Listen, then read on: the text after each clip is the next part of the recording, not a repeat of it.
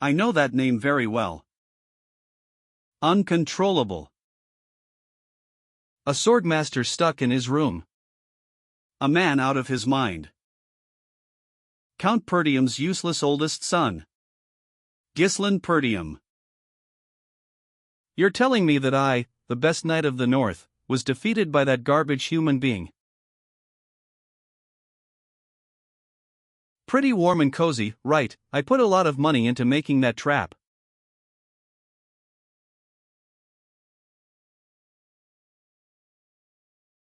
Do you like it? You're that garbage, Ghislain.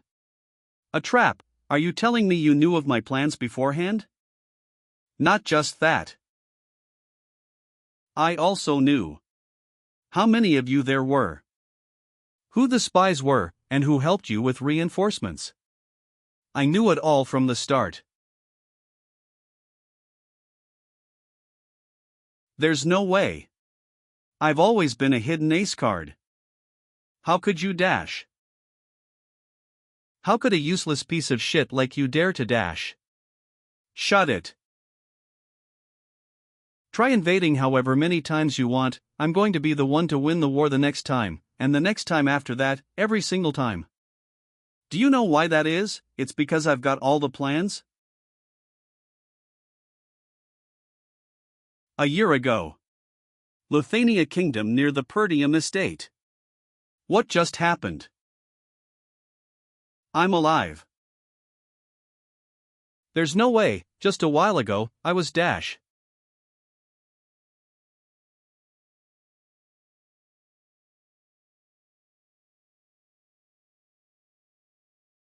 Shit.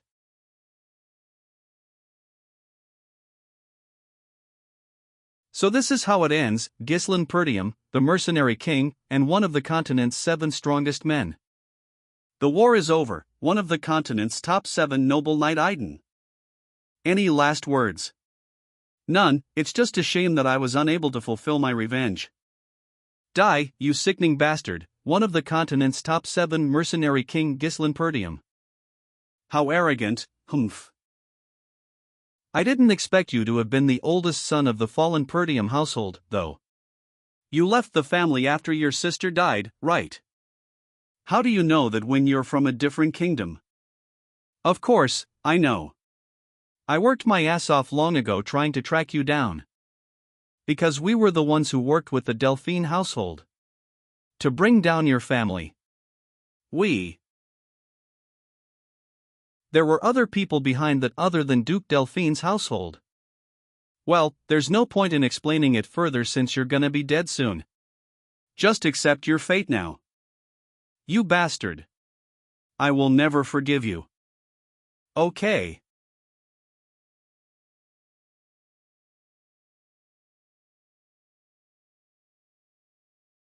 He decapitated me at that moment, yet here I am, with my head still on my shoulders. Was that all a hallucination? I am my younger self too. Was I taken captive and used as a lab rat for the mages or something? Those arrogant bastards, I'll make them regret having kept me alive.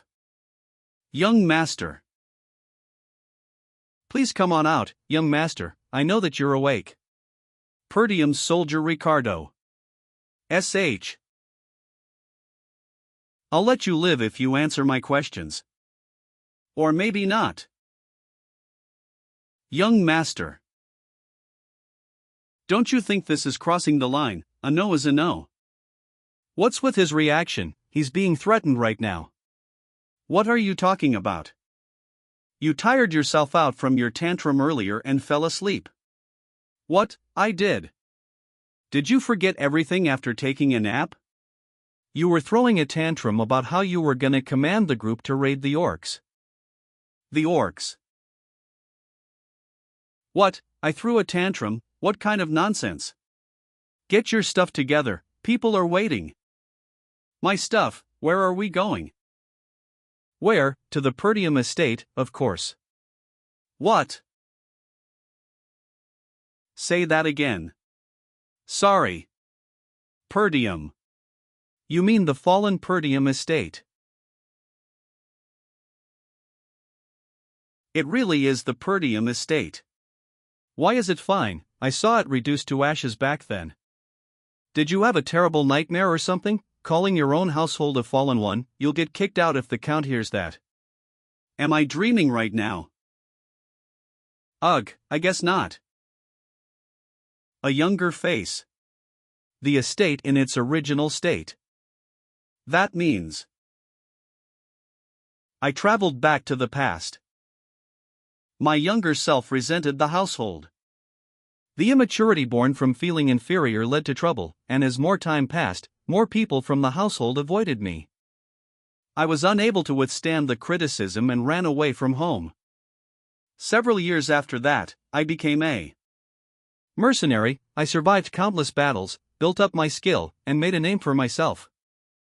I returned to the Perdium County in order to make up for my past mistakes, but my household had already been crushed to dust when I returned. I lost everything. But it's still all here. All the people I hold dear are still here. I can't even believe it. I want to sing a song in joy. But it's too early to rejoice. He said that we were here to raid the orcs, right? Yeah, I can't forget that day. This day is the day most people in the raid squad will die. In my past life, I had followed the orc raid squad in an attempt to make a name for myself. At that time, the report had said there were only 3 orcs. I thought that would be easy enough for someone like me, who had no experience commanding a squad, but when we got there, there were more than 20 orcs. Almost all of us ended up dying because I had been stubborn and wanted to command the squad. It should be doable enough since those orcs didn't really have a strategy. The problem is if these guys will trust me since they all think I'm some useless bastard.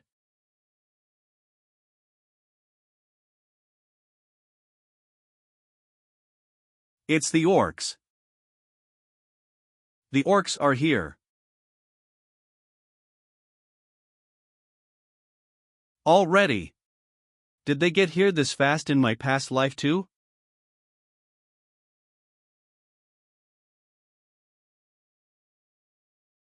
Get into formation. Do not panic, get into defense formation, Raid Squad Commander Scoven. Waff, cook. Damn it, we let our guard down, getting ambushed when we weren't prepared at all. There are way more of them than was reported too. At this rate, we're all gonna die dash. Commander. Behind you.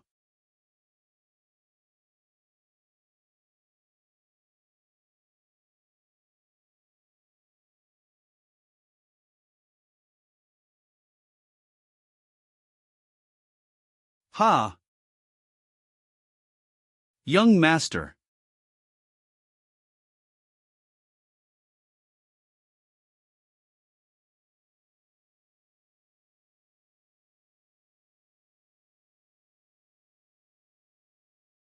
Cool.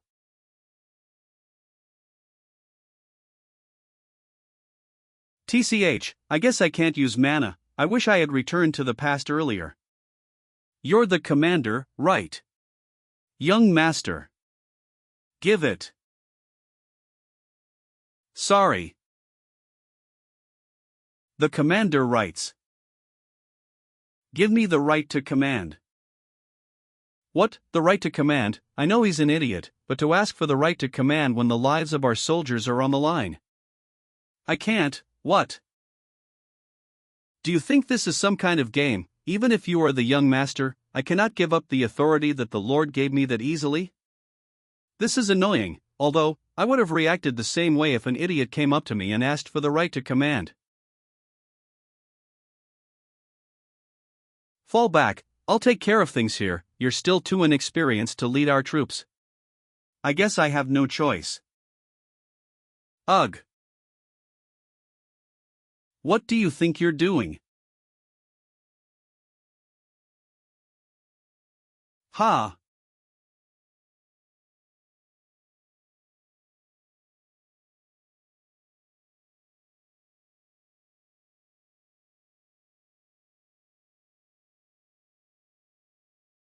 What, how did he hit his weak spot? Skovan, right, do you know what the most important thing in battle is? There's no hope in winning a battle when our troops are filled with fear. We need to gain momentum.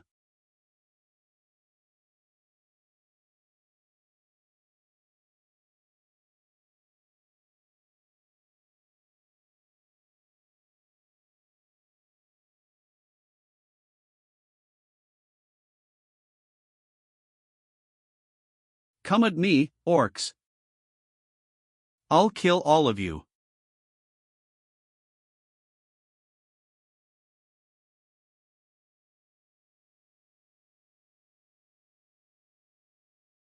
Am I dreaming? Even as a mana user, it's hard for me to do anything. So how is that skinny young master doing all of this? I can already tell that he's tired. However, he's using the smallest of movements to dodge attacks.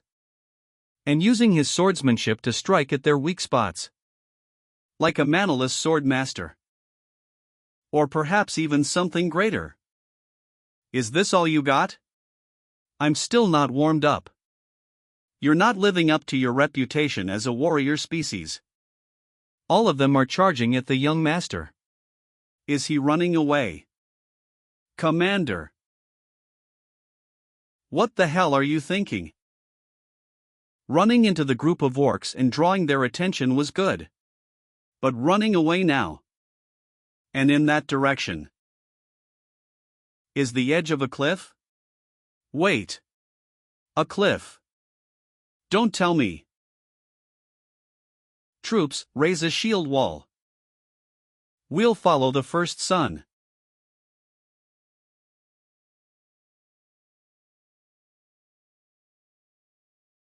Skovan, I'm sure you've realized what my plans are if you're a skilled commander.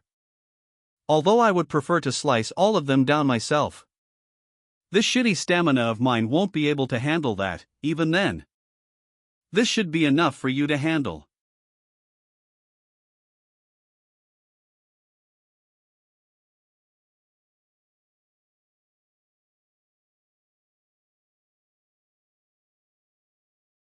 Perfect.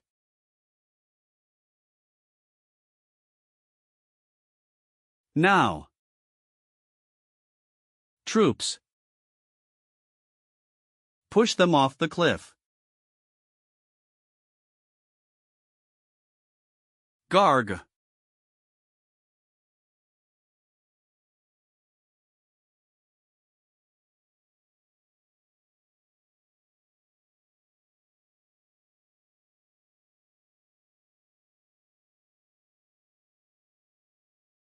We did it. We managed to kill all those orcs. Young master.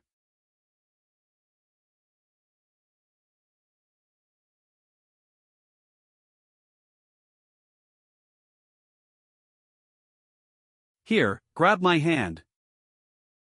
I can't. Hold on.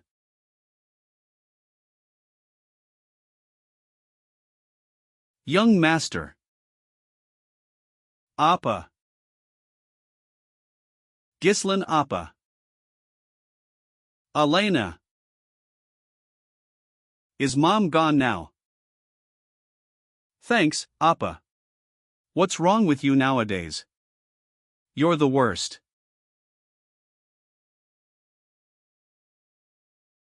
These are my memories of Elena. Appa. Let's go together.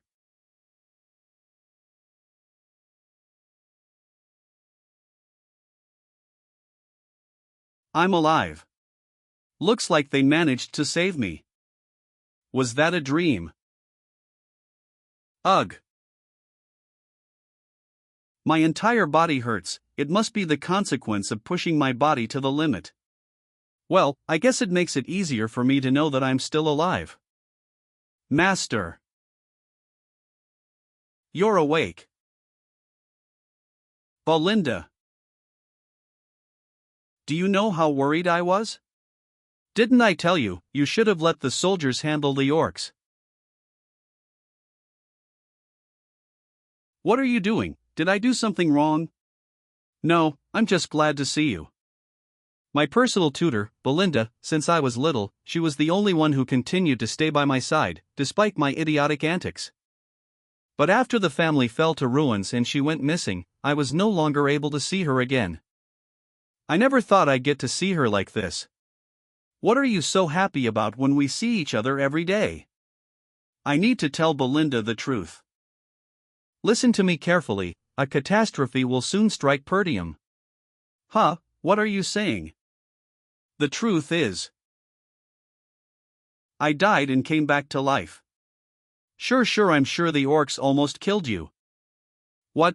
That's not what I meant. Are you aware that you, not Perdium, are in greater danger? She doesn't believe me. I guess this won't work. Seriously, what were you going to do if you were too hurt to even go to the festival? Festival. Have you already forgotten about it? Lady Elena has been waiting for the day to go to the festival with you. It'd be a great chance for the two of you to become close to each other again, huh? Right, there was a festival that always happened around this time of the year. Yeah. In my past life, I didn't have time to enjoy festivals because of my traumatic experience.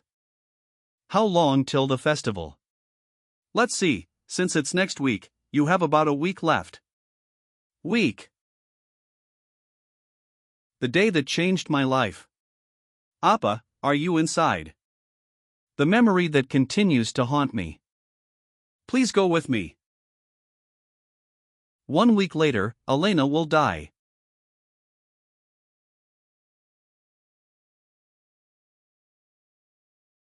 What's wrong with you? What kind of prank is this? I missed you. Heek, let me go, you're creeping me out.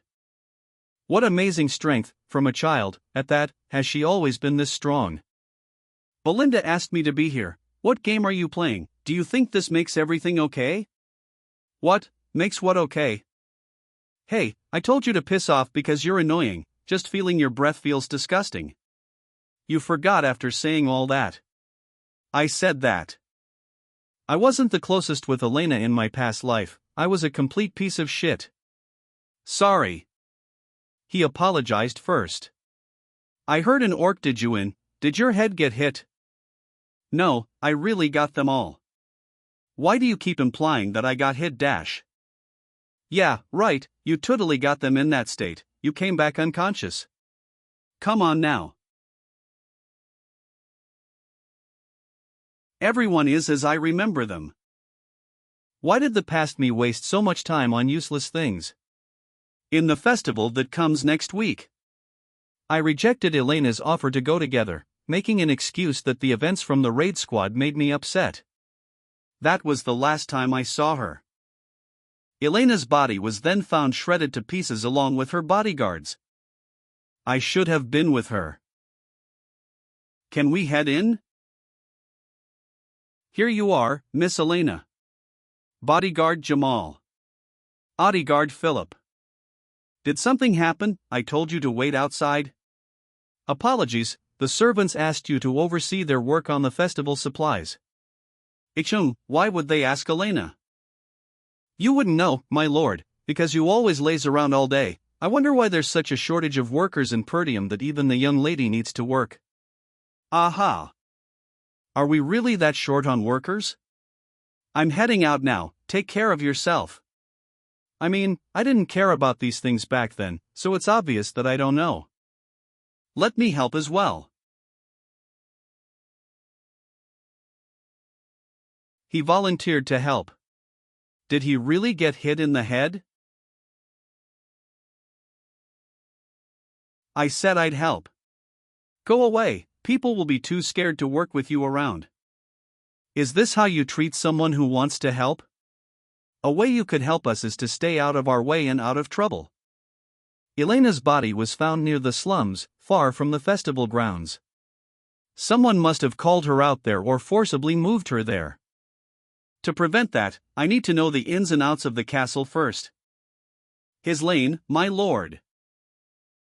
That face. Old man Fergus. You're well, thank goodness. this lowly servant of yours, Fergus, made his way over to you as soon as he heard of the news with the orcs. We can stop talking about that now. Great timing, old man, he's acting weird right after just waking up. Please take him back to his room. As you wish. This damned hooligan image is getting in my way again. It can't be helped. I'll get to know what's going around the castle better in the following week. Old man, there's an abandoned training field in the castle, right? Bring me there. Pardon, the training field, for what reason? To train.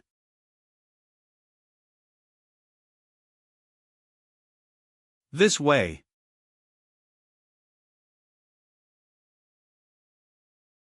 What? It's in a much better condition than I expected. It's a perfectly suitable location for me to train at. I never saw anything like this as a mercenary. We kept it maintained in the case that you wish to use these facilities. I'm certain what you're going through is just a phase. In my past life, did he also? So that's what happened. I need to live a long life, old man, dying really feels like shit. Beg your pardon, you're acting as if you've already experienced life and death. As expected, you're sharp, I actually did die and was resurrected. I think that's enough tomfoolery, my lord. Anyways, you can head back, old man. I'm going to start training. I will be just outside. I always treated everyone around me like they're my enemies. But I was just short-sighted. A week, huh? Back then, it was revealed that the one behind Elena's death was a lord from a neighboring territory. Thanks to that, Perdium got caught up in a war. That led to its downfall. Elena's death was essentially the starting point of our house's downfall. That means I need to set things straight from here. First things first, I need to get a better physique. It sucks that I don't have a lot of time. But I should at least be able to control mana. Mana is a supernatural resource that allows humans to break through their limits. Most people say that noticing and taking in the mana is the hardest part. But I was able to do that, even on the chaotic battlefield. I have to connect the mana particles floating in the air and bundle it up as if I'm spinning a spool. For someone like me, who's experienced thousands, no, tens of thousands of battles, creating a mana core is a piece of cake. But if it was just that, I couldn't have been part of the strongest 7 of the land. With the method from that half-burned book on magic that I picked up, and the natural mana core of humans, I can create a second, and even a third. Creating a connected mesh of multiple cores to create an explosive force. Gah! 3's my limit, even though I was able to reach 5 in my past life. This method allows one to create an explosive force in a short time. But it also requires an extremely large amount of mana in return. This was the primary reason I lost to Aiden in my past life. Bringing a whole knight order to fight against me when I had run out of mana, I definitely would have won if it was a fair fight. It is inherently an unstable technique, but this is enough for now. I have a youthful body and a lot of time now. I'll have your head this time, Aiden. Even those bastards standing behind House Delphine who helped destroy our county. I will destroy you all. 1 week later. Day of the festival.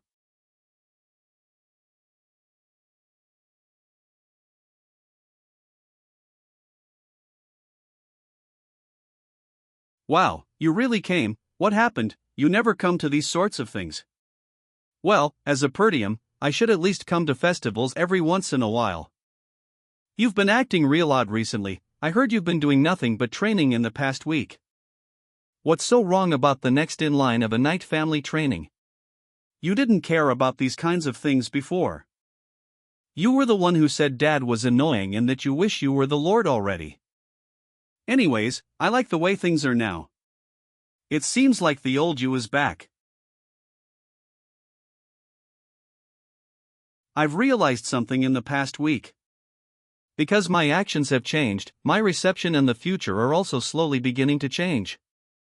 You two, figure it out yourselves. If the young master creates trouble, we really can't afford to have any problems, especially with a lot of visitors.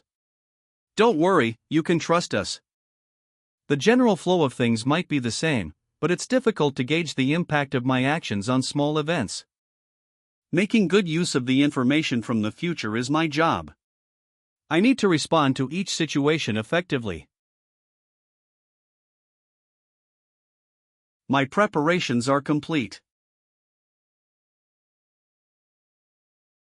Ah, that was fun. But it's getting a little boring with it being the same every year. Is there nothing new this year? The festival is almost over, but nothing's happened. Is it because I'm with Elena? Do you want to check out other areas, too? According to a friend of mine, there are new events elsewhere. How about it? Really? This better be fun. So it was you two. The traitors of our house. Elena's escort knights, Jamal and Philip, they were the most trusted knights in the feud because they had protected Elena since she was a child. It was known that they were murdered while protecting Elena in my past life. So it was you two. The traitors of our house. We're here.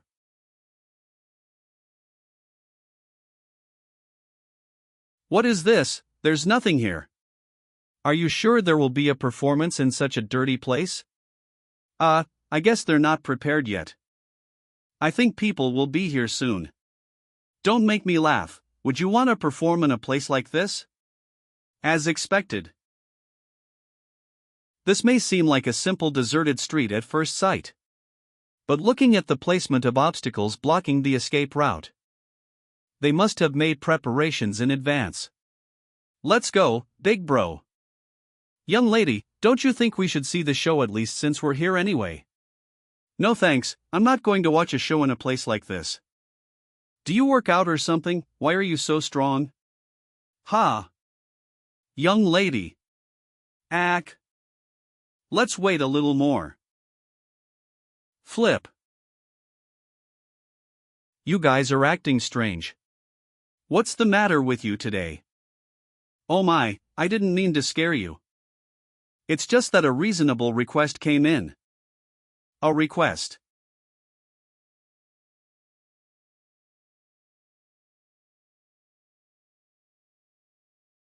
As expected, your work process is clean. Of course, we've brought the young lady as promised, so let's end the deal here. Isn't that the eldest son of the Perdium? I don't think I requested to bring him here. I'll just hand him over for free. He followed us foolishly, not knowing this would be his graveyard. Jamal, so you sold us out. Do you really think you can get away with this?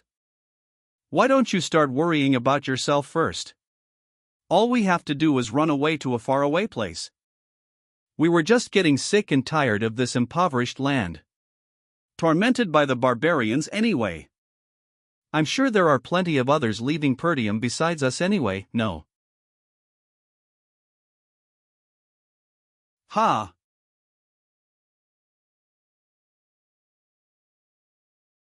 But at least they never sold us out. Don't you think? Jamal, that idiot, how could a knight lose to an amateur like that? Impossible.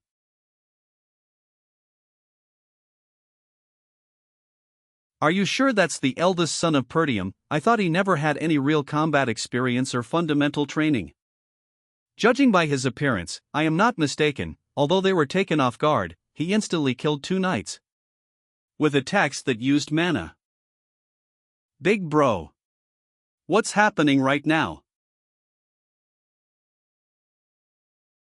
Big BR dash.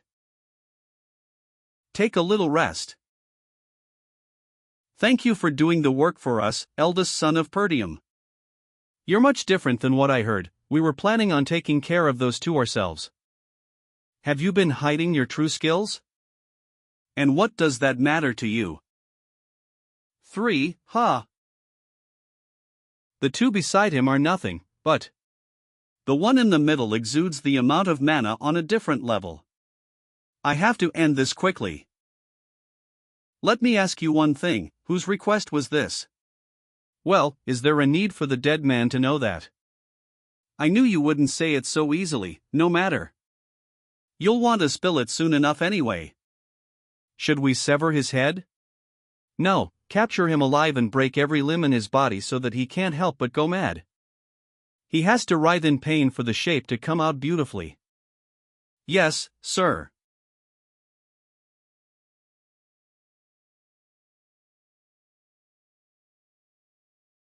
A firecracker.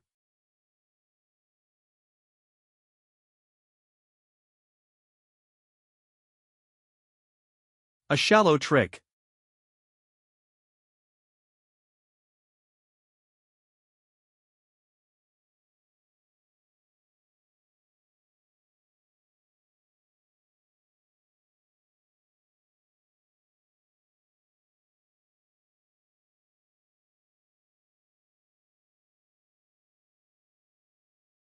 He managed to block my attack in that position. It was a perfect sneak attack, too.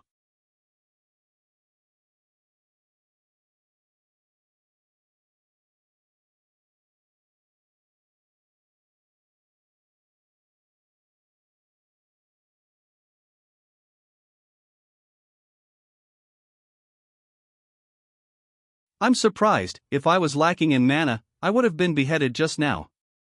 How did he survive a strike to his neck? Did he focus his mana around his neck to reduce the damage? I have no clue how you learned such a strange swordsmanship at that age, but you shall die here.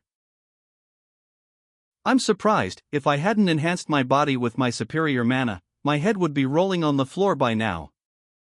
I don't know where you learned such strange swordsmanship.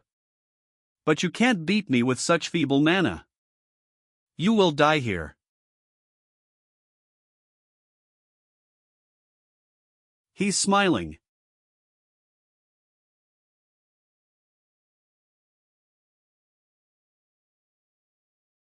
Didn't I tell you?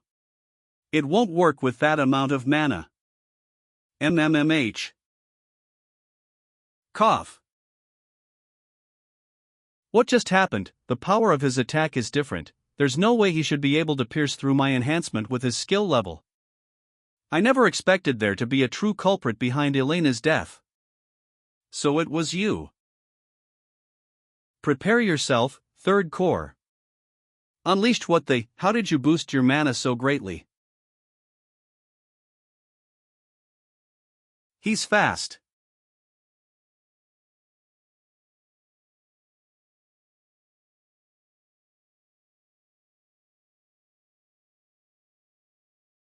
This is impossible. My hands are turning numb just from blocking his strikes. No matter how much mana one draws, it usually has a limited effect. I've never heard of a method that increases mana so explosively like this. It is as if he has become a different person.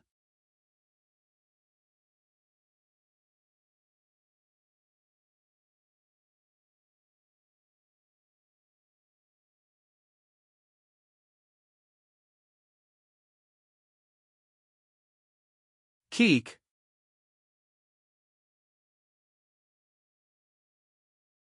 Let's finish our conversation from before, shall we?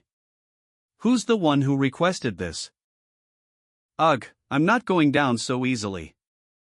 I will at least take the young lady of Perdium with me. Die. How about we make a deal? Don't try anything useless, answer my question. And I'll sheathe my sword. Are these threads created with mana? I can't move. When did he make such? I'm sure someone of your caliber would know how to patch yourself up. Though, that wouldn't matter if I destroyed your mana core. What?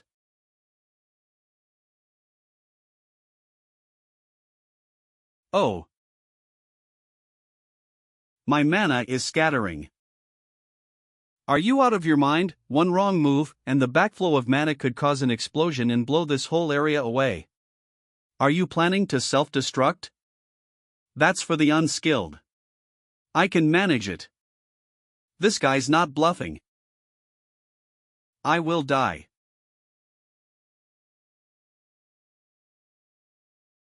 It was Count Desmond. He's the one who requested this. He said he needed a pretext to start a war against the Perdium and Degard families. Is that so? So it was Desmond? In my previous life, such underground work was left for the families allied with the ducal house, Duke Delphine. How dare you orchestrate this nonsense without behind the scenes? So that's why you wanted to kill Elena, huh? Yes. What are you doing? This is different from what you said earlier, ugh. What's the matter? You've killed plenty in your time, yet you're scared when it's your turn. He. Nothing will change even if you kill me. I've already finished the work with the Degard. Do you think people would listen to a punk like you? Perdium will perish due to the war. Let me tell you something. I was reborn after dying, so it will be different this time.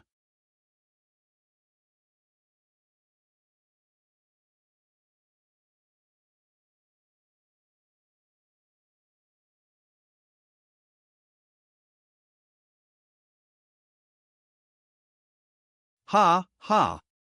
Ha. Ha.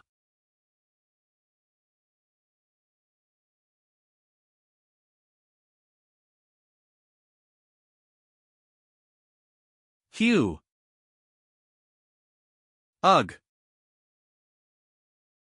Gug. Damn it, exploding 3 cores wasn't an issue at all back when I was the Mercenary King. I won't fall like this. In my previous life, they found another body besides Elena at this place, according to what that guy said earlier. Son of Degard. It seems he was killed along with his escort knight, so this is how they silenced them and framed them as Elena's killers, huh? The moment this is revealed, the war will. Let's erase this evidence. I won't let things happen as you intend.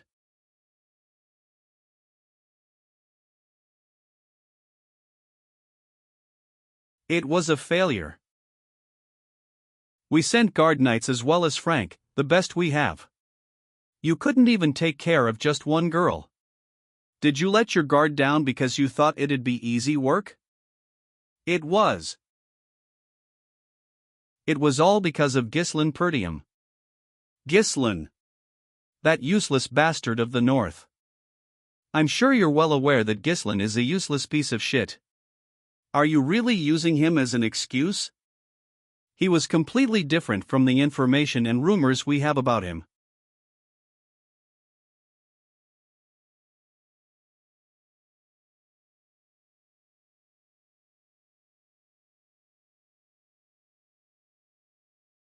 It was as if he was a completely different person. But we've already taken care of things with Degard, so it won't be an issue to start the territorial war. Please give me one more chance. Shut it, you couldn't even find out enough information on one kid. Do you realize how much of a setback this has caused? You couldn't even finish an easy mission, and now you want one more chance. Eliminate him. How noisy.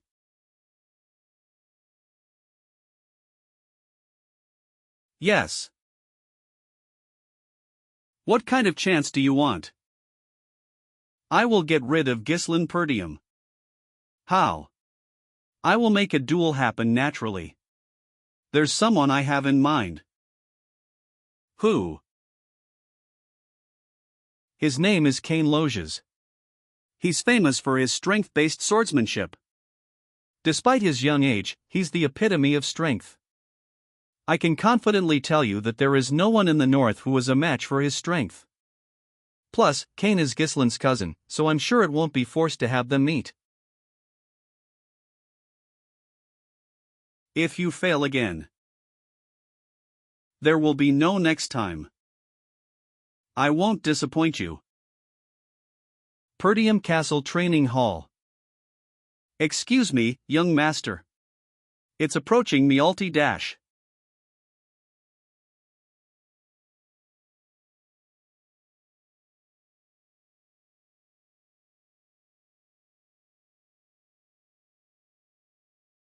Alright, that should do. HM. Oh, old man Fergus. Sorry, you were so focused on your training. How did you do that just now? Ah, this. Mana thread. It's using mana like a string. In my past life, I used it all the time. But at my current skill level, I need to implode my core in order to use it like I used to because I'm lacking mana. But if I just make one thread to use less mana, I can still use it despite having less mana. I thought I had trained my mana for a long time. But I've never seen something like this.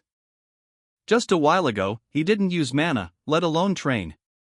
How was he able to come up with the idea of using mana like this? Anyway, did you want something from me? Ah, well.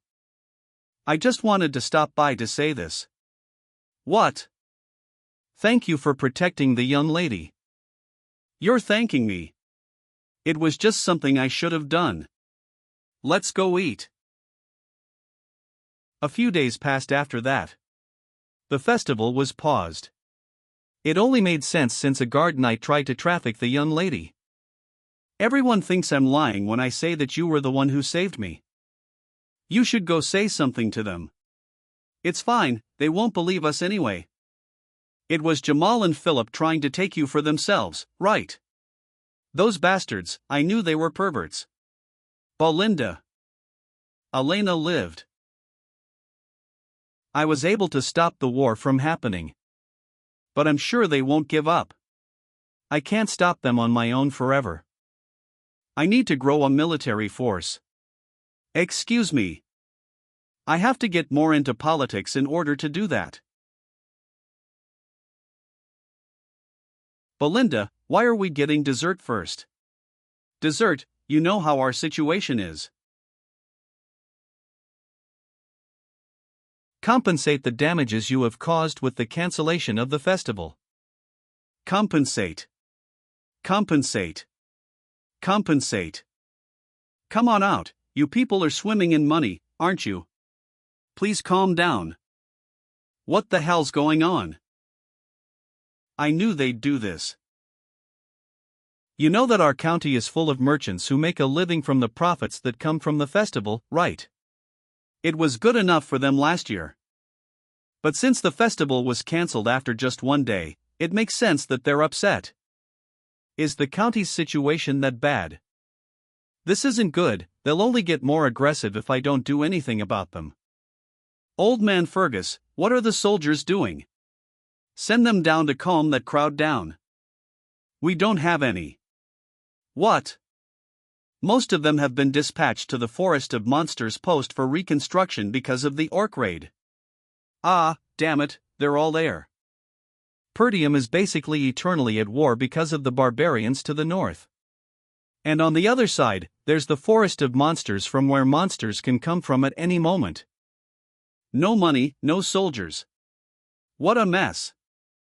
Belinda, let's talk. You're the one that manages my money, right? Let's use that to calm down those merchants. There isn't any. Why not? Did you forget that the Count cut off your allowance because you spent money like water? Wait, then I don't have any money at all. I'm broke. Lend me some money. Heh, I don't have any. Damn it. No money, no soldiers, what do we have? Without even the least amount of money, there's nothing I can do, even if I have knowledge about the future. I'm going to need money first. Is there no way? Isn't there something on the estate that dash? Young master. Ricardo. What is it? You're in such a hurry. There's a problem. Young Master Kane wishes to see you. Kane.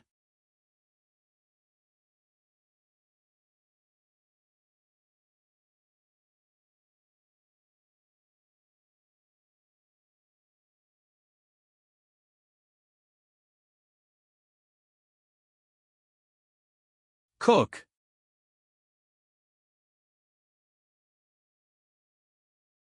Young master. There you are.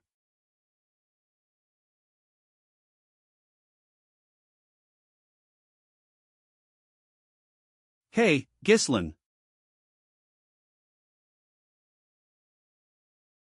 Finally, the main character makes his appearance.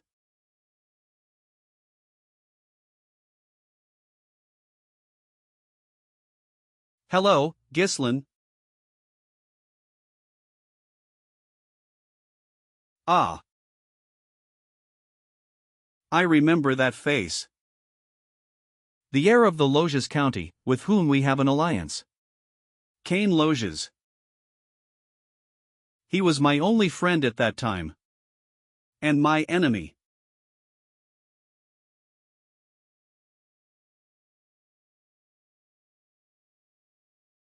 Ricardo, what's the situation? Ah, you see. We responded to a report of a disturbance at the tavern. And we found Cain there with his escort knight. Recognizing us, he asked if the rumors about young Master Ghislain were true. So Commander Scoven explained the details of the rumors to him. You dare lie before the heir of Loges. And that was how it happened. Hey, now, if you're gonna tell him, you better tell him the truth. He claimed that you, who never even trains, took down an orc with your bare hands and dealt with the traitorous escort knights yourself. That's why I just gave him a little wake-up call to knock some sense into him. This wouldn't have happened if you didn't lie in the first place. Yes, he was this kind of guy. He always treated me as his subordinate.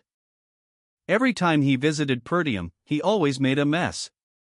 Even after causing all that trouble, no one could say anything because I was basically his subordinate. No one looked down upon Cain. Unlike me, who has always had an inferiority complex, his confidence and bold demeanor were praised as qualities befitting of an heir.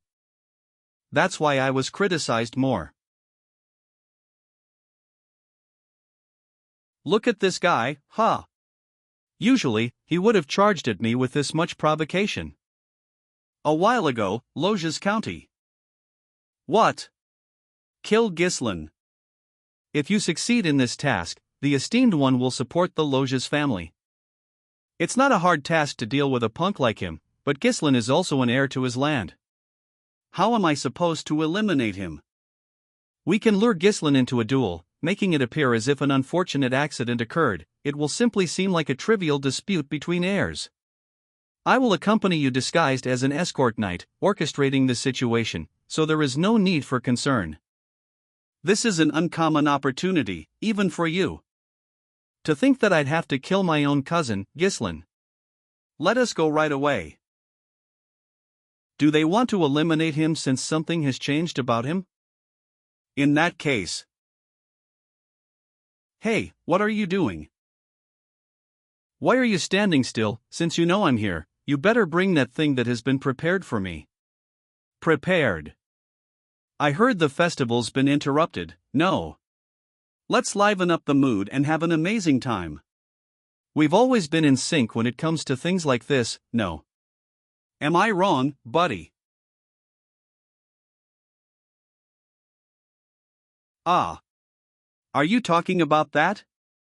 Right, this guy always had me prepare alcohol and women every time he came here. I granted his request back then because I didn't want to get beaten up, but not anymore. Because of him, I had to waste my precious money. Have you forgotten that the Lord had cut off the support because you were wasting so much money? It was here all this time. My source of money. Hey, Ghislain. If you remember, then you better bring them right now. Can't you see me waiting right now? Yeah, of course, I better bring them right now. But don't you have a debt to repay to me? Repay for what? You do realize that I've been handling everything you've asked me to prepare with my own money, right? Pay it back. I'll settle for 1,000 gold, principal plus interest. What, 1,000 gold, all that shouldn't have even cost you 100 gold. And you've been doing that because you thanked me for being your friend. It's like a friendship fee. Friendship, my ass, I've been your doormat for the longest time. So, pay it back before I beat the hell out of you. I need a lot of money right now, you see. Young master, what are you saying right now? Sigh. You're starting to act all bold just because I've been going easy on you, huh? It seems you believe you've actually gotten stronger just because you spread a false rumor saying you won against a knight. You're nothing but a parasite leeching off this land. This is why everyone in the north calls you a scoundrel when all you, the supposed heir, do is spout empty nonsense. Get yourself together.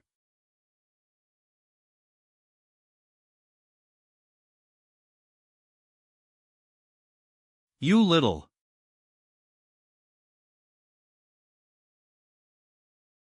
Ha!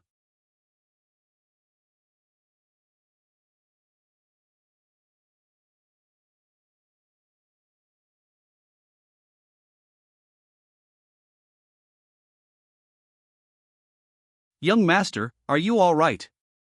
Ugh. Get up, stop whining, I know you blocked that shot. Stand back, Ghislain. What do you think you're doing?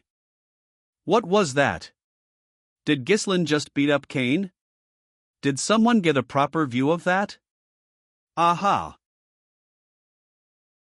So that's how you want to play, huh? How do you like my acting? It was excellent. You've set the stage perfectly to make it appear that the fault lies with Ghislain in everyone's eyes. This should be more than enough to justify a duel. Of course, it's a rare opportunity to gain such powerful backing. I must make sure to leave a lasting impression this time. If you succeed in this task, the esteemed one will support the Loge's family. This is the perfect time to cut off Perdium, a falling power. How dare you, after tarnishing the dignity of nobility with lies, attack me simply for trying to verify the truth? Ghislain, I challenge you to a duel. I challenge you to a duel, Cain Loges. You insulted me, the heir, in front of the people of Perdium. And assaulted my knight, tarnishing the dignity of nobility. You're not thinking of denying it, are you? He, I already knew you were stupid, but I didn't know you were stupid enough to dig your own grave. Fine, I accept your duel. Don't regret it even if you die. Ricardo. Yes. Bring all the merchants who are protesting in front of the castle. Tell them I'll make them big money. The festival was suddenly cancelled. The atmosphere, which had heated up to its peak, suddenly cooled down, leaving behind some tourists who couldn't return out of regret. They must be in a state of incomplete combustion, as they are not able to spend their money or time. In such a situation, if an event were to take place to soothe them. It's a duel between young Master Cain and Ghislain. Bet your money on young Master Cain. That damned punk's finally gonna get what he deserves. It's cheap, buy one and get one free, take a look. Now, bet your money here, line up here. I'll bet on young Master Cain. Me too. It's the guaranteed safest bet. How dare you turn a sacred duel into a marketplace like this? Let me make this clear before we start. My sword will not stop even if you surrender. Right. And that must be what you're going after. Now then. Since it seems like we have enough people gathered, let's begin. I don't think a proper bet can proceed at this rate. Well, nobody bet their money on young Lord Ghislain, so? To be fair, the result is way too obvious. That punk has no chance against young Master Cain. Someone, bring an idiot who's dumb enough to bet on the other side. Yikes, even the marketplace is ignoring you. How about we change the contents of the bet? Let's change it to how long he can endure against young Master Cain. I'll bet on young Lord Ghislain. I'd like to bet on my big brother, too. Lady Elena. This should suffice, correct? Remember, I advised you against this. Ooh, yes, this should be enough. Making me wait for no reason. Then, get ready. You know, I am older than you. After all, it'd look a little strange for me to make the first move, right? What?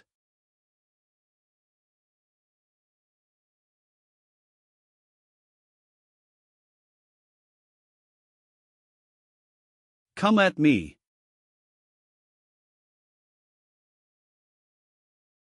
Don't you think it's too late for you to act like the older one?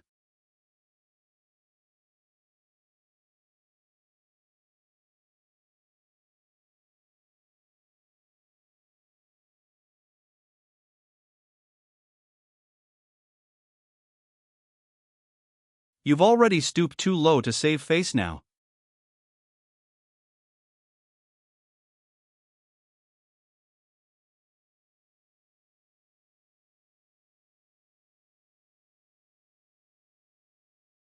As expected of young Master Kane, he won't even endure one hit from him. Look at this guy, huh? What do we do, young lady? We have to stop them right now. It's too late.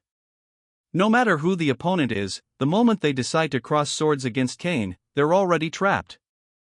The opponent, overwhelmed by that immense power, will become consumed by the thought that there's no chance to counterattack, and they will use up all their energy solely on evasion.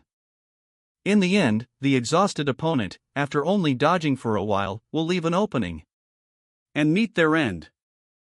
Kane has always won that way. You're slippery as ever. It seems your skills have indeed grown from before, huh? Makes sense. You were always good at running away since back in the old days. Poof.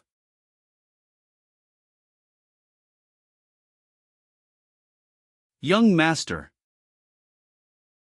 It's over, Ghislain. Die.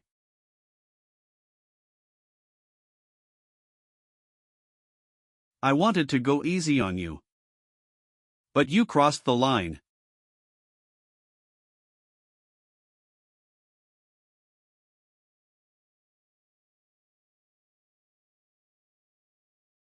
He returned to a stable state by condensing mana into his legs. Phew. Such ignorant swordsmanship, you must have thought you were the strongest just because the opponent would get scared if you showed even a little bit of your strength, huh? Allow me to open your eyes. Oh, yeah, and how are you gonna do that?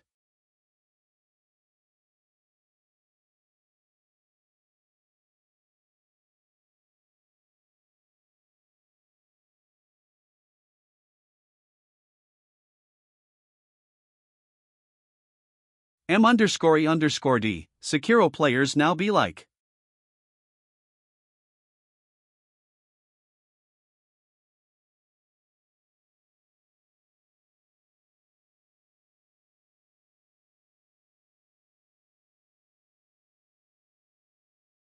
What was that just now?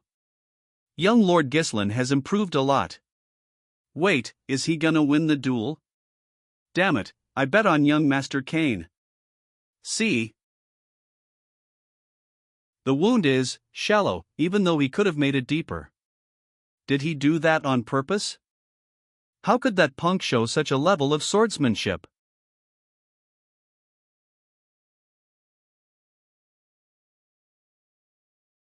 Such a gap in skill won't provide enough entertainment. I'll be fighting barehanded from now on.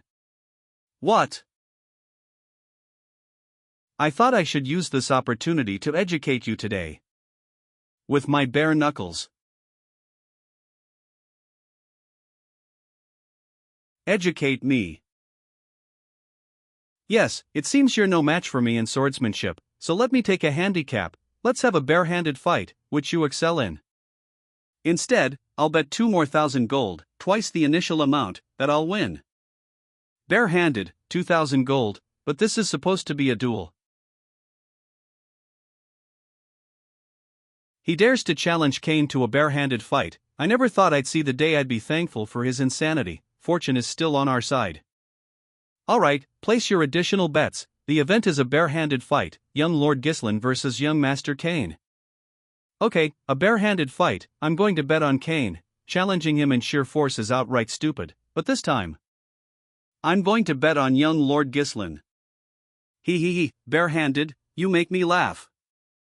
Sure, go ahead and fight without a weapon.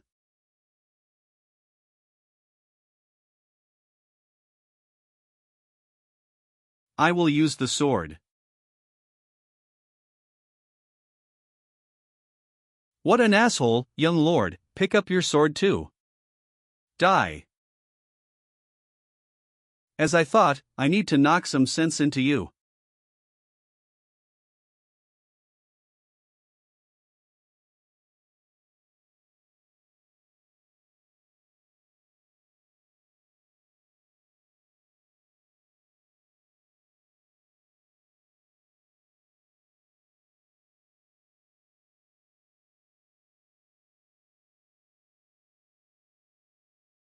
Ugh.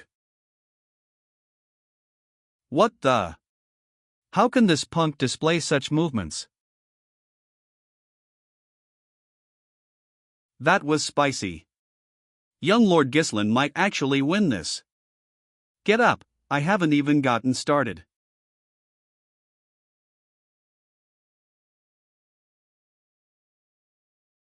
You couldn't even look me straight in the eyes until now. You used to bow down on your own whenever I showed up.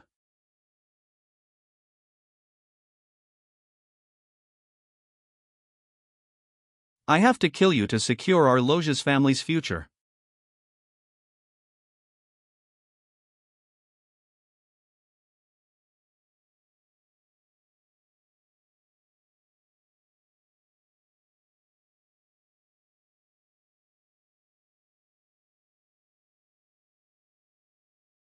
Why?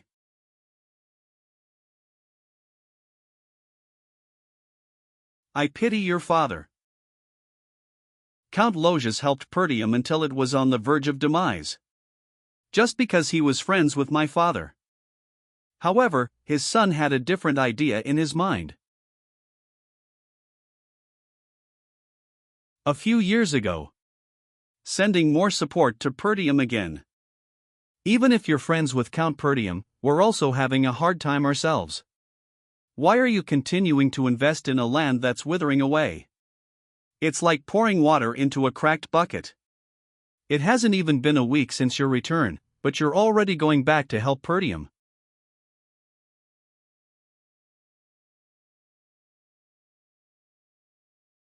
Don't go, father. Everyone's trying to stop you. Why do you insist on helping Pertium? It's just because we are friends. There's no other reason.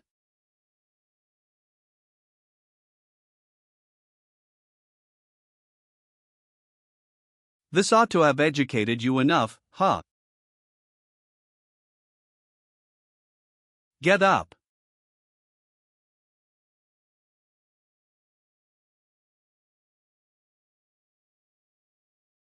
I admit my defeat. Young Lord Gislin has won. I won the bet.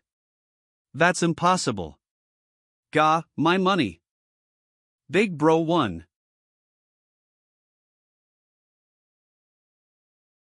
How could you admit defeat so early just because you're at a little bit of a disadvantage? What are you doing? I trusted you. Let go, I'm done. What? Damn it, this weak little brat. Now. I gotta do what I gotta do, right? What? Attention, everyone, this man here is volunteering to pay for all the meat and drinks for everyone gathered here. What? Meat and drinks, it's been so long since I had a feast. You're the best, our young lord. I did not agree to this, withdraw your statement. This is the price for losing the duel. You should have at least that much, right? And just to be clear, it won't be deducted from the bet. Remember to add 2,000 gold to the bet we originally set at 1,000 gold, Uggs. If you run, you know what will happen. Understood.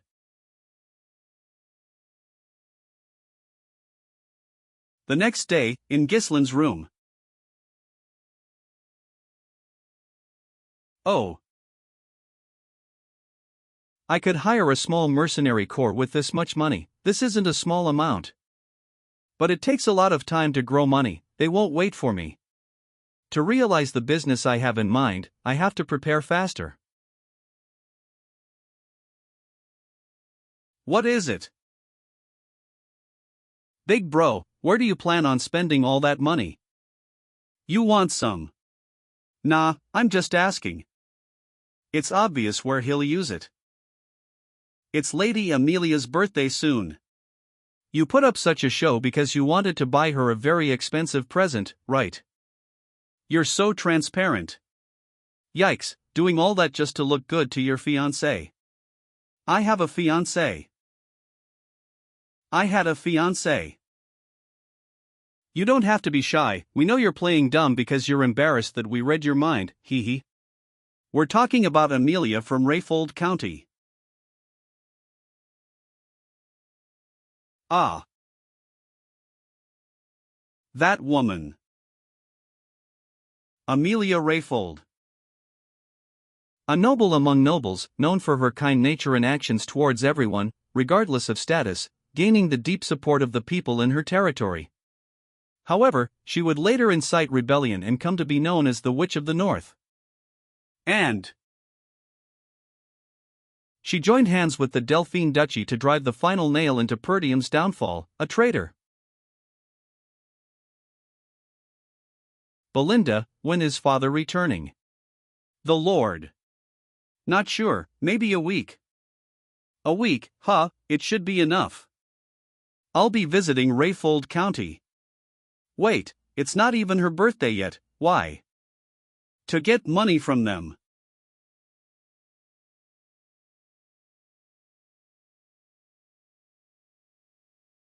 Where them?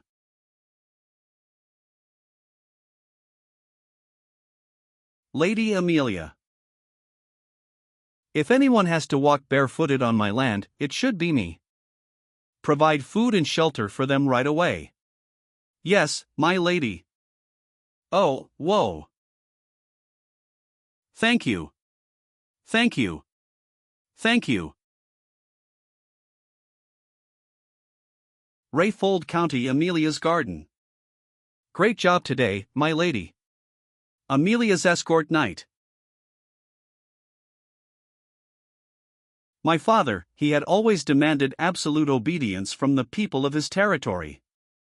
But the common folk will always follow the one who keeps them warm and well fed. With this, you have won the people's hearts. This will definitely prove to be favorable in your future successor competition.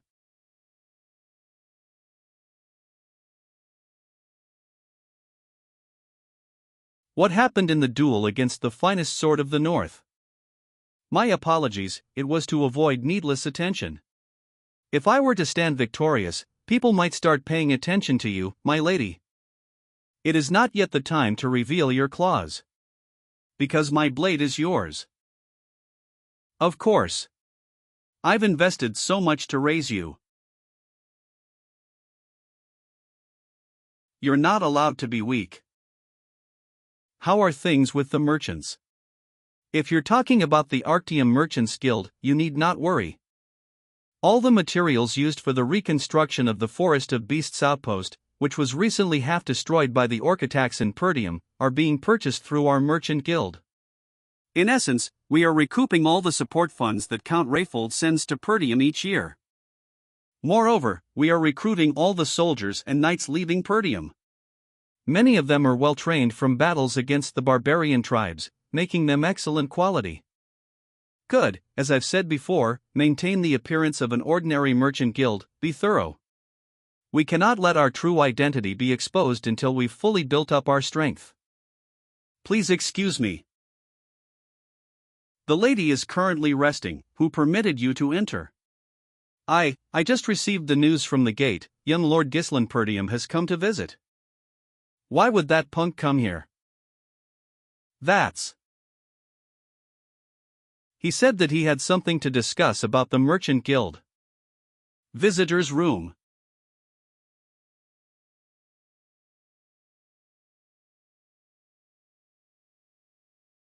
Hello, Amelia.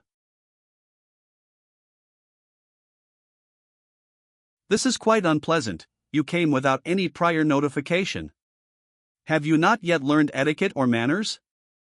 It's your birthday soon, so I thought I'd give you the gift in advance.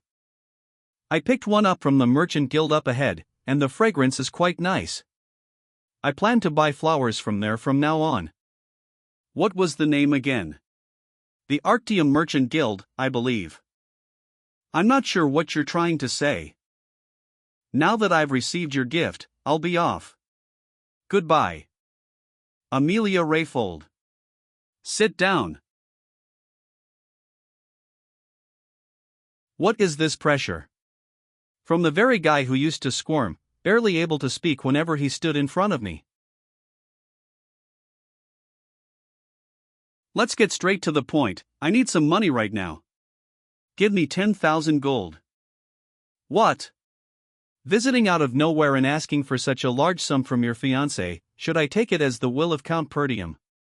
My father has nothing to do with this, just give it to me. And you? You're not planning to marry me anyway, no. Take that escort knight, for example.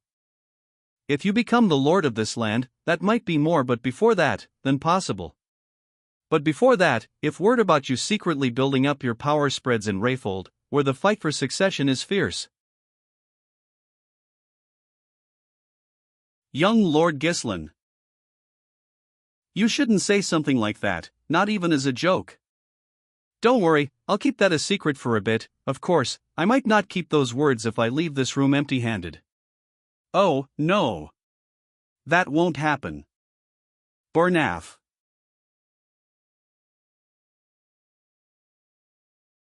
It's been a while, young Lord Gislin. Bernaf, he's the guy who has always stayed by Amelia's side. A skilled individual who possesses the potential to be compared to the finest sword of the North at the time. If I die here, a war may break out. Are you sure you can handle that? Of course. A sudden ruffian barged in, caused chaos, and was killed by the hand of the escort knight.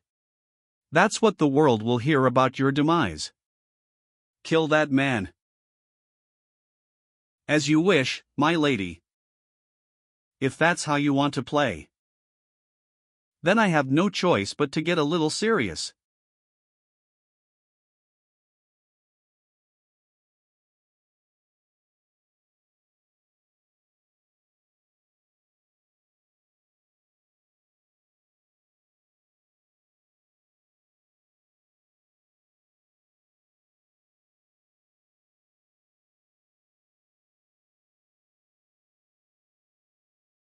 An assassin, feigning politeness while launching a surprise attack.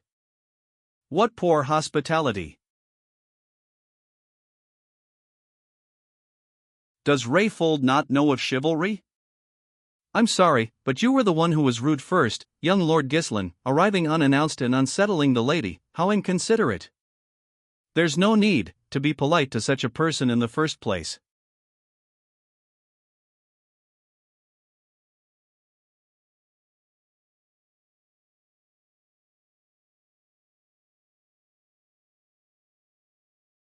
Young Lord Gislin, I had heard he was all talk with no real skill to back it up. But it seems he's no rookie.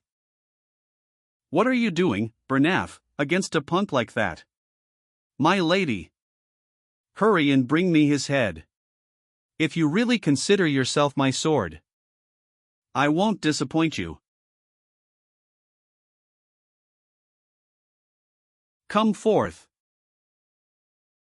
You, an escort knight, dares to order me around. I did you a favor, but if you insist, I'll do as you wish.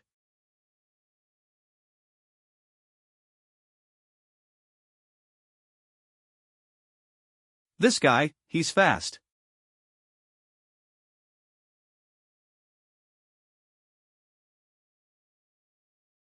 Gislin, how can you, who was called a lousy punk, fight Bernaf on equal footing? But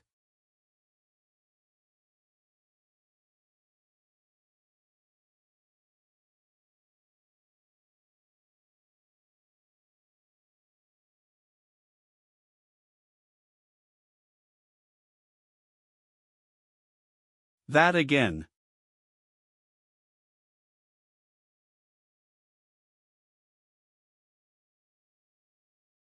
It won't work twice. Ugh.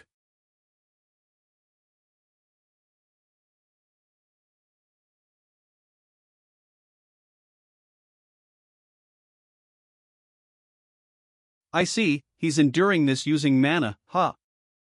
Young Lord Gislin, you're quite different from what I've heard. The saying that you never truly know until you've fought them yourself really is true. That swordsmanship, it doesn't look like something you learn systematically, it seems more like you picked it up through real combat experience. Have you, perhaps, fought with barbarians so often that you naturally adopted their style? Such a method might work in a chaotic battlefield, but not against me. Your deviation ends here. As expected, this is difficult. The narrow, precise thrusts of the blade that constantly target the head mess with your sense of distance and timing. And at close range, the difference in size makes it hard to overpower him with technique alone. In the first place, he wasn't an opponent I should have tried to take on yet. But you see, I don't have much time either. Mana. Thread.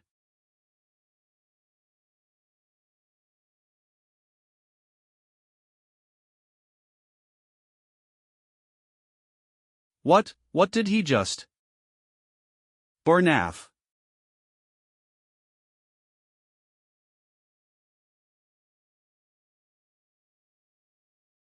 Ha!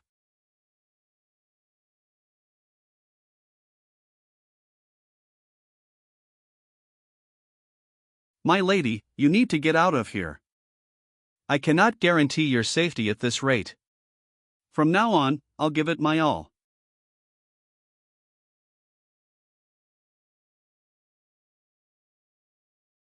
Now that's what I like to see.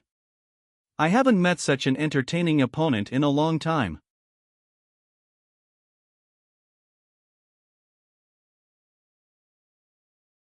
Gislin, how dare he cause me such humiliation? Who could be the idiot who leaked information about the merchant guild to that madman, Gislin? There's no way he'd know about it in so much detail if not for that. The rumors about him slaying orcs, protecting his younger sister from assassins, and even defeating the heir of Loges. Judging by that rascal's past, I thought it must have been either luck or exaggerated information, but could he really have? Damn it! What on earth are the guards I stationed in advance doing?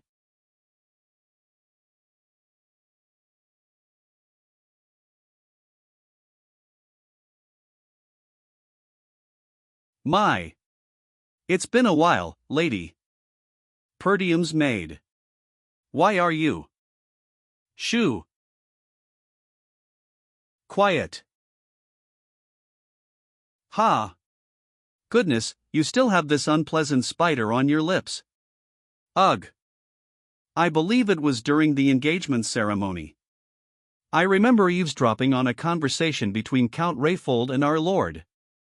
Your siblings picked on you for having creepy spiders around you, so you raised the spiders yourself and took your revenge. I'm not sure whether it's to overcome trauma or a display of self-assertion. Forgive me for saying this, but it doesn't suit you, my lady. May I ask for your cooperation? The air is rough. Such an overwhelming amount of mana. An entertaining opponent, you say? That sounds like something that a lowly mercenary would say. And you call yourself a noble, like my lady? Of course I'm a noble. I don't think this is something a mere escort knight like yourself should say, no. Young Lord Gislin. Do not disgrace the nobility.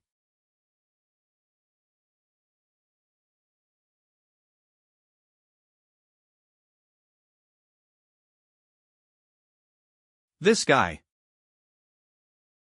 He's pushing forward so fiercely. Enough with that.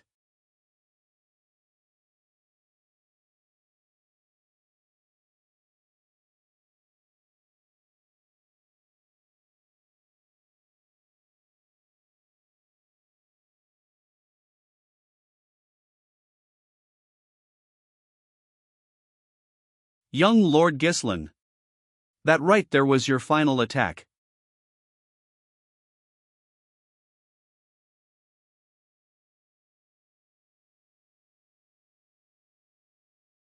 He braced himself for the injury and used his shoulder to push away the blade. Indeed, it seems I cannot let my guard down until the very end. However,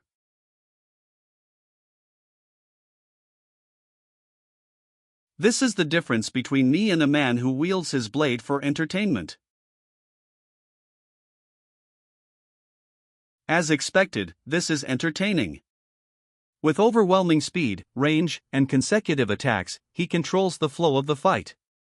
Any attempt to counter him in close quarters through grappling is instantly shut down. In a binding clash, he makes it seem as though our swords are locked together, deceiving me into thinking they can't be separated. With my current mana, I can't counter his strength. But by that, I mean the mana I have right at this moment. It's a shame that I have to bring him down here. There's one thing you overlooked. And that is, my unique mana cultivation technique.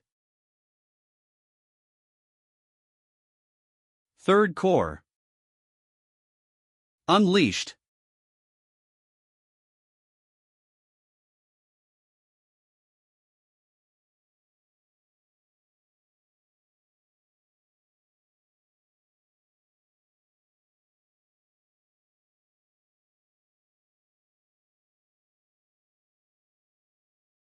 Young Lord Gislin. How can he wield such explosive mana during combat? Stop.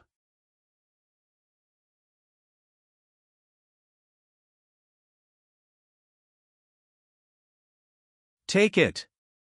10,000 gold, take it and get out of my sight. Oomph, what a hassle. It would have been better if you just handed it over when I asked nicely. My goodness, isn't this a little too much to call it a lover's quarrel, young master? We just had a bit of a difference in opinion. I've got some unfortunate news for you, Amelia. The fee just went up to 20,000 gold.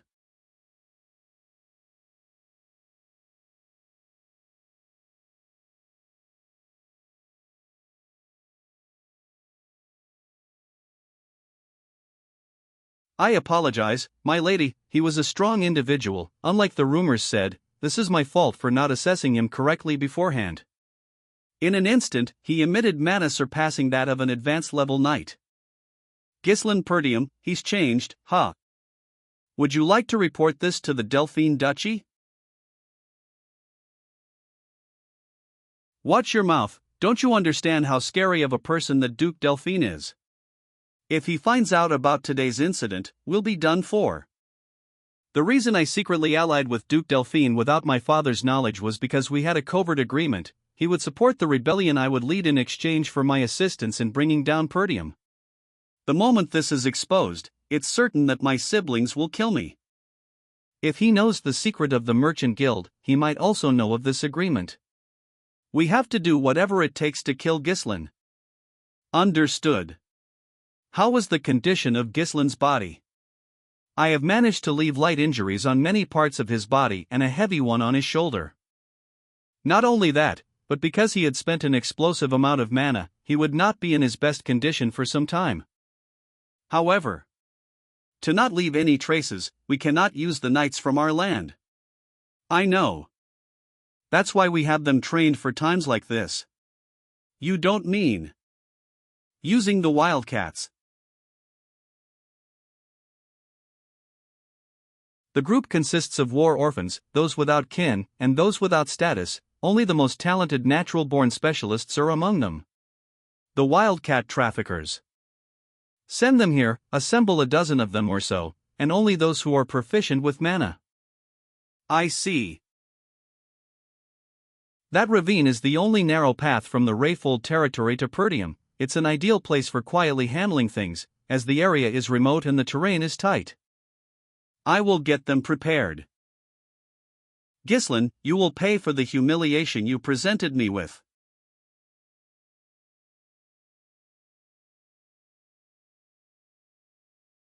Is it Amelia? Young master, are you sure you're okay? Don't worry, it's nothing. The cuts aren't that deep. It's not bad considering that I did take things a little overboard. The 20,000 gold I received from Amelia is enough to cover the base funds needed to rebuild our territory. This is the same as saving a few years. It would have been great if I could kill Amelia too, but a war would have been unavoidable in that case. I can't risk the safety of our territory because of my momentary whims. Pertium is having a difficult time dealing with just the barbarians, so it's ideal that I back off here. The fact that I know about the secret of the Arctium Merchants Guild will put enough of a burden on Amelia. This time, I will make good use of you. So, things are going exactly as you said right now, right? HM. You told me to subdue the guards once I heard fighting noises on the inside. You also told me to take Lady Amelia hostage once she came out of the room. Ah, yeah, I did say that. But I told Fergus to do that. Young master.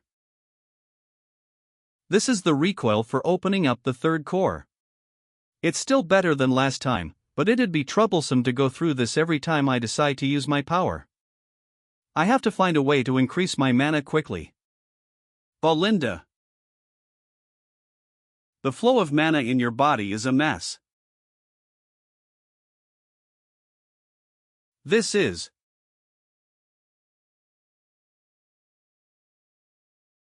My entangled mana road has opened up a bit. This is a method that can't be executed without a deep understanding of mana. Belinda. I knew she wasn't just an ordinary maid since my mother brought her. But just who is she? I don't know why such a skilled individual is working as a head maid in the countryside, but it's good to have as many skilled individuals as possible on our land, because the ones I've encountered so far are just the beginning. Young master. I'll help you with anything because I trust you unconditionally, so please tell me why you took such a huge amount of money from Lady Amelia. I have to spend money, but Amelia is the only rich person I know. Pardon. That's the reason you broke the engagement. You'll be in trouble once Count Rayfold finds out about this. It's fine, I assure you, Amelia can't tell her father about this. You trust me, right? Ah, yes, well. Then, surely, you'd at least tell the person who took the risk with you what you're going to use it for, right? The Forest of Beasts. I will pioneer the Forest of Beasts. Young master, you can't. Development has been attempted there ever since your great-grandfather's time, but... Old man Fergus, do you remember Marquest from before we entered the castle? Young master. Yes, the person you asked me to find was indeed at the location you mentioned, but... Are you sure that's the person? His condition is a little... As long as he's alive, it's fine, let's head there right now. No, we have to return home for now, you can't wander around in your current condition. Belinda, do you really think Amelia would let us go easily after what we've done to her? Ah. Knowing her personality, she will try to kill me to silence me. Young master, I'm good at fighting, and old man Fergus is still a knight, I can just, You're reliable, but that's not your role, it's a different field. I need a vanguard. And we're on our way to meet him.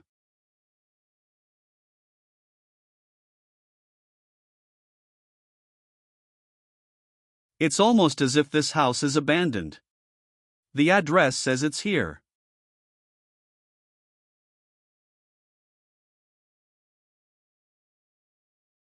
Who is this?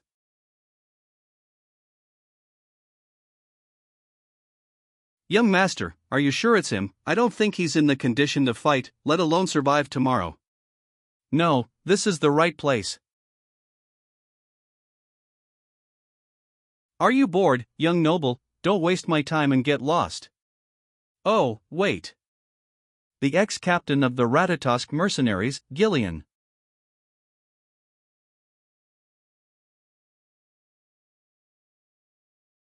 I've longed to see you. The Ratatosk mercenaries. That's. The Ratatosk mercenaries is a group that only those who have mastered most weapons can join, although they no longer exist. Their bravery is such that any knight, even in foreign lands, is bound to hear their name at least once. I came to meet you.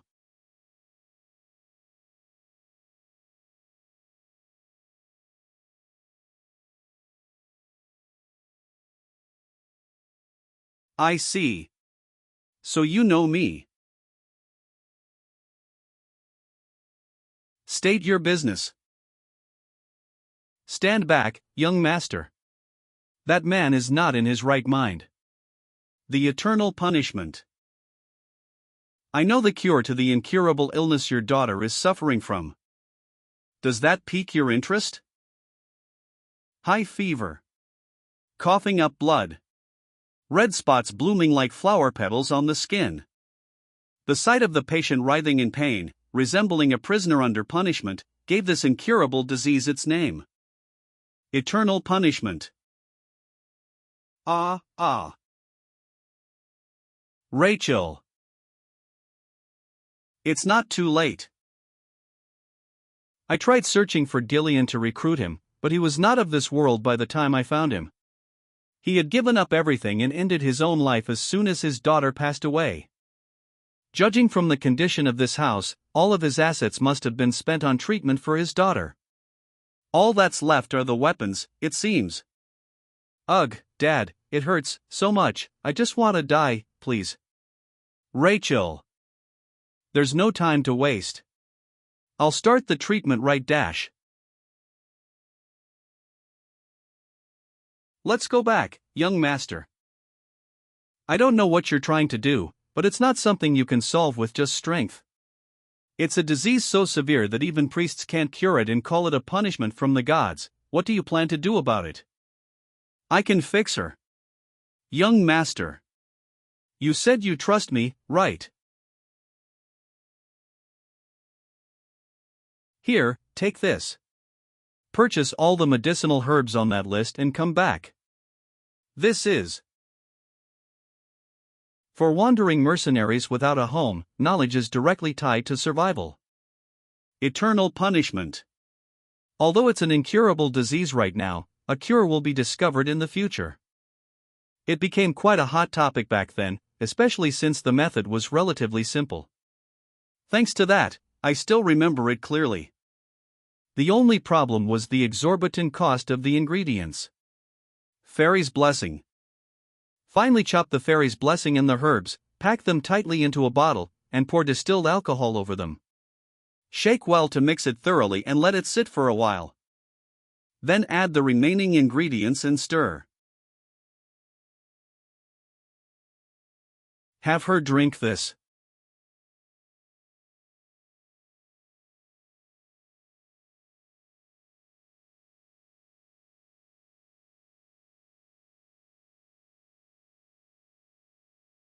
The red spots they're fading away.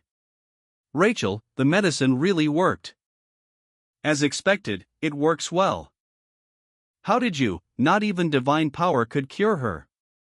The priest's divine power isn't omnipotent, it enhances the body's vitality and strengthens a person's regenerative abilities to help overcome the illness. It's different from a fundamental cure. Then, can my daughter really be cured? In a couple of months. I guarantee you, she will be cured.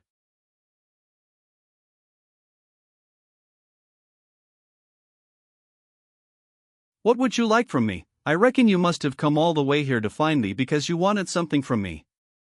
However, all I have left is this useless body of mine. If you need me to be your dog, I shall be. If you command me to be your slave, so shall I be. No, I don't need a slave. What I need is Gillian, the captain of the Ratatosk mercenaries. Ah, those eyes. The eyes of a dreamer.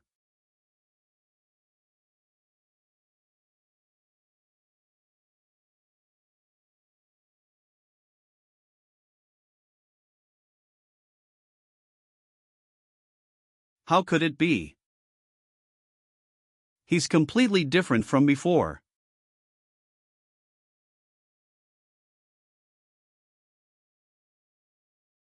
Is there anyone else besides those here who have come with you or might come looking for you?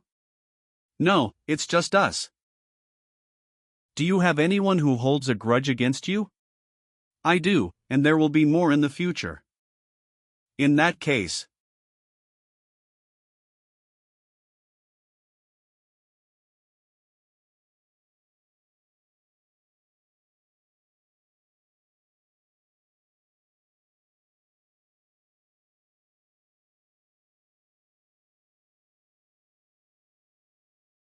Ugh. Who sent you? How did you? What would you like to do with this one? I can already tell who sent him. I didn't want to use my blade on a day like this, but... Please, leave this to me. Ugh.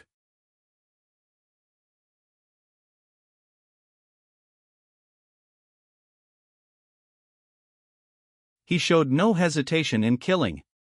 Why would the young master recruit such a dangerous person? Young Master Ghislain Perdium. From now on, I, Gillian, shall leave my life in your hands. With this, I've secured a crucial card for the upcoming reconstruction plan. I look forward to working with you, Gillian. A reconnaissance unit has been killed. What? How foolish. Quiet. Lower your voices. The Wildcat traffickers Vigo. Apologies, Captain. According to Sir Bernatha's intel, Ghislain shouldn't even be able to find a reconnaissance unit, let alone kill them. Is the reconnaissance unit incompetent, or is the intel wrong? Well, it seems that Gillian has joined his group. Are you sure? Yes, I saw it with my own eyes. Gillian. Finally, you're starting to make a move. My former captain. It's suffocating in here. Did that guy really have to bring so much stuff? What is he, an arms dealer? A sword or two would have been enough. We had to buy another carriage because of that. We needed to buy one to bring Rachel comfortably anyway, so it's fine. The rearguard Fergus and Ricardo. He has a use for all of it, so bear with it for now. The most important thing at hand is to escape this rift. Young Master, about the watcher we caught, he must have been sent by Lady Amelia, right? Almost certainly. This could be trouble. The mask he was wearing was a symbol used by the Wildcat traffickers, a fairly powerful guild in Rayfold. The Wildcat traffickers, huh? Their main trade is smuggling, along with assassination, drug and human trafficking, and more. They're filthy scum who take on all the vile work. Among them are many skilled former mercenaries, making them a shadowy guild armed with combat power. Belinda, how do you know all that when all you did was stay in the castle? Ah, well, I just heard a lot of things before I started working here. In any case, they're persistent, so be careful. It'll be fine. Because we have Gillian.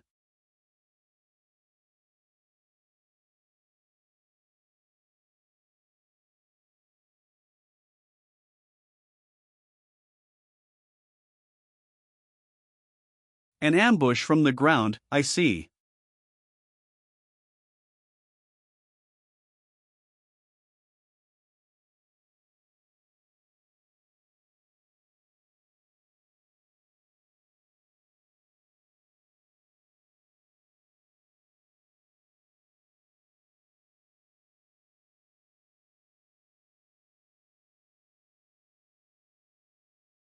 A trap. At this rate, we'll be crushed.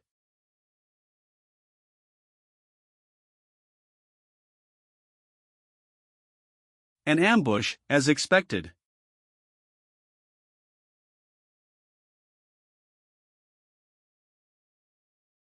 Former captain of the Ratatosk mercenaries. Gillian. A coward who disbanded an entire group of mercenaries merely because of his daughter. I don't know what you're talking about. I ended up living a life that I never wanted because of you. Have you gotten so senile that you can't even remember your former peer? Humph, playing dumb, huh? Then, I'll make you remember me. Kill them. Need help. It's okay, he seems to have business with me, so please rest in the meantime, young master. I should be fine on my own. Damn you, old man.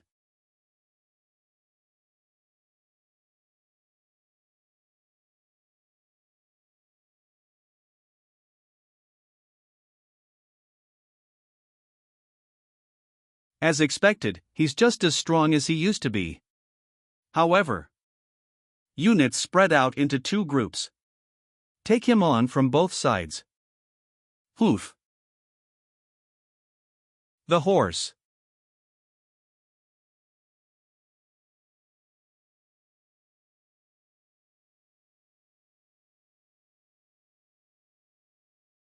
Ugh, I can't get near him. You fools, aim for the horse.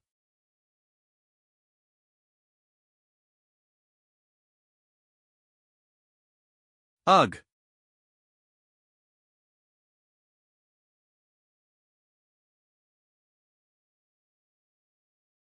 Since you ruined my life, you should at least not hinder my work. I'll make sure to kill you.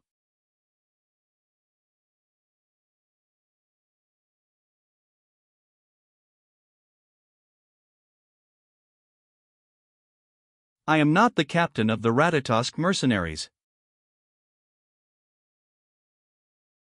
Ugh, you claim to not be the captain. Enough with the nonsense. Then, who is it if not you? I have discarded my past. I am now nothing but young Lord Gislin's subordinate. You. I will kill you at all costs.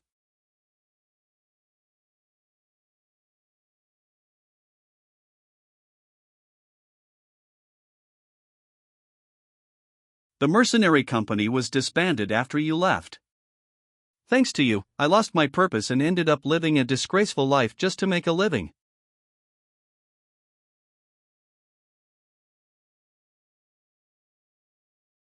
The shield. Gillian. I was prepared to sacrifice my entire life to make the Ratatosk mercenaries the best in history. You threw away everything, only to end up as a mere pawn of a spoiled noble. I can't forgive you for this.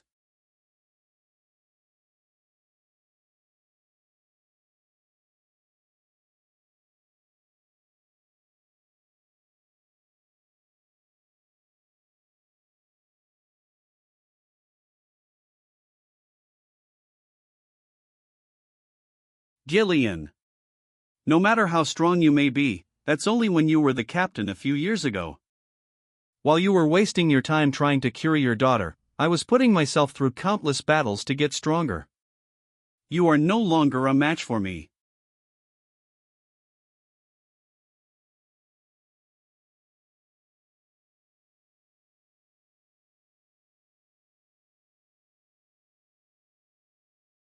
It's over, Gillian.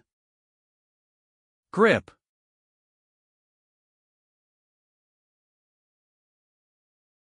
Is that the reason for your vengeance? He put his mana around his hand to grab my dagger. Was he not showing his full power up until now?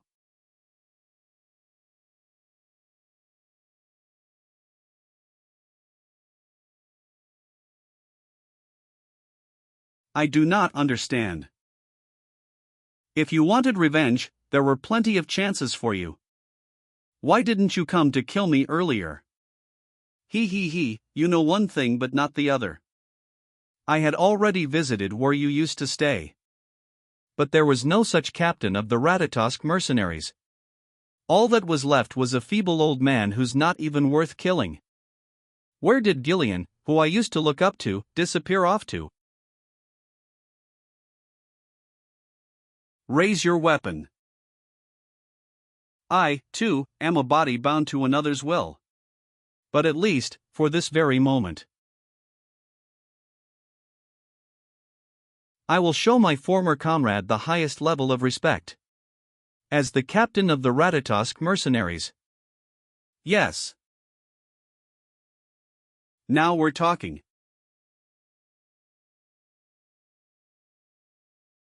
That's exactly what I wished for.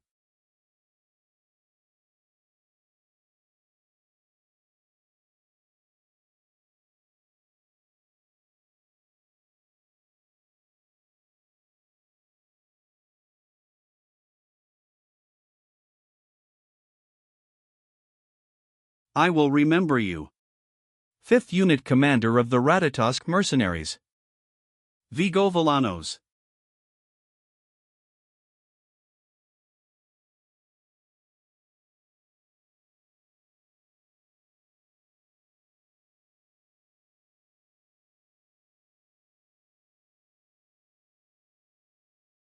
Good work.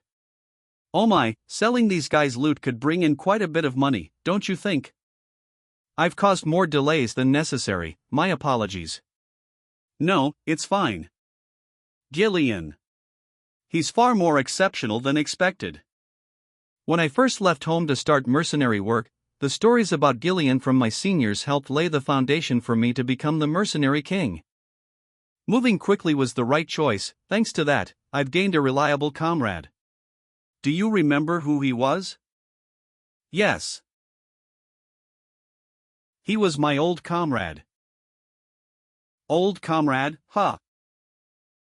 I wonder what my old comrades are doing now. I'm sure they're living a life of their own since this is before they met me. I'll have to scout them someday. Now then, shall we follow Belinda's suggestion and gather anything valuable from these guys? Alright, now, Mr.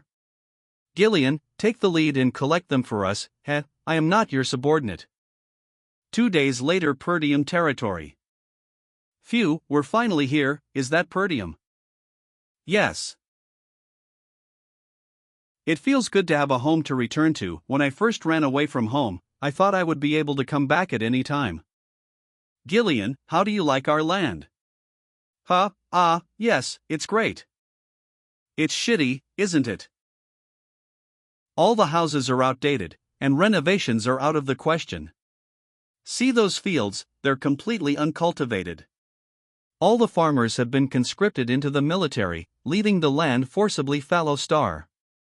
I've heard that Perdium is always at war because of the northern barbarians, but after seeing it firsthand, the situation is worse than I expected. He wasn't someone who knew this land's situation this well before. I'll resolve all those problems. That's why I need your strength. It'll be a long battle, a battle to eliminate everything connected to Duke Delphine and to protect what was taken for granted. I will revive this land no matter what. Ah, young master, look over there.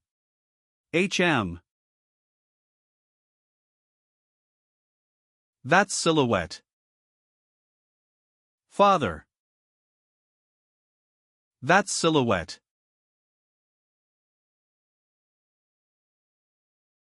Father. Perdium Castle. We'll need to reduce our forces. What? Brother, if we cut our forces back any further, it will be difficult to maintain the front lines properly. How about requesting more support from Rayfold? They're the ones who reduced the support fund. Turns out they seem to be gathering soldiers and stockpiling food over there. It can't be helped. We also need to rebuild the Forest of Beasts garrison that got partially destroyed during the last battle against orcs. Even reducing the Night Order's forces is barely enough to give us some breathing room. But don't you think reducing the forces poses a significant risk? Same old, same old. Per diem Knight Captain Randolph. Treasurer Albert. Per diem General Administrator Homern. How long has it been? As the young lord of per diem, it's been only a few months, but as the mercenary king, it's been several decades. Welcome back. Father. H.M. Count per diem Zwalter per diem. As a child, I never liked my father for being so strict and serious all the time. But now, I can see it. The countless burdens of exhaustion and fatigue weighing on those shoulders, the responsibility of the lord of this land. I heard you were away from the castle for about a week. I visited the Rayfolds. Hopefully you didn't cause any trouble this time. I did not. Young lord, although it's hard to believe, I did hear that you won the duel against Cain and won some money. Surely you didn't go there to gamble, did you? Gamble, my foot, if anything, that was investing. I did not, I just had business with Amelia. Young lord, I say this all the time, but you have to know that you will be succeeding per diem, so you have to think before you act. I get it, so don't worry about it. This little brat's ignoring my earnest advice, how am I supposed to not get worried? That's enough. From what I heard, it seems you've made some good trouble while I was away. I heard you executed Jamal and Philip trying to sell Elena away, is that true? Ah, those guys. There's no way he executed them himself, they probably fought against each other, and the story got exaggerated while the young lord merely delivered the final blow. Knight Captain Randolph, despite them being traitors, the fact that his knights died at my hands probably doesn't sit well with him, might as well avoid trouble. Yes, well, something like that. Humph, I knew it. Great job. No matter the process, what's important is that Elena is alive. This is the first compliment I've ever gotten from Father. Father, may I request one thing? Request. Young lord, if you're about to ask for money as a reward, I'm going to cut you off right there. Agreed, think about all the trouble you've caused so far. You sold military provisions to get gambling money, lit the front gate on fire to grill an army horse, and melted all the armor to forge a legendary sword or something. It sure sounds like I did a lot. I'd just like you to give me permission. Permission. I'd like to pioneer the forest of beasts. Dad said no. He freaked out and started shouting at me. Of course he would, that place is filled with monsters, there's nothing to gain from dealing with it. Gillian, you've heard of my plan from Belinda, correct? Yes, I reckon you wanted to pioneer the forest of beasts with the funds you received from the Rayfold's daughter. The forest of death from which no one can return alive. Because of that, nothing is known about the place and everyone avoids it. Its notoriety is already well known in other regions as well. You know about it well. As you said, there's nothing to gain from entering that place, but... Shall we get started? Stop, you said you didn't get the permission, but you want to proceed anyway. I don't actually need his permission, it was just out of courtesy. This has to be done anyway. Sigh, what could possibly be there for you to be this obsessed with it? I'll tell you later. If I were to reveal it now and word spreads, it would only cause trouble. If I successfully pioneer the forest, I'll be able to earn a massive amount of funds. At the place not too far away from the forest's entrance. There is a massive runestone vein buried there. Or infused with mana, runestone. It's an extremely rare mineral that mages are absolutely crazy about. It's used in all sorts of magical tools, barriers, magic circles, magic scrolls, alchemy, magic research, you name it, it's involved in anything that uses mana. In my previous life, Duke Delphine was the one who discovered it, but now, only I know about this piece of information. Fine, you must have some sort of plan, I will follow your orders, good. Belinda, head to the nearby guild and hire some mercenaries, around 200 should do. You're really not holding back on spending the money you risked your life to get, are you? Are you sure about this, young lord? mercenaries are a rough and unruly bunch. With that many gathered, they'll be hard to control. They might even turn on their employer and take everything for themselves.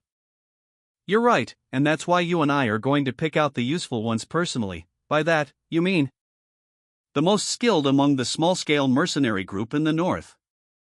Don't tell me, those crazy dogs. They're skilled enough, but they would turn on their employer if things go south. The Cerberus mercenaries. Let's go put a leash on those crazy dogs. Outskirts of the Zimbar territory, Cerberus mercenaries. Hey, they're here. Those poor souls have no idea what they're walking into. Judging from his appearance, he looks like a noble brat. Oh, we could make so much money off of.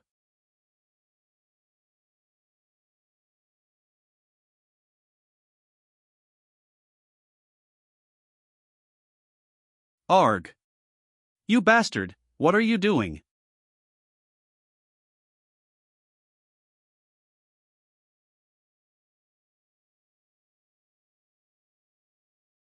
Who the hell is that? Prepare for battle. Have you lost your mind? Well, you look like you're from a noble family. But you can't act so recklessly just because of your status. Don't expect to return home alive.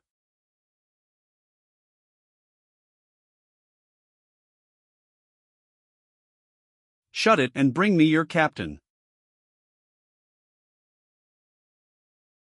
Who's the captain here? He. A noble brat has lost his mind, it seems. It's time for you to learn what it means to take responsibility.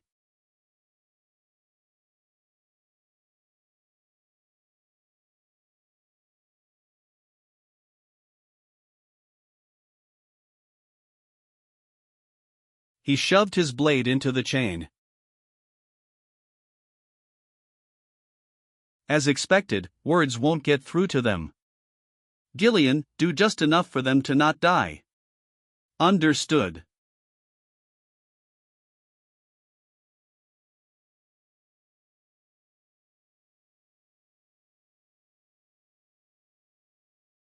You bastards, we won't go easy on you just 'cause you're a noble.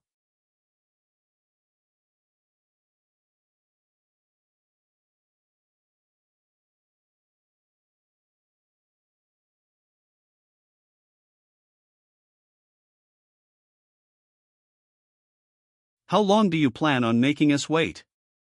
Scram, small fry, and bring me the captain. I was sleeping well. What is this commotion? I am the captain of the Cerberus mercenaries, Kair. Why are you looking for me?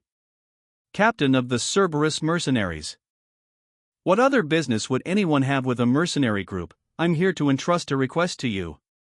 A request? What kind of client does that to my subordinates? Shouldn't you, the noble, be more knowledgeable when it comes to manners? This is my own way of greeting you. I thought this would be the best way to tame you properly. Tame, you say? I can't imagine what would happen if you were to greet us twice. All right, fine, let's hear it. What kind of request do you have? The Forest of Beasts. I'd like to hire you to pioneer the forest. The Forest of Beasts, that forest filled with monsters. Are you talking about the very forest located near the Perdium territory? Oh ho! So, what kind of person are you to go stirring up such a dangerous forest? I am the young lord of Perdium, Gislin Perdium. Wait, so you were the young lord of the rumors? I knew it, I knew he was out of his mind. You will pioneer the Forest of Beasts, you. Hey, Mr. Noble, having grown up in a greenhouse, it seems you don't know what the Forest of Beasts is like. That's not a place for a rookie like you. I don't need to hear any more from you. Boys, the negotiation is over. Are you scared? I heard you were quite a skilled mercenary group, but it seems that was just a hoax. Don't mess with me, like you said, we're mercenaries. There's no need to do something that doesn't pay off. It's always the weaklings that come up with the excuses. The mood's ruined. I was trying to play along, but all you do is throw around pathetic provocations. A clueless brat like you isn't even worth killing. I'll let you go, so just hand over some money for the trouble and get lost. No, that won't happen. Captain of the Cerberus mercenaries, Kair, I request to have a Moriana's recognition against you. Do you even know what that is? Of course I do. A traditional betting method passed down among mercenaries. Moriana's recognition. When two people agree to the bet, they fight using only a single dagger without relying on mana, with each of them having one of their arms tied together. Stepping outside the small circle also counts as a loss, forcing them into a brutal life or death struggle within limited space and movement. In many cases, not only the loser but even the victor ends up dead. The loser must cleanly admit defeat and absolutely obey the words of the winner. The loser becomes the winner's dog. How does that sound? How does the young lord, a noble, know about such a filthy mercenary tradition? In the mercenary world, rejecting this challenge would mean admitting to one's weakness, and thus, it's something that can never be refused. Boys, we have a bold little noble here who wants to be recognized in a mercenary's way. Why don't we help him a bit?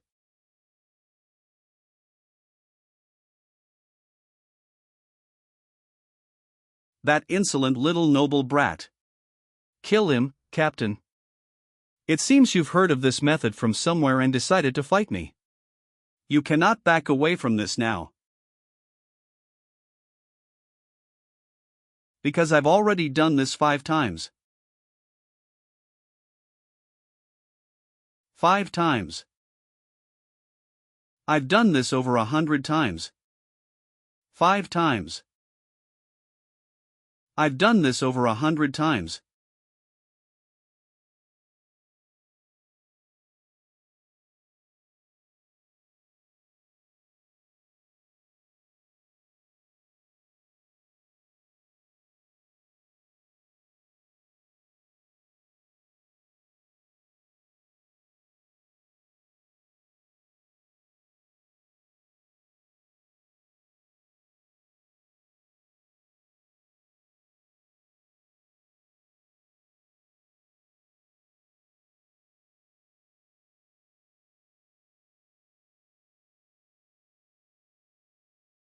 Oh, you're actually holding on for longer than I expected.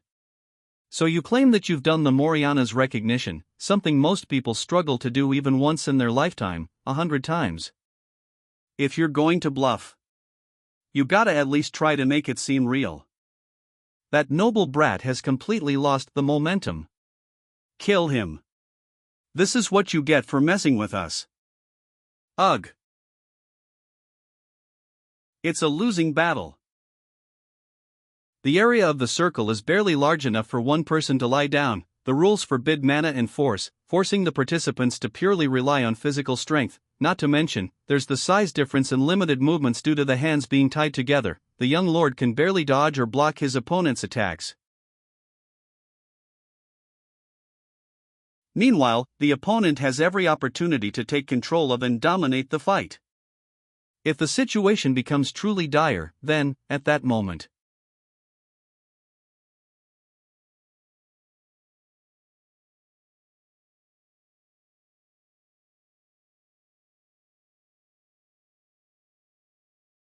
pain is surging from the body part that I blocked his attack with just now. Damage is stacking up due to a lack of mana protection. My, you're already looking pale. Are you hitting your limit already? Gislin Pergium, you look pathetic, trying to resist my strength. Well, among the nobles I've met so far, you sure do have guts, I'll give you that. But that's it. I can see right through you. Your strategy is likely to deflect or dodge blade strikes with your weapon, while enduring less damaging blows by absorbing them with your body. However, Moriana's recognition is a fight that prohibits the use of mana. All the impacts inevitably stack up. And surely, you're aware of the strain building up in your legs. It shows on your face. Let's see your struggle. That's what makes this fun.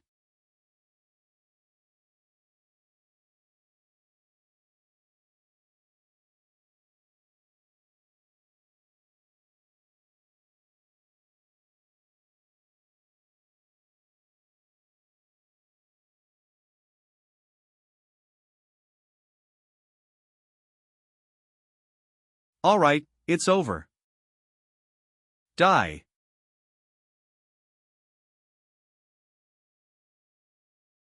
Ooh. Young lord.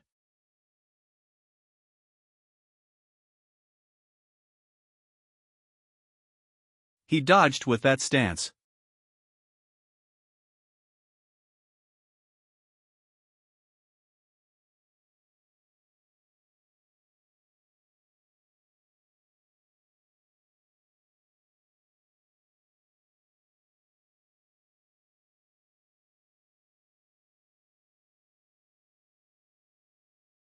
He wounded our captain again. That noble brat, I thought Captain was swinging him around with his strength. Captain, show him what a mercenary's made of.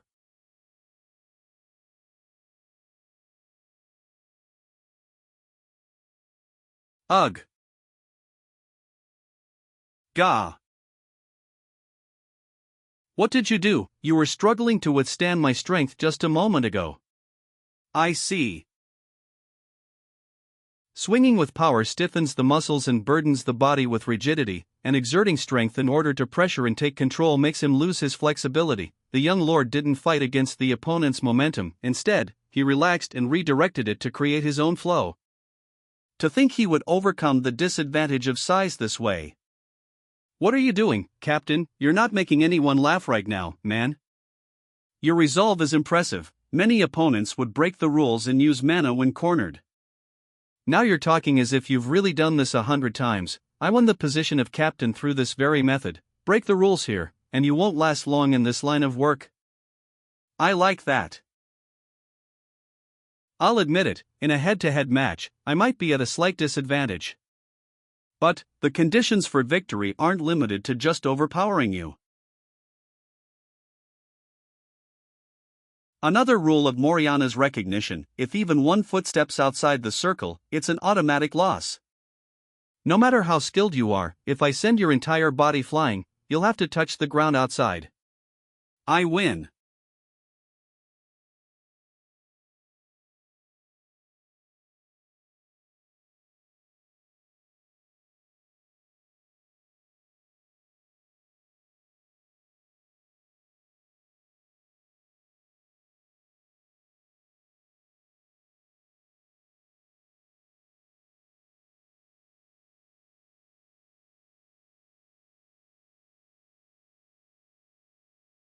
He's out.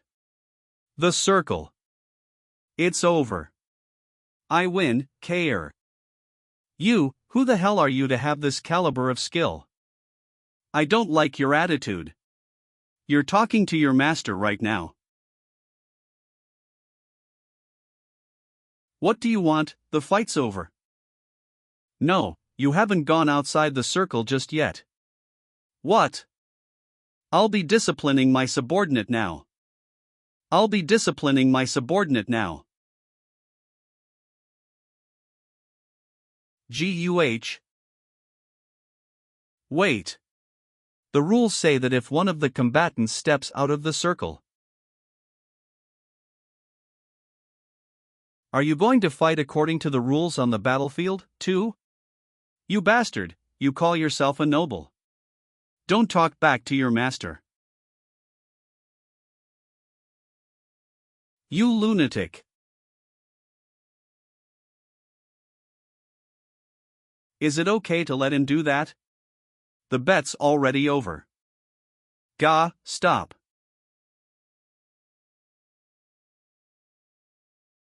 You're not out of the circle yet. Are you all just going to watch this, kill this guy? Ah, yes.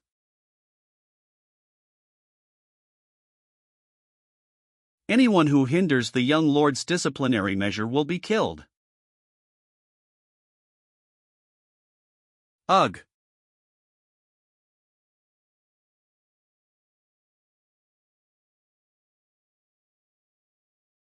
Are you done? Ha ha. At this moment he knew he f'd up. All nobles I've met in my life were nothing more than losers. Overconfident pigs. Traitors. Narcissists. A little scare tactic worked wonders for them. And taking money from their pockets was truly entertaining. And thus, I earned the title of Mad Dog. But now, why am I losing to a noble brat like this? Captain Kr, he's going to die at this rate, but what can we do? Is this enough? What are you doing, standing there? Bring me some water, a bandage, and a towel. What? Your captain's going to die at this rate, by the way. Ah, understood. The unruly mercenaries are listening to the young lord's orders. In the world of mercenaries, or fists are closer than the law.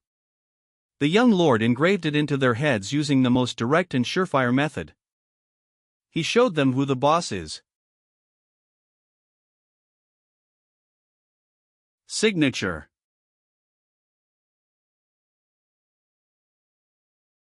TCH. Here. Here.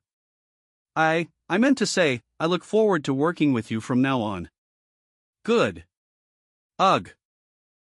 We're a family from now on. I look forward to working with you as well. A few days later. At the outskirts of the Perdium territory. Yawn, why did they call us in the early morning? I have to eat lunch to start working, you know. Did you hear? Rumor has it that our employer is Perdium's young lord? What? He's just a brat. I don't know if he's even able to handle the mercenaries well. Maybe this will turn out to be some easy work. Now, your attention, please. To handle a brat employer, we need a representative. No. You are Gordon the Muscle. Damn right, that's me. Once again, today, I thoroughly observed the admirable posture of you all discussing ideas to reap the rewards without working hard. However, if we don't unite our voices, we won't be able to achieve the results we desire. Well, there was that one time when some dumbass made an unreasonable demand and the whole thing fell apart. What do you plan on doing? You need to know your boundaries in a matter like this. I'll pressure the employer as the representative, so put the compensation for my hard work in here. Sounds good, right? Alright, if Gordon's our rep, then it should be fine. His giant build helps in situations like this. You're so reliable, Gordon. All you do is work out all day, but you know how to gather money. Hey, someone's coming.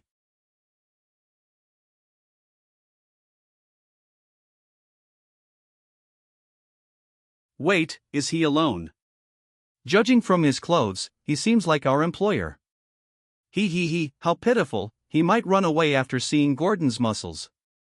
Alright, everyone, come forth and set up a scary mood for me.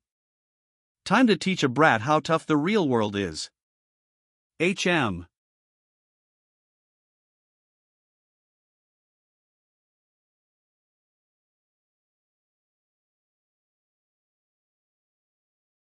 That dog snout-shaped helmet, could they really be the Cerberus mercenaries?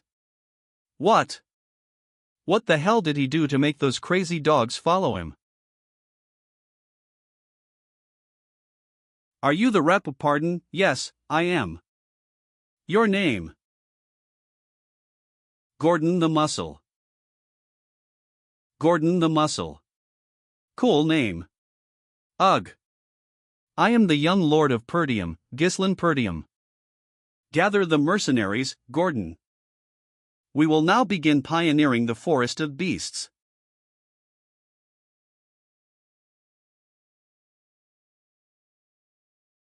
All preparations for pioneering the forest have been finished.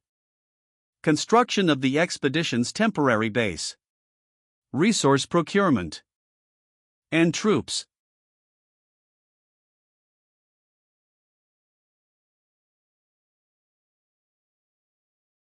Belinda, do the head count one more time, please. Okay. With the 148 mercenaries contracted through the office, and the 41 Cerberus mercenaries brought by the young master. After including us, the total comes to 192. Good. You've properly informed Scoven, right? Yes, I thought he'd oppose us, but he's actually stepping in to ensure we aren't detected while entering the Forest of Beasts. Since he's the commander of the Forest of Beasts post, we don't need to worry. That's reassuring. Everyone, line up. Ahead of us lies the Forest of Beasts, the land we will pioneer.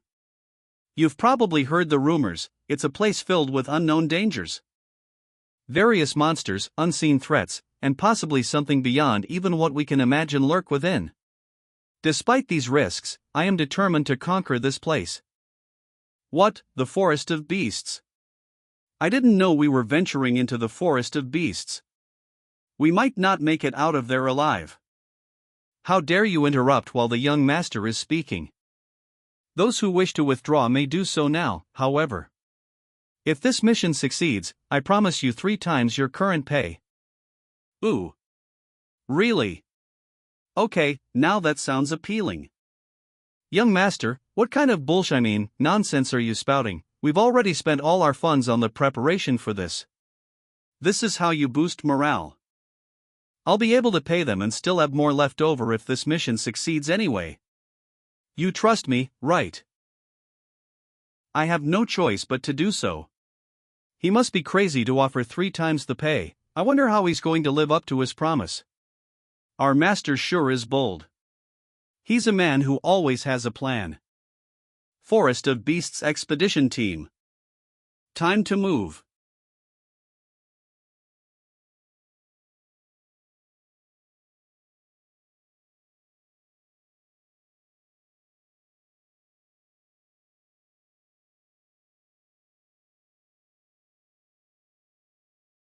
Good, finally, some light. Keep clearing the path in this direction. Cut down the trees, chop them into logs, and load them onto the carts. Those without tasks, dig around the stumps to make it easier to uproot the trees.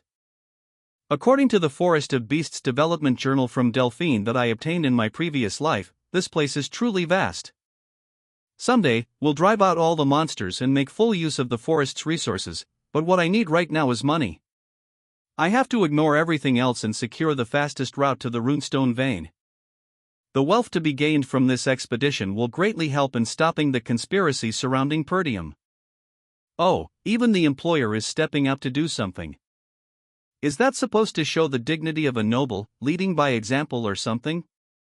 Dignity, my foot, it's all for show, he'll give up soon enough. Hey, instead of chattering, get to work quickly. Sure. Those guys, seriously. Young master, you went through the trouble of hiring people, so why are you personally working? They're taking you lightly because you're doing the same work as them. It's fine, the more hands we have, the quicker it will be done. There's nothing good about staying here for long. If you say so, well, you talk as if you already know everything in advance. Wow, our employer even has a woman worrying about him, so jealous. Meanwhile, someone has not only become a dog but is also walking into hell with my own feet. Ugh. Hey, are you picking a fight? So far, everything has been going smoothly. The Duchy of Delphine, which conquered the kingdom and established a new dynasty, began large-scale development on the Forest of Beasts. I couldn't figure out why they chose to develop that place specifically. Instead, I managed to obtain a development journal that recorded the locations of major resources and the ecosystem of the monsters. Thanks to that, I came somewhat prepared, but what was the employer thinking for him to bring hundreds of lanterns? Torches would have been cheaper if he wanted to use them at night. The absence of any incidents makes me feel uneasy. I've only read about them in the journal and have never seen what has actually happened. Don't let your guard down. The forest is getting deeper. Is it night already? It's gotten darker. They said this was a dangerous forest, but we haven't even encountered a single monster. Perhaps it was all just a false rumor. We would have had it easy without having Gordon do something anyway. Hee hee, I kinda feel sorry if we're getting paid triple for something easy like this. Hey, gimme my money back. Hey, guys. We clearly chopped down countless trees on our way here, right? Well, yeah. Then why is this path blocked? Everyone, attention. What is it? What's with this sudden change in atmosphere? Gordon. Yes. You'll die if you stay there. Come this way slowly. One step at a time. Okay. Ah.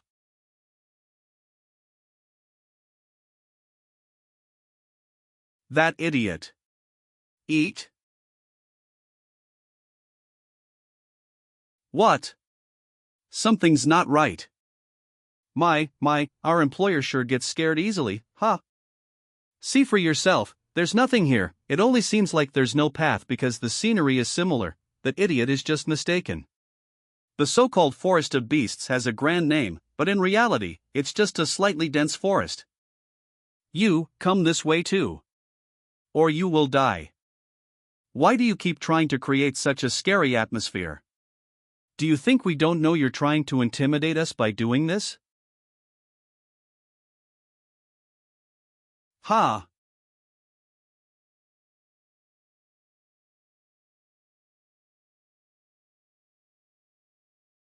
They had no presence at all. And there was no way to predict how they would move. A being that you can only fall victim to if you're unaware. A dirus ant.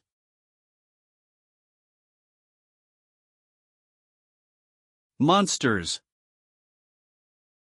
We're gonna get eaten alive, run. Ha!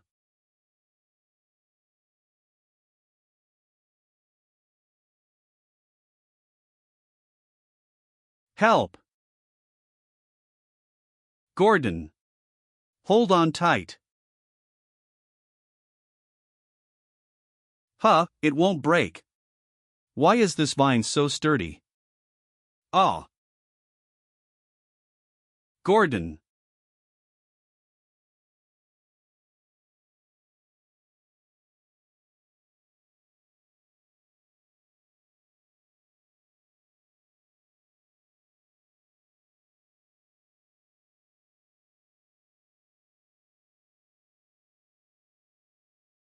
The employer cut it down. Maybe their eyes are their weakness. Get yourselves together. You only will be an easier target if you spread out, raise your shields and form a tight formation to make sure no one gets caught by the vines. Focus on defense until we receive our next order. Yes, sir. Block all directions. I ain't gonna die in a place like this, damn it. Care, the oil lamps. Yes, they're all here. Good, light the lamps and throw them at the monsters, burn them down. Oh, that's why you brought so many of these. They're looking this way. Now. Throw 'em. Get a taste of this, you damned monsters.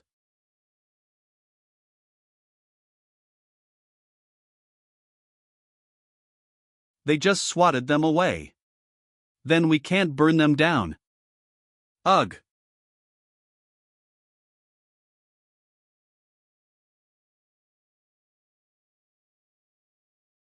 Gillian and Belinda, prepare to throw the lamps while guarding the Cerberus mercenaries. Yes. I'll draw their attention. Watch out, young master.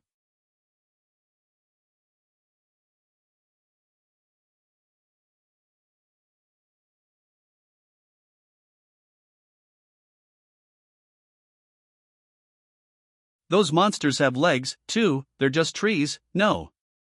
At this rate, the employer is going to get stomped on.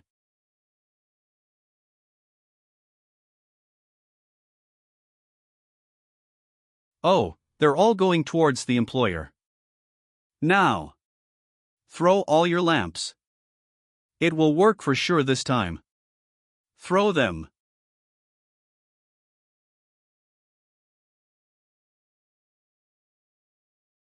Yes. Keep throwing, don't stop. Until we burn them all down. Amazing, I didn't think we could fight back against them. But isn't the entire forest going to burn down at this rate? They ain't shit, huh? Of course they'd be weak against fire, they're just trees, after all. Don't let your guard down, it's not over yet. What? They will now show their true appearances.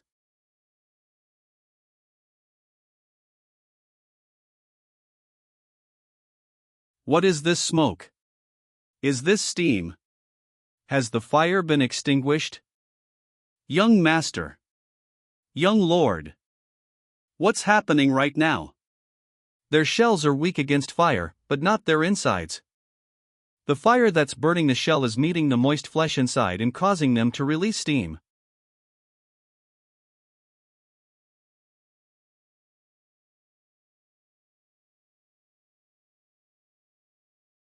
Whoa, what are those? They're not dead yet. Attention, everyone. Raise your weapons. From now on, this is a close quarters battle. Charge. Raise your weapons. From now on, this is a close quarters battle. Charge.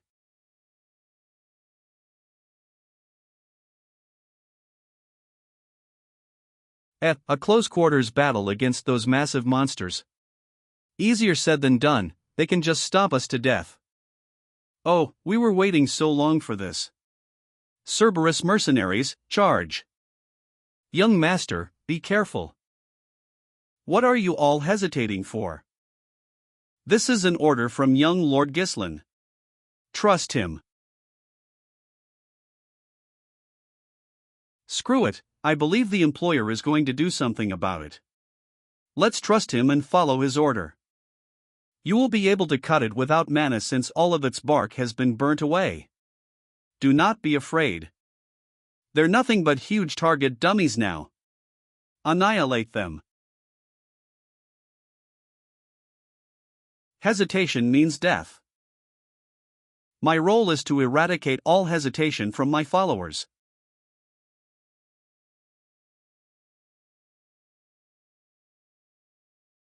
It is to instill the will for making the impossible possible. We killed them all. All of those monsters. Line up.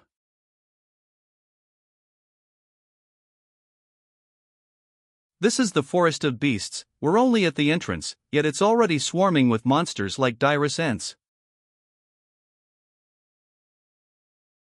But fret not. I'll always be standing at the forefront.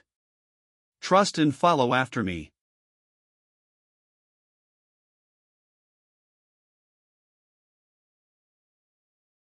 Yes, sir.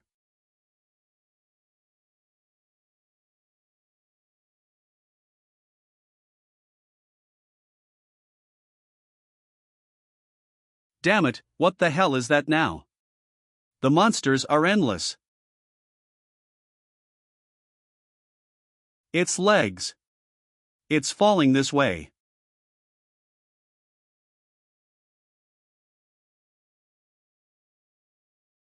Anyone injured? No, sir, we're alive. Don't leave the employer's side if you want to survive.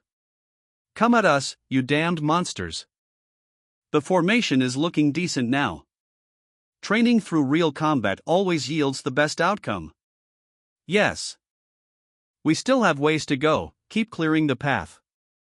Yes, sir. Everyone's gone insane.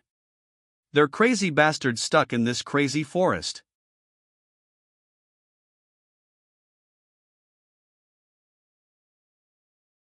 It's a lake.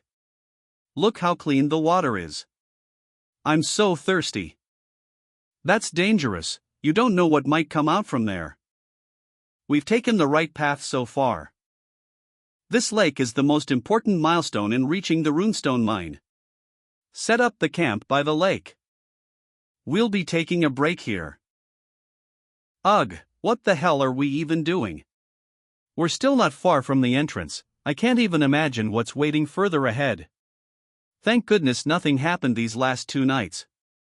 What? You want us to sneak out of this forest with you? The hell are you saying, Manus? What I'm saying is, we don't need to risk our lives here anymore. Our lives matter more than money, that's obvious, no. But we've come this far already. The employer said that our destination isn't too far from the entrance, so we should be almost there by now. You believe his words as is. That's why you're so gullible, idiot. Our employer's well known to be the scoundrel of Perdium. He wants to pioneer this forest because he wants to accomplish something. We've already been paid, isn't doing as the employer says our job as mercenaries. Not only that, but he has also saved our lives multiple times. Alright, I admit that he's a good fighter, but we've just been lucky up until now. He's only human, one mistake, and we'll all die here. He'll use us as meat shields once the situation gets dire. You know nobles are all the same. Well, I mean, you have a point, but... Yes, it's working, they're scared now. Going back there alone with monsters waiting would be suicidal. I'll use you as bait if I need to. So, what you're saying is, we would have all died already if it weren't for the employer. Take a look over there. Make sure water doesn't seep into your wound, it'll get infected. Thank you. Ugh, you know how expensive those medicines are, right? Why don't you use them for yourself? This is what they're meant to be used for, don't you think? Next. The medicines and potions that the employer's using on us are more expensive than us. Do you really think he'd do that if he were going to use us as meat shields? That's right, he's different from the other employers. I don't think he'd abandon us like that. Damn that geezer for hindering me. I have to persuade at least a few of them to get out, but that seems difficult right now. You there, stop the chit-chat and make sure to rest while you can. Yes, sir. Gillian and Kair, there's something we need to talk about for a moment. Understood. Are you sure you want to leave him be? If I were him, I would have sliced his tongue off. Yes, I'm sure. He can't do anything due to the monsters for a while, anyway. More importantly, there's something I need to confirm right now. Why did you want us to count the number of lamps out here right now? There are currently about 24. As expected, we're missing a few. Monsters have rushed at us day and night ever since we entered this forest. However, we haven't seen any of them for the past 2 nights. That means we've entered the territory of a nocturnal monster. One with a huge influence on this forest, at that. Correct.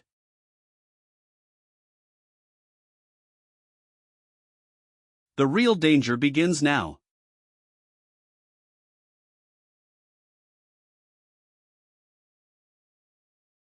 HM.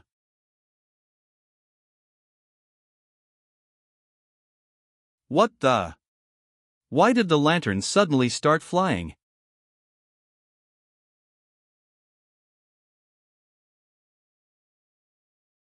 Monsters. Get away from me. I said, get lost. What's going on, Gordon? There was a monster beside me just now. What are you saying?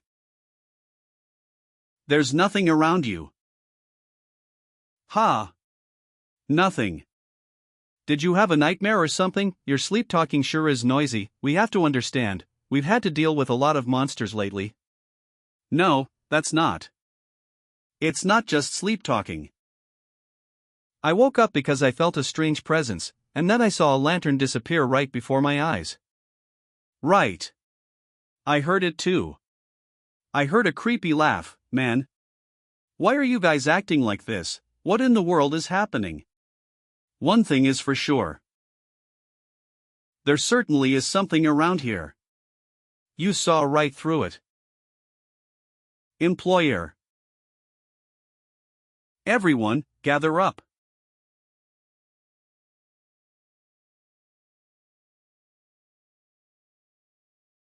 The monsters have surrounded us.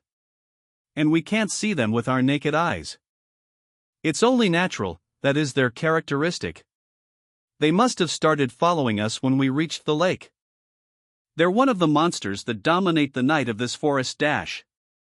Hunters of darkness, Falors. They can melt into the darkness. This means that you can't see them, and physical attacks don't work on them. A few hundred of them follow their prey and take away the light. Luring their prey into the darkness is what they excel at, that is their hunting method. A few hundred. So that's why we've been losing our lanterns, creepy bastards. Do they want to play with us before they kill us or something? Let's go beat the shit out of them now. Wouldn't it be better to strike first before they start toying with us? No, we'll wait until they start attacking us. That's the best timing for a counterattack. We've already lost more than half of our lanterns. We can't just wait for them, can we? Attacking them recklessly will only stimulate their sadistic tendencies. They'll fall back for a bit and harass us even more thoroughly. We'll be losing our chance to wipe them all out at once. Wipe them all out at once. There's a way to achieve that against hundreds of invisible monsters. Yes. Belinda, have you prepared the magic scrolls as I told you to? I've given out one to each of the mercenaries. Good. I will now explain how to fight them. The herd of Falors has surrounded our camp from 3 different directions. They are stealing our lamps to slowly tighten our position. Since we are vastly outnumbered, it will be impossible to cover the entire area, especially since what we're against isn't human. If we start fighting them head-on, we'll start collapsing from the sides. Thanks to setting up our camp with the lake in the back, we've avoided being surrounded from all directions. Very much so. This may sound like we're at a disadvantage, but that's not really the case. Because we have the initiative of this fight. The initiative. First, we'll divide our forces into 3 groups. The defenders who will take on their attacks. The crossbow units who will stop the enemy. And the elite assault units of which I am a part of. The defenders and crossbow units will gather in the middle, pushing away the enemies. In the meantime, the assault units will attack them from the left. We will be focusing all our firepower on that side. If we manage to surround them with the forces in the middle, it'll be our victory. I see, understood.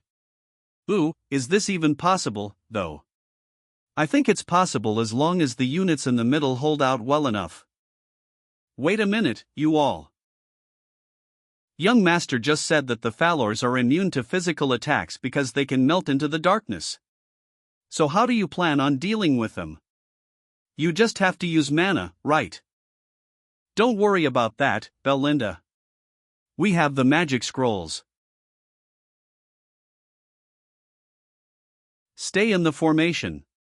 Do not split up from each other, just like the employer said. They've taken our last lamp. Something's coming. In the Pioneer Journal of the Delphine, it stated, "We have learned that the Falors are extremely vulnerable to lights. And when we shone intense light on them, they revealed their true selves." Now.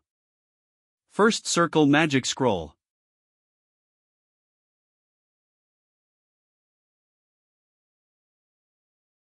Light.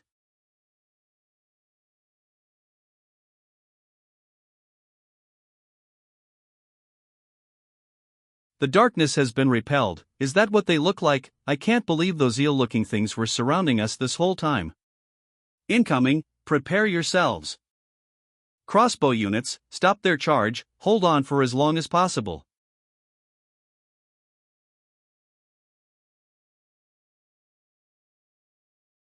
Their true appearance has been revealed. Assault units, charge.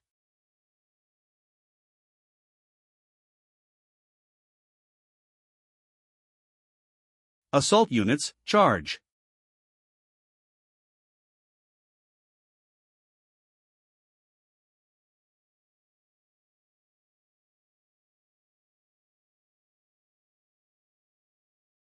Falors. While they possess the ability to assimilate into darkness, their actual defense is extremely weak. With this party, we can pierce through them in no time. Cut their numbers down as much as possible. Yes, sir. Gillian will tank their attacks and keep their aggro on him. In the meantime, Kair will disrupt their formation. And Belinda will create an opening with her support. Young Master.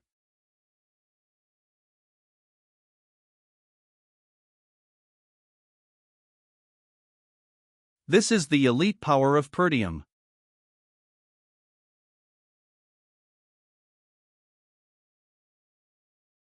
Damn it, why are there so many of them? We've run out of arrows. When are the assault units coming? Ah.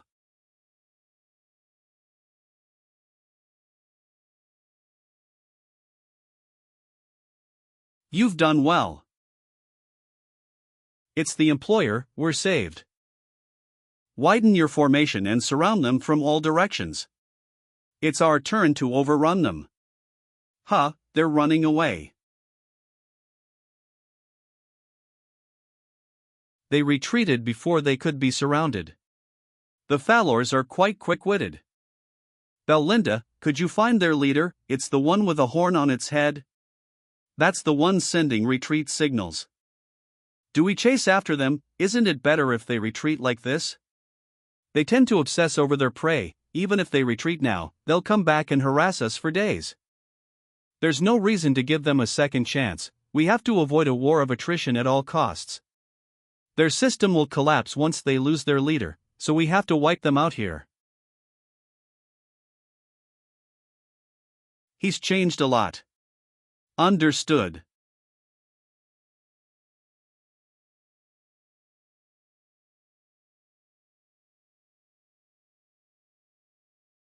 The one with a horn.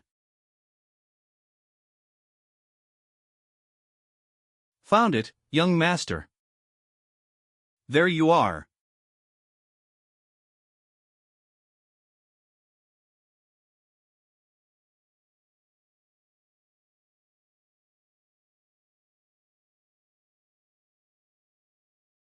It's over.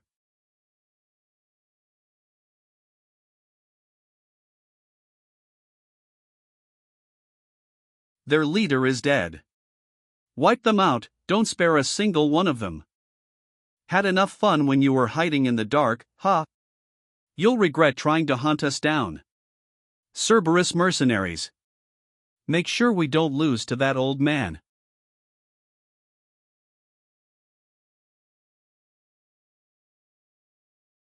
This is the last one. Well done, everyone. It's our victory. We survived. We won. Young master, are you hurt anywhere? Thank you for your hard work. You all did well, too. Belinda, please check the head count. Kair, bring over your Cerberus fellows. Okay. They will come with Gillian and I to spread the Falor corpses around the camp. Spread the corpses. Does doing that have some sort of an effect? The smell of the corpses will chase away the other monsters. Falors are one of the monsters that are on top of the food pyramid at this forest's entrance. It means the camp area will become safer, kid. What? Do you want to settle it here and now, old man? It's been around 10 days since we entered the forest of beasts. Now that the Falors have been exterminated, we've eliminated all sources of danger from my planned route. The only thing left is to mine the runestones.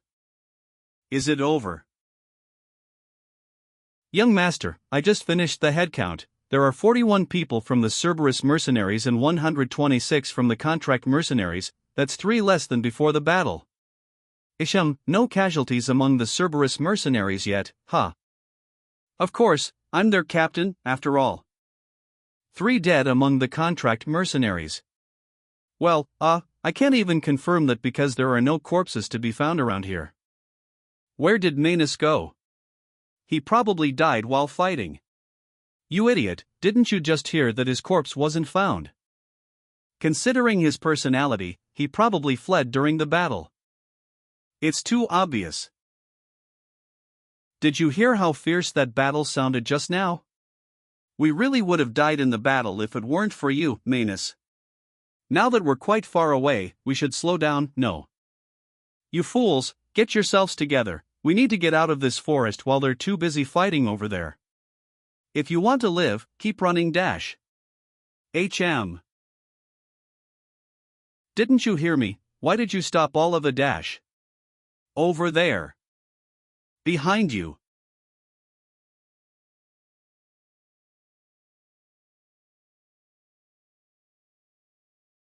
What the hell is that?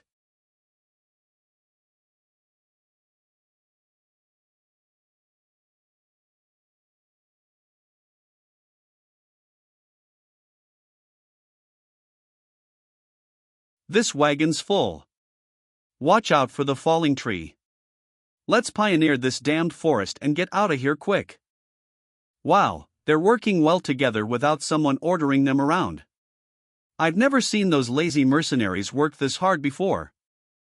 Unlike a certain someone. Whatever, old man.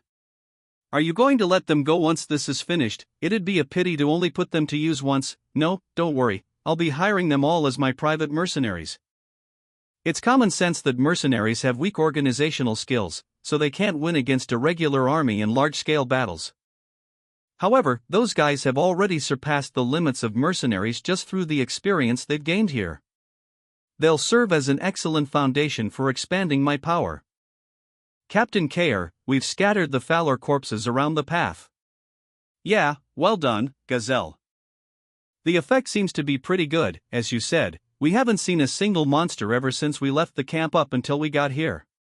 Not even a lone monster that had lost its way. I hope it's just my needless worry. Young master.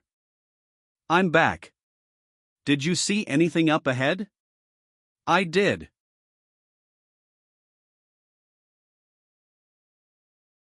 Pave the path with all your might from now on. Yes, sir. We're almost at our destination. Impossible, could this be? This is the reason why we started this expedition, the highest quality runestone mine. This forest really had something worth a lot of money, I told you, didn't I? He always acts upon reason. How did you even know about this, young master? All of those are runestones, that's not something we can touch, not even once in a lifetime. If we mine all of this and go back, we'll be rich. No. You can't go anywhere. Because it's all over now. Manus. That fool, how did you even get here? Step back.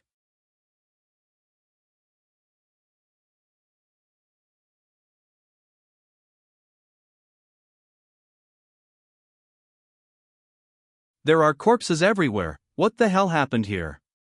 I think I see some human corpses, not just monster ones. Young master. Young lord. It seems we can't just mine the runestones for free. Judging from the scale, this is likely a nest of a high-class monster. Since some of the corpses have yet to be completely corroded, it hasn't been abandoned. I wasn't able to figure it out immediately because the harmful gases from the corpses were mixed in with the fog. Damn it, there weren't any particular recordings that the mine itself had any danger factors, though. Everyone, attention. Prepare for bat dash.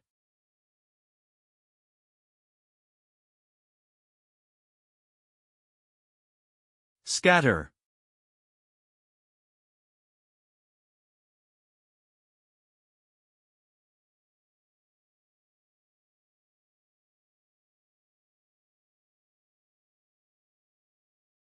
Only a scratch despite him using mana.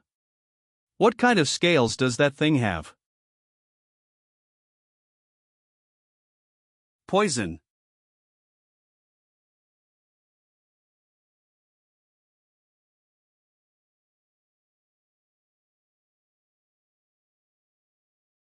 Ugh.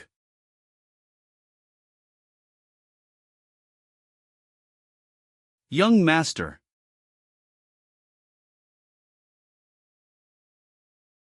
Ah. Watch out, don't get swept in the attack.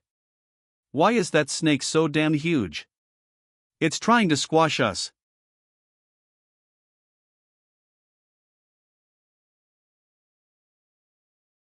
Ah. Dodge. Help. It's going to squash us to death. Damn it, I don't want to die here. Block it, block it. Cerberus, get in formation. Where's the young lord? Young Master. Now that I see it with my own eyes, the bad feeling I had about this is gone. That thing is the master of the runestone mine. Blood Python.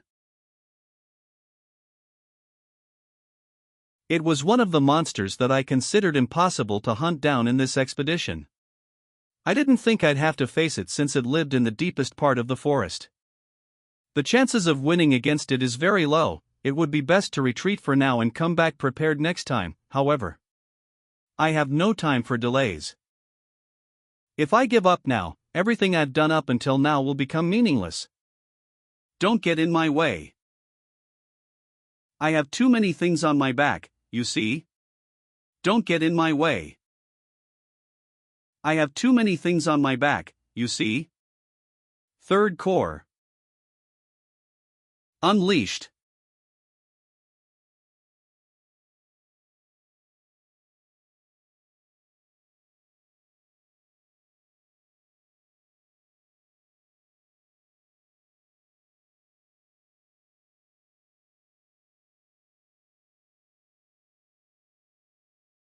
Cook.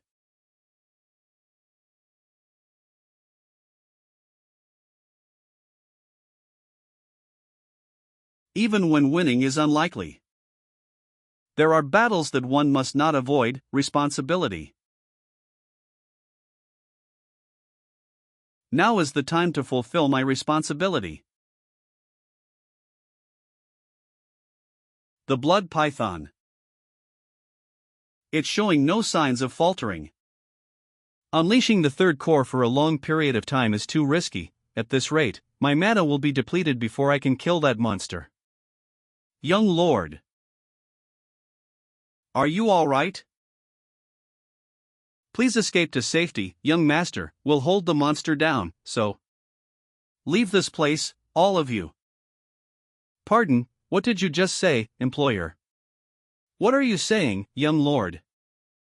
Even I can't guarantee your safety in a battle against such a massive monster. I can't afford to lose you here. Then what about you, young master? I'll defeat that monster here.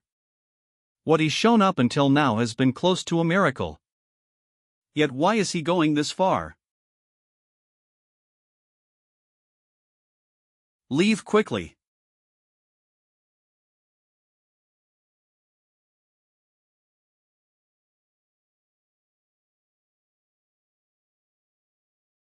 Please let us fight with you. We have never met an employer like you. You've saved our lives so many times thus far. With that damned snake gone, the treasure will be ours. There's no way I'd leave you behind, young master. We will draw its attention and create an opening. Gillian. Since we've trusted you, please trust us too, young lord.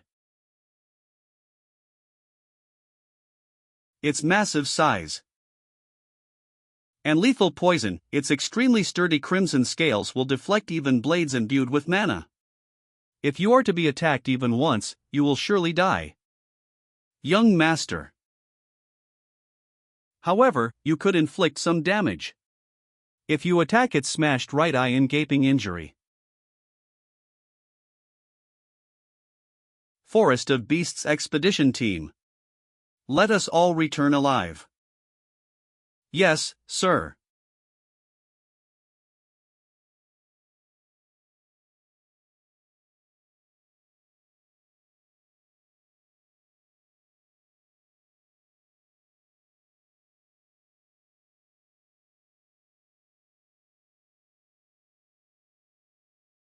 Not everything goes my way even if I know the future, however. If I don't take action, many will die, and I won't let that happen. Because only I know the future of this land. Young Lord.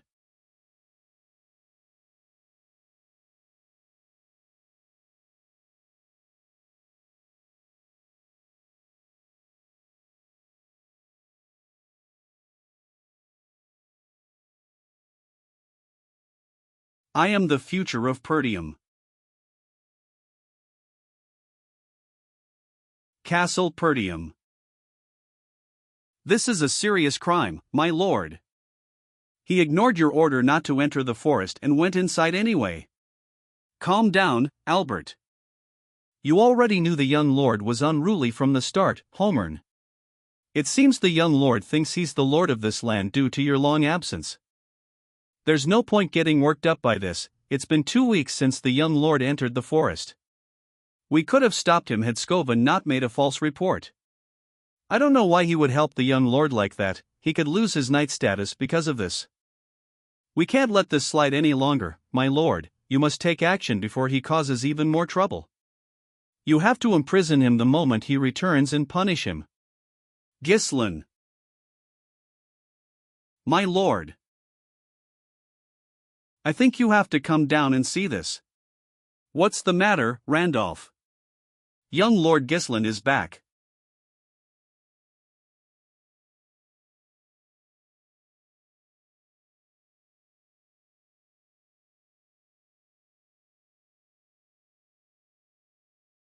I'm home, father.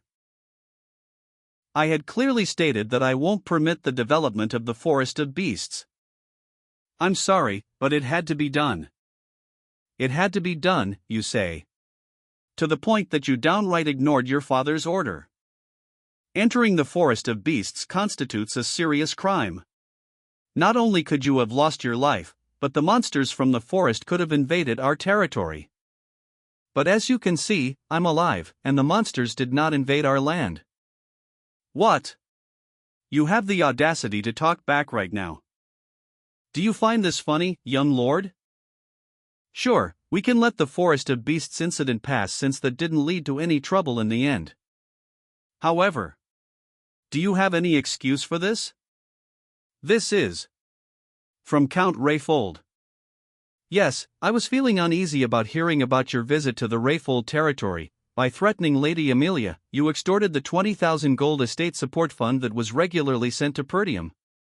Thanks to you, the Count is absolutely furious and has decided to cut off all support to our territory and cancel the engagement as if it never happened. This will negatively affect our entire land.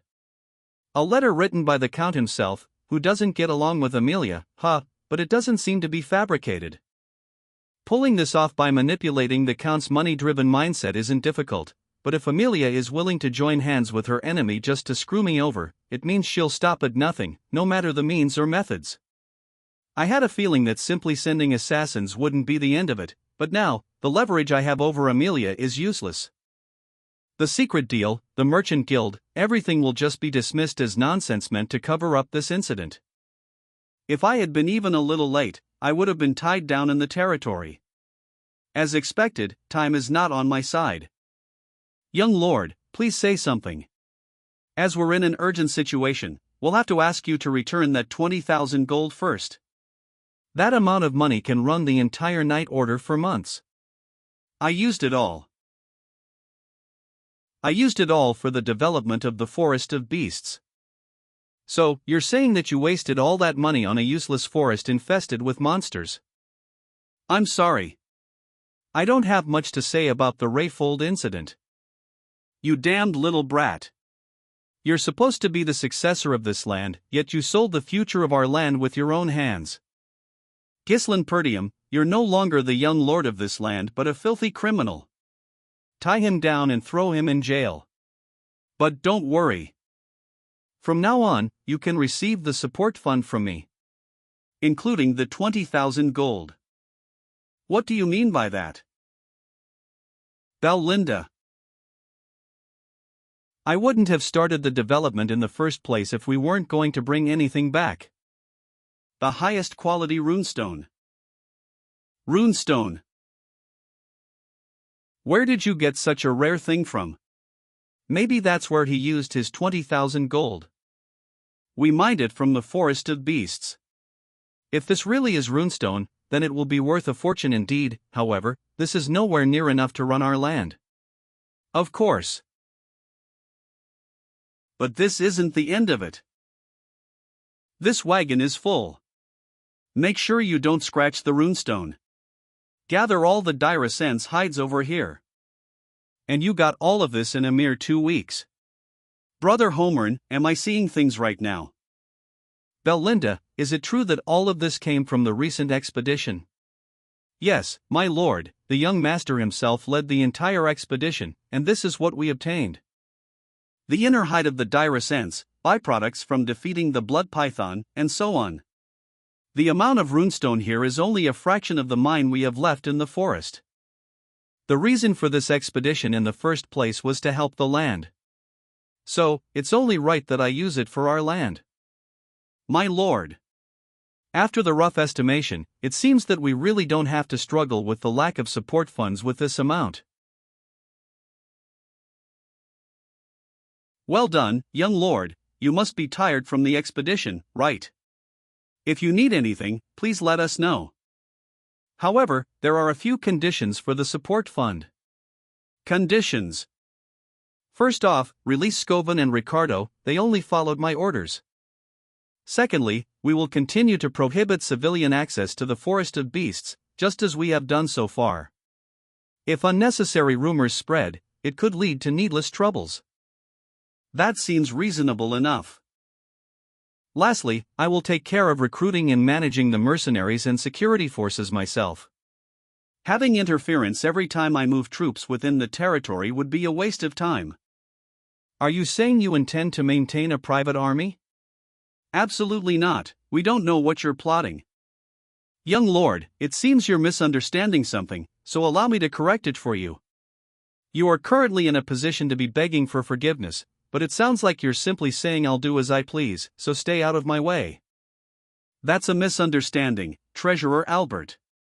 I'm merely laying out the necessary conditions to provide financial support to Perdium in place of Rayfold. If such a trivial issue were to disrupt our operations, it could negatively impact Perdium's finances as well. Are you sure you're okay with that? Ugh. Brother, say something, we're currently making a deal with the future of our land. Young lord.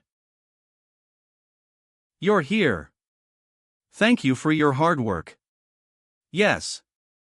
The runestone loading process is almost complete, just give the order, and we'll be ready to move at any time. As instructed, the hides of the Dyrasend has been stored without any preservatives. What do you plan to do with the blood python? The python's corpse will soon be dismantled. The venom, blood, flesh, and hide will all be separated and preserved to prevent decay. Yes, sir, understood. Randolph.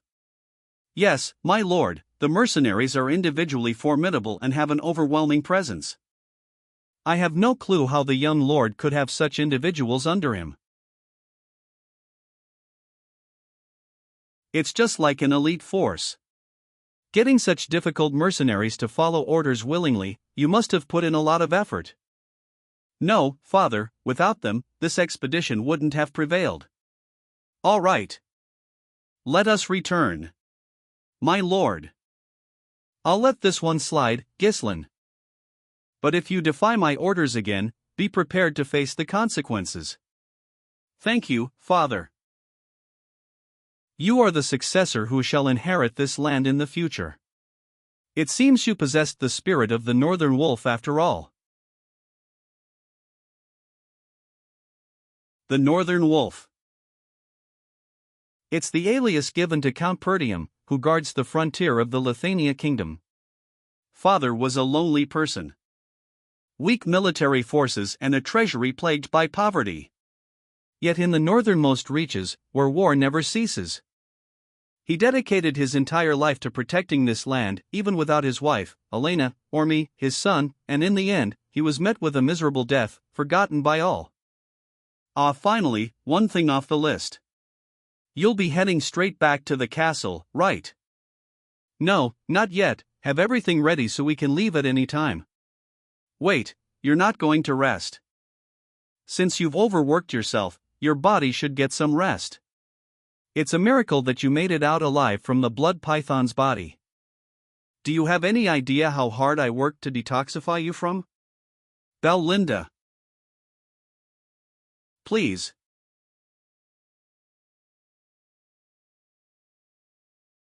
Word that we have secured the runestone will spread quickly, to the ears of those who are looking to invade our land, too. I need to expand my power as quickly as possible, to a level where no one would dare challenge me.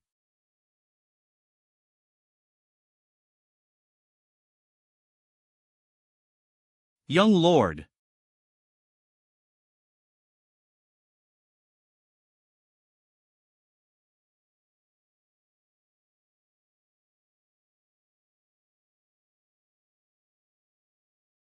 Confirmed that a part of the Forest of Beasts has been developed, initiate a war with the Degard family and annihilate Perdium, only then will the ducal house step in. The annihilation of Perdium. Are they saying that we make Perdium a land without a lord? The time has come. This means that the ducal house will appoint a new owner of Perdium. How many of our people are still inside Perdium? 2 retainers and 1 knight remain. Send 2 retainers to the Degard's territory. The fact that the young lord of Degard, who was thought to be missing, died in Perdium is more than enough justification to start a war. Moreover, the supreme commander of this operation will be Victor. Victor! I never thought the day that Desmond's strongest card would be revealed would come so soon. If Frank had done his job properly, Perdium would have collapsed on its own. My lord, I understand that Victor would undoubtedly handle the task flawlessly, however, isn't it a bit too soon to reveal our hidden card? We have proceeded cautiously so far, and this feels somewhat rash. Why is the ducal house, which has always operated in secrecy, now choosing to directly intervene in Perdium? Because of the Forest of Beasts. The Forest of Beasts. All decisions were made by Duke Delphine. Do not question any orders, no matter what they may be. Prepare for the war. Count Desmond Harold Desmond. Is there anyone else who is aware of this situation? Ghislaine Perdium. My lady. Ghislaine, that bastard, has secured a runestone mine. With my 20,000 gold. I sent the wildcats to finish him off, but he survived. I even bowed my head to my wretched dad to cut off support funds for Perdium. This just makes me look like a fool. This is not like you, my lady. You're right, I got too emotional. What's done cannot be undone. I'm waiting for your order, my lady. Since Perdium has found a runestone mine, they will soon escape their financial difficulties. They must be celebrating it. However, it's too early for them to celebrate. The important thing is that they haven't sold the runestone yet. They haven't, you say? According to the latest intelligence, the earliest they could have secured the runestone was 2 days ago. That's far too little time for them to establish a distribution network. We will exploit that weakness. It's obvious who they'd be selling to. So, you intend to act before they can sell the runestone, but where? There's only one place in the northern region where he'd sell the runestone to. The finest magic tower of the north, dominated by the 7th Circle Archmage Dash. The Crimson Magic Tower. Runestone is essential for magical research, so, the magic towers are always determined to secure their distribution channels. Set up the wildcats for an ambush along the main routes leading to the tower. The target isn't Ghislaine but the laborers who are transporting the runestone, will use hit-and-run tactics to isolate the transport, preventing the transfer completely.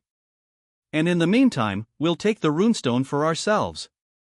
But in the north, there's also the flame magic tower in Brivant's territory. Is it wise to deploy all our forces toward the Crimson Magic Tower? That may have been the case before, but things are different now. According to our intel, the Flame Magic Tower has been in decline ever since it lost its place at the top, blinded by past glory. As someone who is utterly obsessed with money, Ghislain wouldn't choose Flame when Crimson offers a far better deal. This time, I will take everything from you. Ghislain Perdium.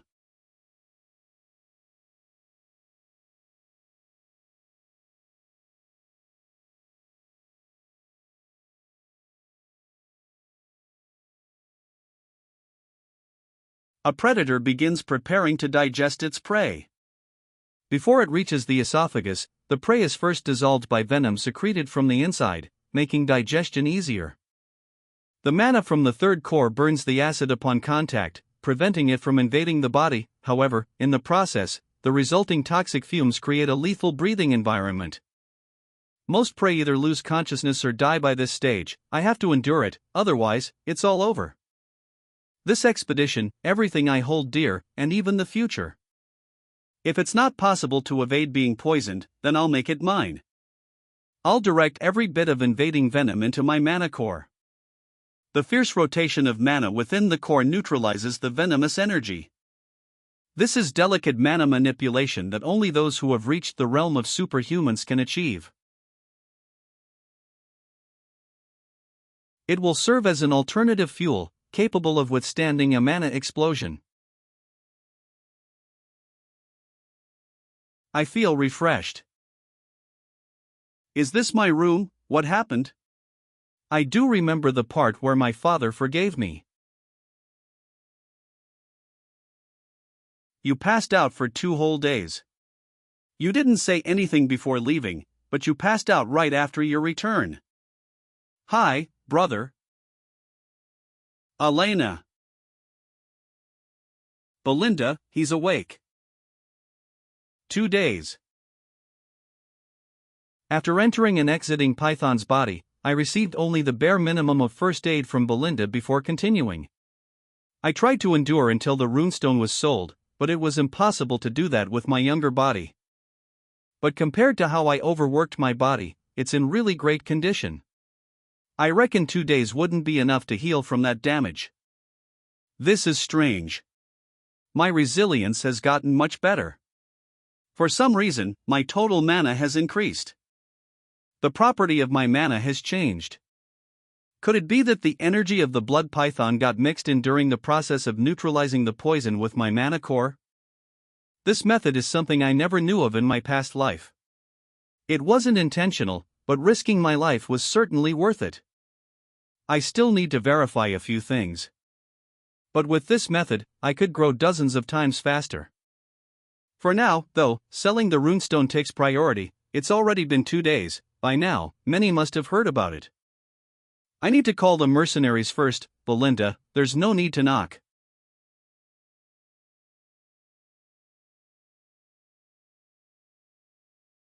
You're awake. Father.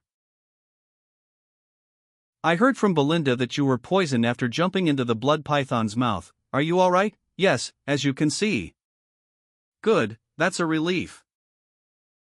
I was so surprised because you suddenly passed out. Are you sure you're all right? Yes, I am. Ghislain. Do you have time to talk for a moment? I have a request for you. A request.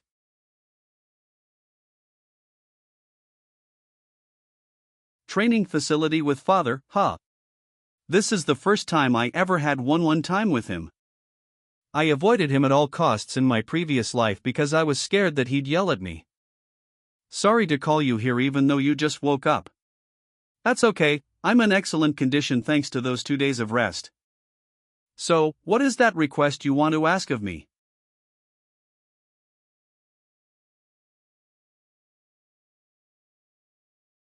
I remember what mother said to me when I was still a child. Is this what she meant by that? Your father can't show his honest self to others. He can't.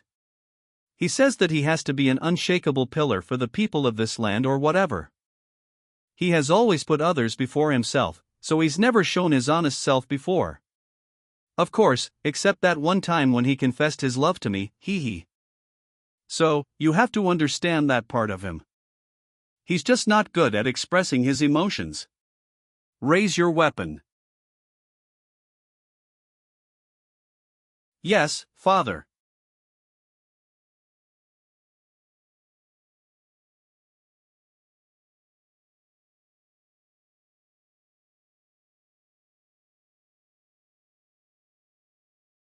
It's heavy. So this is my father's sword. His strikes are forged with the strength to subdue the savage barbarians of the north, yet tempered with the gentleness to protect all.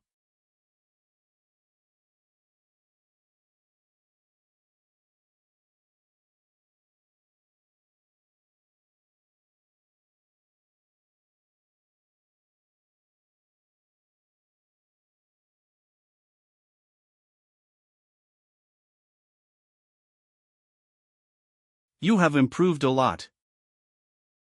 Thank you. However, how about loosening your sword pressure slightly when you're locked in a blade clash? You seem to have the strength and reflexes to take down the massive monsters of the forest, but if you're not careful, your intent might become too easy for your opponent to read. Is that so? I usually get a feel for my opponent's movements as the fight goes on. Now that I think about it, this is the first time someone has ever given me guidance. My swordsmanship is instinctual, born from real combat and experience. There must be things I overlooked and never learned because I never followed formal training. And Father pointed them out precisely, making me aware of them. I always believed I had only myself to rely on, struggling through everything alone, but perhaps receiving guidance isn't such a bad thing after all. Thank you for teaching me. Honestly, I intended to scold you today. Pardon. No matter how great your recent contribution was, the fact that you broke the rules remains. If everyone starts disregarding rules under the pretense of achieving contribution, the only thing that follows is greater chaos. However, you have changed. Unlike the past incidents that you caused in reckless pursuit of merit, I can see that you are looking beyond that towards something greater. Keep doing as you are now, think of Perdium and those around you and fulfill your responsibilities as a successor. Responsibilities, huh? Ah, right, by the way, didn't you say that you had a request to make? You haven't told me what it is yet. Well. Do you have some extra funds? The Forest of Beasts Post.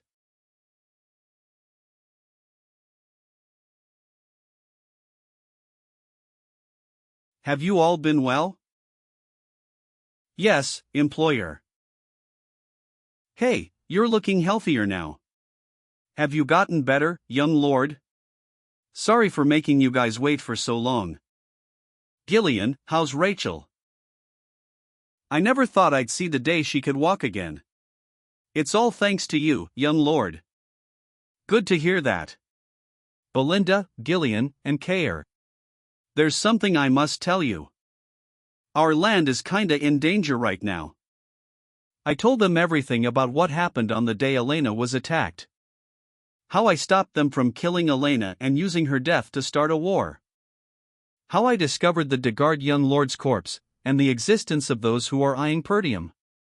There are people who are surveilling us right now, and they have probably been active for a long time. We have neither the time nor the resources to prepare for an attack. Now I finally understand why you were in such a hurry. I thought we could catch our breath after securing the runestone. First the Forest of Beasts, and now a war. This land never gives me a chance to be bored. If what you said is true, then this must be the perfect time to target Perdium. In a territory known for its weak military and poverty, the discovery of a runestone mine, a highly valuable resource, would change everything. Exactly, they won't leave us be. You should have mentioned this much earlier. Then, let's go tell this to the vassals or your father. No, it is not yet time. Considering that Elena's bodyguards betrayed us, there could be traitors among the vassals, too. There's no way to confirm who's on our side, so we should keep this among ourselves. That's. Thanks to Elena's survival, I bought some time, but now that we found the mine, there's no reason for the enemies to sit still. It will be a tough fight. Well, just order us around. Honestly, staying around you has been a lot of fun. I've already sworn my life to you, I shall fight with you until the very end. That's right, who's going to protect you if not for me? The biggest enemy of Perdium is the Delphine ducal family, as well as Count Desmond and Amelia, who are taking orders from them. I won't let things go the way you intend. We will now head to the Flame Magic Tower. Finally going to sell those stones, huh? We're going to be rich. But to the Flame Magic Tower, you say, but the Crimson Magic Tower is closer to us, and they would probably pay a higher price, no. Because I figured that the Flame Magic Tower would cause less friction. Friction. That makes sense. When transporting high-value goods, unwanted guests are bound to appear, and if that payload is filled with runestone, then staying one step ahead of the enemy is the only rational course of action. True, there could be an ambush, just like last time. Ever since Delmuth of the Crimson Magic Tower ascended to a 7th Circle Archmage and made his name known, the Flame Magic Tower has been on a downward spiral. As a result, I believe it is more profitable to sell runestones in the Crimson Magic Tower, the greatest in the north. Flame is likely making efforts of its own, but reclaiming its former glory won't be easy. Yet, despite all this, I'm choosing to head for the Flame Magic Tower. Why? Because of her. Flame Magic Tower. Professor Renato. When will the light that you mentioned come for me? So this is the Flame Magic Tower. It's so huge. I've only heard about it for the longest time, but I never expected to come here myself. Just from seeing the quality of life here, I can tell it's completely different from Perdium. Oh, so this is where magic scrolls are produced. Look over there. Mages. What are they doing? I've never seen magic actually being cast.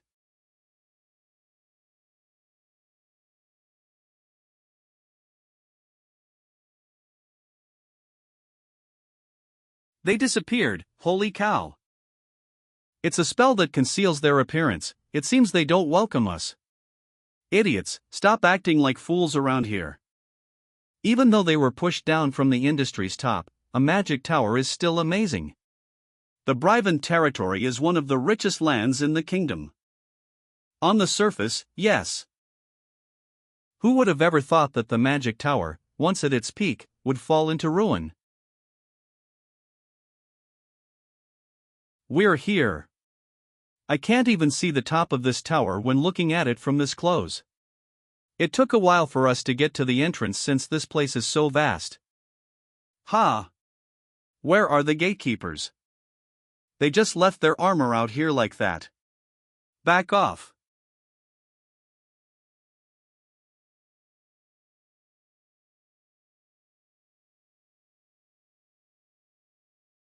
Not anyone can enter the magic tower. Reveal your identity and business. Oh, so they control the armor like puppets. They're not even down here to greet us as expected of the gatekeepers of a magic tower. This man here is Ghislain Perdium, the young lord of Perdium. Bring me the trade officer. We've brought in some fine goods. We're not buying. Hey, you haven't even looked at it yet. Perdium, isn't that the beggars' land up in the north? Anything from there is probably just low-rank monster materials or garbage potions. It's a waste of time to deal with the likes of you. Get lost. Hey, who are you calling beggars? Get down here now. What will you do, young lord? Are you sure about that? If you call yourself a mage, surely you'd know what this is. Wah! Our runestone. Wait, then all that back there is. Still not buying.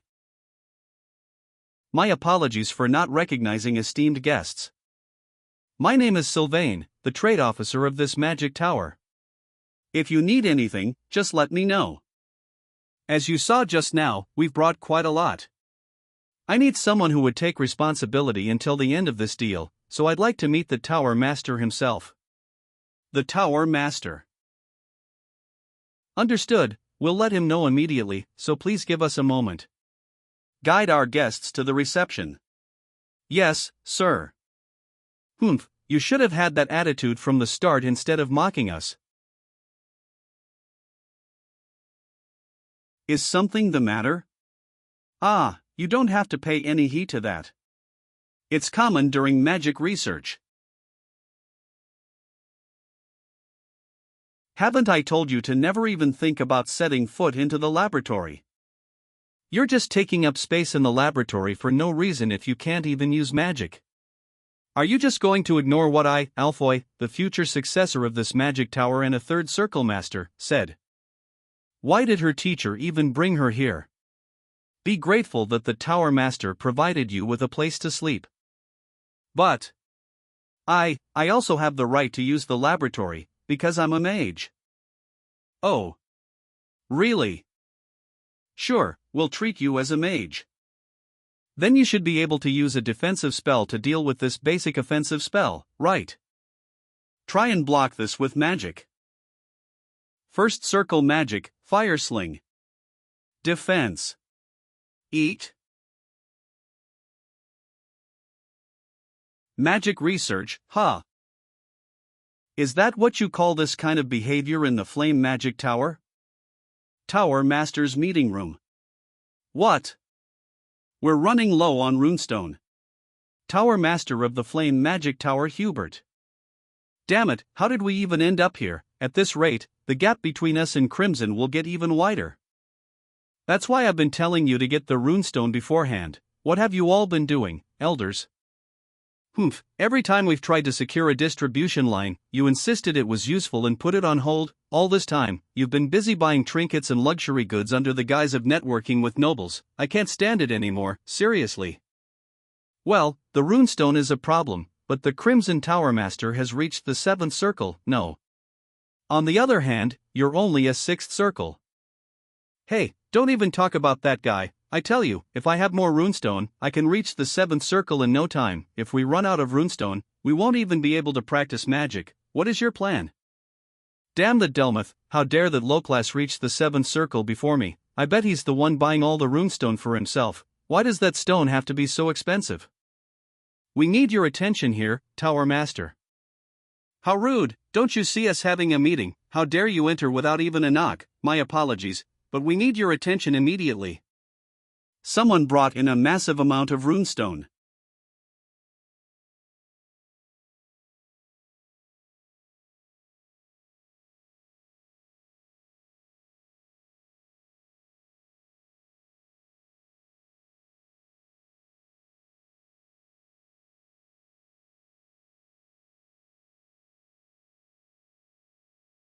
You sliced that in half.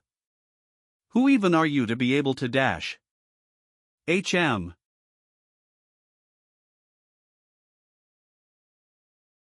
You dare attack my young master. Eek, who the hell are you people? Everyone, stop. What in the world is going on here? Everyone, stop. What in the world is going on here? Tower Master. Release him, Belinda. Yes. Teacher. Ah, Alfoy, what is going on here? Intruders, I was making sure Vanessa couldn't enter the laboratory, and then they suddenly attacked me. I tried to stop Vanessa from entering because I didn't want her to get hurt since she doesn't have any mana. Oh my, crying like a little girl. I'm a man, you know. I just wanted to use the laboratory. I was right about who she is. Red Nightmare Vanessa. So this is what she was like before she became a total nightmare. You dare try to harm my student after intruding into the magic tower. I will make sure to burn you into a crisp. Young master, what should we do? He looks a bit dangerous. Sorry for the late introduction, Flame Magic Tower Master. My name is Ghislain Perdium, I am the heir of the Perdium family. And I am here to trade runestone. What? Runestone, someone like you. I have prepared it in front of the castle. Would you like to go see for yourself? Impossible, just where did he get this much runestone? Tower Master, there seems to be at least around 10 cartfuls of it. What would you like to do? Tower Master. Oh, I never thought I'd see this much runestone. This is a once-in-a-lifetime opportunity. With this, I can finally crush those Crimson Magic Tower bastards. Ahem, I expected more than this, and the quality doesn't seem to be very good either. Does this bastard even know how hard it was to get all this? Isn't this quite a lot of runestone? As far as I know, one cart of it could last us weeks. Quiet, what could you possibly know? Just head back inside. Renato, that scum, he just had to leave that pain in the neck here with me. If she doesn't have the talent, she should at least be able to read the room. Does anyone else agree with her? Now that I take a closer look, it doesn't seem like the quality is very good. If they suddenly brought runestone from such a poor territory, there is a possibility that these could be fake. What? Do you know how hard the young master worked to get them, and you're calling them fakes? How hard you work to get this isn't our concern, you know how many scammers are out there these days. That's true, we shouldn't go off solely based on what the seller says. Alright, then, so I take it that you're not interested in purchasing it. Guys, it looks like the Flame Magic Tower doesn't need it. Let's go find someplace else. Hold on a second. Hey. Yes, Tower Master. But since they went through the trouble of bringing it here, why don't we take them off of their hands? I don't want them to leave empty-handed after coming this far, so please show them some mercy, Master. You're right, maybe I should. If the elders agree on that, then I guess I have no choice. Out of the generosity of my heart, I will buy them all. However, we will buy it slightly below the market dash. I think you're misunderstanding something here. Kair, take all the carts back except for one. Sir. Didn't we plan on only selling one cart? Ha! Oh, right, sorry, I forgot that we decided to do that, cuckoo. Guys, take them away. Yes, sir. What do you think you're doing? I apologize for the confusion, it seems like my subordinates made a mistake and brought too much. Our actual destination is the Crimson Magic Tower, but we just needed some money for our journey. What? The Crimson Tower. What's wrong? I was just joking around so our first meeting wouldn't be too awkward. Why don't we go up and have a little chat? Tower Master. Sure, let's do that. Allow me to do an introduction. They are the elders of our Flame Magic Tower. They are all mages of the 5th circle. It's impressive that everyone here is a 5th circle mage. As expected of the 2nd strongest in the northern region. You probably heard strange rumors, but that's not true. The Flame Magic Tower is still the strongest magic tower in the northern region. Yes, sure, whatever you say, it's not that important anyway. Is he trying to piss him off right now? Will he be fine? I'm sure he has a plan. Ugh, enough small talk. How much are you willing to sell it for? I can tell you this now, but if you try to sell it to anyone else, you won't get a better deal than you will here. Double, I want double the market price. Double, I think he's just too naive to understand how the world works. That's not how you negotiate, kid. I don't know who taught you how to negotiate, but that's not how you do it. It's all about both parties making a compromise. You can't just make a one-sided decision like that. I just felt that I needed to get double the market price from the Flame Magic Tower. How dare you joke around in a place like this? Are you mocking us? Hey, kiddo. Watch yourself. It pisses me off when I see clueless brats flailing around in a world they don't even understand. Of course, you're still young, so I understand that you can make mistakes. I'll show you mercy just this once out of generosity, so take this seriously. Now, I'll give you a little more on top of the market price, so why don't you sell them all to? Why are you getting up all of a sudden? I don't think you want to buy them. Even double is a discounted price, and if you're not interested, I guess I'll go to the Crimson Magic Tower. Please excuse me. Stop. Why are you in such a rush, young man? It's not like I'm not willing to negotiate. I was just a bit upset, so why don't you sit down and have a longer chat with us? Ah, is that so? Very well, you've got guts. Since we were the first ones you visited, we will take it off your hands for double the market price. How's that? Very well, I will sell it at double the market price. Only one cart, that is. What? What are you talking about? You need to sell us everything you brought. If I tell the Crimson Tower that I sold them for double the market price, I could probably sell the rest for triple the price. So what makes you think I'd sell it all here? Triple. There's a limit to how much we can let you joke around. Goodbye. Wait, hold on. We'll buy it all at triple the price. Now we're talking, as expected of the greatest magic tower in the northern region. Stay right there, I'll bring the money here immediately. Tower Master. Damn it, a sixth circle mage like me is getting played by a country bumpkin like him. I just don't understand why I'm buying into all this, seriously. I have no choice this time since we have a shortage of runestone, but if he acts like that again, I'll burn him dash. Hold on a minute. I haven't finished telling you all my conditions. What is it this time? I want you to give Vanessa to me. You want Vanessa? Yes, Tower Master. I would like to have that child as my exclusive mage. Hey, the meat's burning.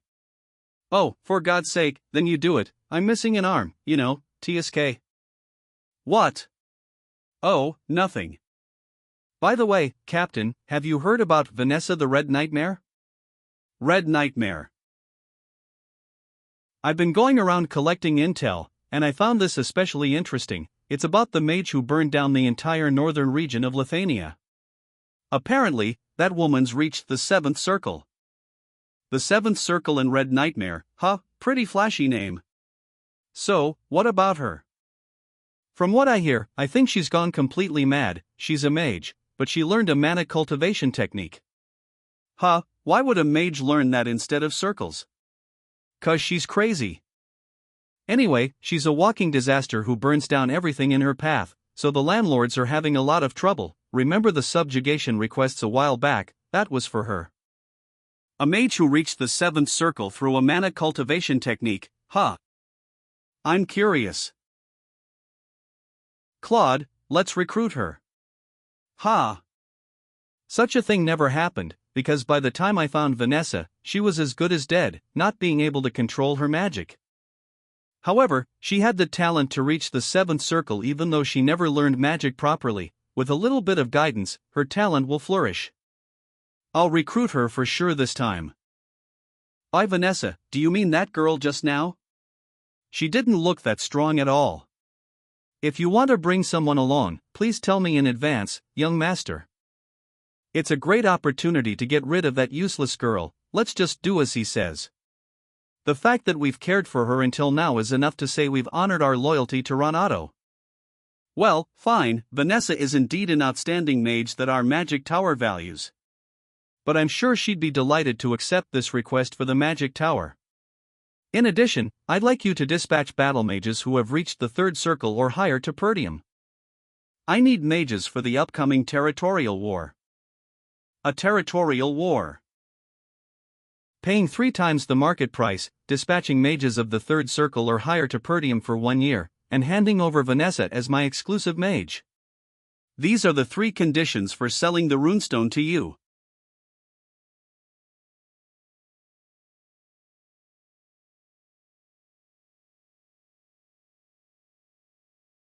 Gislin Perdium. It seems you must have taken me for a fool. Mages affiliated with the Magic Tower cannot intervene in territorial wars. Not only are you unaware of the basic rules set by the kingdom, but you're also pushing mages of the 3rd circle or higher, the very foundation of the magic tower, into the front lines. This is an insult to the flame magic tower, not even your ashes will be left behind. He can exert such pressure only with mana. I guess he is a sixth circle, after all, young master. You'll regret it. We've discovered a massive runestone vein in our territory. At a rough estimate, contained within it is several dozen times the amount we brought today. What? And this information is already spreading widely across the north. What do you think that means? That there will be many who come after the runestone vein. You're quick to understand. We're not trying to start a war. Perdium simply needs the magic tower's help to gain strength. If you help us through this crisis, we promise to supply runestone exclusively to the flame magic tower. We'll have a monopoly on runestone. If that happens, it's only a matter of time before Flame overtakes Crimson and stands as the top magic tower.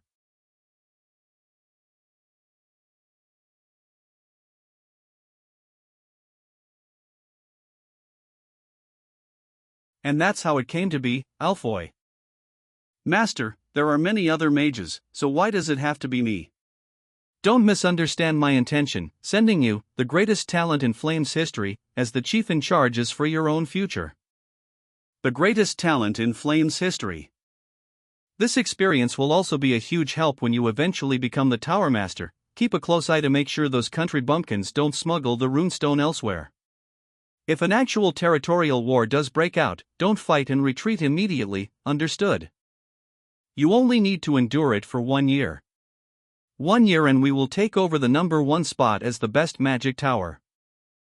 Okay, Master.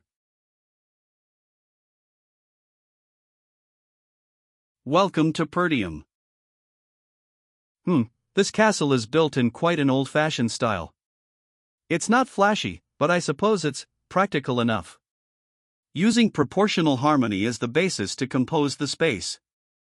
It's just a rural dump. I only came because my master asked me to, but to think I, the successor to the magic tower, got dispatched to this miserable excuse of a territory. I am Alfoy, a third circle master and the heir of the magic tower. I've been entrusted with the important duty of leading the. There's much that the territory will require from you, so don't let your guard down and do your best. You ignorant bumpkin, you think I'm your servant or something. Just you wait, once I become the Tower Master, you'll be the first one I deal with. Alfoy. Where's Vanessa? Oh, she should be bringing our bags from somewhere back there. Hello, I'm Vanessa. Greetings, young lord. Took you long enough, he almost thought you weren't here. Vanessa, unload the bags and come here. Pardon, but I haven't finished moving the bags yet. Leave her be, that's what she's been doing ever since she was at the tower. She can't even use magic anyway, so she should at least do chores like this. Sir Alfoy. Ugh, what is the meaning of this? Vanessa is no longer affiliated with your magic tower, she is now my personnel, so do not order her around.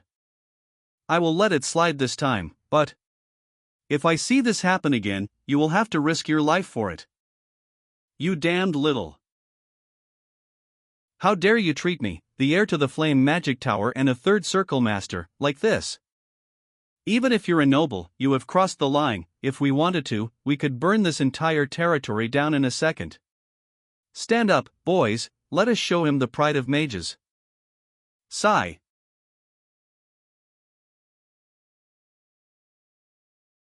How barbaric! What kind of barbarians would draw their weapons against mages? We are mages, we demand the treatment that we deserve. Shut up, Alfoy. No matter the treatment you receive, you're here as per a contract. Through a legitimate deal with the Tower Master, I've been granted full authority to command you freely for 1 year, and in return, I agreed to supply runestone to him exclusively. If this contract gets voided because of one reckless action of yours, whose side do you think the Tower Master will take? That's. In Perdium, your role is nothing more than that of a reserve bundle of living mana. If you want to be treated well, then obediently fulfill that role. Reserve bundle of living mana. You dare address me as that? Gillian and Kair, take good care of them. Hee hee, you liked it better back when you were at the magic tower, didn't you? I will guide you so that you can adapt to our land. You miserable human beings. Vanessa. Yes, young lord. Do not take orders from anyone other than me, because you are my exclusive mage. But I, like Alfoy said, I can't use any magic. So being your exclusive mage is. Follow me. I'll help you use magic. Vanessa. Yes, young lord. How far did you get in your magic studies? Up to the 5th circle. Just the theory, though. 5th circle, huh? Excellent. But it's all useless because I can't use magic. Is there a particular reason why you can't? Because I've never been able to feel mana since childhood. Still, I believed I could use magic someday if I worked hard enough. But the more I study magic, the more I realize the day would never come. And now, my teacher who guided me passed away. Perhaps that's why I've been kicked out. 5th circle, that is a strength that is on par with the average elder of the magic tower. Magic isn't something you can master just by memorizing it, it requires insight, an understanding of the principles behind activation, and the ability to infuse it with your interpretation and will. Vanessa may understand it in her head right now, but her body isn't keeping up. To overcome this, she must have endured grueling effort and countless trials and errors. Your efforts weren't in vain, Vanessa, the path is simply different. It's about the mage who burned down the entire northern region of Luthania. Apparently, that woman reached the 7th circle. She's a mage, but she learned a mana cultivation technique. 'Cause she's crazy. From now on, I'll teach you a mana cultivation technique. But I am a mage, so why would I learn mana cultivation technique? Because both circles and mana cultivation techniques are based on controlling mana. You've never tried it before, have you? No. This is crazy. How can I use magic with the mana cultivation technique? If things go south, I could become magically crippled for the rest of my life. Vanessa, let's try it.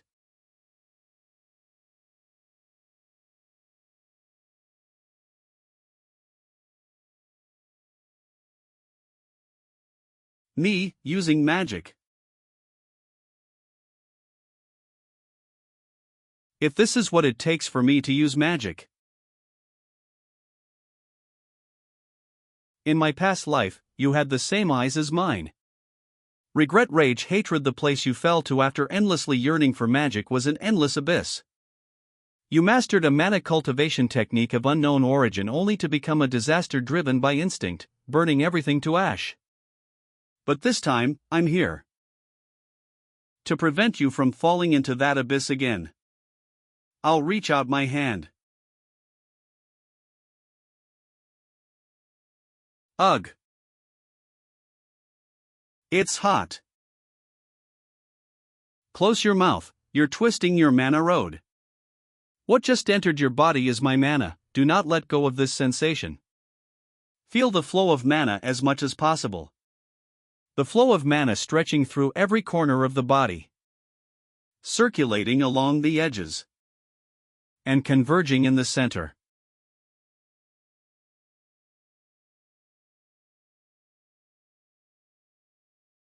You're saying you'll cut off support. Do you even realize what you're saying? Vanessa has talent. Without that child, would we have ever been able to prove the pattern of mana particles transmuted into mana? I mean, well, I admit it. But you know, it's a little iffy. Can't you tell, Renato? No matter how smart she is, if she can't cast any magic at all, can you really call her a mage? Hubert, what are you? I'm saying, what more are we going to get out of that girl even if we invest in her? My younger self. I'm sorry, Teacher Renato. If only I were more talented, you wouldn't have to leave the magic tower. I'm not leaving the magic tower, I'm only going on a journey to find a method for you to use magic. Lift your head high and look at the sky.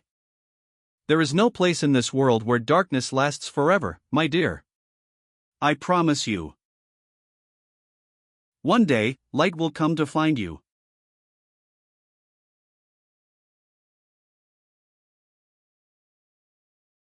Teacher, you were right.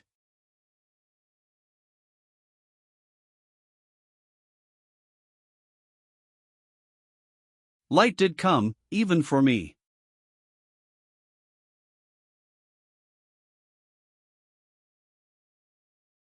That crazy bastard's beaten up 4 people already. What kind of monster is that? Come at me, you weaklings, you think you can cut me down with that piece of metal? Stop being ridiculous.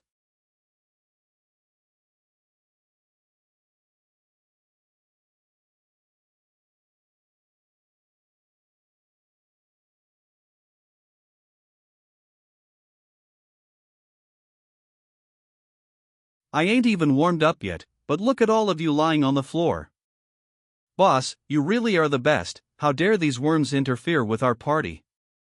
No one around here can stop us.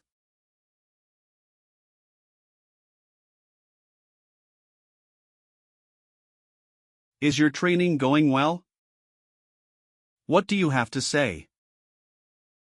Count Desmond has issued a mobilization order. Victor!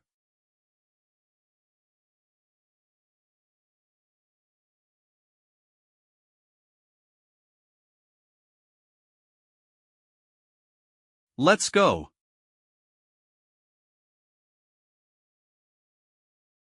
I was just getting bored to death.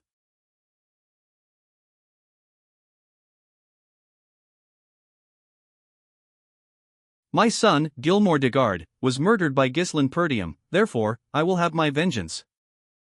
Assemble the soldiers. This is a declaration of war. The Degards must be out of their minds, claiming that young Lord Ghislain murdered Gilmore. We have to teach them a lesson about declaring war with a false pretext. We've treated them like family of the northern region for a long time. To think they'd turn on us like this.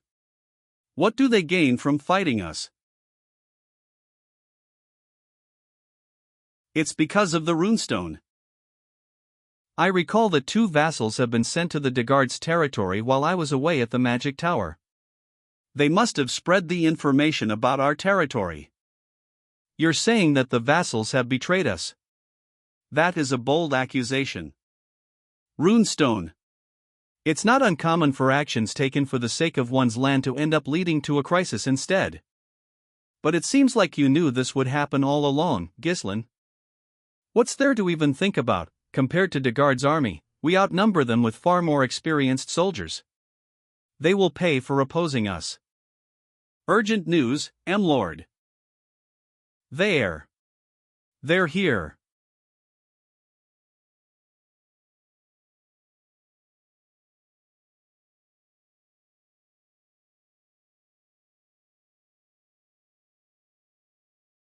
It hasn't even been that long since they declared war. How did they get ready so quickly? M-Lord. Upon confirmation, the armed forces number around 6,000. On top of that, the supply unit that departed later consists of 1,000 troops. Additionally, multiple siege weapons have been identified. It appears they've already begun construction. Randolph, what is this? They outnumber us vastly. I thought the Degards were as poor as Perdium. Where did they get such an amount of troops? That's why I told you not to reduce the funds for maintaining troops. Get yourselves together. Quarreling amongst ourselves will serve no good. Gather all troops at the castle wall now. Take all citizens inside the castle, and close down the gates. Have the soldiers remain at their stations. The war has already begun. MHM. Gilmore, my son. You were a useless young lad, but you managed to prove your worth after death. Such an incredible castle. Count Degard Thomas Degard. Come with me, Victor. I have to talk to Brother Perdium. Degard, my brother. What is the meaning of this treachery? Treachery, ha! My beloved son, Gilmore Degard, had to die on this land. By the hands of your son, Ghislain Perdium, the successor of Perdium. What kind of parent wouldn't be furious at the death of their child? If you surrender now, we will end things peacefully. He's lying until the very end. My lord, there's no reason to continue this conversation. Even though I managed to save Elena, I knew things would end up like this since Gilmore died anyway. Seeing how they brought the siege weapon, they're here to trample us completely. It's all going as expected. My son did not kill Gilmore. That is the only answer I shall give. If you value your life, return to your land. Zwalter Perdium, truly, a commanding presence worthy of the renowned general who has protected the north for so many years. As expected of the northern wolf. I can't even fathom how much blood will be spilled because of your foolish choice. You will regret this, Zwalter Perdium. Brother, please leave all the troops to me. They're nothing but unorganized dogs. I'll wipe them out and bring victory to our land. Are you mad? No matter how strong you may be, the difference in numbers is too vast. One lost battle will cost us our lives. But we can't just stand by and watch. How about we request aid from other lands? But can we even wait until they arrive? It's our last resort, but we may have to abandon this castle and retreat to the northern fortress. Chaos. I cannot get my thoughts together.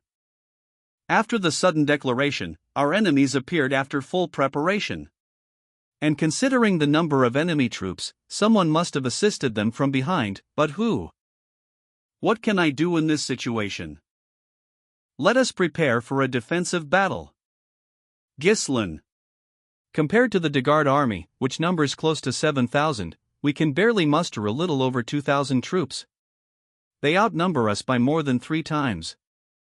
They're fully prepared, and their morale is high. Roughly 15 days, once their siege weapons are complete, they'll begin their full-scale assault. At this point, requesting reinforcements and holding out in the castle is probably our best option. Yes, that would be the usual course, but I don't see anything we can do after that.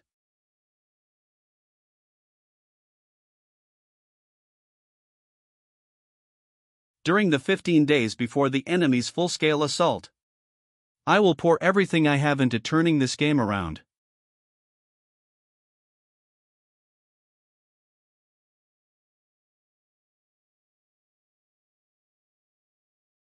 So, the war really did break out. Yes. I will tell you what you must do from now on. An ambush. Before they begin their assault, we will ambush their supply units. Once we block off their supply route, continuing the war will become much more difficult for them. But how? They've already occupied the front of our castle, so there are too many eyes watching. They'll notice immediately if we try to do something. Gillian. Yes, sir. As you instructed, we've already stationed troops in the Forest of Beasts outpost. If things go south, they can retreat into the woods, so there's no need to worry about being discovered. We've also finished distributing the ponchos made from the Dirus Ents skin, just as you ordered, young lord. Given the dark material, they should be well suited for nighttime operations. Of course, a large army moving would easily be detected. But if it's an elite unit in camouflage, spotting an ambush won't be so easy. The one issue is that we don't know the location of the supply unit. Belinda. I need you to find out where they are. Understood. This is a dangerous role that requires steeling yourself for death and slipping into enemy lines. But I'm sure Belinda will handle it easily. What I need for the last part is the strongest card that will land the finishing blow in this war. A few days later, Degard's supply unit camp. The war has finally begun. In a few more weeks, I will be rewarded with some land. Previously a vassal of Perdium, now a commander of the Degard supply unit for Bro. It's a good thing we sided with Count Desmond. Thanks to his help, we can now rest in the back without taking any risks. It's all thanks to your splendid decision. Goodbye, Perdium, a part of that land will soon belong to me. Just in time.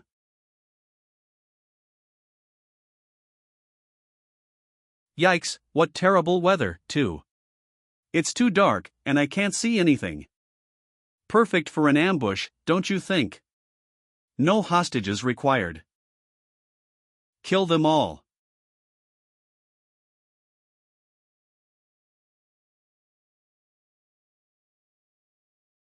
No hostages required. Kill them all.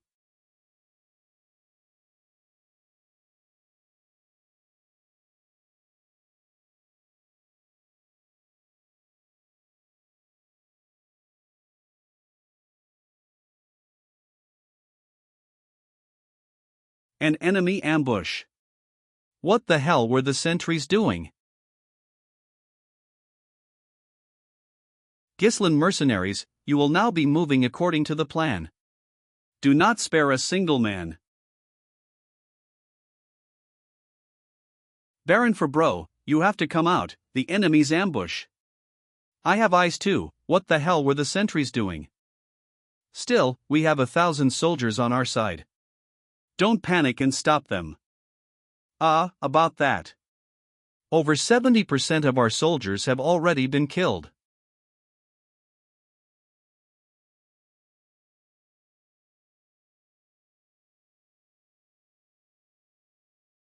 Let's run. What? At this rate, I'll be killed before I get rewarded. Ugh. Eek. Oh my, I didn't expect to see you here. Perdium's vassal, Fabreau. Belinda.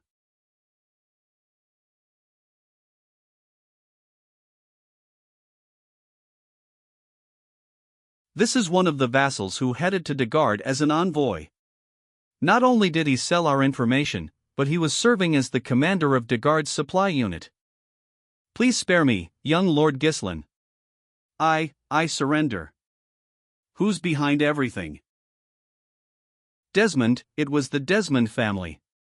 I was threatened, so I couldn't help it. Desmond, huh? As expected, it was he who supported and provided soldiers for Degard. The situation's escalated to this, but you know I've served Perdium for a long time. Count Degard will surely pay a generous price for me, so it'll definitely be a profitable deal. Raise your head. Young lord. Thank you for giving me another chance. I will use this chance to serve Perdium for the rest of my life, so. I do not deal with the likes of you. Those who attack Perdium will face nothing but death. What do we do now, Captain? We will head straight to the castle. They must have started their attack by now, so all of their attention should be focused on the castle. We will use that to our advantage by attacking them from the rear to confuse them. The moment we arrive, Care and Belinda will be supporting the left side of the castle wall. I will head to the right side. Gillian. I'm entrusting you with their main forces. It's a surprise attack, sure, but you'll be fighting thousands with only a handful of men. Think you can handle it? No problem. If it's your command, young lord. He's giving the old man the most fun part of the plan, young master, who will be in charge of the castle gate, then. Leave the castle gate be.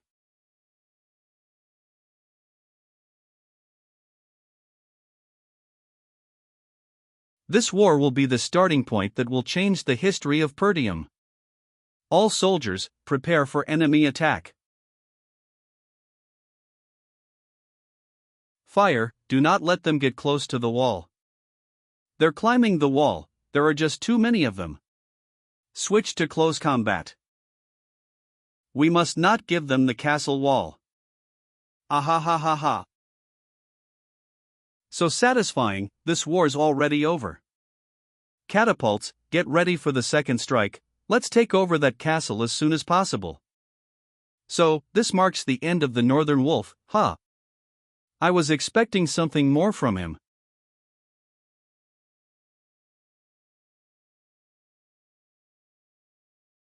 Brother, the castle wall is a problem, but the castle gate is another. They'll break it down any minute now. What should we do? Leave the castle gate be. We will only be protecting the wall. Scoven, what happened to the backup? All the territories we sent messengers to have refused. Zimbar and Rayfold said that they cannot send aid due to internal matters. Furthermore, all the messengers sent to the Loge's territory have gone missing, so we can't get anything back. How can this be? Not even one place sent their aid. Those ungrateful bastards. This is bad, my lord. It seems our supply units have been compromised. The soldier we sent out for a supply request hasn't returned yet. It seems something might have happened to them. Do not jump to conclusions so quickly, that can't be. How could those Perdium fools know where our supply unit is and attack them? The direction that smoke is coming from. That's where the supply unit was located. So, it seems Perdium still had someone who could boldly use their brain, huh? Interesting. Victor. What should we do now? The war's just begun, and if we don't have our supplies, we need no supplies. We'll simply take over that castle by today. By today.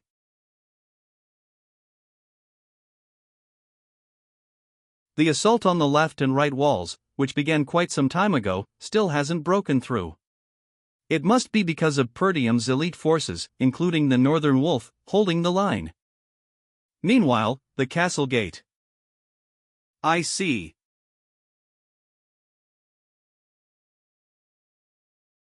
All forces, advance. Today, we shall break down their castle gate.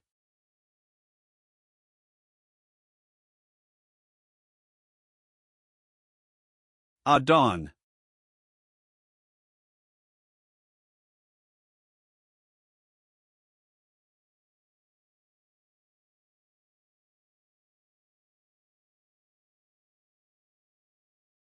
I shall now personally head out to break through the castle gate. So, you stay and protect this place.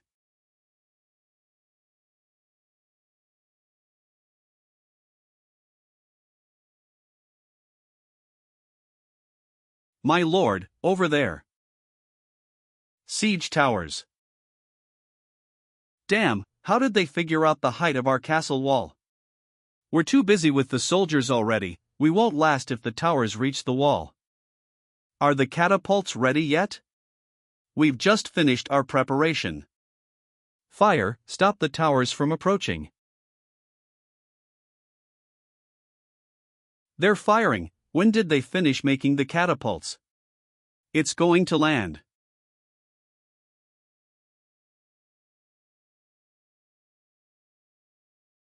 The shot was intercepted. Who did that? Was it him?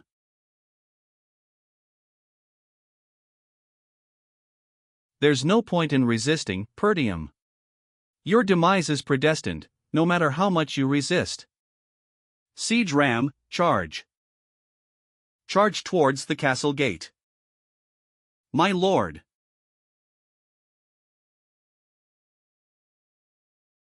Ghislain.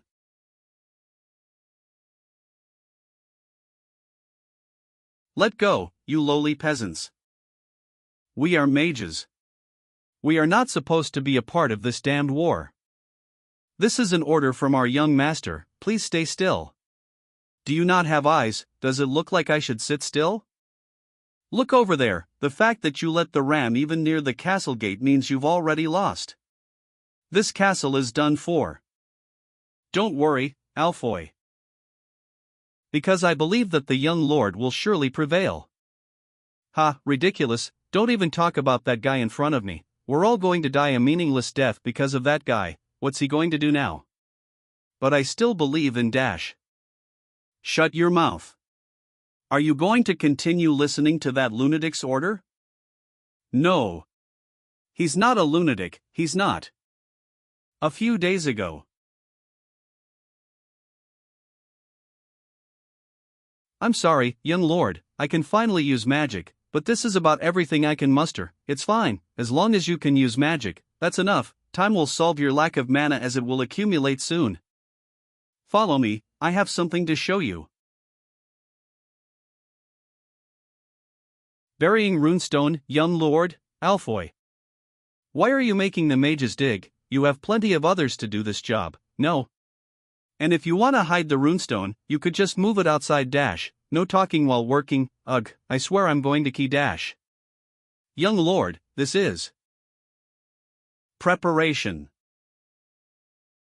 The most powerful and simplest tactic in war is to overpower the enemy with an overwhelming difference in numbers.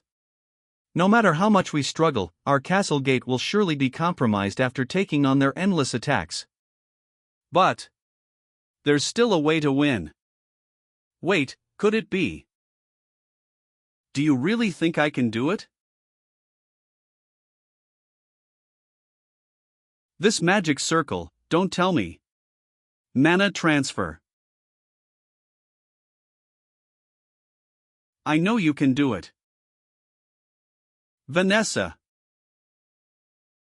Damn it, the gate is. Hold on until the signal comes. My lord, over there.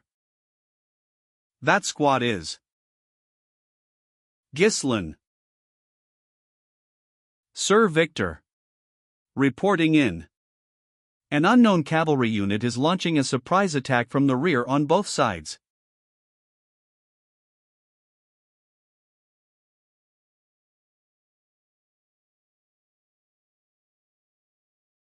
An ambush. I thought I heard that no support would come to Perdium. Fire at him, don't just stand still, fire at him before he reaches us. What, he's flying.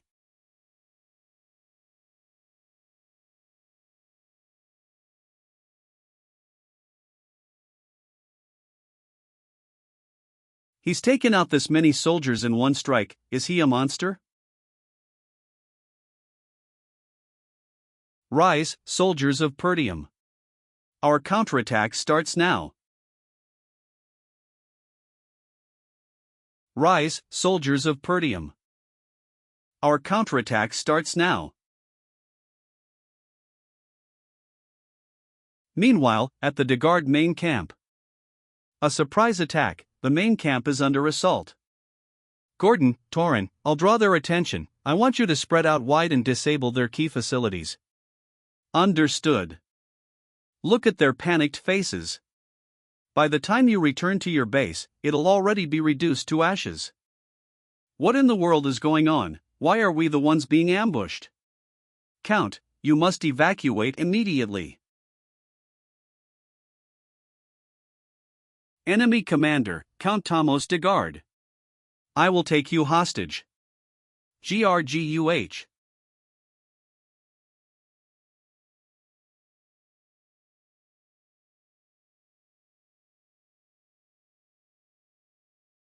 He's strong. A surprise attack on the main base with a small force, you've got guts. I am Adon Praso. State your name. I have no name. I am merely a weapon wielded by the Grand Duke of Perdium. Left fortress wall.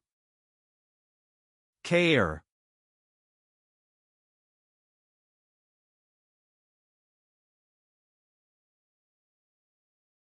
Hey, stop splattering blood this way. Handle that yourself, old lady, I don't have time to worry about that. Old lady. Right fortress wall. Everyone's going to die, run away. Full charge. While the enemy is confused, this is our chance to overwhelm them all. I'll bring down their siege towers myself. Follow Captain Ghislaine. Let's crush these bastards completely.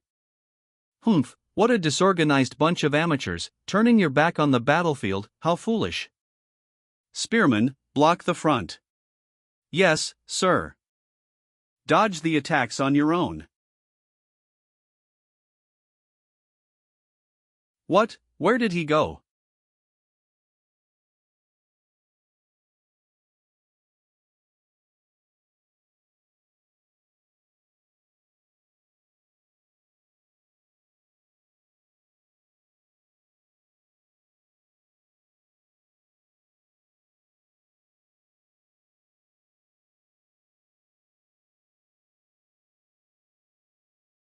The fortress wall is in worse condition than I thought. Is it because of the siege tower?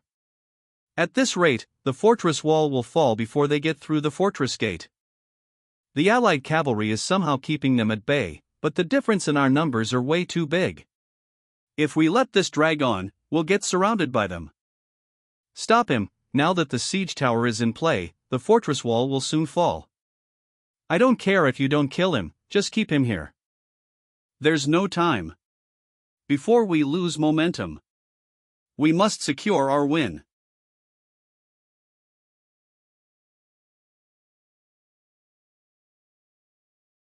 Bastard.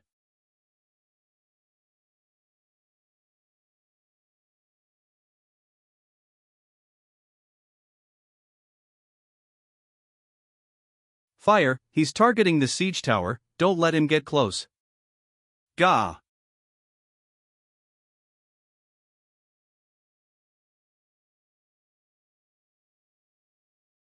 Ugh.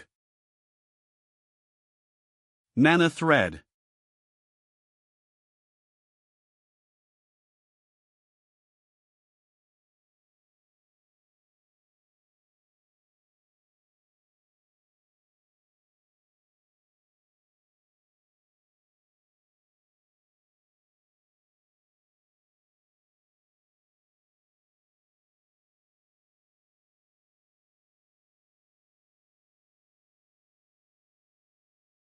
The siege tower. That idiot. To think he's dismantling the siege tower with his bare body. Is that guy the commander? Has the main gate still not been breached?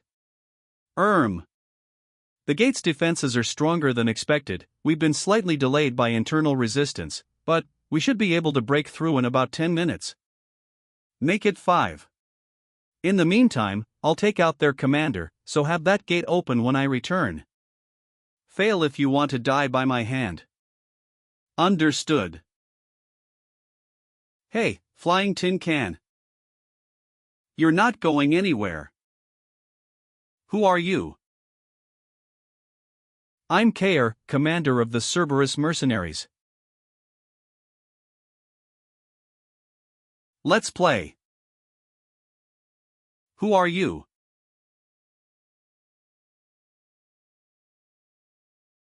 The captain of the Cerberus mercenaries, Kair. Let's play. Hoof.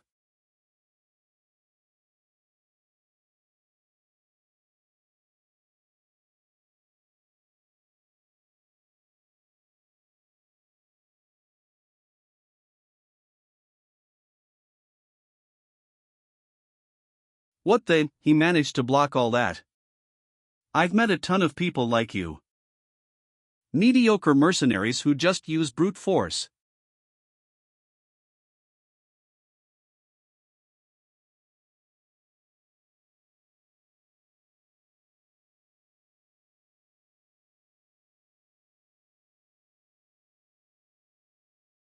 There's nothing easier to deal with than beasts who just swing their front paws instinctually. That bastard. He's strong. It's just as the captain said, his name is Victor, he's the hidden Joker card of Desmond, one of the powers rooting for Perdium's fall. Is he stronger than you? He is stronger than anyone you've faced before, except me. He will use the overwhelming advantage in numbers to force us to focus all our attention on defending the walls. At that moment, he's probably planning to break through the weakened gate and launch an all-out attack. But that is exactly as I planned. However, if Victor makes it out of the castle gate, the plan will fail in the worst-case scenario. Kair, I need you to hold Victor down. Ha, fuck. You're asking for too much.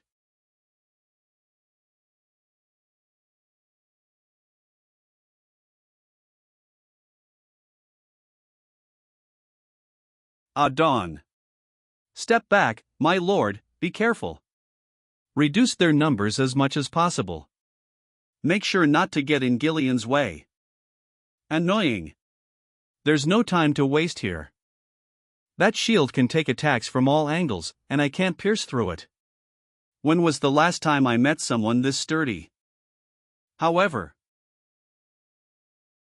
I have no more time to waste on you.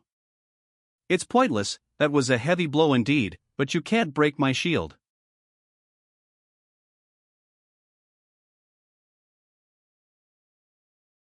Damn.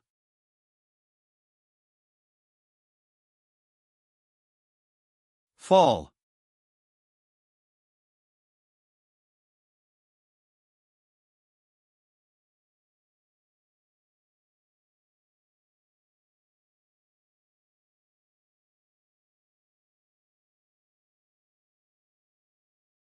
Hey, they're getting past the gate. Since you took our mana, please do something. No, not yet. More. The gate is open. All soldiers, attack. Take over the castle. Bring Count de Garde, I will eliminate their commanders. Yes, sir. No. You're not going anywhere. Care, was it? Surely, as a mercenary captain, you must know when to discard your life, so why bother coming at me again? See for yourself, the gate has been torn down. You have lost. It was unexpected that you'd boldly launch a surprise attack, but the result didn't change in the end. The fatal mistake was filling the strike team that would decide your family's fate with mere mercenaries. No matter how skilled they are, they can't defeat a highly trained knight. If you're a mercenary, then act like one, know when to run if it's not worth it. There's nothing in this war worth throwing your lives away for. Hey, so what? Mercenaries or knights, on the battlefield. What matters the most is winning or losing. I don't need to hear the loser's excuse.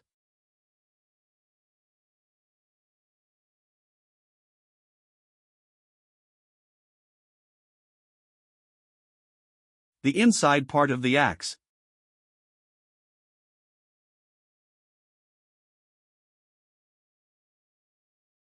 You wretched mercenary, how dare you?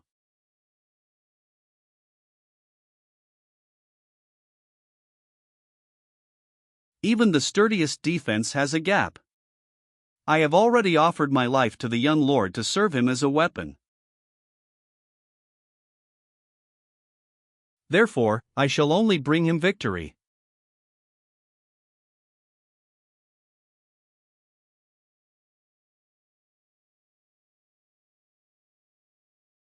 I know that Guy is stronger than me.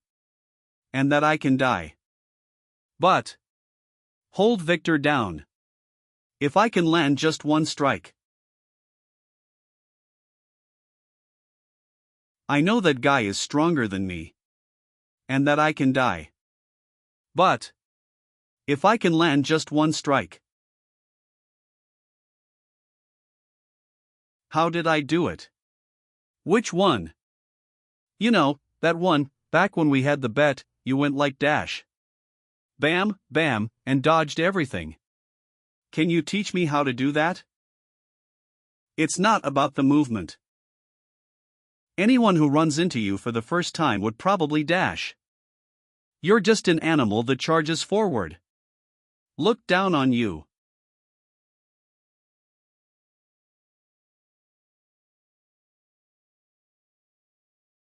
Oof. Fools like you always make hasty decisions in desperation, oblivious to the fact that that might be the last decision in their lives. Die. However, if you can hide your true intention in that movement.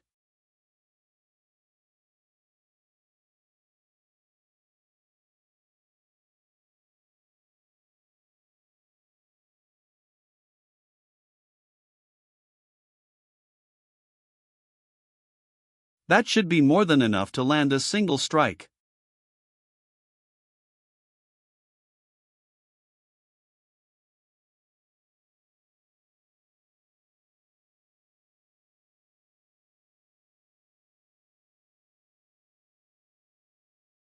An irregular movement that caught the blade I deflected was that the groundwork to shift the extremely disadvantageous situation to his favor.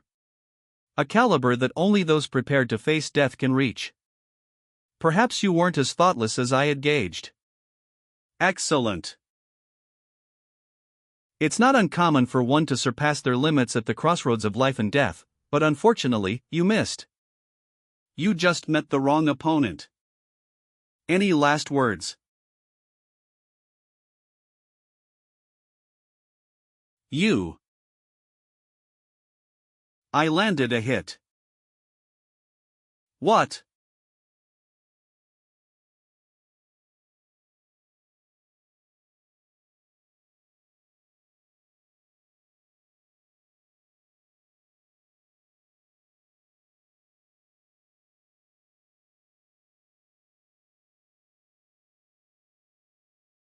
Landed a hit. I lost my steed because of that one strike, but in the end, he would have died if it weren't for that woman's help. I almost died, hag. Maybe I should drop you. However, he wasn't so foolish that he would trade his life for that. Then, does that mean his actions up until now were worth risking his life for?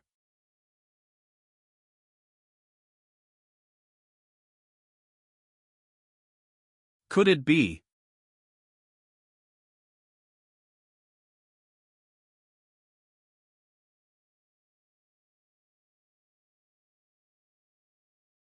To hold me down here. Even when the enemies reached right under our noses after breaching the castle gate. The situation can be flipped to our advantage with the help of your magic. Do you really think I can do it? I know you can do it. Vanessa.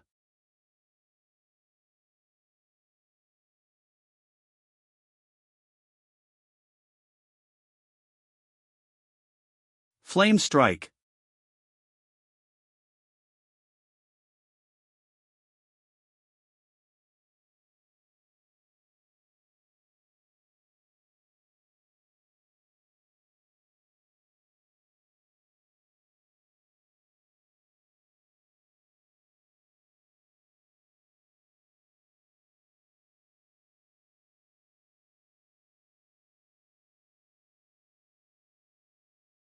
Gaha.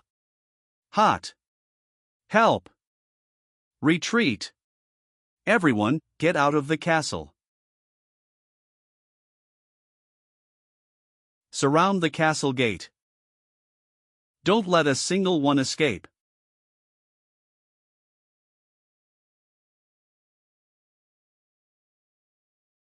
Sir Victor. This is trouble, most soldiers have been burned to death. Please, we need to retreat. How irritating. It was a war meticulously planned through long, behind-the-scenes preparation. We had effectively blocked every path Perdium could take to survive. However, there's special forces. Mad Dog. And even an elder-class mage capable of incinerating thousands of soldiers in an instant.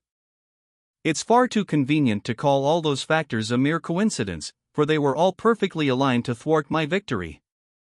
I see. So, I've fallen right into their trap, huh? Assemble the soldiers, we will be making a temporary retreat. This area isn't forested, so as long as we get out of the blaze, we can regroup back at the main camp. It'll take longer to capture the place than we planned, but it can't be helped. Call a dawn immediately and dash.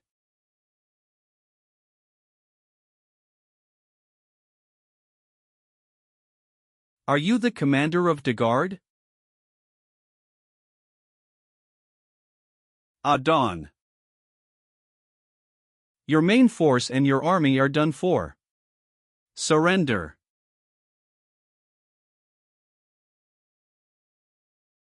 He. Don't make me laugh. Do you really think my war would end this way? All I have to do is cut off all your heads by myself.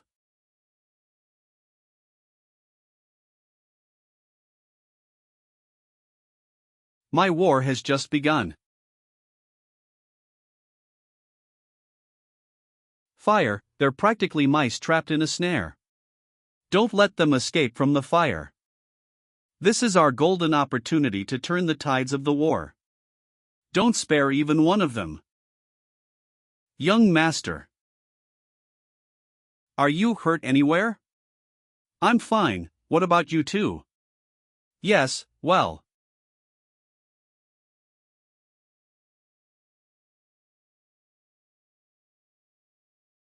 If it happened even a little later, it could have led to a disaster. When I first heard your plan, I thought it was ridiculous. But it seemed doable, no. Don't ever say we're going to do that again, alright? We spent all our mine runestones in that one strike. Give Vanessa some compliments later, okay? By the way, where's Gillian?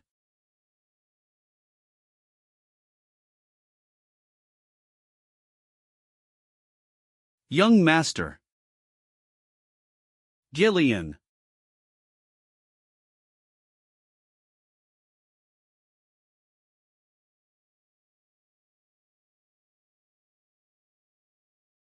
His strikes are heavy. Moreover, his momentum is incredible.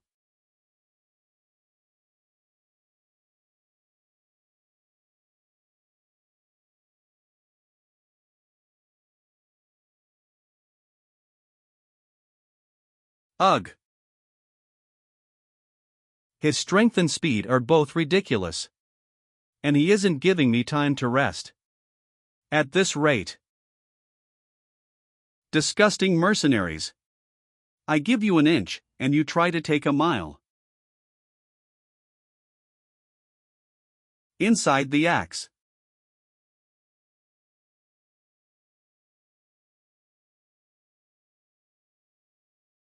You have crossed the line.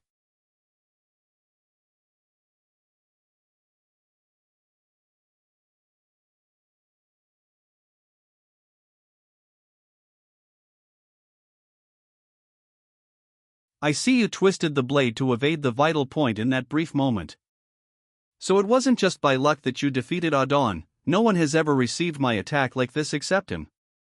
It was indeed a foolish decision for you to come straight at me right after you spent all your stamina defeating Adon. But I reckon he wouldn't be angry getting killed by a man like you. Now die.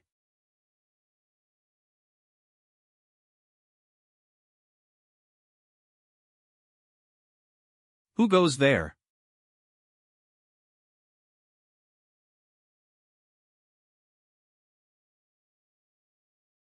You.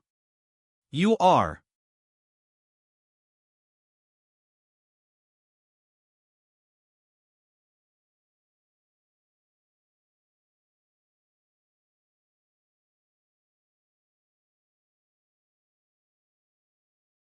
That black armor. Core. Unleashed.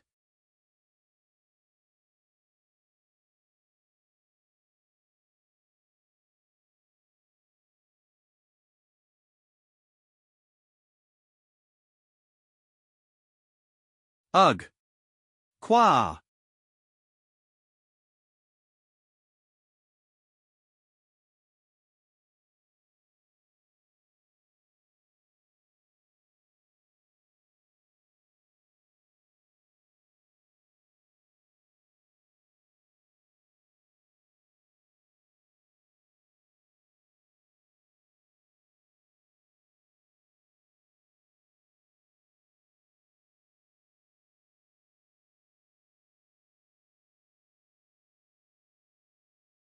Ugh.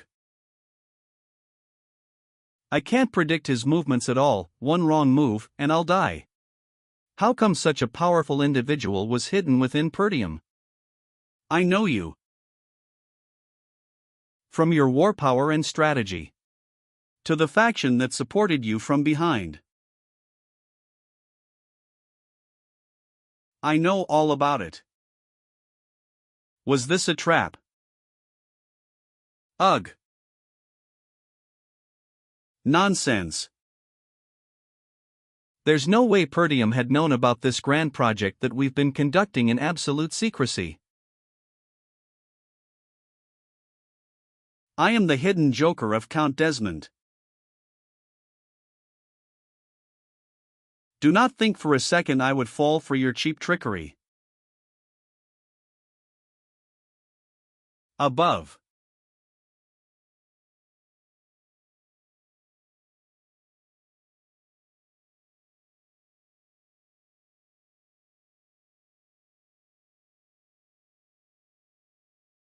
Ugh.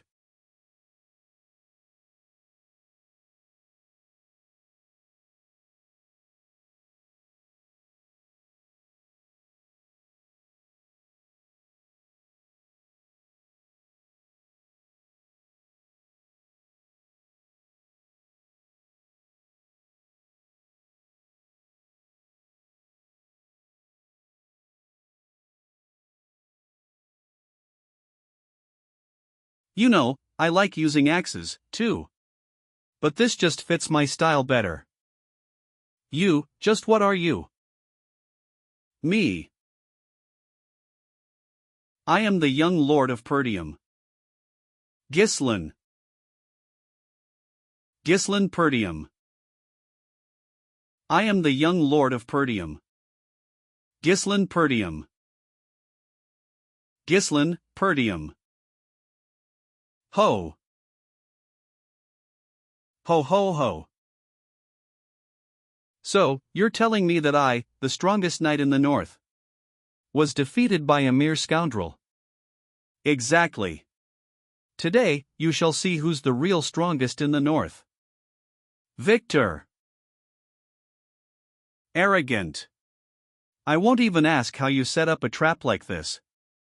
In war, it's fundamental to use every means necessary for a decisive victory.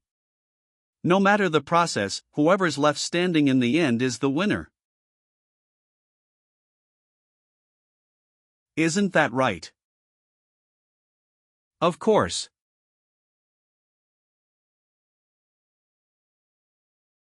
Come.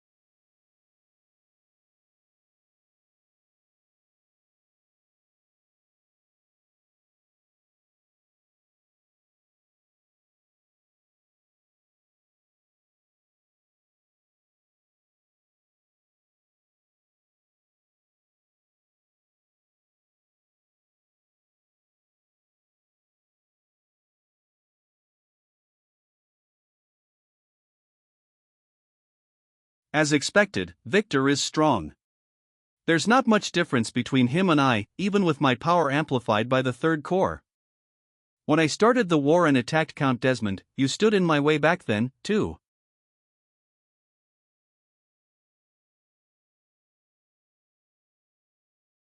I was able to defeat him after we clashed our swords dozens of times. But I ended up wasting far too much time. If guys like this were determined to destroy Pertium, then its downfall would be inevitable. That day, I had made up my mind.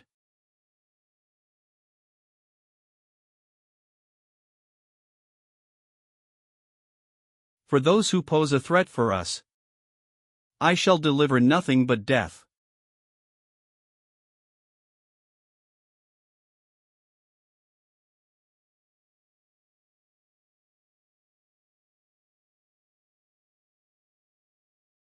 Lord Desmond.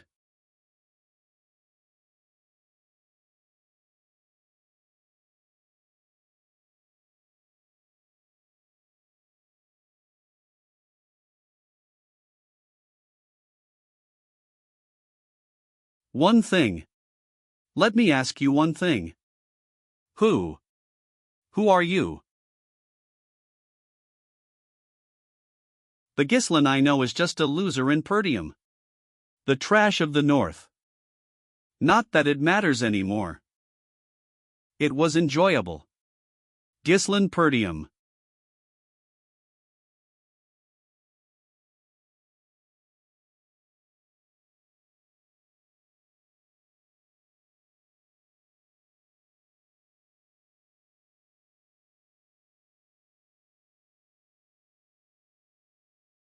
Everyone's still alive. Young Master. Captain Gislin. This is the first time I've seen a war like this in my whole mercenary career. What the hell was that magic? I had goosebumps all over. Thanks for following me well, everyone. You all have done a great job. What is it, Gramps? Do you really need someone to carry you just because you got stabbed? It's nothing. What do you mean, it's nothing? Stop acting tough and let me see your wound. Belinda, where's Vanessa? Oh, she's completely out of energy. But she should be fine since Fergus moved her inside the castle, along with the other mages. Young Lord. Gahaha, I'm so proud of you. You really are the successor of Pertium. You've done a great job, too, Knight Captain. Also, Father.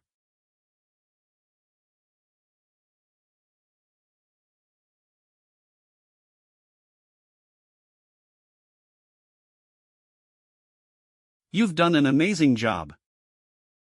When I first heard what you said, I really thought it was impossible.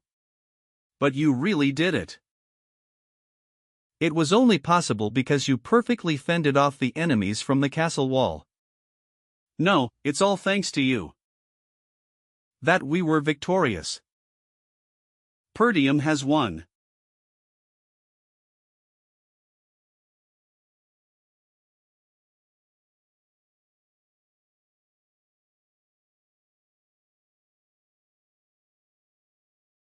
Yeah, this is it.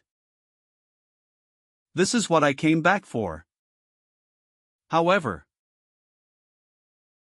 the war isn't over yet. Brother, what are you going to do now? I'm going to check on our soldiers' state right away. You should recall your soldiers, too, Gislin. There will be much to do from now on, so you should take a rest. No. We don't have any time to waste. We need to secure a formal surrender from Count de Garde as quickly as possible. Don't worry about that, I'll head out for it tomorrow. But that'd be too late. I'll head to Count de Garde's territory with the mercenaries immediately, so I need you to grant me the authority of a Lord's Deputy. Lord's Deputy.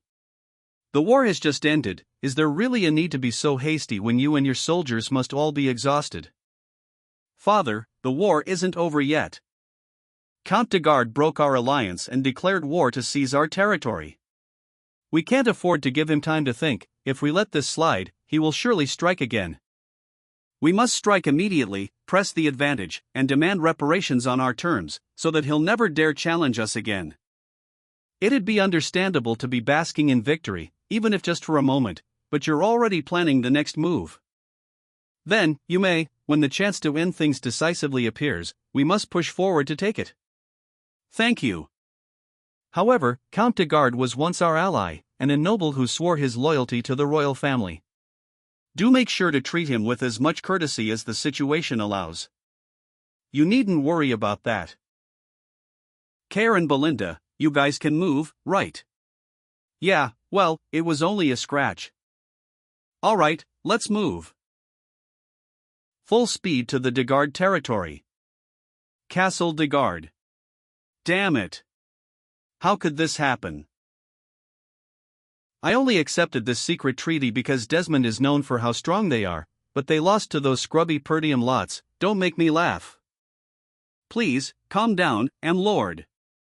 Shut it, Lowell. Does it look like I can calm down? Stop standing around and prepare for surrender negotiations. Tell the bureaucrats to prepare for reparation. Reparation, you say? Count Perdium is an idiot known for respecting the customs and honor, so he will surely accept the negotiation.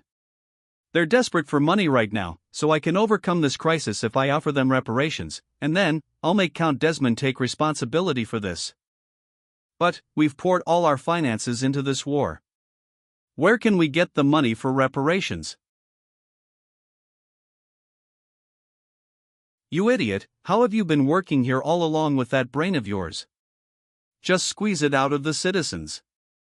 What, do you feel guilty for doing that because you're also a peasant? Are those animals more important than me? No. Lord. Know who your master is. Get moving. I've been forced into administering this territory, but I can't endure this tyranny any longer. The people will really revolt this time. Huge trouble, Lord. The soldiers from Perdium have already arrived.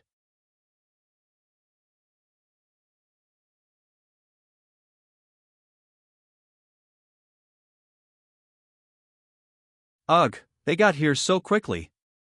And what is with this atmosphere? But things won't unfold the way you want it to. Come at me, Zwalter Perdium.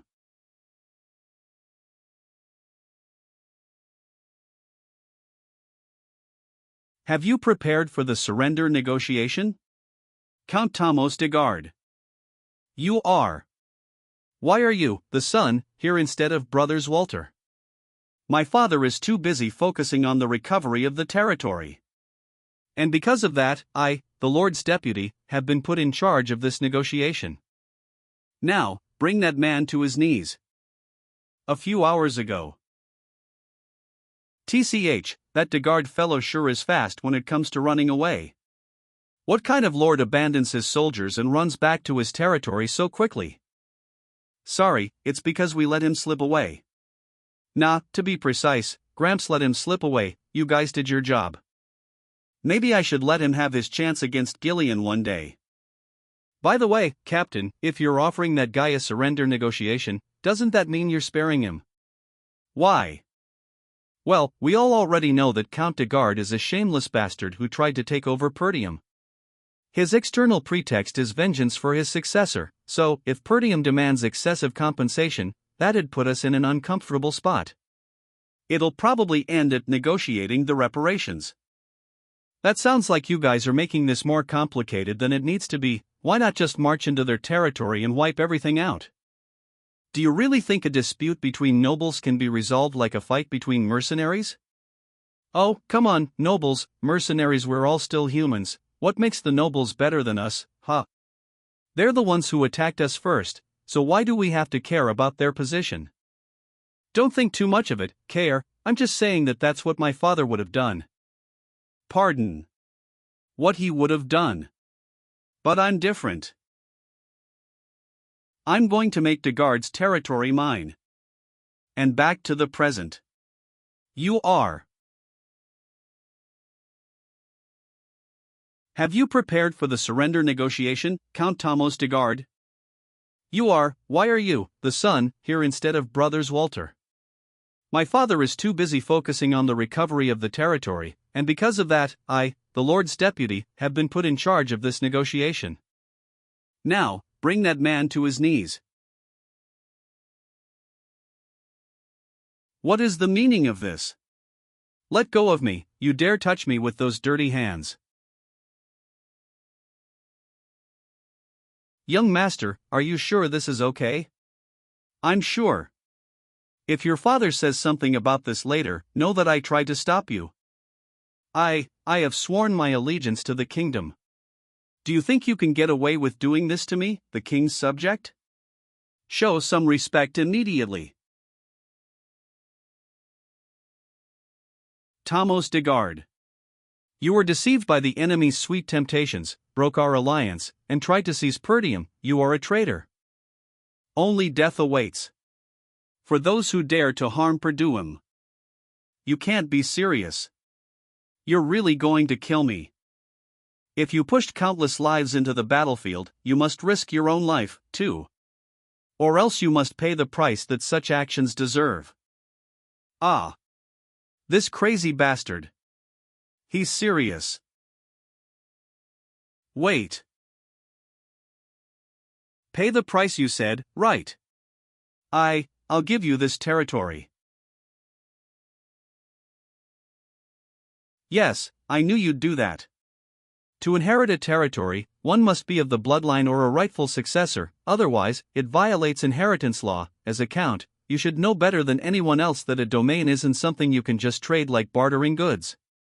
I'll handle those issues myself, so don't worry about it. Yes, how about we say you're actually a distant blood relative of mine? I'll have my people forge the inheritance rights, so all you have to do is accept it. What are you doing just standing there, Lowell? Bring me a pen and paper.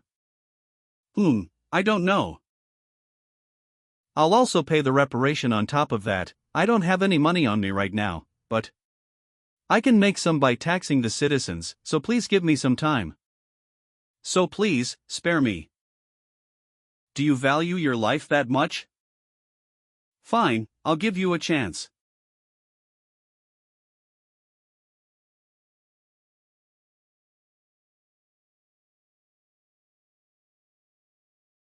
What the? That's the Count. What's going on right now? Hey, young lord. Why are you putting me in front of these peasants? I suggest you watch what you say, because they get to decide if you live or die. Hear me, citizens of de Garde. I am the young lord of Perdium, Ghislain Perdium. Count de Garde had declared war against Perdium to avenge his successor and was defeated. Therefore, he would like to collect the reparation from you people. Is there anyone who would like to volunteer? What? You took so much from us last time to start the war, and now you're doing it again. You think we're just going to pay up? The nobles should handle it among themselves. As the deputy lord of Perdium, I am offering you mercy in giving you a choice. Will you save your lord and pay a massive reparation? Or let him die and have your land absorbed into Perdium? That way, your people won't have to bear the weight of defeat. You, Ghislain, you dare insult me like this? Ugh, ha! You bastard! You took my mother's keepsake and the bread for my children. Do you have any idea how many people suffered because of you? That's die.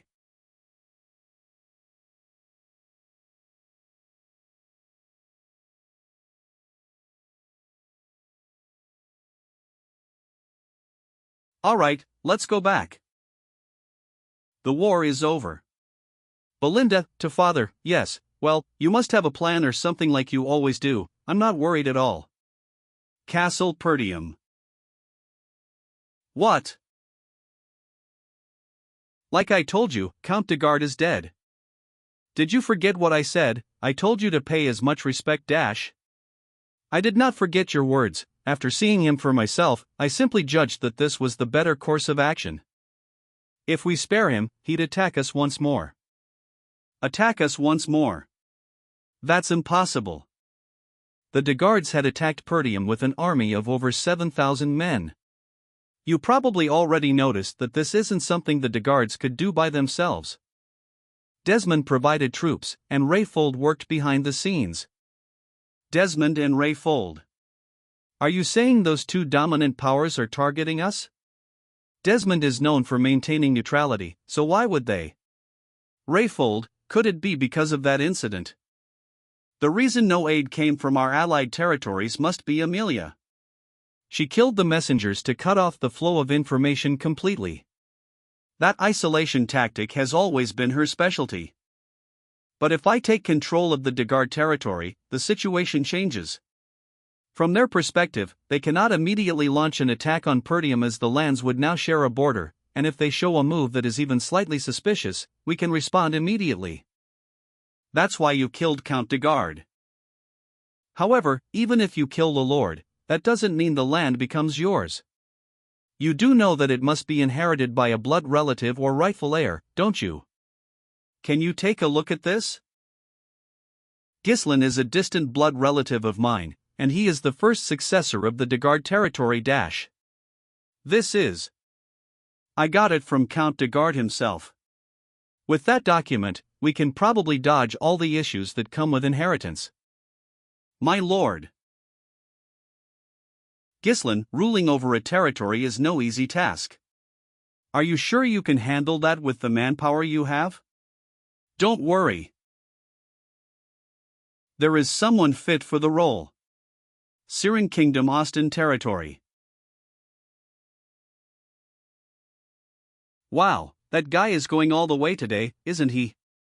Don't cry after you lose your right hand, man.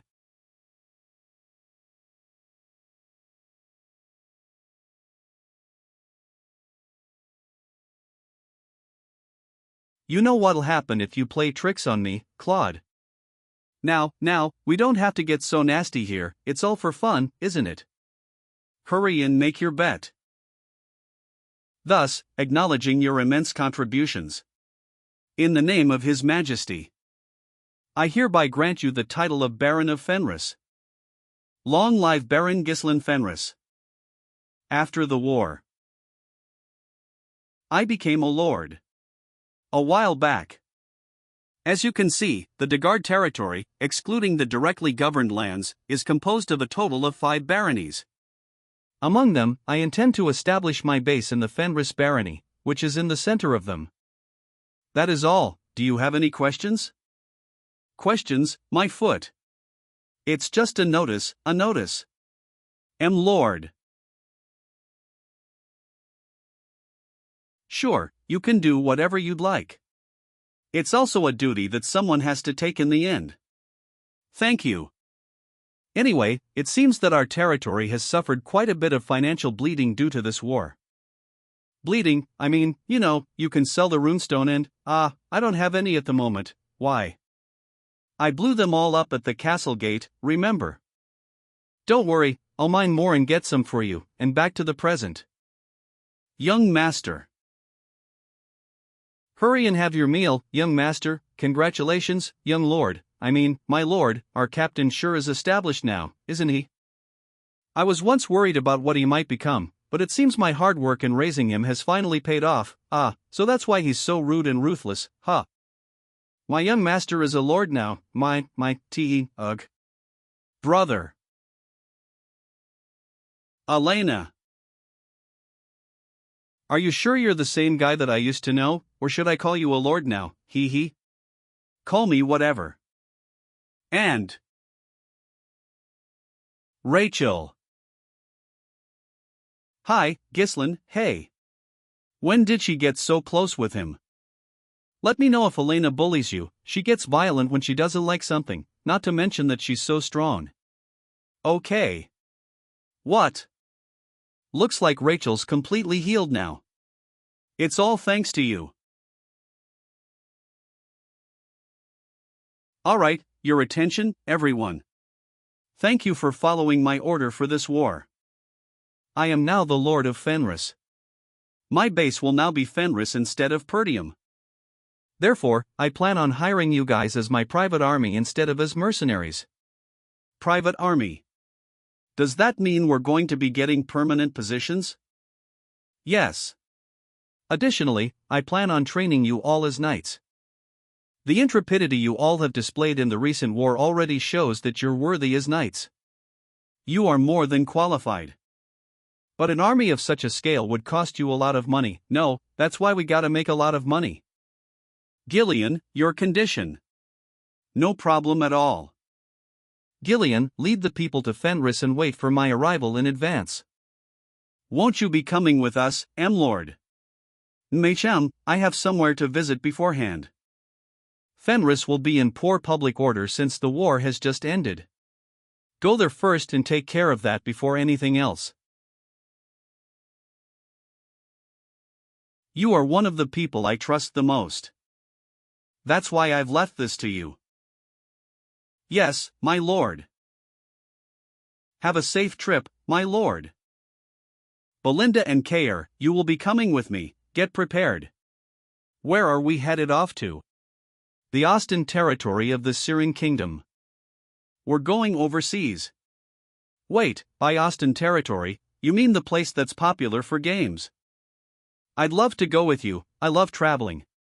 We're gonna be playing some games since the war's over, right?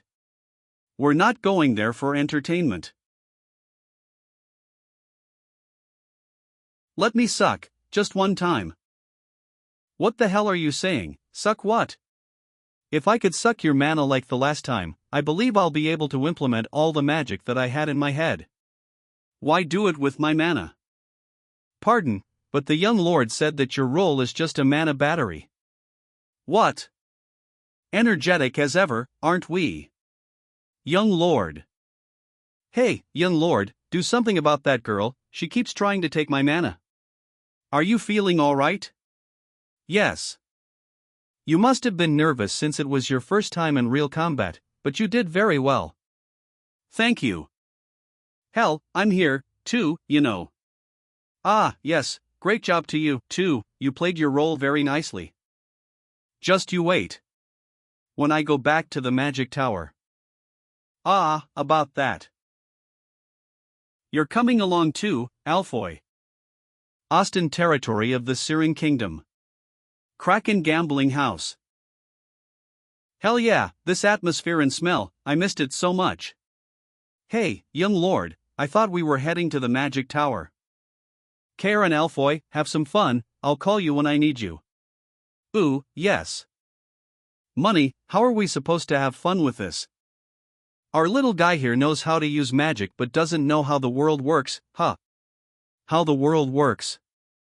Just watch. This is how you make money with money.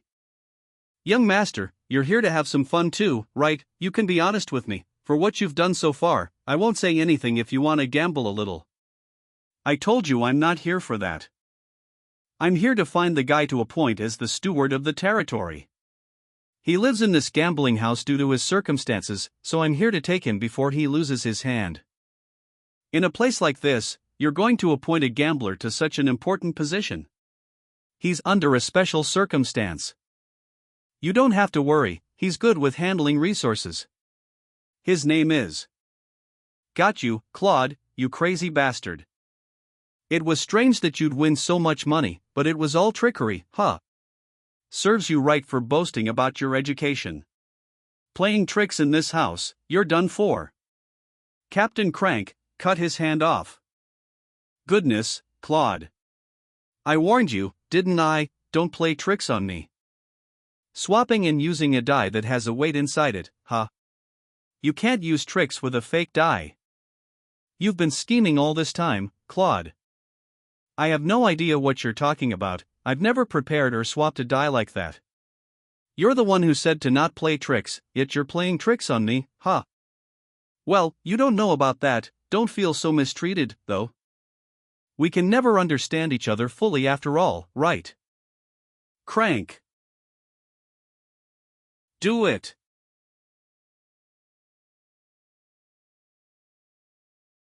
Looks like a fun game is at play, so why not let me join? Who are you? The name's Gislin from the Lithuania Kingdom. Baron Gislin Fenris. Who are you? The name's Gislin, from the Lithuania Kingdom. Baron Gislin Fenris. A noble from a foreign land. You little. Stop. Welcome to the Kraken Gamble House, noble from a neighboring country. I would like to politely request that you don't start a fuss in this place. Sheath your weapons, all of you. Belinda. Hoof. So, what brings such a distinguished guest to a shabby place like this? I was looking for someone and found him here. Stand up, Claude. I'm here to pick you up.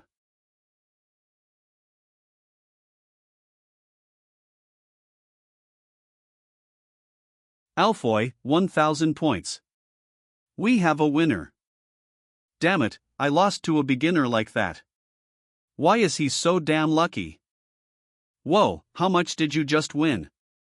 Our little guy here has some talent. This is several times the amount I'd earn from selling magic scrolls all day. How long has it been since my heart beat this fast? What? This is the gambler you've been looking for, young master. Yup. I regret to inform you that that won't do. That man did not honorably participate in the sacred game and resorted to trickery, so he must pay the price for it. Trickery, you say? I'm sorry, Baron Fenris. The precious money that you, my lord, provided to support me. I ended up losing all of it to a swindler. They manage all the dice used here, and they thoroughly screen for the smuggling of cheating tools through inspections of personal belongings. But isn't it far too suspicious that rigged dice would appear precisely at the moment I placed a big bet? What's he suddenly saying? Goodness. You've never seen our young master before, and you're lying dash. That's what he says. I was wondering where Claude got such a huge amount of money from. I don't know how you two became acquainted with each other, but Claude's words cannot be trusted. Aren't swindlers always like that? In any case, this gambling house is Baron Austin's private property. Despite your status, if you're to cause trouble here, you won't be able to avoid a diplomatic dispute. Can't we just pretend nothing ever happened? So you can go back to your land quietly. I'm afraid I can't do that. You basically swindled my money. My. Don't scowl like that, let's find a compromise since it seems we both need this guy. A compromise. Why don't you play a game with me? If I win, I'll take Claude and his money. If I lose, you can take my status and all my assets. What? Hey, I appreciate the thought. But who the hell are you to go this far for me? Someone who needs you. When was the last time I saw a noble with this much gut, huh? Fine, if you're here at the gambling house, you gotta play a game. A big match, some no-name noble challenged Boss Crank. There's no time to be bored today, it seems. Alright, the rule's simple. The person with the lowest number wins. There's no such thing as a tie. In that case, you roll again. Nobles nowadays don't seem to understand the rules if they get too complicated. I get it, so start. You're hastier than I thought, fine. Heads. Tails. Tails. Crank goes first. I'll go first, then.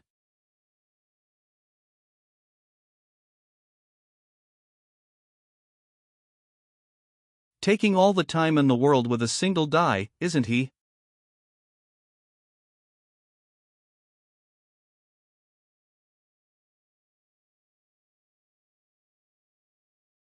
Crank, 1 point. He scored 1 point, it's already over, yo. I don't know why people keep bothering Boss Crank. Young master. Oh, I'm so sorry, it seems the game might end too quickly considering how much noise we made. Looks like I went too hard from the start. Quiet. A big mouth for a big guy. Ah, okay. He's bluffing, he's pretending to be calm, but I can tell he's panicking. But, it's all useless. A special custom-made cup with a bottom that opens depending on how it's held, and a weighted die that always lands on one, hidden between the fingers. The motion of shaking the cup is used to conceal the process of switching the dice. And no one's ever caught me doing it. You will never avoid defeat, no matter how many times you try. Mr. Noble.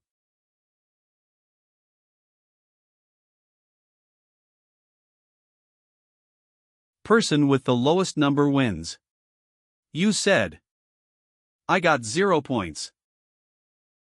What the? The dice turned into dust. 0 points, how did he even do that? Does that count? Did boss lose? This is nonsense. It doesn't count, it's trickery. You can't just do that even if you're a noble dash. Then what is this? Ugh. What? Another die came from boss hand. What the? Does that mean he's been bullshitting us until now? Honorably in the sacred game. You say, ha. How? Did he know everything from the start?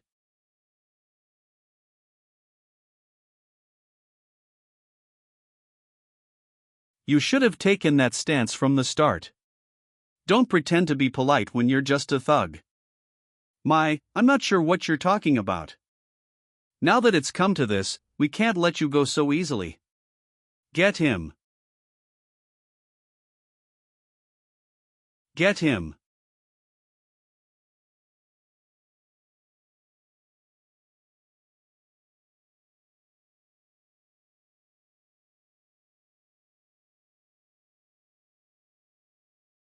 Ugh.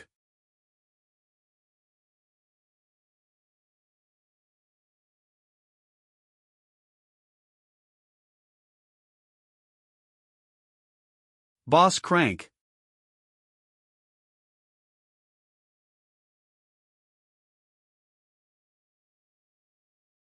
Idiots, you picked the wrong guy to mess with. Young master, what should we do with them? As I said, I'll take all the money and Claude with me. You can't. Crank, this gambling house is the main source of income for Baron Austin, yet you, the manager and overseer of the gambling house, were caught red-handed attempting to rig a game against a foreign noble. It's only obvious what had happened to a gambling house that's lost its trustworthiness.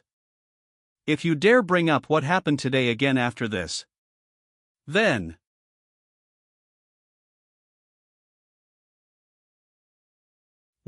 I understand. Let's go, Claude. Claude. He ran away. Not only did that gambling addict run away, but he took young master's money along with him. How ungrateful of him. He would have lost his hand if it weren't for us. Well, he probably ran away to a different gambling house. He must have. Let's go search the entire. No, you don't need to. I know where he go. Phew, I can't believe I made it out alive. I wonder who that noble was and why he helped me. Well, I got what I needed thanks to him. Sorry, Mr. Noble. I really need this money. 1 year ago. Look at this, Anna. Incredible, right? It turns out that gambling isn't all about luck, it has a certain winning formula. If I can keep making money, we won't have to hide like this anymore. We can live a normal life again. Stop. Please stop, Claude. Anna. I know full well that your teacher, my father, didn't pass away because of you. So, please. It's my fault. It was because I was immature and stupid that I made him a traitor. A scholar of the Syrian Royal Academy and a traitor. Daughter of Boethius Arceus. Anna Arceus. Take her away. Anna. Claude, was it?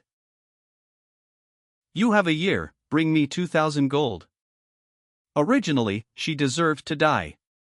But if you pay the ransom, she will be free. Anna. I'll free you soon. Castle Austin. The prison camp's already full. Lowly prisoners who do nothing but waste food, TSK. If we can't even collect their ransoms, there's no reason to keep them alive. Baron Austin. Rogier, execute every one of them who hasn't paid their ransom within a week. Yes, Lord. And Lord. It's almost been a full year. Ah, yes, that traitor's daughter. Have you heard anything from Claude? No, Lord, I've heard that he's not making any money but wasting his time at the gambling house. It seems Crank is doing well. Well, I plan to use her as a maid, but it feels wrong to hire the daughter of a traitor. Just execute her along with the others, and make sure Claude doesn't hear about this. And one day, if he comes to pay the ransom, take the money and eliminate him later. No one will care about a dead gambler anyway. Of course. That's if he comes to pay the ransom. Excuse me, Lord. What is it at this late hour? A fellow named Claude is making a fuss, saying that he's here to pay the ransom. I've clearly brought 2,000 gold for the ransom. Please, release Anna. It's not fake. Where did you get this money from? I won in a bet. Is that so? Imprison this man. What? What the, ugh. I brought the money like you promised. Yes, but the source of this money is kinda fishy, YC. I'm gonna have to check with Crank first. If you don't want to be executed, stay in prison. This is ridiculous. To think that gambler actually got the money for the ransom. I can't believe it.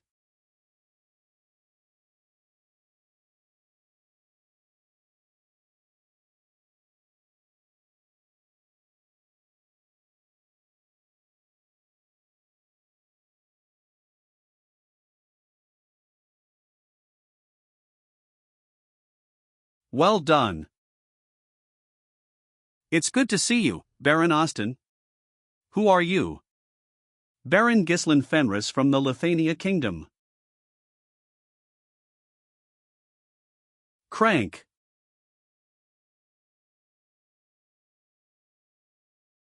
Bring me a cup of tea, will you? Bring me a cup of tea, will you? What? How insolent! Stand up and show respect to the Baron this instant.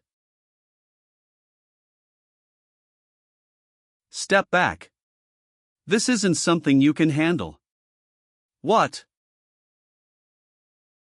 You dare act violent like this in front of me? What are you all doing? Get this thug out of here. I am not here to be violent. I'm here to receive compensation. Compensation. Belinda. Ugh. This guy here, the manager of your gambling house, was caught cheating in a game against me. Thanks to that, Claude and I almost lost all of our life savings that we bet on the game. Lord, that's not how it went. He's the one who cheated. And he's still trying to lie. Crank, that fool, he should have picked his opponent wisely. So, what do you want me to do? Cheating in a gambling house, where trust should be the utmost priority, is utterly unacceptable. Baron Austin, I would like you to give fair compensation to me and Claude. Well, he says that's not exactly how it went, so I'm not really sure whose words to trust. Go see a judge if you're looking for a just result. This has nothing to do with me. But it does have something to do with you. And how, exactly?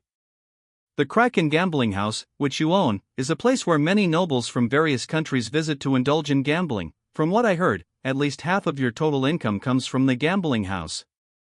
If a rumor spreads that cheating was uncovered there, it'll look like you brazenly tried to scam the nobles. And things will start getting interesting. Are you suggesting that I pay you hush money? The compensation must be at least twice the money there.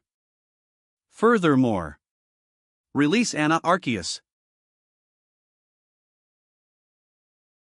If you do that, I'll pretend like nothing happened today. I get it. I finally understand what's happening here.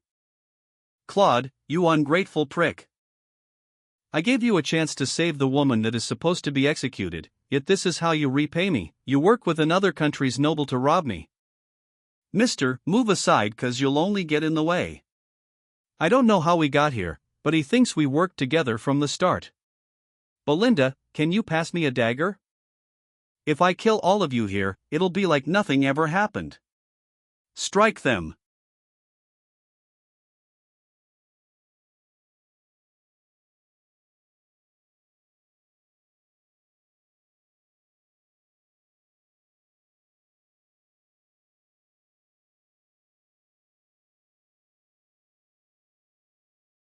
K.R. Belinda. Try not to kill them. TSK, fine.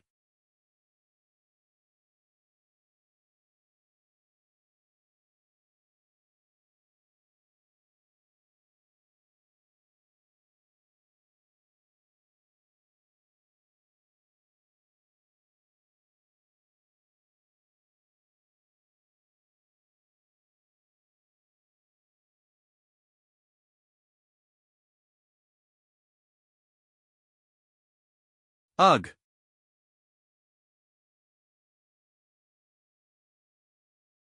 What are you? Why would you go this far for me? Someone who needs you. I've come to feel deep in my bones that there's no such thing as kindness without a reason. You scoundrel, you dare to do this to me, a noble. As I mentioned, I'm taking the money and Anna, if you have a problem.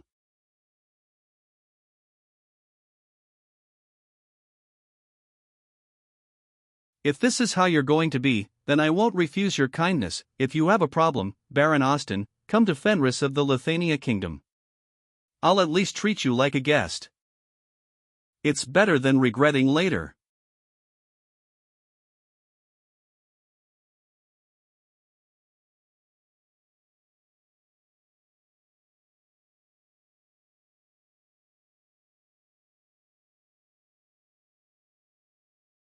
Are you sure you don't want to live with Anna? Yeah, well, I'm sure Anna will also find it more comfortable in her homeland without me, the one who caused her father to die, around. And it's not even that I saved her entirely by myself. With this, I repaid the debt, Claude. The debt I owed you when I was consumed by revenge. I feel much lighter now. How's this place? The air's great, right? If you have the chance, kill this land's lord. The land looks a bit strange, so it should be easy to take this place. Are you suggesting that I harm myself? Wah dash. Wait, this poor-looking countryside is your land. I only followed you because you looked rich as hell. From now on, you are our land steward. Everything you see from here is under your management.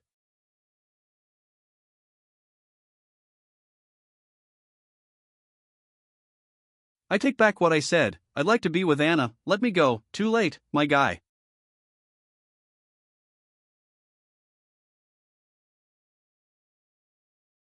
Per diem, Fenris. Ghislain, send a messenger to Amelia. Fenris territory, Fenris Castle.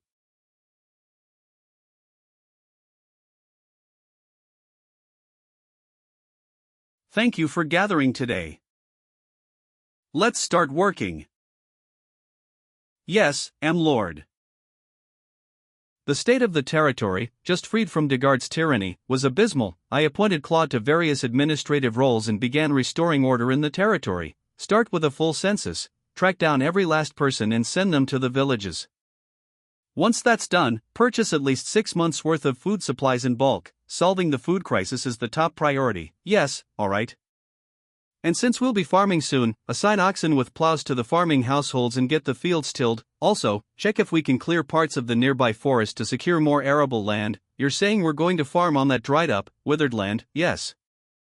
We'll grind up the bones of the blood python to use as fertilizer, and as for all the outdated infrastructure, this stuff's useless, replace all these, construct a warehouse. The sewers, this and that, and this. You're kidding, right? General administrator, inspector, clerk, treasurer, auditor, tribune, requisition officer, customs officer, tax collector, bailiff, food officer, liquor control officer, welfare officer, and many others, Claude.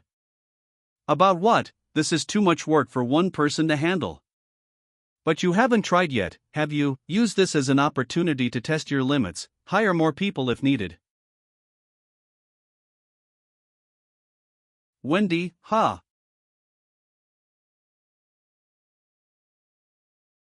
Pleased to meet you, my name is Wendy. I have received an order from the head maid, Belinda, and have been assigned as your bodyguard, Mr. Claude. I look forward to working with you, we're still in the early stages, so just hold out for now, Claude. Back then, this kind of thing was second nature to you.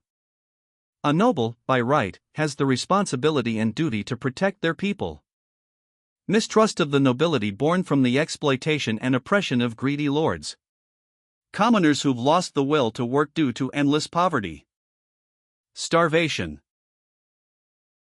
The more these problems are ignored, the more a noble ends up isolating themselves. I need to resolve the most basic issues quickly if we're going to restore the foundation of this territory. However, not enough funds. If we keep spending at this rate, I won't be able to pay your wages in 3 months. Sob. That is an important matter indeed. What's the problem? Just go mine some more runestone. We have more uses for it other than just selling it. We need to fund the mage's research as well. And the runestone vein isn't limitless, so we can't solely rely on it. We need a sustainable source of income. Oh, Claude, just in time, I have something that you need to do. No, there's no need for that, because I have devised the best plan to save this territory. Build a casino. Wendy, you can act before he says anything stupid next time. I see. Okay, then what do you even want me to do? We can't farm nor can we even use the runestone as we please. I'm just trying to be realistic here. Turn this worthless chunk of land into an entertainment district at the very least. I wholly agree with his idea. I'll consider that when we have spare time in the future. Proceed with the tasks I assign as planned. Do you really think that we have enough food stock to hold out until then? If we build a casino in a territory with no proper foundation, sure, we might make money in the short term. However, we won't be able to stop the rise of an underworld. And it's not a good choice to make in the long run if I want to fight against them. Even now, we're constantly importing food due to shortages. In the future, I'm saying that we need to do something now before we run out of money for food. It's not like the other lords want a farm either, so why not build a grand game hall on this land?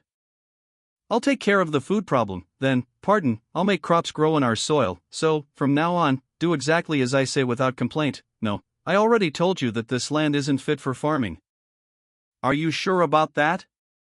It's not happening. No matter what. Wanna bet on it? 3 months later. Hey, mage guy. Am I dreaming right now?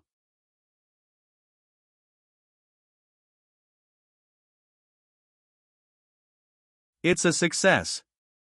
It's been so long since we harvested crops on this land. How did you do that?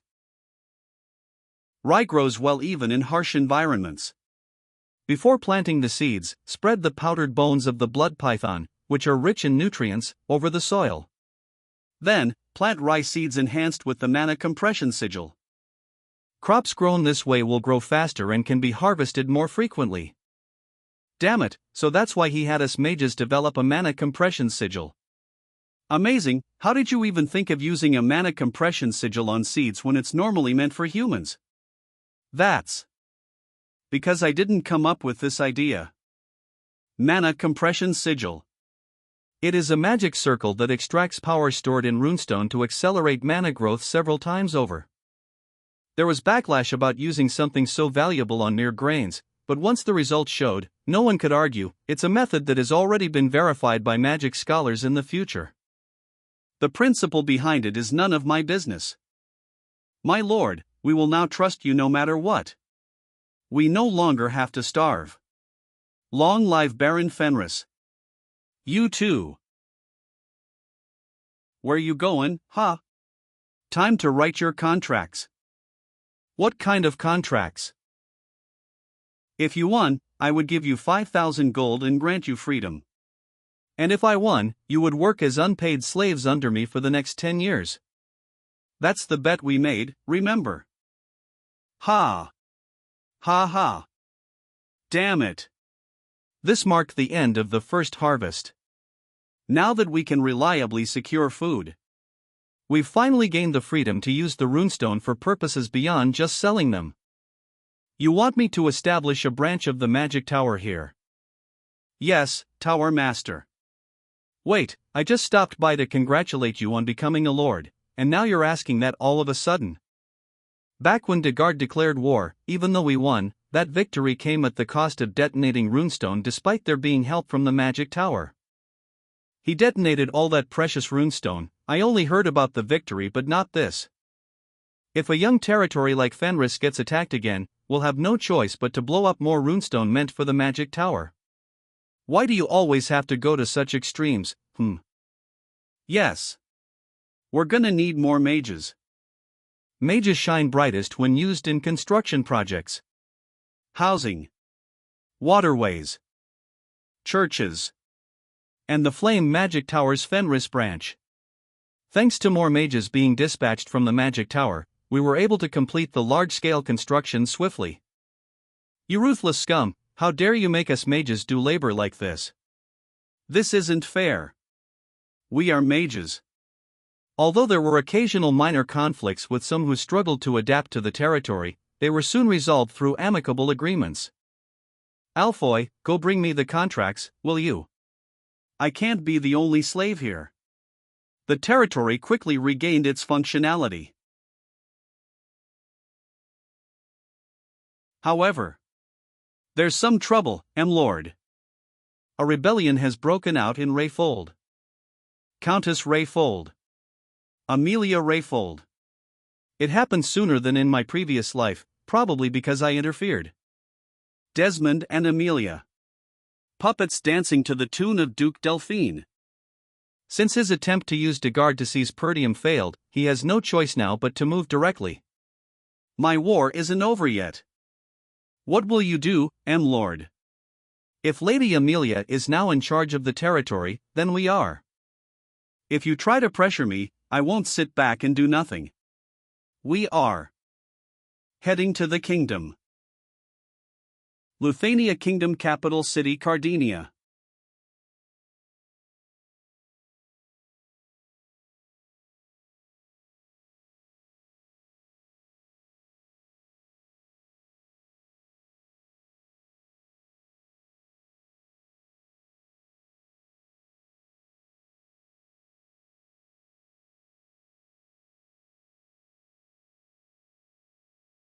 So, this is Cardinia.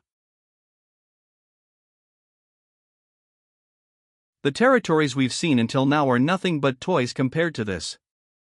The castle in our land isn't even comparable. I dare you to say that in front of the captain. Look over there, Alfoy, they're selling materials that I've never seen before, not even in the magic tower. Well, it seems they've put in a bit more effort than our tower. I don't like it. Pardon. I want to tear it down because it feels like it's boasting. What's wrong with him? If our Lord says so, it is what it is. Good gracious, geez, that person does have a twisted side, doesn't he? It's almost like he's holding a grudge from his past life or something. Impregnable, the undefeated fortress, they say that city, capital Cardinia, is blessed by the goddess. I once brought it down. And died there. I attacked the capital to kill Duke Delphine, who had seized the throne, but that bastard wasn't there. Blinded by revenge, I made the mistake of turning everyone into my enemy. I can't achieve anything by myself. A while ago, at Castle Perdium. You're heading to the capital. Yes, father, it's for an important matter. Then what will you do with the Fenris territory? I will provide Pertium with 1 year's worth of food. So, I'd like General Manigat Homern and Knight Captain Randolph to be sent to the Fenris territory during my absence. 1 year's worth of food. That's not the important thing right now. Didn't you say with your own mouth that Rayfold is planning to harm us? I reckon you know full well what it means when a rebellion has broken out there. Like you said, we won't stand a chance if Desmond and Rayfold join hands to attack us during my absence. However, since Amelia has taken control of their internal affairs only recently, it'd take her some time to stabilize the system. During that time, we have to gather power to resist. By power, you mean getting the kingdom on our side? Yes, as you requested. It's a cheap, huge, and marvelous mansion with a garden. How is it? Yes, it sure would be spacious, I guess. Mister, what's wrong with this place? It seems to have been unsupervised for a long time. Eat? You should try to live up to your size, man. How did you even enter the forest of beasts? Don't you think this place is a bit colder? Why doesn't he just wear clothes? Anyway, about ghosts or phantoms of the dead appearing in this mansion, it's all just baseless rumors. I swear on my name that this mansion has no problems. Good, I'll take it. How much did you say it was? Whoa there, stop. Look at this guy's expression, he's so happy to get rid of this mansion after not having been able to sell it for so long. TCH. The concept of geomancy exists for a reason, you know.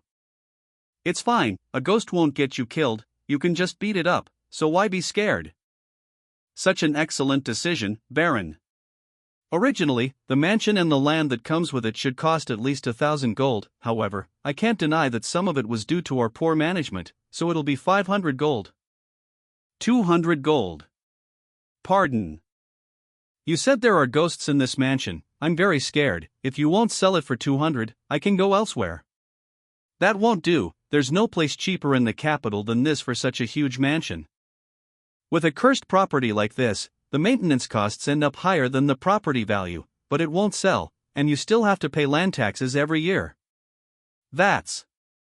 Who else would ever want to buy this after me?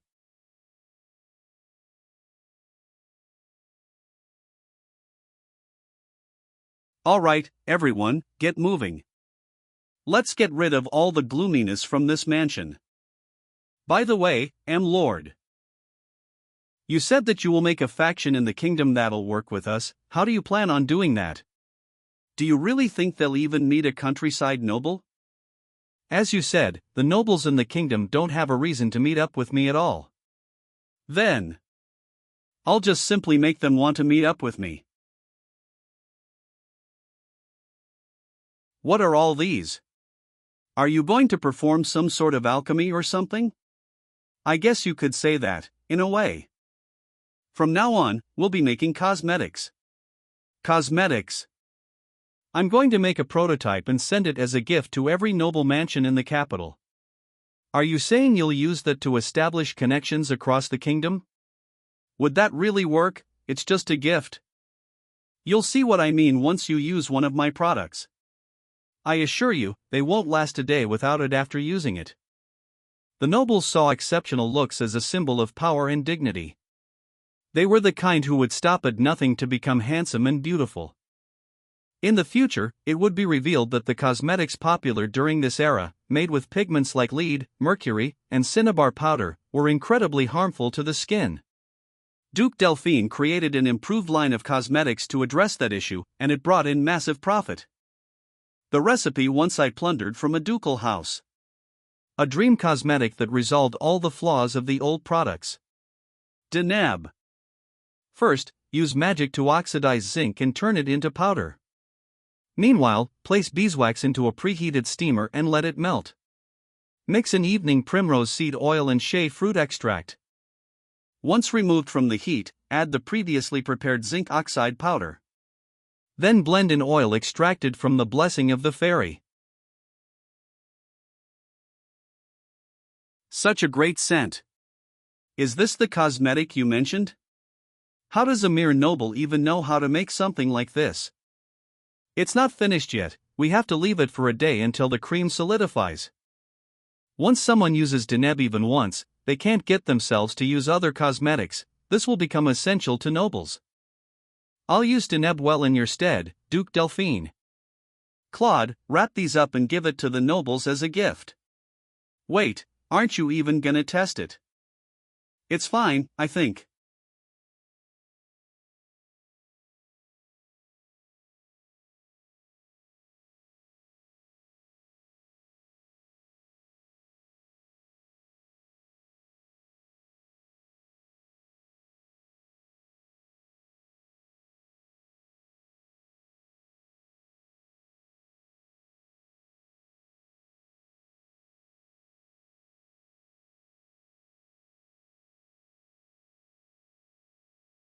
Are you the ghost from the rumors?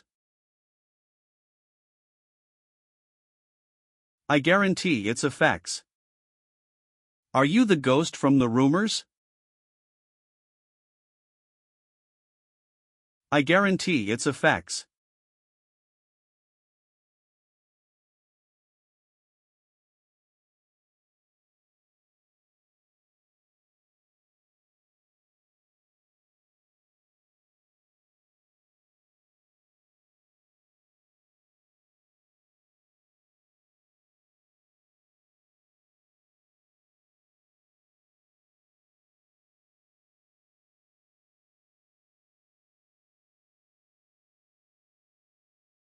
That sword technique is grace, modesty, spiral of roses. Every single one of her movements traces a graceful arc. If my memory serves me right.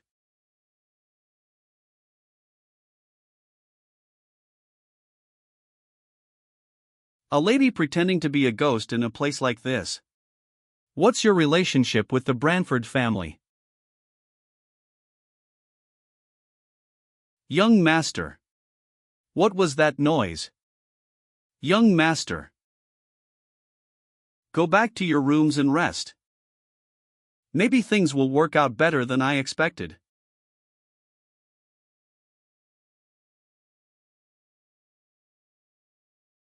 You're as beautiful as ever, madam.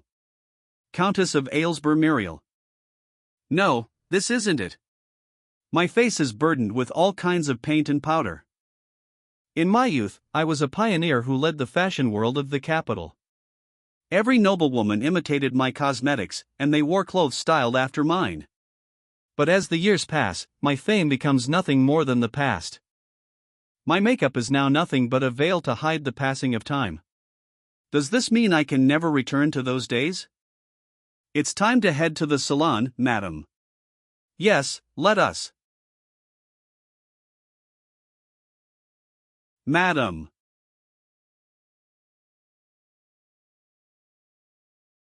This moisture, this firmness. Madam. What have you done to your face? Tell me every single detail. Count Aylesbury received cosmetics as a gift but said he didn't need them and handed them over to the maids. Apparently, he received it as a greeting from a noble who had just arrived in the capital.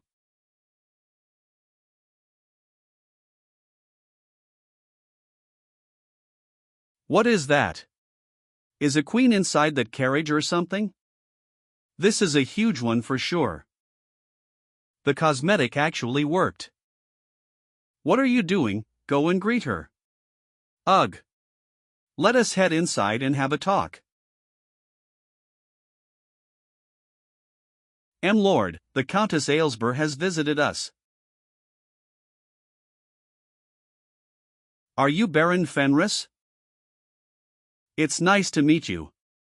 I am Baron Ghislain Fenris, the Lord of the Fenris territory of the northern region. It's an honor that you've come all the way to this secluded place. I reckon you didn't send any gifts my way. I was told that you only sent it to my husband. It seems that my fame wasn't great enough to reach where you live. That's not true at all. I thought it might be impolite to give the madam, who leads the capital's fashion, something that wouldn't satisfy her. Indeed, it seems you're not completely clueless. Then let's get straight to the business. Your cosmetic, hand it over to me. So, you've used it? Yes, and it's quite excellent. The cosmetics I used are no longer needed because of it. I'd like to monopolize it. All you have to do is just focus on developing and delivering the products. I'd always welcome a bulk purchase. As you already know, doing business in the capital will be very difficult on your own. No matter how good your products are, it won't be easy to enter the network of influential figures who have already established themselves. And judging by the fact that you had to settle in such an old mansion, your finances don't seem very secure either. That woman dares to threaten the young master. The choice of mansion was simply because of his stubbornness. The supply price will be a little high. Will that be all right with you? Humph, let's put the jokes aside. I'm sure you already know that our Aylesbury family is one of the wealthiest in the capital. It's 100 gold apiece. Do you jest? I'm not. This queen of socialites herself is here. Since you have set your eyes on this product, it should fetch at least that much. You sly fox. If it were jewelry or furniture, maybe, but 100 gold for a single jar of cosmetics is an absurd price. To make any profit, I'd have to raise the retail price above the supply price, which is basically telling me to give up on the monopoly. How dare he toy with me like this? Then how about this? I can't give you an exclusive deal. But I can give you honor. Honor, you say? This cosmetic, which I handcrafted myself, is called Deneb. It's a gift meant to commemorate our connection. There are still many nobles who don't yet know just how effective Deneb is. It's a product that can change the market. And it will be you, madam, who changes that market. Our baron certainly knows how to pick only the prettiest words. Fine, let's do it that way. You distribute the cosmetics. And I'll lead the trend. Excellent, madam. I'll be leaving now. If you need anything, just let me know. If it's within my influence, I'll make sure to help out. Then, could you grant me a request? A request. Could you relay these words to Marquis Branford? Baron Ghislain Fenris can solve your daughter's problem.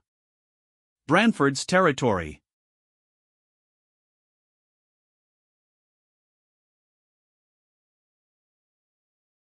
Ghislain Fenris. Unbelievable, we hit the jackpot. That countess must really be famous or something. The expensive cosmetics are selling like hotcakes. With all this money, I can gamble until the day I die. Lord, screw fixing our land, let's just stick to this cosmetic business arg. Why is he getting all excited? It's not even his money. Amazing, Lord, you easily secured a spot within the kingdom. No, not quite yet. What I really want.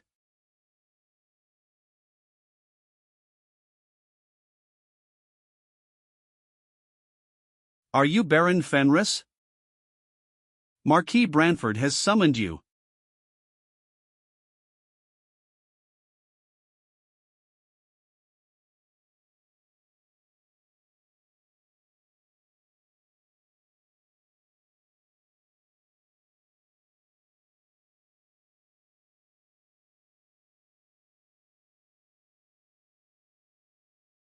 It's an honor to meet you, Marquis Branford.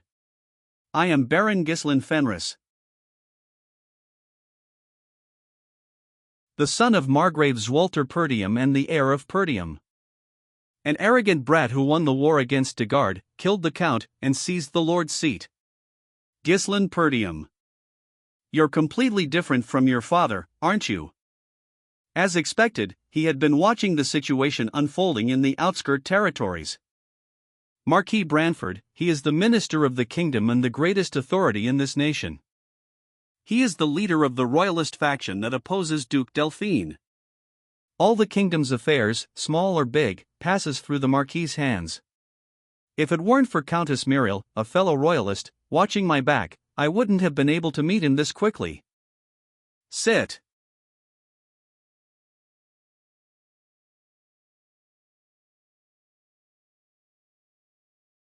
So, you claim that you can solve my daughter's problem? Yes. I can cure her illness. You've never met my daughter, Rosalind, before.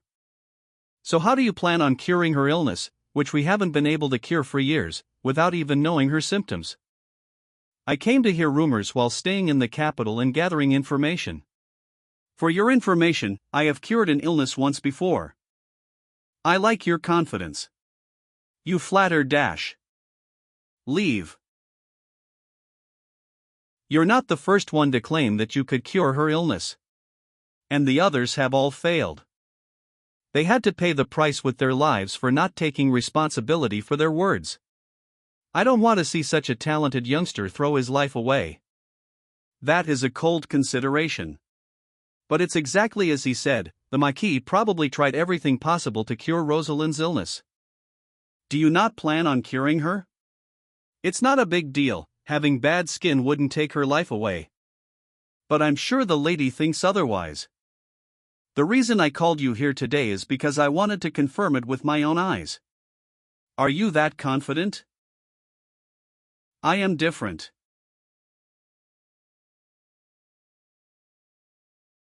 If you must risk your life for it, then fine, try your best. Do not spare any support for Baron Fenris's treatment. If things go well, he will be rewarded well. Understood. A reward wouldn't be enough. Grant me one thing I desire. Say that again. Marquis, you are the pillar supporting the kingdom. Surely, granting me one small wish would be nothing difficult for you, would it not? Are you really demanding a price from me just for treating my daughter? Yes, I believe it is more than worth it. What meaning is there in being the pillar of the kingdom and the greatest authority when you can't even protect your own family? What use is all your authority, then? That lunatic, speaking in front of the Marquis with that attitude. The price of demanding something from me is not cheap. Regardless, if you so desire dash.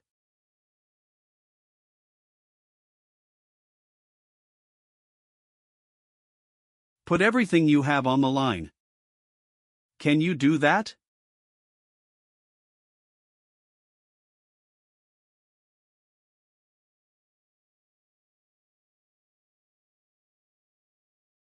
I will.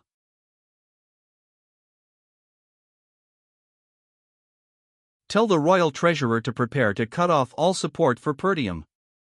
Instruct the commander of the guards to surround the mansion of Baron Fenris in the capital. From this moment, forbid all entry and exit. You have 1 week. Within that time, bring Rosalind before me in perfect condition, without so much as a blemish. I can do that. Damn it, just when we no longer have to worry about money, what kind of bolt from the blue is this? If the Marquis moves, it's only a matter of time before Perdium and Fenris are finished. Young master. The Marquis does not tolerate anyone who challenges his authority. Moreover, at the center of it all is the illness of his daughter, Rosalind. Since it is a problem that even he, the most powerful man in the kingdom, could not resolve, he must have resigned himself to accepting it. That is why I have to succeed. There is no turning back now. Ghislaine Perdium. Father. Do I have to risk my life helping others? The help of the powerless is nothing but hypocrisy. If you wish to be in a position to give help, first, acquire the strength befitting it. And so I did as you said, Father, I acquired the strength befitting it. But if this hideous appearance is the result of that, then, I knew it was you. The daughter of Marquis Branford, Rosalind Branford. I am the lord of the Fenris territory. Ghislaine Fenris. I knew it was you. The daughter of Marquis Branford, Rosalind Branford. I am the lord of the Fenris territory. Ghislaine Fenris. Why are you here? To cure your illness. Did the cosmetics I gave you show any effect?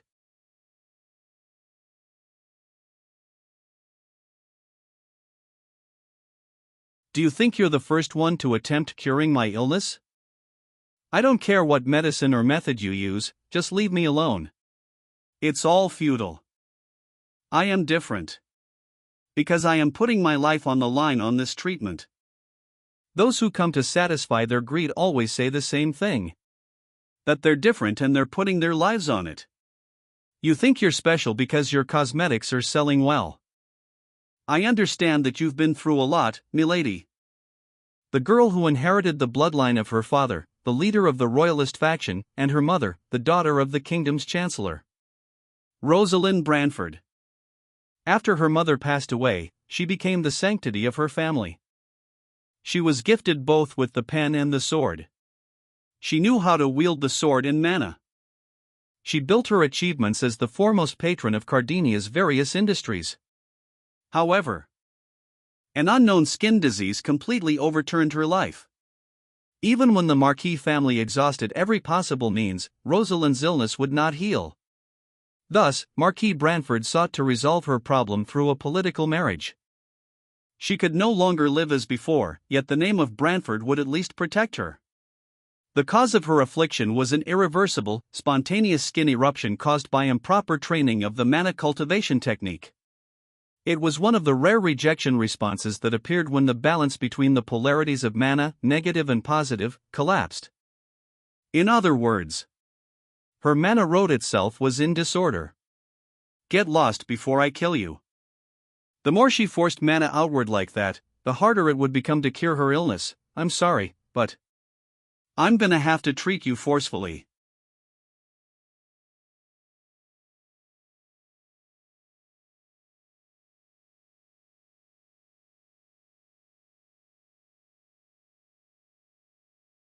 Belinda, Wendy, yes, am Lord. What are you doing? Let go of me this instant. I'll have to remove your mask first. What? Before beginning the actual treatment, we need to check your condition first. Stop it, I don't need your treatment.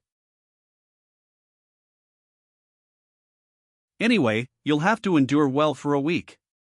You can endure this as long as you're determined. You must have a death wish or something. Do you really think you can treat my illness? If I don't, I'll die. Ugh, MMPH. And so will you, milady. Don't worry, it will undoubtedly succeed. Because this treatment method was invented by no other than your future self, Rosalind.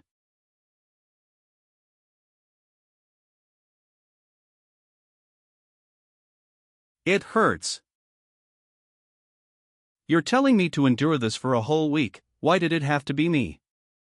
Among the many people out there, why is it me who has to suffer this pain? If I don't treat you, I'll die. And so will you, milady. Fine, if I'm going to die either way, then try your best until the very end. Mess this up and I'll kill you.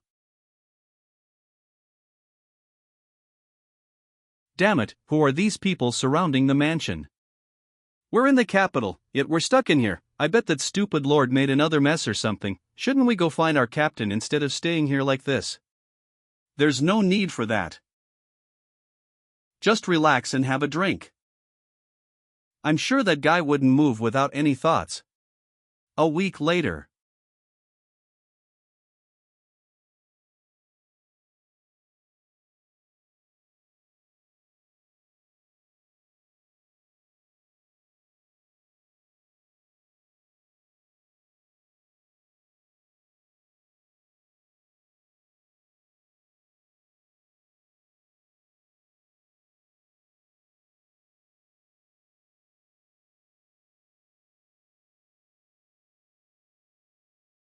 I heard that the daughter of Branford has been cured of her illness.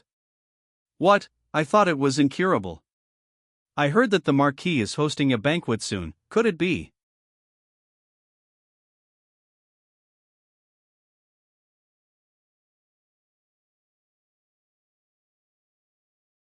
So, you weren't all talk after all. It's all thanks to you giving me a chance. A promise is a promise. Tell me what you want. Please become my guardian. What? I knew you'd say that, young master. If the Marquis becomes our guardian, he has to take responsibility for our lord, no matter what he does. This is perfect for building a base of power in the kingdom. I remember you said a small favor, but it seems you didn't come to me for nothing. However, I already have someone in the north whom I've set my sights on, so, are you talking about Count Brivant? There are also Rayfold and Desmond, who are great lords of the north. What makes you think it's him? Desmond pretends to be neutral, but no one knows what he's really thinking. Meanwhile, the Rayfold is currently in chaos due to the internal family strife. Besides them, the other lords are just incompetent and greedy. Count Brivant is indeed wealthy and close to the royalist faction. Not to mention that he wields the military power of the Flame Magic Tower. The only one that you'd settle your eyes on would be Brivant. Are you claiming that you're more worthy than Brivant? Please be honest. Don't you find Count Brivant unsatisfying? Ha! Ha ha ha ha. It's just as you said. That man is a good person, no doubt, but he is lazy, indecisive, and easily influenced. Because of that personality, he must have been influenced by the Delphines, the enemy of the royalist faction. If you promise to grant my wish, why not be bolder? Set me as the representative of the North. I see why you risked your life for this. Fine. With everyone present as a witness. I, Marquis Branford, shall support Baron Ghislain Fenris as his guardian. The Baron's enemy is my enemy. Everyone who has to face him will have to remember that I stand behind him. Therefore, you must pledge that you, too, shall consider my honor in all that you do. I shall. Congratulations, Baron. I was unable to greet you in all this chaos properly. Even if my father has already rewarded you, the one who is truly indebted is none other than myself. I shall become your guardian, Baron. Did you hear the rumor? Machem, I did. They say some no-name noble cured Lady Rosalind's illness with cosmetics, HM. If it's a cosmetic, could it be the Deneb that Countess Muriel has been advertising? Oh, don't make me laugh. How could a cosmetic possibly cure an illness that even doctors can't? But I'm sure Marquis Branford wouldn't have hosted a banquet for no reason. I heard that he's decided on whom to support, so that must be it. You don't have to react to every little rumor, it's irritating. Over there. Is that man the Baron of Fenris? Young master, take your hand out of your pocket and put a smile on your face, will you? Belinda, don't you think you may be a little overdressed? When would I ever be able to come to a banquet like this? After all, this is a banquet hosted by the real power of the kingdom for you. We can't afford to be looked down on. Well, I'm not so sure if this is for me. Marquis Branford is entering.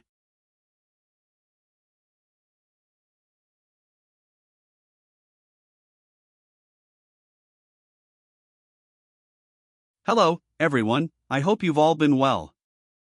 Daughter of Marquis Branford. Rosalind Branford. Lady Rosalind's face. The rumor was true, she's cured now. Wow, you're even more beautiful than before. I almost didn't even recognize her. No one would believe that's the same person as the one with such a temper just a few days ago.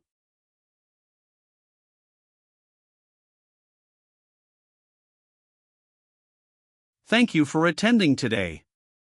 Today's banquet is to celebrate my daughter, Rosalind, being cured of her illness, but it is also to announce that I've officially decided on my ward.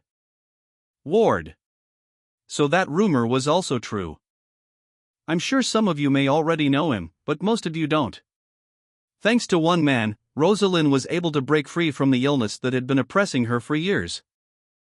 Baron Gislin Fenris. The Branford family will do its absolute best as Baron Fenris's guardian, and you may treat him how you treat me from now on. Now then, everyone, please enjoy the banquet. Marquis Branford. Careful when deciding, but resolute when the time comes. Attend the banquet. Now that I'm your guardian, you have to introduce yourself to the other nobles of the same faction. That way, they can provide you with help in the future. It seems most of the kingdom's important figures have attended. This is quite burdensome, but this banquet will be of help for sure. Isn't he too young? Does he deserve this? Even though he cured her illness, his family has nothing to show for. How dare they talk down my young master? Baron Fenris. I, Rosalind, would like to extend my gratitude to you, Baron. You need not pay any attention to the petty noises. It's only natural that rumors always follow a popular figure. This kind of popularity, I would rather decline. Their gazes are almost burning my skin. Today's a special day. They've confirmed that I've officially returned to the public eye. And now that they've heard that my father has become your guardian, they must be itching to do something. Now, let us greet them. Everyone's waiting.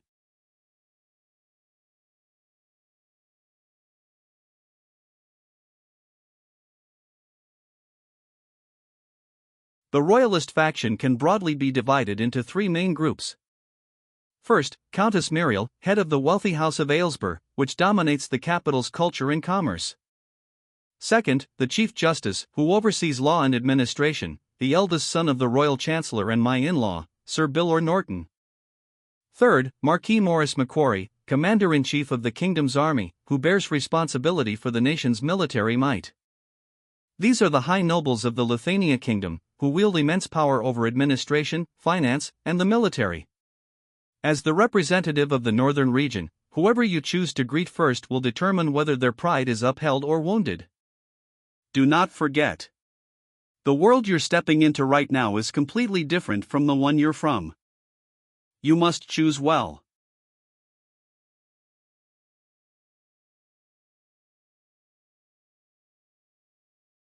I'm Baron Fenris, nice to meet you. Count Aylesbury. Oh, yes, nice to meet you, too. Thanks to you, my wife has gained some confidence. If you need any help, just let me know. Our little brother here is quite loyal. Shouldn't you refrain from calling him that in a formal setting? It's only us here, so who cares? Anyway, thanks for saving our faces.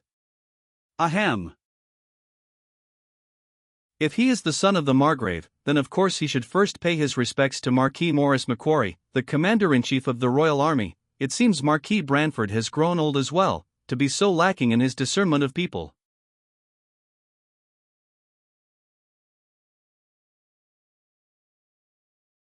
Hello, I'm Baron Fenris. Thank you so much for curing Rosalind. You lifted a great burden off my heart. I heard from the Marquis that you're looking for dwarven and elven slaves, correct? I'll take care of the legal issues regarding the slave traders and taxes, so don't worry, thank you. Don't get conceited just because Branford is backing you. I could cut you off any time. I still have many shortcomings, please continue to guide me in the future.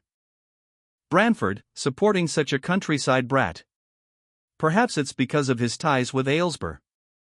And since Sir Norton is related to Marquis Branford by marriage. Was the order intentional? I simply followed as my heart led. Baron Fenris. Please, look this way. Take this gift from me. I heard you protected your land in the war. Please, spare some time to spend with my family. Now he's earned the resentment of Marquis Macquarie. Don't worry, he's a simple man. He seems to be jealous, but I'm sure he can't just cut the Baron off. Of course, that's because he cured our Rosalind's illness, which no one else was capable of doing. Marquis. To have discovered such an excellent friend. As expected of you, brother. I didn't do much. It was entirely his own strength that brought him from the very bottom to stand before me. He possesses the might to turn an unfavorable war into victory. And the ability to read the surrounding state of affairs and foresee what lies ahead. I just thought, he's worthy of receiving my support. But since he suddenly shines so brightly, I only hope the shadows cast are not too deep.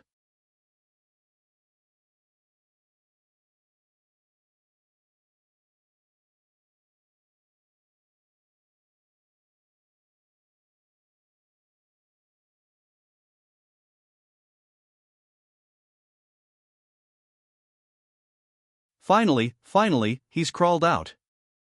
My nemesis, my eternal enemy, Duke Delphine. His closest aide, and the strategist of the ducal house. Raoul Joseph.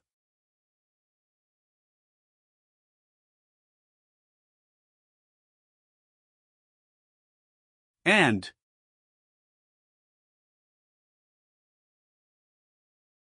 finally, he's crawled out, the strategist of the ducal house. Raoul Joseph. And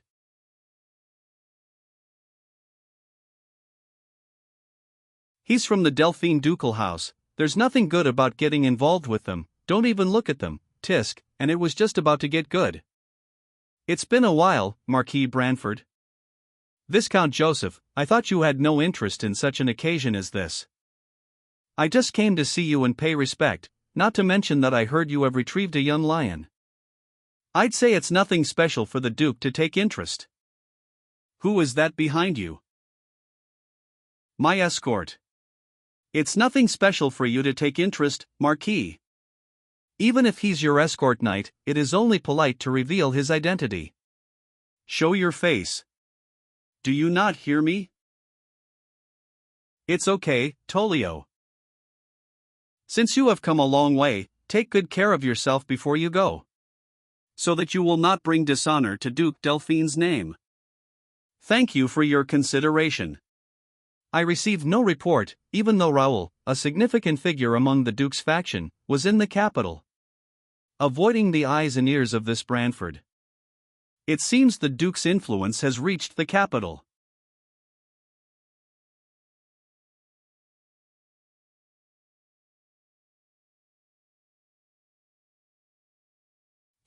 Do you know me? Yes, I do. I've heard many things about you in the capital, Viscount. I know you very well since I've heard many things about you, Baron Ghislain Fenris. It seems you've made quite a show in the northern region, Ishem. Sure, you'd know, because the plots to bring Perdium to its fall were all you're doing. Alright, Ghislain, now that we've greeted each other, how about we move to a better place? I have something I'd like to talk about with you privately. I'll be straightforward, we are interested in your cosmetics. Since I heard that a product had come out that was so effective it even restored Lady Rosalind's skin to life, I came up to the capital. In fact, we were developing something similar as well. If you're here to talk about an exclusive contract or some technology sharing, I'd like to apologize in advance. No, I'm not here to bore you with such tedious talk.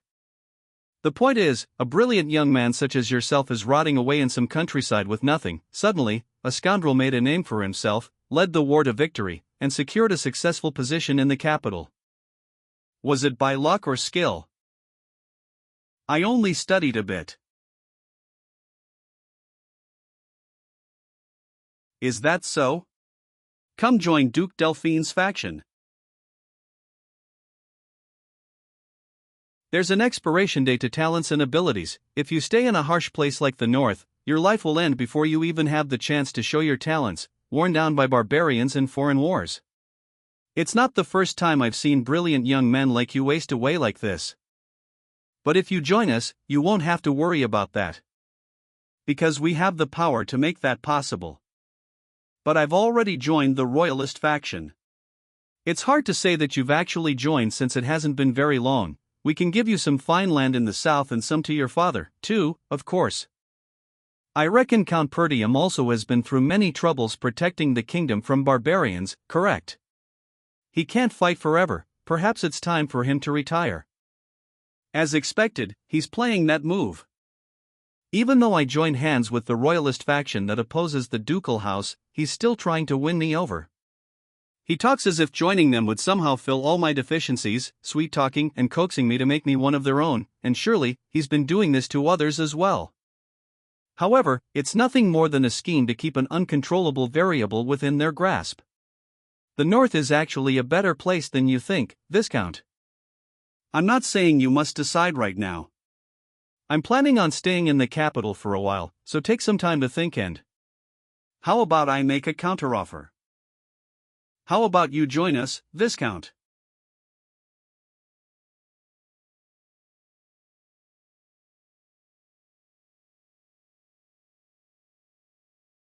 How did seeing that man named Ghislain go?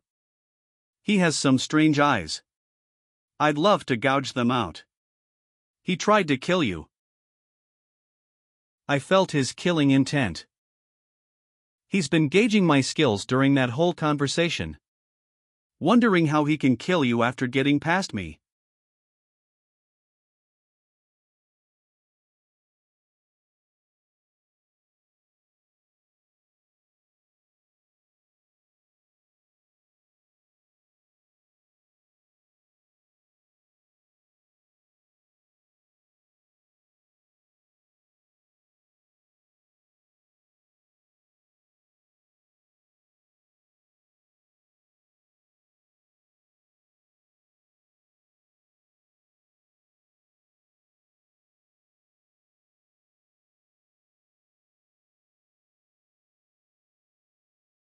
How about you join us, Viscount? So this is why Marquis Branford took a liking to you. I enjoy talking with you. Hopefully, I'll see you again in the future. Yes. I'll also look forward to it.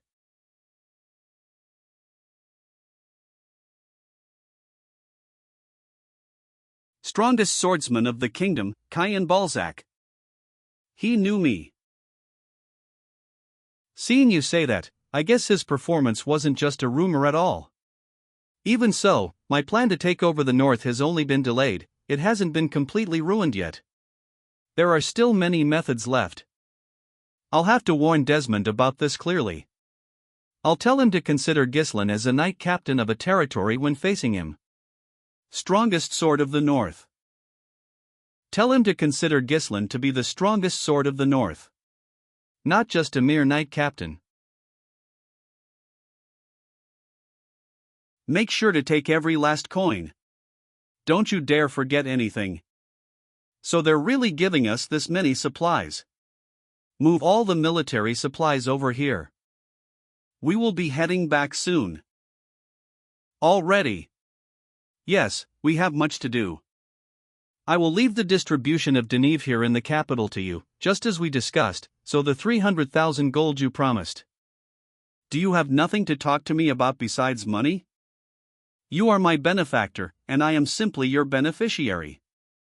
How cold of you. In order to understand you better as your benefactor, I need to know more about you. For example, why do you work so hard? What is your goal? Nothing special. All I want is to live a quiet life with enough food to eat and a roof over my head. You're not being honest with me. If that really was your goal, you should have accepted Joseph's proposition and joined House Delphine instead of staying with the royalist faction. As the successor of House Pertium and Lord of the Fenris territory, I have set a goal for myself. In order to achieve it, I do need your help, my lady. But I do not intend to share my burdens with you. But why not? If we shared them, it would be easier on you.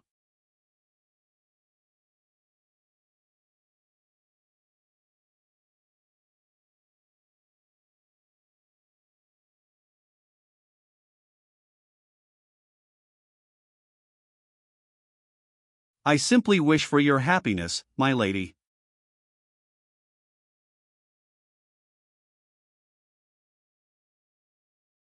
The banquet concluded on a positive note. I maintained Marquis Branford's good name by rejecting Raoul's offer. The material support that was headed for the Brivant territory was directed to Fenris and Pertium instead, and we were given various benefits under the name of House Branford, such as tax exemptions and tax breaks. We also secured 50,000 residents to move into the territory, and the dwarven slaves, a valuable labor force, were already headed for Fenris. Thus, our territory can no longer be underestimated. However, the fact that those bastards came to see me in person means that they are already plotting yet another scheme. If I hesitate, they will strike. Duke Delphine. I will kill you and erase every last trace of you from this world.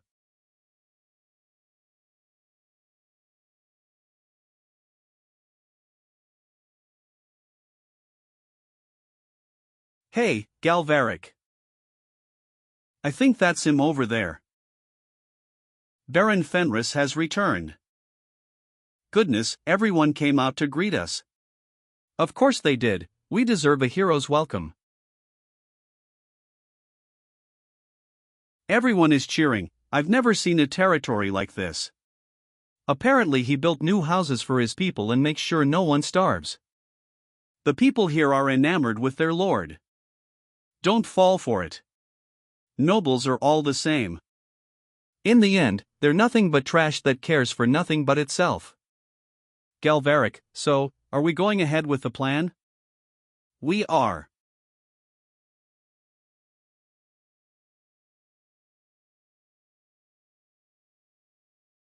What are you waiting for, young master? You should wave to your people. It's so great to be home. Now that we're swimming in money, we can relax and... Claude, have Lowell bring me the reports I asked him for and meet me in my office. Excuse me. You're going to work as soon as you're back, can we please take a break? Slaves don't get breaks, you've had enough downtime at the capital. Gather everyone for a meeting right away. Was everything all right with Overseer Homern, Lowell? Yes, my lord. Let him know I will be visiting him sometime soon. Go ahead and give me your report. I have been managing the territory just as you ordered before you left for the capital. How is the construction of the facilities going? I took a look as we arrived, and it seemed like the roads and waterways were all completed even with Vanessa and me gone. Address his lordship properly. The workshop and granary are almost finished as well. Construction should be done very soon, once we put the dwarven slaves you brought from the capital to work. The crop yields have been so high that we won't need to buy any grain from elsewhere anymore.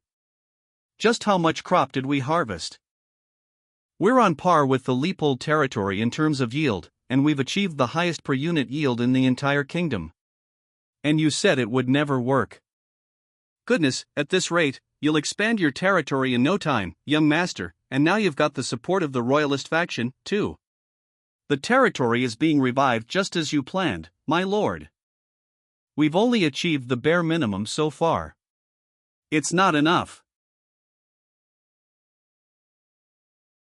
Keep buying food until I tell you to stop. We also have to expand our residential areas, so secure land for more houses in advance.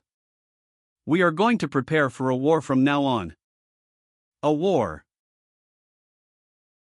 Hold on, what do you mean, who would dare attack a lord who is part of the royalist faction?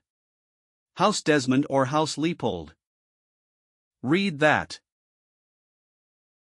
This is large-scale conscription and training in the Desmond territory, and they're recruiting free knights. Substantial purchases of various weapons and iron ore.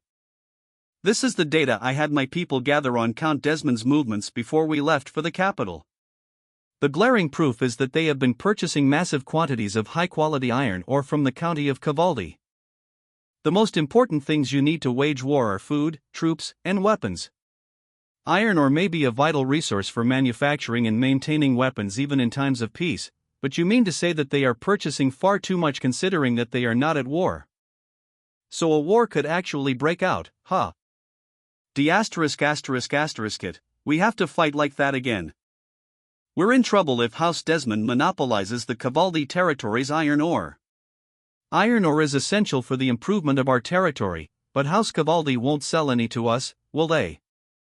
That's right, at this point, we can assume Count Cavaldi is on Duke Delphine's side. While we run around trying to secure more iron ore, they will finish their preparations and be ready to attack. Is that enough to make you feel uneasy? Let me tell you about our plan going forward. We will attack the Cavaldi territory first. County of Cavaldi, Cavaldi Castle. Ah.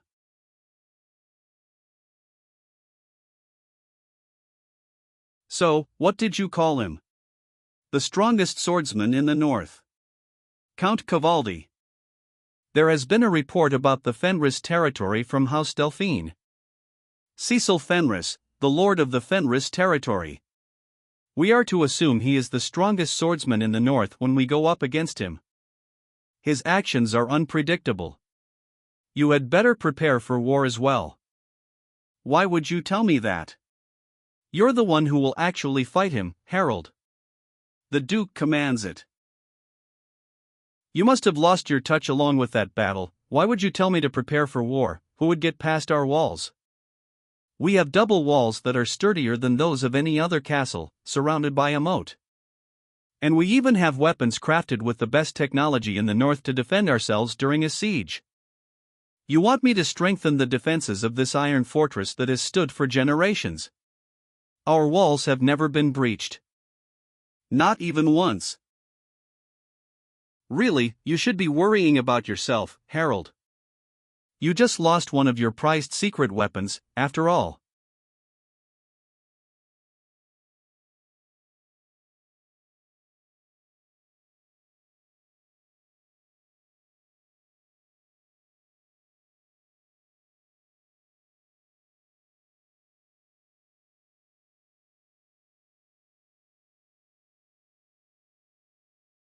I like the looks on your faces. It isn't easy to trust and follow someone while putting aside your own financial interests. However, you have all trusted and followed me this far. As I said before, I will make all 200 of you my knights. You will be the Fenris Knight Order. Good grief, I honestly don't understand how this is possible. Don't you agree, Wendy? Some time ago. We will attack the Cavaldi territory first. How did you get to that conclusion? Count Desmond and Count Cavaldi are pretending to stay neutral while supporting Duke Delphine in the shadows. In other words, they are pawns the Duke is able to use freely. That makes House Cavaldi our enemy as well. Once we win this war, we will obtain all of their iron ore. This is the perfect opportunity to slow down the enemy and accelerate our own growth. So how are we going to do it? I heard that the soldiers of House Cavaldi are equipped with the finest armor and weapons in the north. That sounds like we're at a disadvantage both in number and quality of troops. I will turn all 200 of our mercenaries into knights who can wield manhwa. A well-trained knight is worth 100 regular soldiers, they say. So if we have 200 knights, we would have a force equal to 20,000 soldiers. But how? It takes years to learn how to wield manhwa properly. Go ahead and bring over the things I asked you for, Vanessa. Yes, my lord. These are manhwa acceleration circles. Is this why you used up so many runestones? This method might not be standard, but it'll allow the mercenaries to learn how to use manhwa very quickly. I've had these scrolls modified to fit House Perdium's manhwa technique, so it should only take them about a month. House Perdium's manhwa technique. Are you sure his lordship won't object? It's better than letting all the mercenaries die. Simply training the soldiers will not be enough to capture Cavaldi Castle. Based on my memories of visiting the place during my time as a mercenary, it has sturdy double walls on high ground, a deep moat surrounding it, and meticulously placed anti-siege weapons, among other things. They say Cavaldi Castle has never once fallen to enemy attack during the noble house's long lineage. If they are determined to defend themselves, it will be difficult to use our mercenary tactics. See, so let's forget about attacking anyone and just focus on building up our defenses against House Desmond. We can try to secure iron ore from other regions, even if it'll cost us more. Do you want to bet on whether or not we win? Stop making bets about the fate of our territory. Don't worry about it. I have a plan. Don't you have to know how to wield mana in order to become a knight? I heard it takes a few years at least. How do you use mana?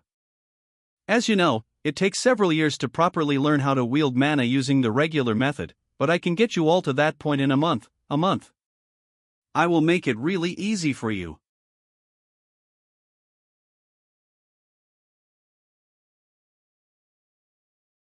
Endure it. Compressing years of training into a single month is a massive burden on your body. You have experienced what mana feels like in your veins using the mana acceleration circles. Now you must gather the mana particles in the air by your lower abdomen and form a mana core. Picture winding a thread. That must have been exhausting, young master. Take the boys to their quarters, they'll need some care for a while. Lowell, we'll start crafting the armor for our knights now. What of the slaves? The elf slaves have yet to arrive, but the dwarves are already waiting in their quarters, my lord. In their quarters, you say? It looks like there won't be any moonlight tonight.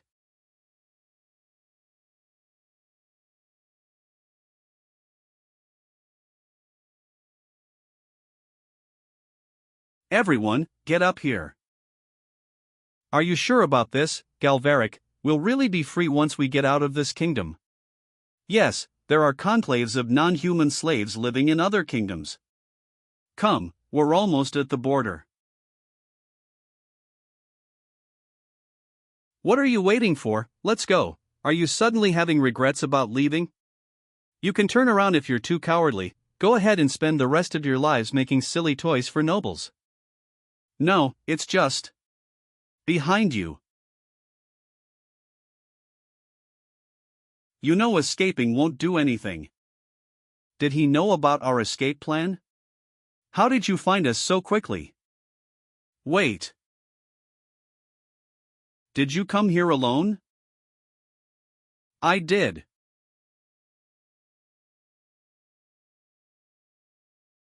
So we'll be free once we take you down, right?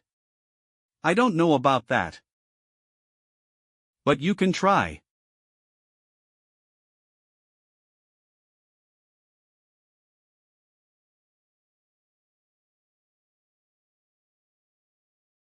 Dwarves really are tough. If it gets out that you ran away, the slave traders will start looking for you everywhere. Wouldn't it be easier to just work here than be on the run for the rest of your lives? Ha, don't make me laugh. I would rather die trying to reach freedom than stay and make more boring toys for you nobles. If you think we'll be obedient and do whatever you want, you're sorely mistaken. I like him. No wonder he becomes a legendary blacksmith in the future. 10 years, if you cooperate with me for the next 10 years, I will give you dwarves an independent district within my territory and release you from slavery. You'll release us, is that true? That's ludicrous. The laws of this kingdom have labeled us slaves, so how can the word of a countryside noble like you have any power to free us? Laws are made by people. If necessary, they can be changed. Galveric, this noble, I hear the royalist faction supports him, so it might actually be possible. But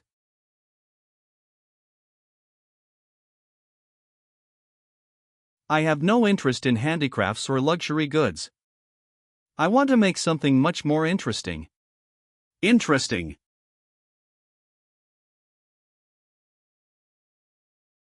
I want to fly.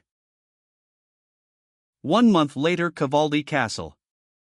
Count Cavaldi, you are disrupting the fair trade of iron ore across the north by favoring specific noble houses. If you do not open the market to Fenris and its neighboring territories, you will sorely regret it, Baron Cecil Fenris. What is this supposed to be? It's a letter from Baron Fenris, my lord. What an arrogant, uncouth scoundrel, what terrible manners. Well, this only works if you have the power to back up your threat. those bastards in Fenris must be desperate for iron or to send me such a ridiculous letter. They have been buying a lot of food from other territories, they even bought some from us at a premium. They recently brought in more residents from the royalist faction, so they appear to be short on food.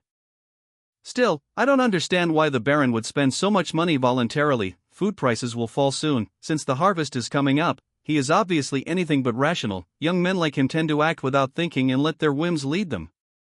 They brought this upon themselves by forcing their decrepit territory to grow so quickly.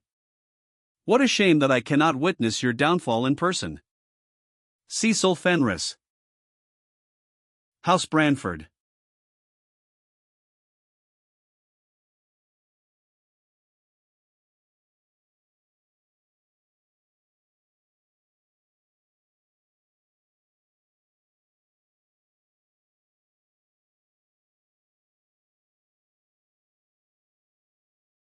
This is Cecil. Please tell the royalist nobles to buy up enough food to last them for a decade. There will be a great famine soon, and it will shake the very foundation of this kingdom.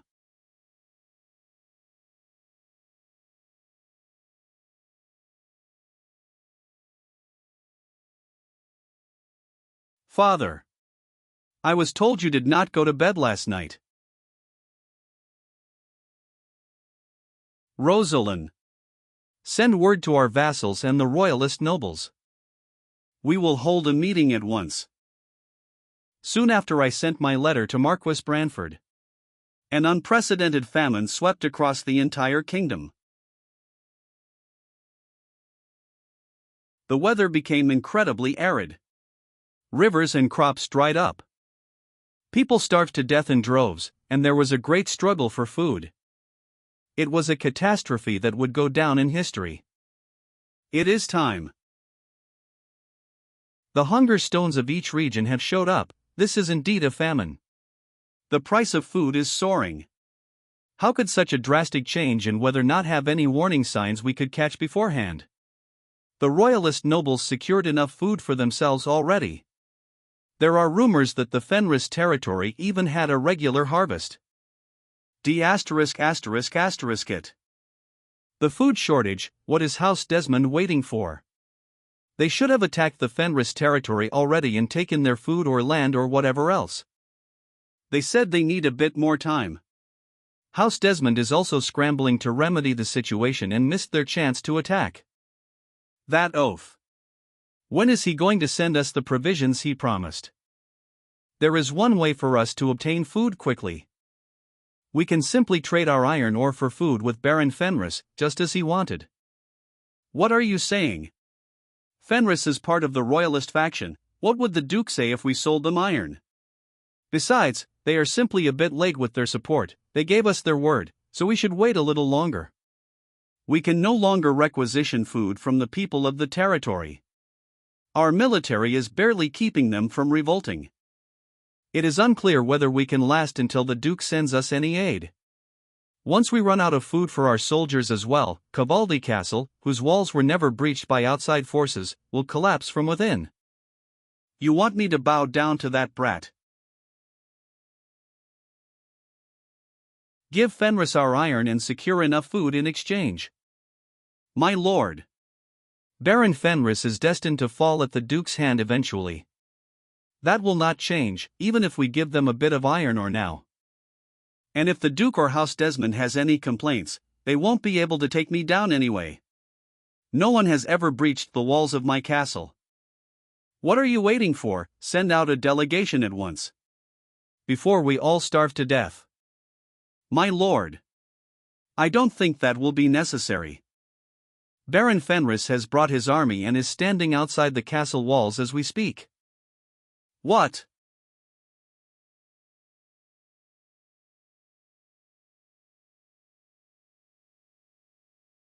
This armor is so restraining, it's pinching me everywhere.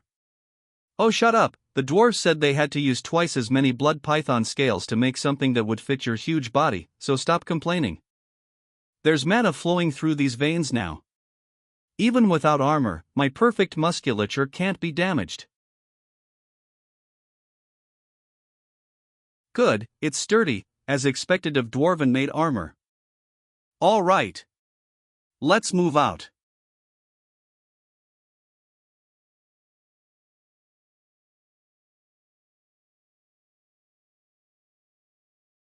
Fenris Night Order. Move out. We're surrounded by the Fenris army. The drought dried up our moat, too. This is terrible timing for us. How does he have so many knights? A mere baron couldn't possibly have such a force. Don't tell me the royalist faction sent reinforcements. Ha, don't make me laugh. What can they do in the face of my fortress? With our powerful weapons, they won't even reach the shadows of our walls. Count Cavaldi. I trust you read my letter. What is the meaning of this, Baron Fenris? How dare you bring your army without so much as a warning? I communicated my intentions. I said you would regret not opening up your iron ore market to us. That doesn't justify anything. You can't just claim a letter as justification for war. If you must wage war, prepare a proper reason and make a formal declaration first. I will not associate with someone who disrespects noble etiquette in such a way. A formal declaration of war. Jillian.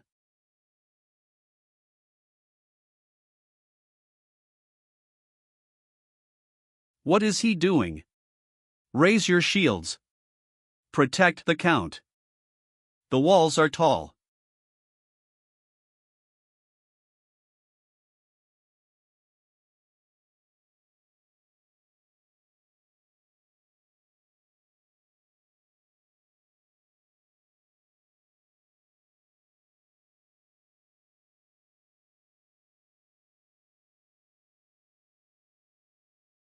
Splatter. This is my formal declaration of war. Cardinia, the capital. Baron Fenris has started a war. Thanks to his advice, we're able to make it through this great famine, but to think that he would wage war at a time like this. What is his justification? Count Cavaldi refused to open up his iron ore market to house Fenris and other surrounding territories. And this has exposed the fact that the Count has been trading only with House Desmond in a near monopoly. Well, I suppose that reason may suffice, but that's it. We have to dismiss him from our faction before he makes things worse. You're absolutely right. He started a war when we should be focusing all our energy on recovering from this drought. You just dislike Cecil, don't you? Excuse me. We must not let our emotions get the best of us. We must first come up with a solution to this situation. Baron Fenris's war has already begun, and pointless arguments are simply a waste of time. Ha, my emotions have nothing to do with my opinion. He is simply an easy target for the Duke to use to criticize us. I agree with that statement. My dear royalist nobles. You're one of the Duke's men. Count Forwood. Baron Fenris is attacking Count Cavaldi, a neutral noble. He has done this in the midst of a natural disaster everyone is suffering from. Can we assume this to be the will of the royalist faction? Marquis Branford. Duke Delphine's people are well informed. They're coming on strong. Does that mean they're ready to fight? This incident could turn the entire neutral faction against us, which would let the Duke seize the upper hand. It's no exaggeration to say that Father's next statement will decide the fate of our entire faction. If Cecil were to lose or be dismissed from our faction, we would lose influence in the north either way. However, if he were to win and seize the largest iron mine in the north held by Count Cavaldi, the benefits we would reap outweigh the risks. His reason for this war is just. What do you mean by that? This is a personal dispute between Baron Fenris and Count Cavaldi. It is not the will of the royalist faction, nor does the Duke have any right to interfere. But there is a time for war, and this is not it. If you mean to simply stand by and watch, you would be abandoning your duty to maintain order as a noble of this kingdom. I really do not understand why the Duke is reacting in such a way to this war. You act as though Count Cavaldi were one of the Duke's vassals. Excellent advice, Jillian. I guess he won't be able to wear earrings anymore. My lord. Quick, stop the bleeding. Get in position, all of you. Make those bastards, make them bleed, show them the majesty of our impenetrable Cavaldi castle. Yes, my lord. Prepare to fire from all directions. They're readying an attack. I guess they're quick to respond because they're used to defending their walls. All weapons fully loaded, my lord. Fire.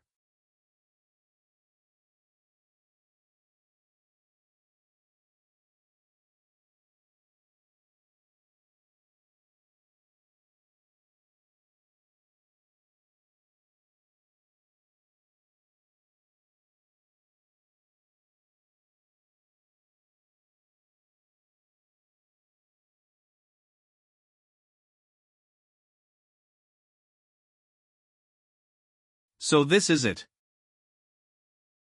Retreat to our base, everyone. Let us prepare for the next operation. Our lord really picked the perfect time to start a war. Don't you agree, Wendy? It's unlikely for our enemy to have stockpiled enough food like we did, so all we really have to do in order to win is wait. Then why did we have to come along? What's the problem, you laborers? I mean, mages must be exhausted from putting up the garrison, so just rest easy now.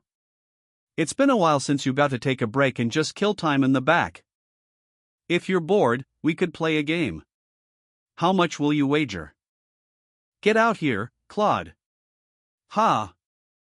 You're back already. Alfoy, gather the mages. D***** it. You'll be digging a tunnel leading to the castle. A tunnel. We can win just by waiting out here. Do you really plan on fighting? We can't just sit around if we want to end this war before House Delphine comes to Count Cavaldi's aid. This war will be over before you know it. That arrogant bastard, Baron Fenris. How dare he turn tail and flee after puncturing my precious ear? It is clear they are helpless in the face of our overwhelming power. They must have switched to stalling tactics, knowing that we are short on food. Ha, so they're going to wait out there until we surrender. But I have the Duke on my side. He can't give up on the largest iron mine in the north, so he will definitely send aid. All we have to do is hold out until then. My lord, it looks like they are digging a tunnel. What? Ridiculous, why would they do this out in the open? It seems that they are trying to attack from underground because they can't face us head-on. Considering the foundation of the castle, the only place they could exit through is by the southern gate. Jaemon, station our soldiers by the south gate. Yes, my lord. As soon as the enemy emerges from the ground, attack them all at once. After that, open the gate and have the cavalry rush out and exterminate those Fenris bastards while they are confounded. What about the walls, my lord? What can they possibly do without siege weapons? Most of them are infantry or cavalry, so the bare minimum of soldiers will be enough. Baron Fenris, you may have caught me off guard. But I will be the last one standing.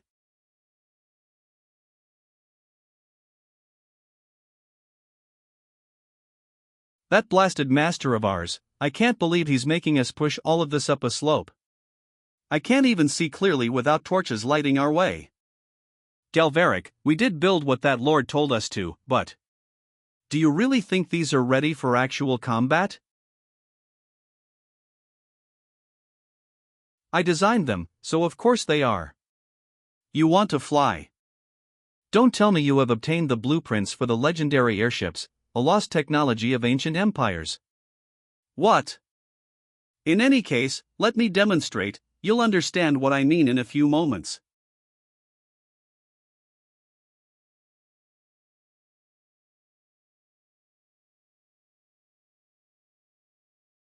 What are we supposed to see? Just look at how this fabric puffed up. The hot air made by the fire tried to rise and filled the inside of this cloth. So what? It's no different from a little wind. No, if it were just wind, it would flutter sideways, not puff up like this. Imagine if we made a much bigger air pocket than this. If you attach a large basket for people to ride in underneath and make a way to create hot air. Yes, yes. But why does this happen? Why does hot air rise in the first place? I don't know, I just noticed this when we lit a fire under some laundry to make it dry faster. Ha, to think that you would come up with such an idea just from that. Lead the way. Where to? To your workshop.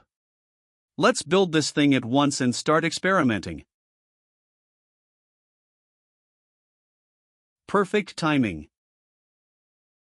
This is a piece of cake for us. The mages and knights are ready now, young master. Good, go ahead and get ready yourself, Belinda. You bastard, why did you order us to dig a tunnel if you were just going to work?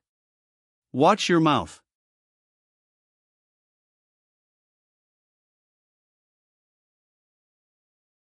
Halt! We are going to fall right into enemy lines. Just as we trained, we will infiltrate the castle, seize the inside. Then open the outer gate in order to let Jillian's cavalry in. But the Cavaldi soldiers have the best armor in all the north, so even though you now know how to use mana, they won't be easy to fight. And the enemies we will face in the future will be much stronger than these soldiers. If we cannot easily win a fight like this, we have no future. But don't worry. We conquered the monster forest no one else has survived. We won a war in which nothing was in our favor. Let me ask you this. Are we not prepared? No. We are. Are you afraid? No. We are not. All of you have improved faster than anyone could ever have imagined.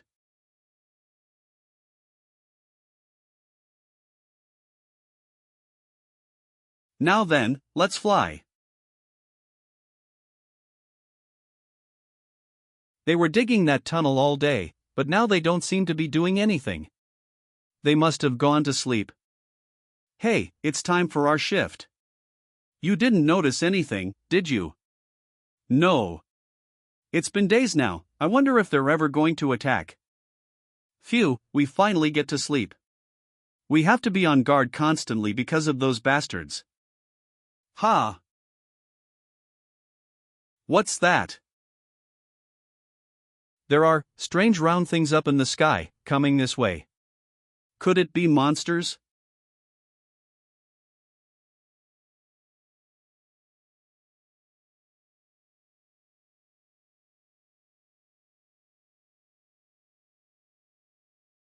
Gah!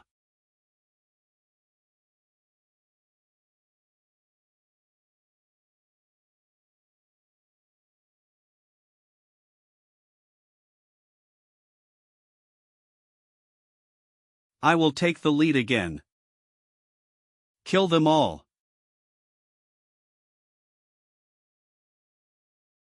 Cavaldi order Knight Captain Leslie. Knight Captain, where is our lord? He is still asleep. Leslie, what in the world? This is an emergency, my lord.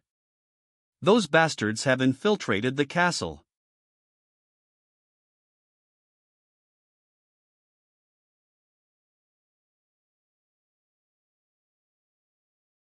Let's go, boys, get me the other ear of Lord Butchin. How did they get past our walls? What about the tunnel? According to the soldiers, they flew in on unidentified objects. They flew. What are you talking about, Leslie? It no longer matters how they got in, their forces are too powerful, and they are rapidly seizing the castle. You must escape immediately.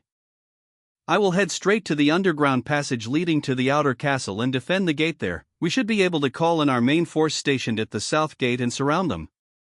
We set up a trap for their tunnel, and yet we fell for their obvious trick. My castle has never once fallen. Is this the end of House Cavaldi? Am I truly the last of my lineage? You must leave through the secret passage with your vassals and call for aid. I will remain and defend the castle. If the situation does not settle down, then please, unleash him. It's an enemy ambush. How did they get? Gra.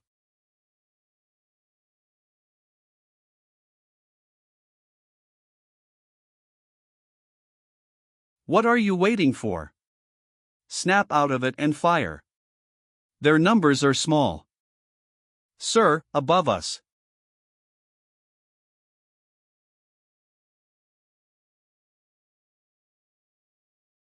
You absolute fool. I told you not to get on, you're too heavy. No insults, irk. Die. Ga. Are you all right? Gordon, how have you not gotten any better even though you're a knight now? Ha ha ha. Guard the gate. Our enemy has infiltrated the castle. They're already on the defensive, huh? They're quicker at reacting to the situation than I expected. They must have someone on their side who is quick on their feet. They will gather up their forces we managed to disperse with our tunnel trick soon enough. We'll have to hurry. Is everyone here? Yes, my lord. Care, take care of the soldiers on the walls and destroy all their siege weapons. Belinda, you look for Count Cavaldi. Got it. I will clear the way to the gate. Everyone ready? Ready.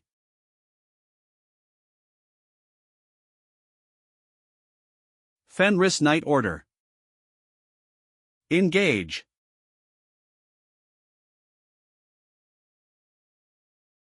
They are coming, Captain. So their aim was to open the gate after all. Raise your spears. Stop the enemy from advancing. Keep them here until our main forces arrive from the south gate.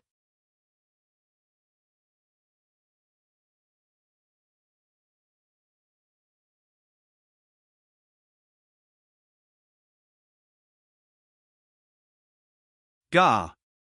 They're unstoppable. Their weapons are all imbued with mana. Does that mean every soldier here is a knight? Even knights shouldn't be able to push back heavy infantry lines so quickly. The one leading them. I must stop him. Captain Leslie, they are too strong, we cannot hold them off any longer. We won't be able to protect the gate in time for the main forces. Destroy them. Pardon. Destroy all the mechanisms that open the gate.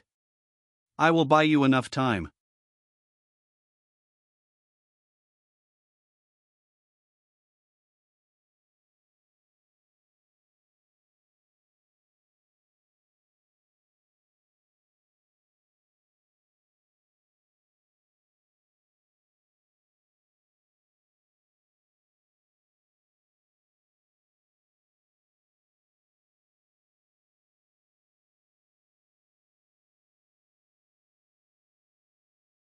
I am Leslie, Knight Captain of the Cavaldi Knight Order.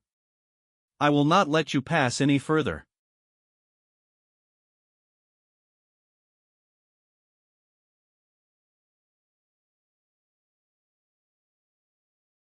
Lucas.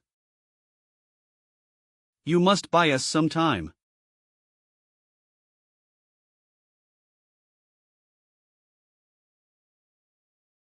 Then you had better unchain me. Go. Don't leave a single siege weapon or soldier unscathed.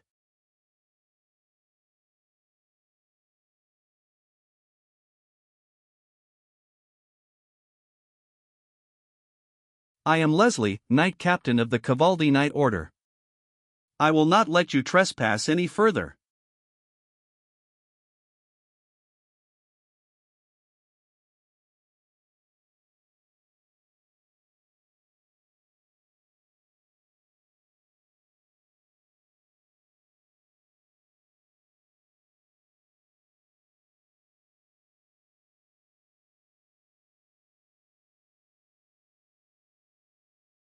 Irk.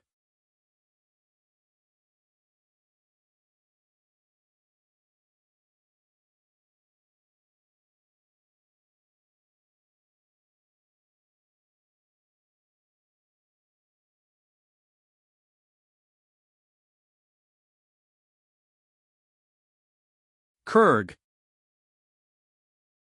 Captain Leslie. You fool, stop getting distracted and focus on your own opponents. That force was intense. At this rate, my arm will not last long. But I can still hold him back. You must be aware that our main forces will arrive and surround you if I keep you here any longer. Rather than blocking him head-on, I must deflect his strikes and maintain enough distance to exploit gaps between his attacks and disrupt his flow. As soon as his impatience drives him to a reckless attack, that will be the end of. Is this all you can do?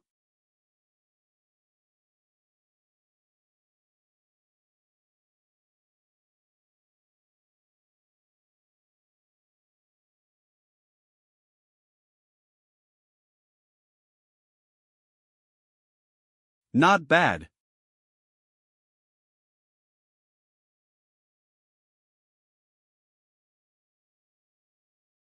That's right, Count Desmond told us, to presume this bastard is the greatest swordsman of the North. Cecil Fenris. Captain. The gatekeeper has fallen. Amazing as always, boss. All troops, press on. Open the gates. Baron Cecil Fenris. Cough. Unfortunately, it won't go your way. The gate won't open, boss. They destroyed the mechanism, we can't open the gate now. How clever. See, there comes Cavaldi's main army. As strong as you are, you won't be able to defend against such numbers surrounding you. As long as we keep the gate closed, we win. What do we do, boss? We're knights now, we can take them. They've depleted all their mana and are exhausted. We can't fight all those enemies in this state. Boss.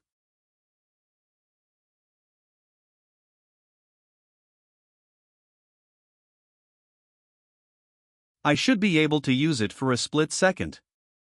Everyone, stand back. In modern times, the title of master has become more of a label than a term denoting a certain level of power. Because there are no standards for what constitutes a master. The mana blade is required for a soldier to become a knight. But aside from that, core released. Gathering mana from all directions into the blade. And compressing it to its limit.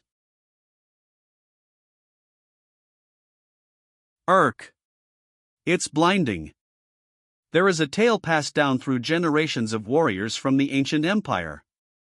The prerequisite for being recognized as a master. Among those who have honed their mana to the limit.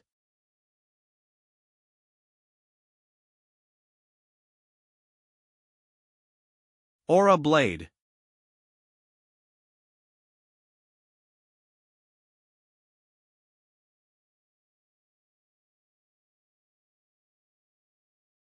Surround those Fenris bastards. We'll make you pay for invading Cavaldi Castle.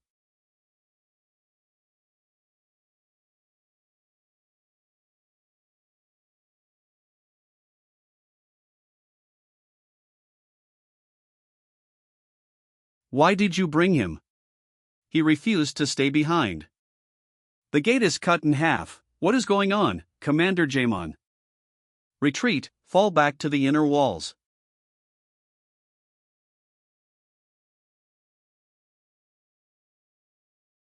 All troops, charge. Leave no one alive.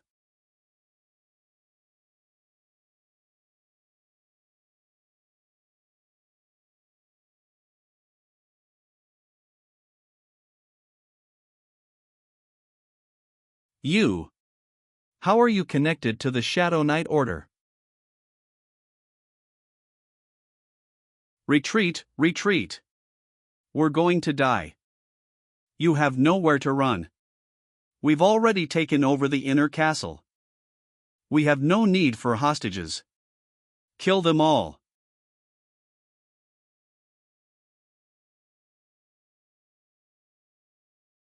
I guess using the aura blade at my current level was too much. I've expended too much energy with that attack, I won't be able to fight much longer. Don't tell me you're already exhausted, boss. We have taken down their main forces, my lord. All right, good work, both of you. What about Belinda? We haven't heard from her ever since she went inside the castle. What a slowpoke. Jillian. Yes, my lord, there has to be an emergency escape route hidden somewhere in this castle. Count Cavaldi can't have gone very far. Take the cavalry and search the outer walls for any hidden exits. Yes, my lord. I will go. And look for Belinda myself. How are you connected to the Shadow Knight Order? How do you know that name?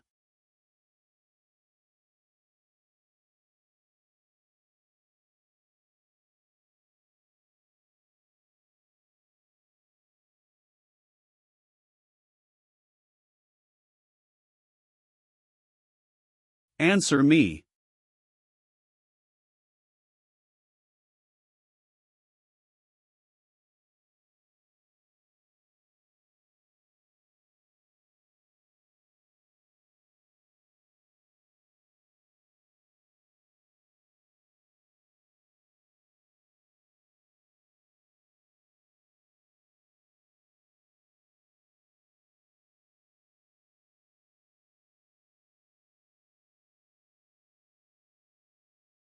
How do I know that name, you ask?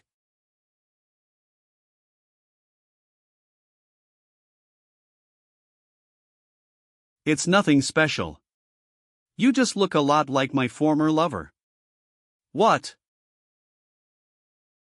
I don't care about who wins this war, but I can't exactly abandon my role either.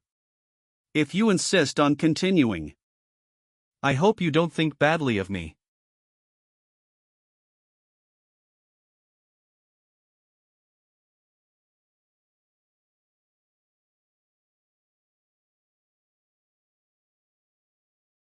Young master.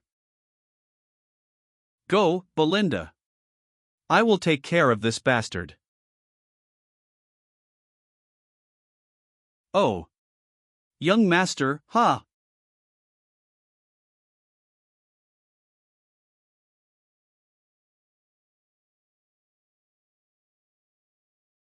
Looks like I won't be able to go after that woman. Are you the noble who started this war?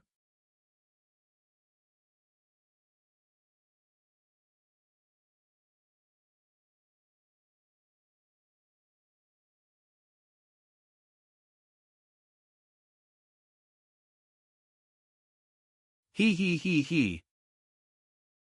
It's good to see you, Lucas. You know me. Yes, very well. My old subordinate and comrade, Lucas. I was wondering where he was, to think that I'd find him holed up in a place like this. Oof. I don't like your attitude. You don't fight like any nobles I know. Your technique is very unconventional. Who exactly are you? I used to be a mercenary. Oh, a noble, fighting as a mercenary. Let me make you an offer. If you beat me, we will leave this castle and reimburse the count for any damages. But if I win, you'll work for me instead. Stop spouting nonsense, you've practically won already. Why would you make a gamble like that? I have no allegiance nor ties to this castle to begin with. Is that so? Then just come work for me? That won't do, I'm very expensive, you know. That is why I am putting this whole castle on the line for you. In my eyes, you are more valuable. This the castle for me, huh? What's your name? I am the lord of the Fenris territory, Cecil Fenris. The man you will be serving very soon. You don't look so good, are you sure you can handle me? Think of it as me giving you an advantage. All right. If you say so.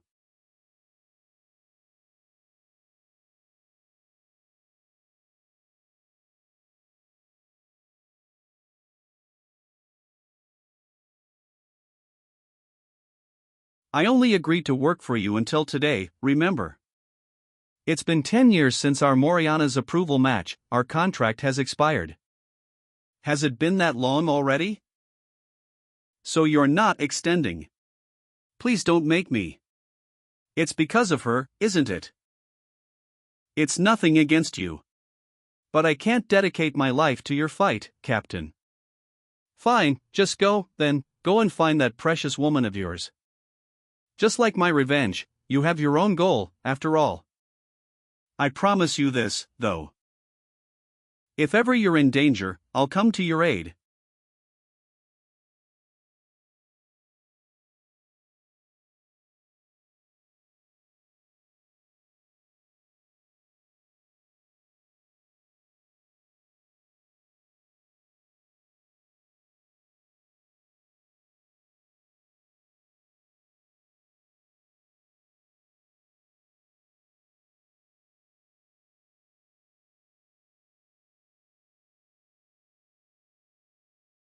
Impressive, I swear you look like you were about to collapse. I can't lose the bet I brought up. Ha ha ha ha ha. Sorry, but I've got to win this duel, no matter what. I feel like working for you will make my life a lot more complicated.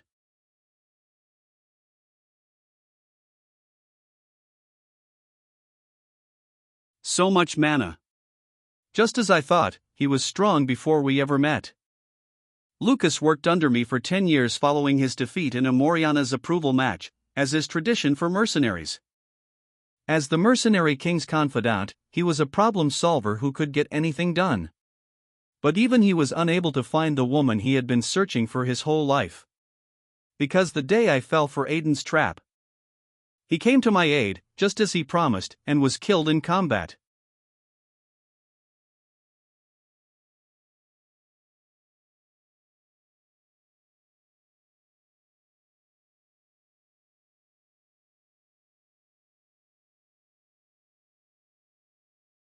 I won't let that happen to you this time.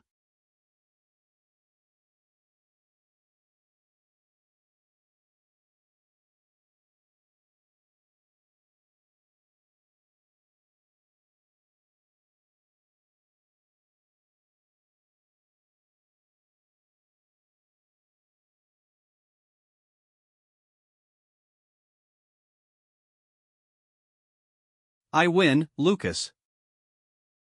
D***** it. Things just got more complicated.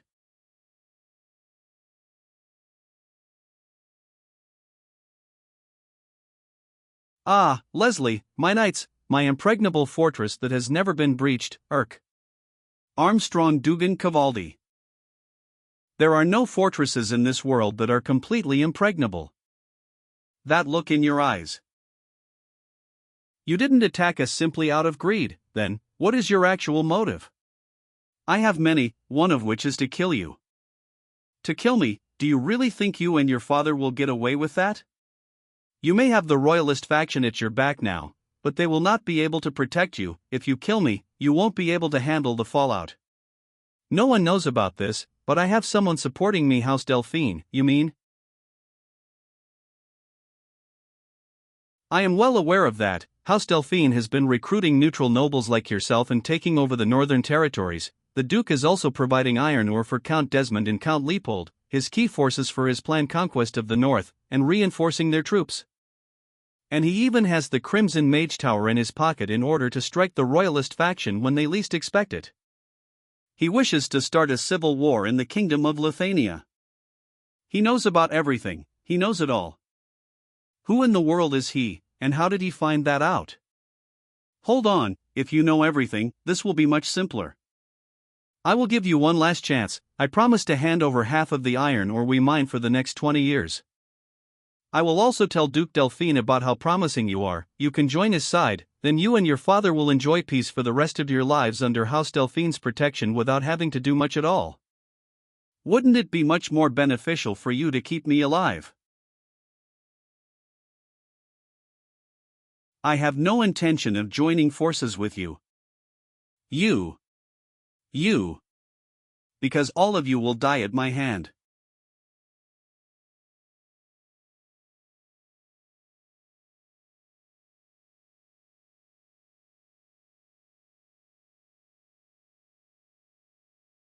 He took advantage of that brief gap.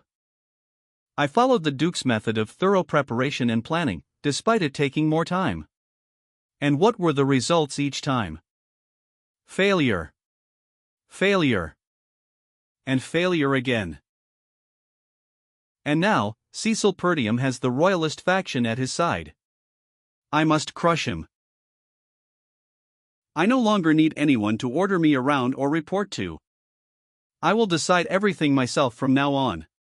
My top priority will now be the destruction of both Fenris and Perdium.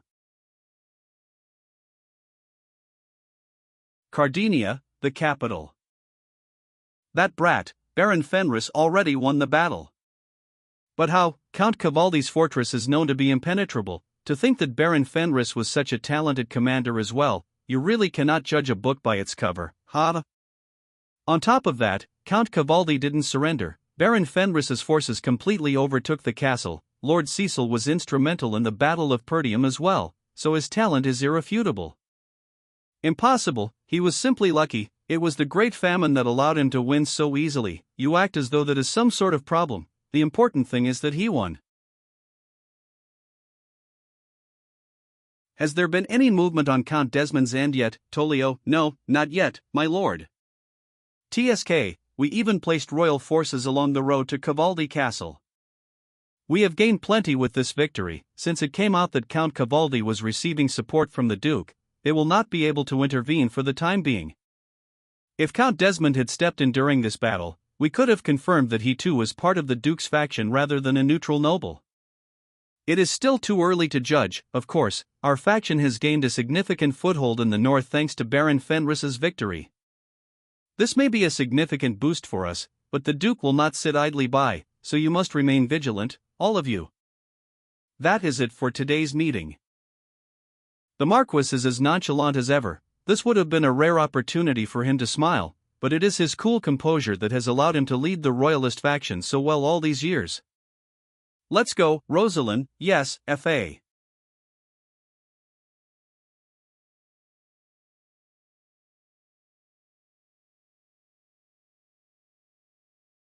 Yes, father.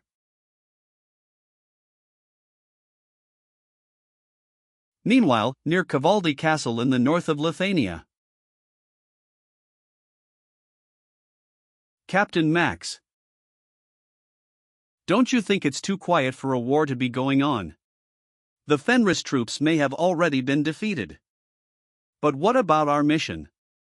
Countess Aylesbury and Lady Rosalind asked us to rescue this man called Baron Fenris. How will we face them if we return empty-handed? You worry too much, priestess. It's the Baron's fault for starting a war so recklessly and then not even holding out for very long. But I suppose that is your problem. But we were paid to do this job, so we will do what we can. Over there, Captain. There's Cavaldi territory. All right, line up, everyone. We have more than enough food for everyone, so no cutting in line. Your new lord will provide you with enough so that you won't go hungry for a while. Whoa. Here is your contract. Every miner should sign here. A contract. How generous of our new lord. Are those hellish days of being exploited finally over? We may never have to toil without getting paid anymore. You there, are you sure you can lift even a single log with that weak body of yours? I'm a mage, not a laborer, you dwarf bastards. Take all the materials for the temporary shelter over there. Our lord will not be pleased if we dally. What's going on here? Is the war really over already? I didn't know Count Cavaldi had so much treasure hidden away. The castle is full of gold, art pieces, and valuables as well, and the military warehouse has all kinds of high-end gear and even some iron ore. They're saying this all belongs to Count Cavaldi. Don't tell me this means You look unfamiliar. Identify yourselves.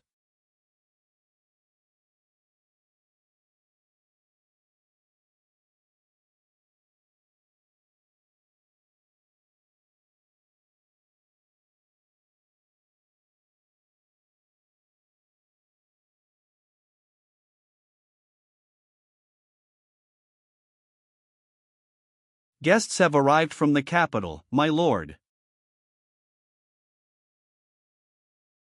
Perhaps it's my instinct as a seasoned mercenary, but I'm able to roughly gauge a person's strength just by their demeanor and posture.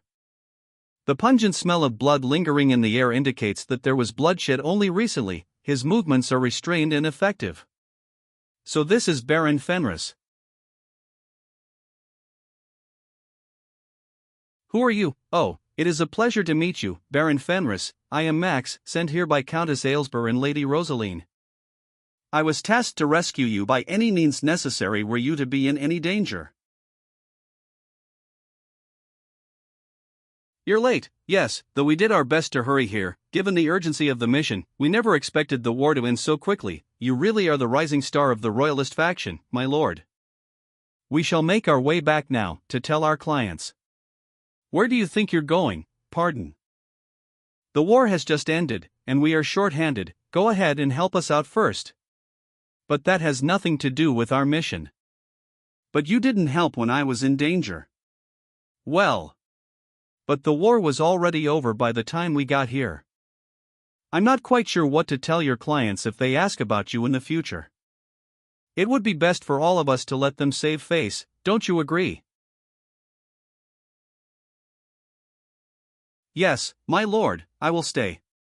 Captain Max. And you are a priestess. Oh, yes. My name is Pyote, and I serve Wana, the goddess of beauty and abundance. Countess Marielle Aylesbury is a patron of our sect, so I came here as a special envoy. Wana, the goddess of beauty, I thought her sect rejects battlefields and anything impure. There are very few priests in the northern region, and only in the Leopold territory. That was why Jillian was forced to stay there, for the sake of curing his daughter. The divine power of a priest is extremely valuable. How fortuitous. Thank you for coming all this way, priestess. No, you really don't have to be so formal with me. Belinda, please escort the priestess to the injured. Yes, my lord. Pardon. I didn't come here to work. We have plenty of unfortunate souls in need of your divine power, priestess. Please, come this way. A priestess, what an unexpected boon. Yes, I didn't think the royalist faction had influence in the religious sects as well. This will ease some of our burdens. Bring him to me.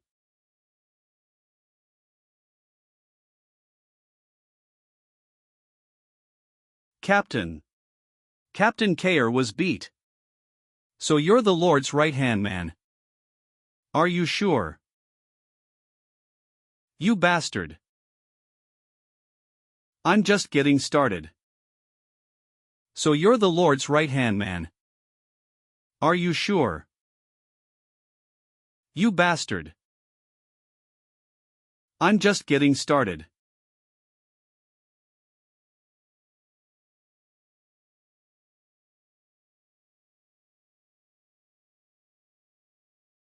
Old man.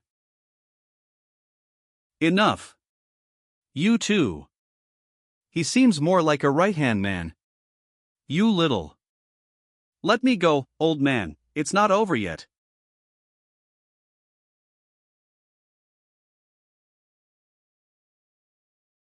Irk.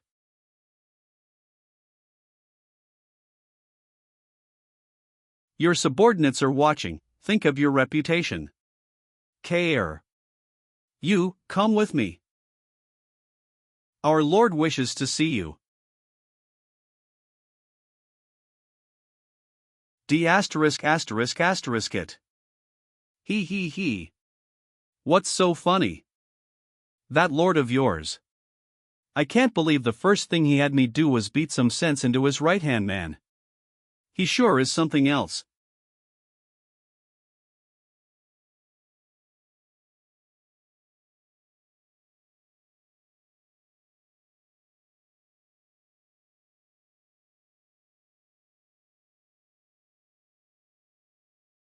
I heard the new guy taught you a lesson.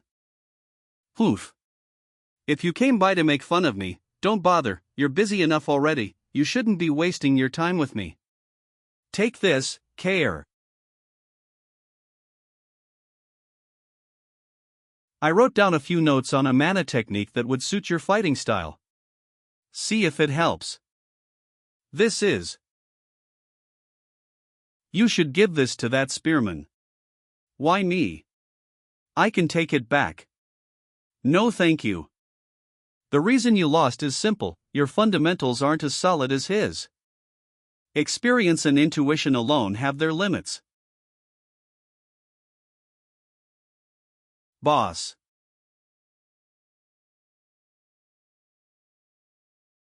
Get to bed. I'll see you tomorrow. A month after the war ended, we took over the Cavaldi territory and rapidly expanded and stabilized the region. We secured a budget by confiscating the assets of Count Cavaldi and his vassals, and pacified the people by distributing food to them. In the largest iron mine in the north, we guaranteed proper compensation to the workers who had been exploited all this time, which raised their motivation. As a result, we were able to secure better iron ore faster than ever before. This allowed us to develop our technology and make more advanced armor and weapons. We won't have to agonize over resources any longer. This is thanks to all of you fulfilling your roles so admirably. No one will look down on Fenris now.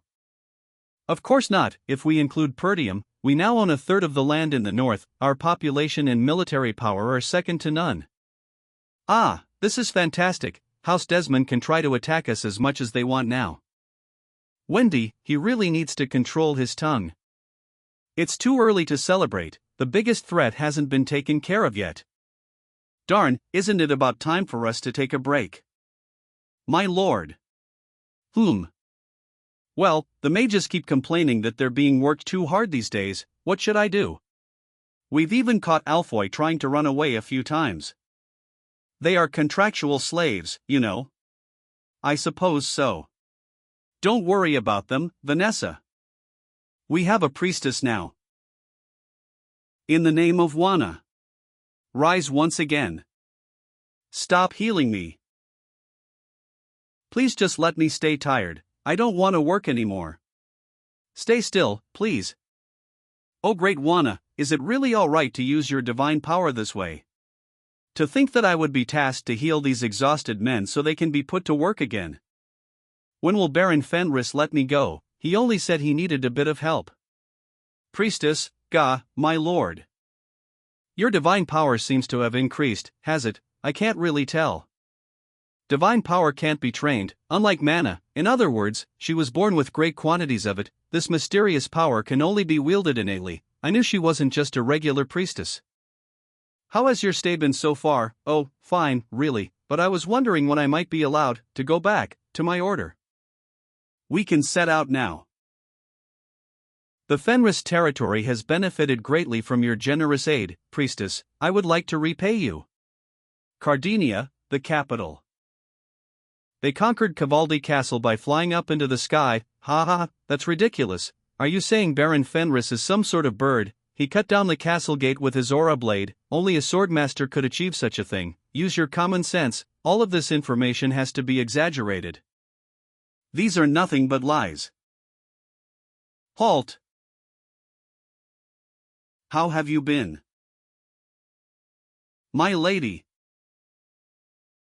I am glad to see you well, Lord Cecil. Thank you for sending us such capable individuals. The priestess was especially helpful to us, and we have you to thank for it. It is good to hear I could be of help. Priestess, you may return to your order, now that your assignment is over. Oh, right, thank you, my lady. That was my first ever assignment. I'm so glad it's over. The Fenris territory is a nice place to live, but it was honestly exhausting.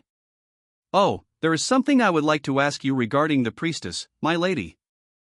Marquis Branford awaits you, Baron. Will you spare me some time afterward? Of course.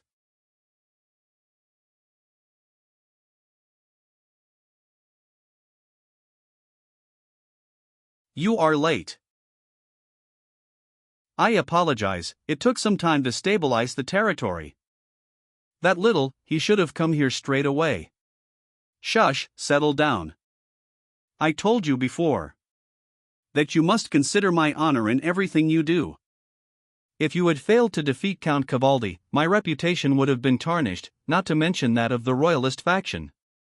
The Duke would have seized the upper hand and gained more ground. I may be your guardian, but you are gravely mistaken if you believe that I will tolerate all of your reckless actions. Lay out every detail of this war. Convince me. I don't engage in battles I can't win. I simply saw an opportunity arise before me and seized it. I have not come here to dwell on what has already been done, but to discuss what we must do now. Appoint me as commander of the Northern Army. I simply saw an opportunity arise before me and seized it. I have not come here to dwell on what has already been done, but to discuss what we must do now. Appoint me as commander of the Northern Army. What?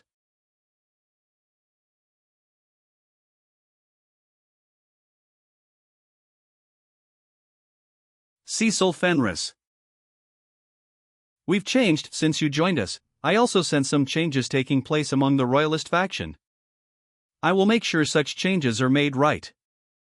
Commander of the Northern Army, at times of peace, it is merely an empty title, but once war breaks out, it grants one enormous authority. You are difficult to predict, and now you wish for me to arm you as well. Yes. Luthania's forces are divided into 4 armies. A commander is chosen for each army ahead of time in order to swiftly deal with any unforeseen situations. Just as Marquis Branford said, it is merely a title in times of peace, but once a war breaks out, things are very different. The commander has the authority to assemble all lords of the area. I believe the post is still unfilled. If you must appoint someone anyway, please leave it to me. And why do you think the post is unfilled? If I meant to appoint someone just for the sake of it, I would have chosen someone already, but that post is far too important. The Duke already has influence over the southern and western commanders, as you know. While the east and north are still on the side of the royalist faction, Count Desmond, whom we can't trust, is aiming for the post of northern commander. I know you are aware, my lord, that it is much harder to correct something once the balance is broken. Now that the royalist faction has the upper hand, we must use every means possible to solidify our power. Enough to quell even a civil war initiated by the Duke. A civil war.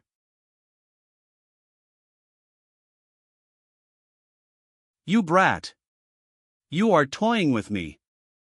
I will submit a motion to the royal court regarding your change in title. So you mean? The law states that a commander must be at least a count. But we cannot have your father watch his successor receive the same title and greater authority than him, so we will elevate House Perdium's noble title as well. But I do have one condition. A condition. We have received a request for aid from the Shadow Mountains in the Turian Kingdom. Go there. The Turian Kingdom.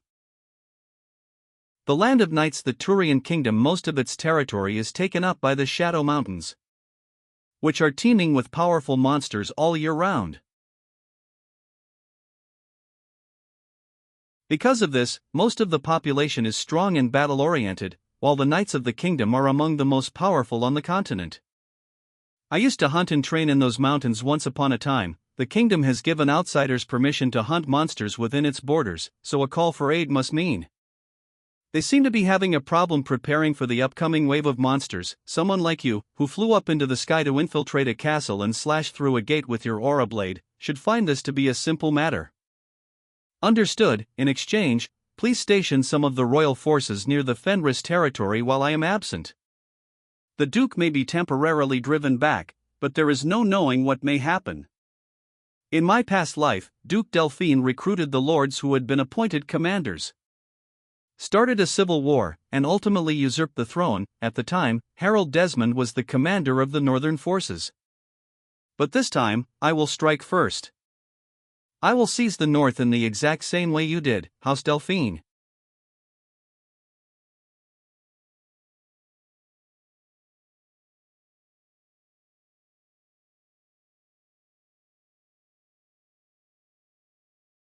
Hutton. How are you? Count Desmond.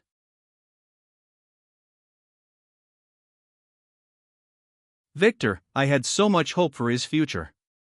But the world truly is unfair. You said the one who took the boy's head was Cecil Perdium, did you not? Cecil Fenris. He is Baron Fenris now. Lamenting is meaningless, there will always be someone stronger, after all. Thank you for your concern, my lord. House Delphine underestimated both Perdium and Fenris. And we paid the price. Victor is dead. Viscount Joseph only ordered that Cecil be regarded as the greatest swordsman in the north after everything was over. The royalist faction supports Cecil, and they have even mobilized the royal army to keep an eye on me. My position as a neutral noble is now nothing more than a facade. Do you doubt House Delphine's power? I will no longer be swayed by anyone. I will fight based solely on my own will. I will wage war, destroy both Perdium and Fenris. And then challenge the Duke. The royalist faction will not simply stand by, you would be initiating a civil war, after all. Going up against the royalist faction without the aid of House Delphine seems. Hutton. You need not hide your true feelings in my presence. Is that really enough for you?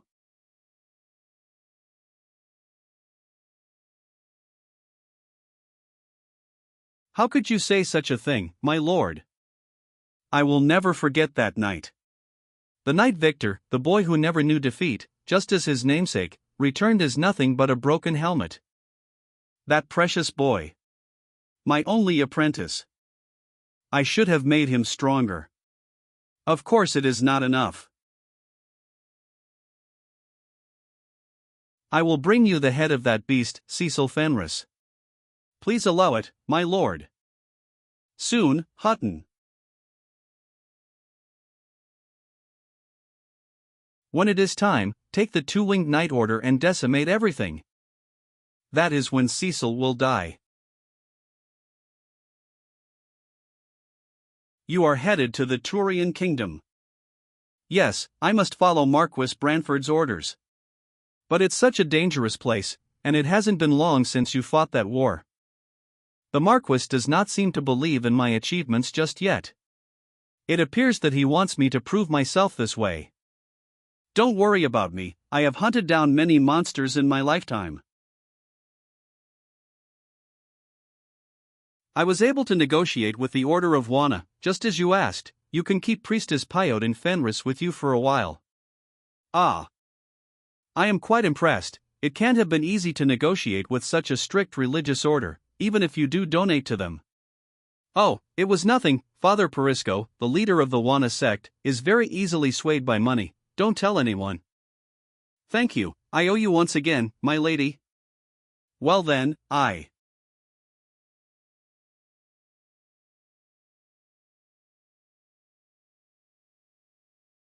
will always wish for your happiness, my lady.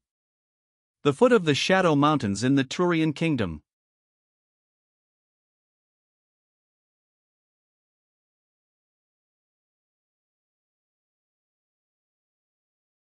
Young master. Yes. Here they come.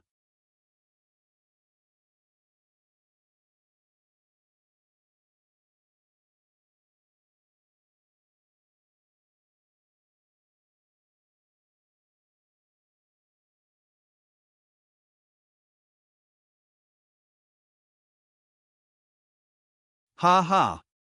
Come at me, you fools.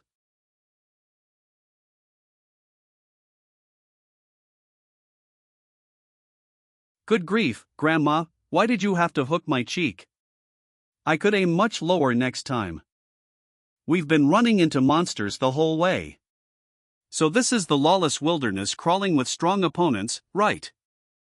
I really don't know if I should call you fearless or foolish for coming along even though you know that. Ha, I don't care what you say. Get ready. We're almost there. The Fenris territory, a few days ago. And so, I will be going to the Turian kingdom myself. But I won't be long. Finally, a break. What will we do without you, my lord? It looks like we'll have to rest. Jillian, please take care of the territory while I'm gone. Make sure these two actually do their work. Understood. The royalist faction has lent us their aid and stationed some of the royal forces near our territory, but we don't know how House Desmond will respond. Since we have been driving them into a corner, they must be ready to fight back with all their might. If House Desmond attacks, retreat instead of fighting. Yes, my lord. Belinda, Lucas, let's go. Yes, young master. All right. Wait. Take me with you. Ha! He's actually turning down a chance to do nothing. Hey now, where we're going, someone with average skills won't survive. The Baron is being merciful, so don't force yourself, just stay behind and.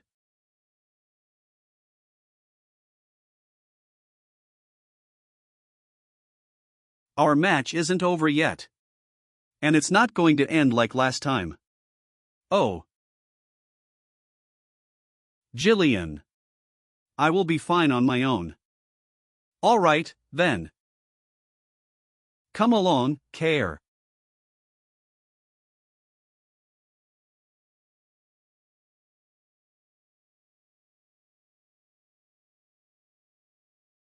Ironcliff Fortress in the Shadow Mountains.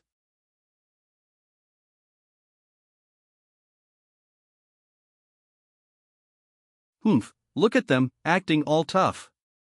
I see not much has changed. Ha, they're glaring at us. Don't start anything. Are we leaving our things here and heading out to hunt monsters? No, we'll have to register as hunters in that guild building over there first. Pardon, but we came here because the kingdom called for aid, didn't we? Shouldn't we be welcomed with open arms? Why would they make us go through such a complicated process first? Lower your expectations. That's what the rules are like here. Baron Fenris of the Lithuania Kingdom. I'm here because the Turian kingdom called for aid. Are you registering as hunters? Let me warn you, your noble title will mean nothing here. To us, slaves and nobles are all equal. Excuse me. You'll only garner hostility if you act all high and mighty. We Turian knights are simply here to maintain the basic functions of the fortress. Any issues between the hunters should be resolved among yourselves. But please refrain from killing anyone. You are all here to hunt monsters, not people. How ridiculous, so in other words, you can't be bothered to maintain order. Do you agree to the terms? We do. With these tokens, you are permitted to hunt monsters anywhere in the Shadow Mountains. Don't forget to have them on you at all times. I wish you a good time. Let's go. Good grief, you would expect a better attitude from people who asked for aid. If this were Lithuania, I would have just. Welcome to Ironcliff, foreign nobleman. Did you just register as a hunter? Who knows? Get out of here, we're busy. The King of Ironcliff, Doncard. I belong to a cooperative formed with his blessing that serves to protect the rights and interests of hunters. Doncard, I guess there's always some fool playing king wherever you go. So what if we're new here, huh? Well, as you just saw, those useless knights of the kingdom won't lift a finger, so we hunters have come together to maintain law and order. That is why we are here to help those who have newly come to Ironcliff navigate their stay here. With a small membership fee, you will be able to focus solely on monster hunting without any unnecessary strife. Baron. How dare you try to cajole us out of our money? Listen, Care. I'll teach you what to do when you arrive in a new place. Especially in a town full of lawless scoundrels like this. Ah yes, so you made up your mind. You are much sharper than you look. Regardless of how you feel about it, we will be seeing each other quite often here at Ironcliff, so we should really make sure not to cause any.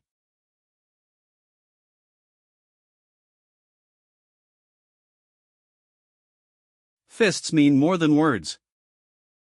The mighty decide right from wrong here. I'll teach you what to do when you arrive in a new place. Fists mean more than words. The mighty decide right from wrong here. Ha, you're clearly a fool. We gave you the opportunity to be under the protection of Master Donkard. But you dug your own grave instead. Ha!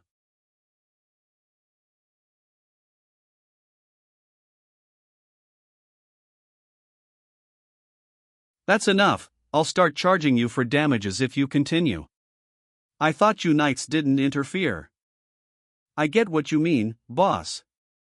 You're telling me to show them what I've got instead of trying to be clever, right? You seem to know quite a lot about this place. Have you been here before? A few times. The Turian kingdom was where one of the strongest warriors of the continent, the most special one of them all, happens to be in the future. That's why I know all about this place. You little. You have no idea what you've done. You've messed with me, so now Donkard, the king of this place, is going to. Oh, shut up. What do we do now, boss? We don't have to waste our time dealing with the riffraff. Once they realize who's on top, they'll be on our side anyway. Go and tell your king to take it up with us in person. It's the barbarians. They're invading us again. Run for it. Begin the harvest, my warriors. Enjoy the slaughter. The Loudgust tribe camp in the northern end of Lithuania. Wah, did you see that weakling? He wept and begged for his life just because I chopped his arm off. That just shows how bad your axe work is, you fool. You don't have to watch them be so pathetic if you cut them down properly. Try saying that again after I cut your head off. Chief. Look, we received a message. A message. Loudgust Tribal Chief Kustu. This is. You should have brought the tribe elder along if there was writing. You know I can't read. I apologize, I'll get the elder right away. The north is empty. I hereby inform you warriors of this and grant you permission to seize Perdium. Perdium. We finally get the chance to take that fruitful land the Wolf of the North cherishes so much for ourselves. The day has finally come, Chief. We'll have land of our own at last. Chief. He wants me to take Perdium for myself. Wahahaha. What are those nasty bastards from the Lithuania kingdom planning now, to think that they would send me a message like this? I don't care, as long as I get to fight, and we have nothing to lose, since we've been attempting to take over Perdium for many years now. Send word to the other chiefs and have them assemble their warriors. It's finally time to take Perdium for ourselves. Meanwhile, in the Shadow Mountains. 100,000. You want to get stronger, don't you? That's the minimum. How is hunting down so many of the same monsters going to help? There are enemies stronger than these monsters all over the world. Up ahead, young master. That's.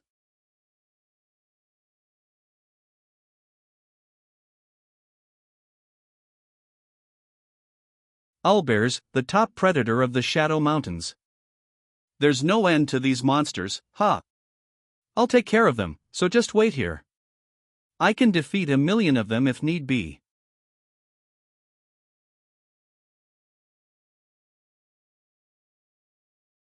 Keep your eye on them. They don't make any noise when they move. You could have told me that ahead of time.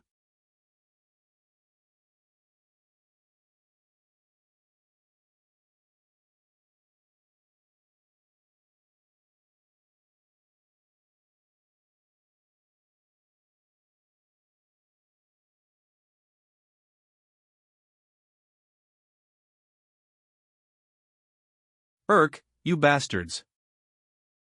Are you just going to sit there and watch, boss? You said you'd take care of them, don't go back on your word. I told you, didn't I, you won't survive in this place with average skills. What was that? If you're having trouble with a couple of birds, I don't know how you're going to make it out of here.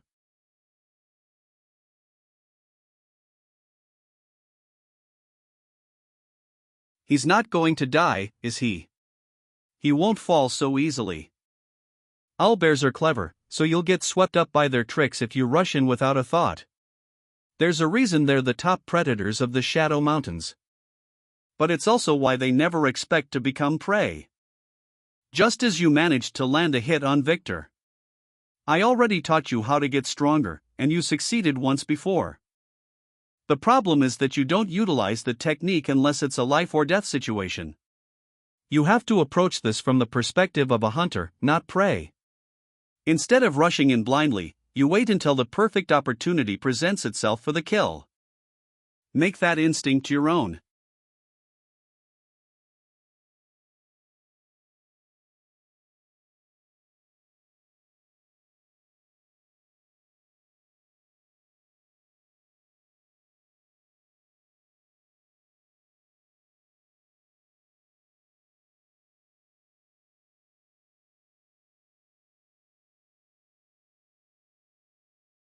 Who do you think you are, huh? Did you see those newcomers? They're just 4 people, but they're hunting down so many monsters that they might go extinct soon. You mean they're wiping out the entire population of monsters up there with such a small party? It, at this rate, there won't be any monster parts left for us to sell. So what if they're great hunters? I heard they messed with Donkard's men. Oh, did they? Never mind, then, they won't last long. He will step in soon. I was going to let their insolence slide, since those men were weaklings anyway. But they've gone too far now. These monsters were meant for me.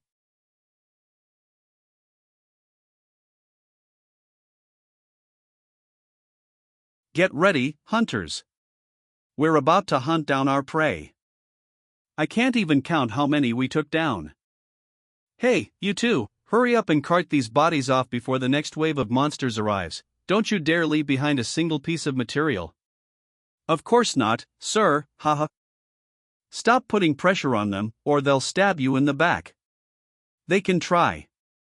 There's no need to be polite to these fools who think this Donkard or whatever will take care of everything. No one came to bother us these past few days, anyway. I bet he's too scared to face us. What are we going to do with all this, by the way? We already have a ton of monster corpses piled up in storage. We'll send them to Cardinia and our territory. You can't get these materials in Lithuania, so the dwarves should be happy. I sent Claude a message telling him to put together a transport team and... Young master. Bad news, a message arrived from Perdium. You should read it right away. It's from Father. Perdium is under attack. Fire. Don't let their filthy feet tread on our land. Warriors, climb those castle walls. Our goal is within reach. Take down the wolves. It, how are there so many? Are they actually trying to take over Perdium? Those blasted barbarians, they've been attacking us regularly, but their forces have never been this overwhelming. Zavalter, we're in trouble. What if we were to ask your son for aid? We can send a message. Do not send word to Cecil. This is a problem for the Wolf of the North and Lord of Perdium, not the Lord of Fenris, to solve. We do not need reinforcements. According to this message, the 6 barbarian tribes have made an alliance and are attacking the northern fortress of Perdium together. Barbarian attacks are a regular occurrence there, but they've never formed an alliance, not even in my past life. And it says half of my army has already been sent to Perdium. My father wouldn't send me a message over this. If the 6 tribes really did come together, I can see him needing aid, but... something about this feels wrong. Young master. What will you do? TSK, and I was just getting warmed up. We'll turn back for today. We have yet to confirm whether this message is real, so we'll return to our lodgings and... Jump.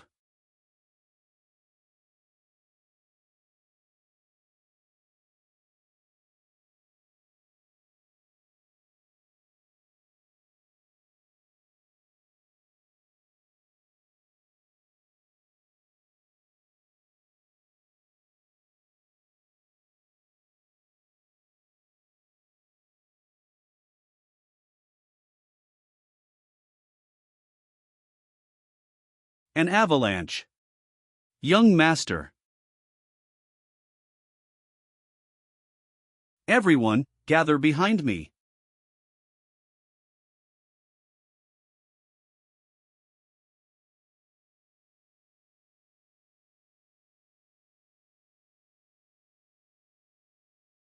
A proper ambush, huh? Who are you? You just missed your opportunity to die in the most peaceful way possible. What a shame. I am Doncard, King of Ironcliff. I trust you don't need an explanation as to why I am here. Of course not, I did tell your lackeys that you should come to face us yourself. He actually came, like a dog responding to a whistle. Oh, so you're the fool who thinks he's the king around here. I thought the rule was not to kill other hunters. Do you fancy yourself above the rules because a few people agreed to call you king? Rules are important, yes, I never said I would kill you. However, we are in the middle of the Shadow Mountains, it wouldn't be unusual for a few people to die at the hands of monsters around here. Of course. Which one of you is the leader? Boss. He is, the man who will become the king of Ironcliff. Ha! Are you sure you're not the leader? Unfortunately, I have something to get to.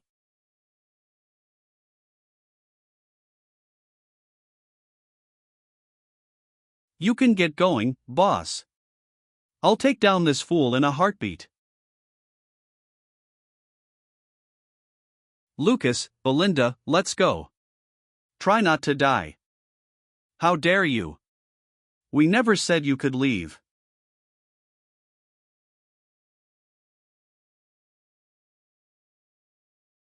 Don't get distracted now. I'm the one you want. You seem confident, do as he wishes, boys. Yes, sir.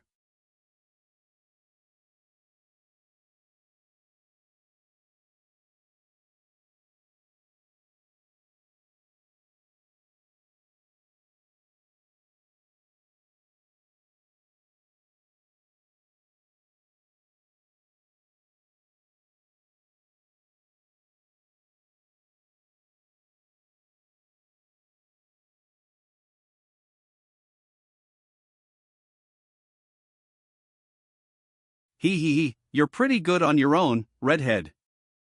Why don't you come work for me? I'll treat you well. We'd make a great team. Why would a wolf work for a pig?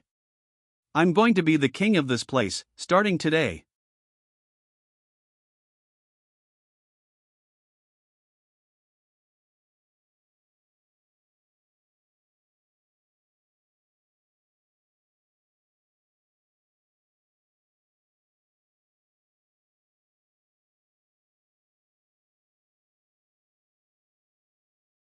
Damn it, this is annoying. He's using a pillar like some kind of a shield.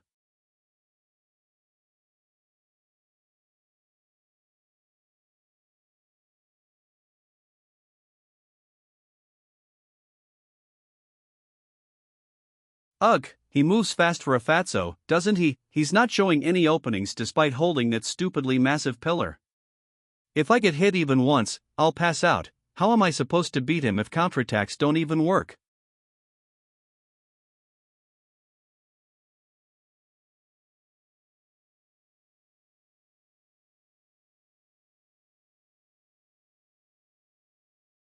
The tree, he already knew that I'd dodge.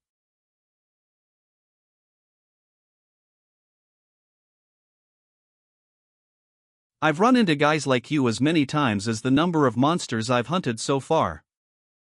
They always thought they were some top dog.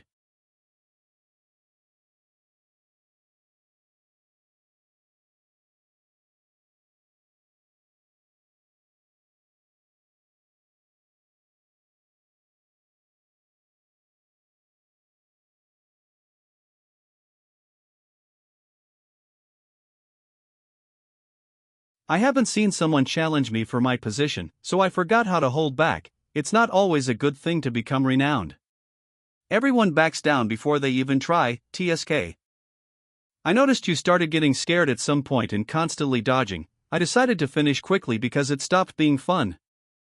I feel bad for the blonde guy who trusted you. Boring. Hey, shithead. Who said I got scared? Oh. How about thinking it over? Work under me. It's not too late yet. Pride doesn't put food on the table, does it? It's better to live as a satisfied pig rather than a hungry wolf, don't you think?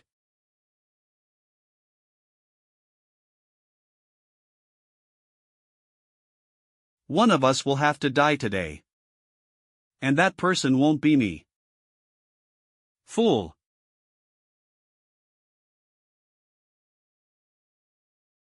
You can't even regret it after you die. It feels like I'm about to die. I think all the bones in my body have been shattered. It's always like this. I thought I understood everything he taught me, but I forget them in real situations like this.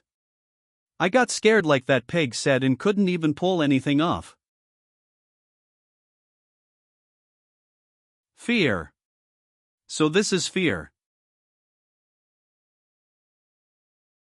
When the hell did I get scared, huh? You were scared of getting your position taken away by Lucas. You underestimated him before the fight, but he was better than you expected, so you got scared. How is anyone going to win a fight while being scared? Why do you have to bring that up here? I never got scared back when I fought in the Forest of Beasts or when fighting that Wingken dude.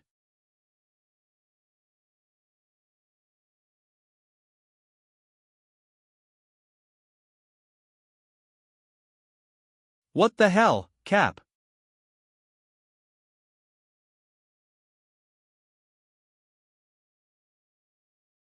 Once you start thinking that you're at a disadvantage, you start getting too focused on dodging. That's only natural, though. Humans do that instinctively, but if you had pressed in, you would have had a chance.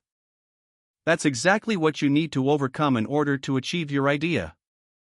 Fear.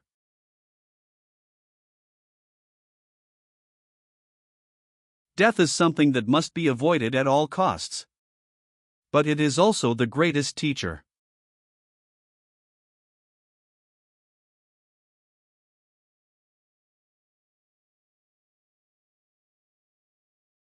Poof.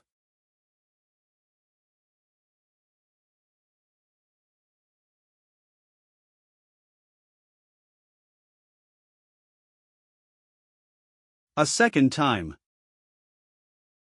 It's not a coincidence, this redhead. He's growing stronger during the battle. I, the king of Ironcliff, would lose to that little brat. You little. What the hell have you done?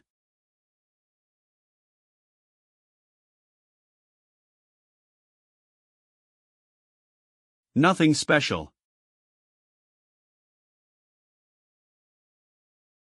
I'm just not afraid anymore. Impossible.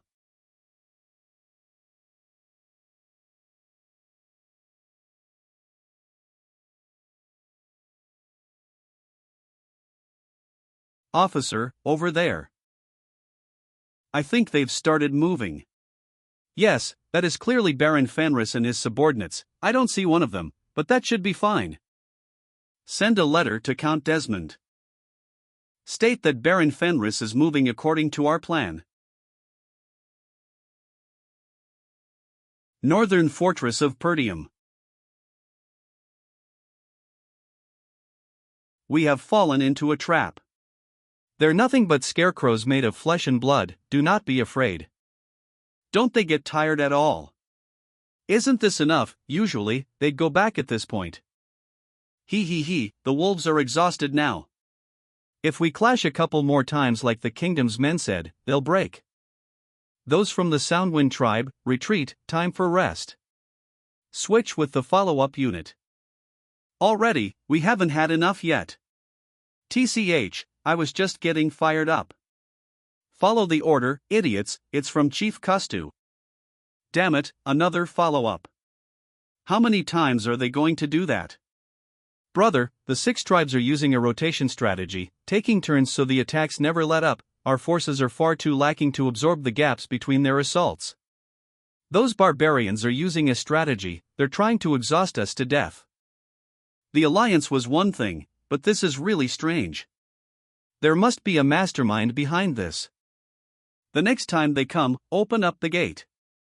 The Northern Wolf will personally go out to get the enemy chief's head. Brother, look over there.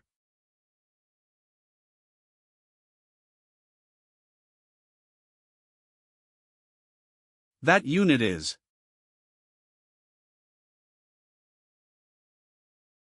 Those filthy barbarians, swarming in numbers like this.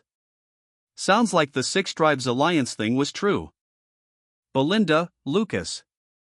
Lead your units and spread out to both flanks to form an encirclement. We will end them all here. Yes, sir. Who the hell are those losers? Why are they coming from our rear? Gaha, who cares? I was just getting tired of retreating like cowards, so this is a great opportunity. Kill him, too, we will feast on his blood.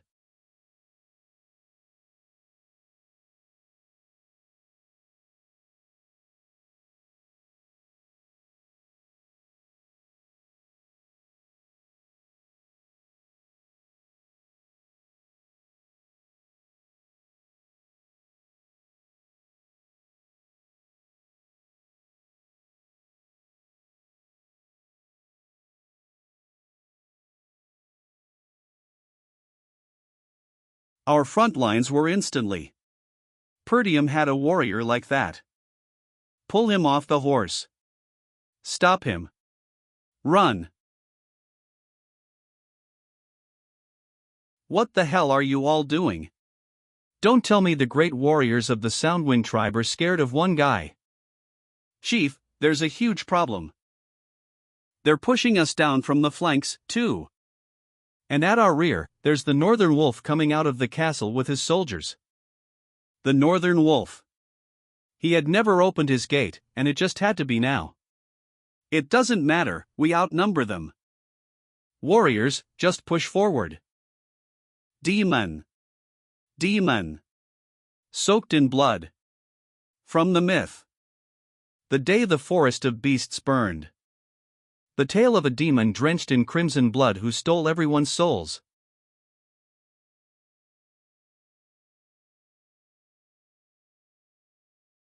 The bloody demon. Ah, that bloody demon. Ha, this is fun. I never thought there was someone as strong as you in the north. I am the great warrior of the north, Kustu. I will take the head of the demon. Disgusting.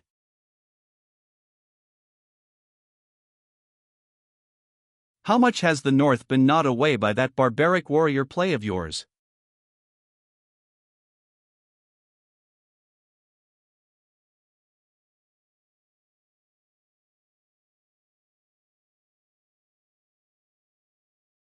Ugh. Ugh, fight me properly, demon. I, Kustu, shall end your last breath dash.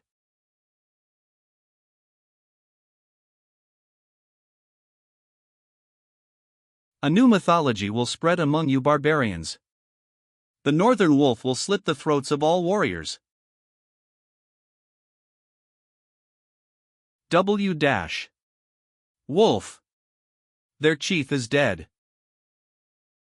Eliminate the remnants. Don't let them ever think of coveting Perdium.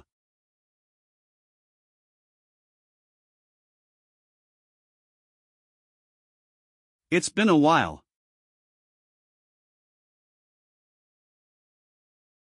I was a little late. I'm so proud of you, young lord, Baron Fenris. Thanks to you, we can finally breathe again. How did you know about this situation, for you to bring this many military forces with you? I came after receiving an urgent plea for aid bearing the seal of Perdium. The letter said that you were under attack by barbarians, so they had already sent part of Fenris's forces ahead as reinforcements. Didn't you send this letter, father? You. Brother, it wasn't me, I swear, you told me not to send any letters back then. Then, who could've? Father, listen well. We have fallen into a trap. Perdium. Fenris. Stonehaven Fortress. Desmond. Royal Army, 2nd Corps Garrison. Damn it, there goes my weekly salary again. By the way, Corps Commander, when are we going home? This lifestyle is exhausting for me. I'm starting to miss Cardinia. Well, we'll go home when we're ordered to. Royal Army, 2nd Corps Commander Doran. From what I heard, we're here to stand guard in case Count Desmond attacks Fenris, is that right? We haven't sensed a single movement from them. There's no way the Count would do that while the Royal Army is watching. Don't worry too much. Count Desmond, I know that man wouldn't be so reckless. If he were to attack, he'd have to oppose the entire kingdom. Even the strongest great lord of the north wouldn't do something so insane.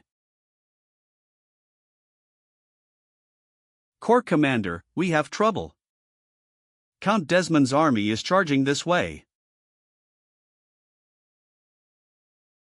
A night ambush. Form up on the front line and prepare for battle. Spearmen, to the front, stop their advance with the phalanx formation. Prepare for impact.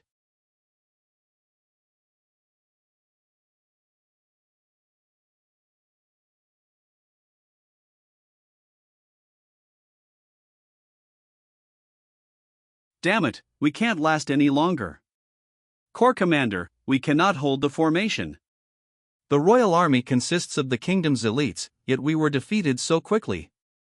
Retreat, give up on the battle and retreat to Fenris Castle. Send a messenger to Cardinia. The Desmond's cavalry came from the backside, too. Our escape route has been cut off. He made the Royal Army focus on the front while sending his cavalry to the back to block off any escape routes. He completely got us. Hello, Viscount Doran. You must be out of your mind, Harold Desmond. Fenris territory. Count Desmond wiped out the entire 2nd Corps of the Royal Army. Yes, furthermore, he's advancing this way without stopping there. Damn it, war again. War. General Admin, what should we do? Our lord said to destroy the important facilities here and move all the supplies and troops to Fenris Castle if Count Desmond attacks. And that's happening now. What are y'all waiting for? Let's get out of here. This place is done for. You fools, the strongest great lord of the north is coming to kill us all, yet you're all acting sluggish. Come on, get moving. Yes. No, I'll stop them somehow. With magic. Don't say something so stupid. If you stay here, you are guaranteed to die. If we leave this place, everything we've done so far for this land will be taken away by the enemy, right? Who says we're just discarding them? I'm saying that we have to survive first. With that lord's temper, you know for a fact that he's going to get it back later. We've done all kinds of impossible things up until now, so I'm sure we can stop them if we try our best. The smithy and core facilities that the dwarves and mages worked so hard on. Public order established through the efforts of unites. And the citizens who have started a new life. This place holds our Lord's dream, so I swear to protect it at all costs. Lady Vanessa, if you're really staying here, let me give you some very important information. There's been a report that the Damon's army has 30,000 troops with 8 siege towers and 12 catapults. Not only that, but Count Desmond's personal mage, who is known to be a 6th circle, is also part of it. 6-6th circle. And because we have some of our troops headed to Perdium, we wouldn't even last 3 days once the siege begins. They will get through the gates before our Lord can even arrive. But The Lord's command is absolute. Everyone, evacuate with the supplies. I will stay. Didn't you hear what I said? If it's at Stonehaven Fortress, the gateway leading to the Cabaldi region, we should be able to slow the advance of Desmond's army. Count Cabaldi, in his lifetime, seemed to be quite wary of Desmond. Our Lord will definitely come. Until then, I'll buy time until his arrival. And I'll make some good equipment. No time for slacking now. I'll stay too. Gordon. What would Captain Kayer say if we ran away like losers here? I'd rather fight and die here than have him call me a coward for the rest of my life. I'm going to stay too. We've come too far to give up now. Come at us. This was my chance to run away from this place. I can't opt out at this rate. Everyone. Northern Fortress of Pertium. My lord, you ultimately accomplished what everyone said was impossible. I also know that this place is necessary in order to face even greater enemies. I will protect it no matter what. Gillian, Vanessa, and everyone. He commands an army of 30,000 with the strength to rout the Royal Army's Second Corps in an instant.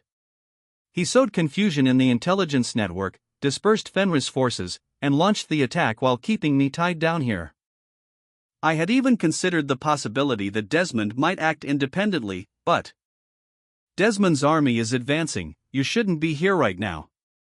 Ghislain, you should go back to your territory now.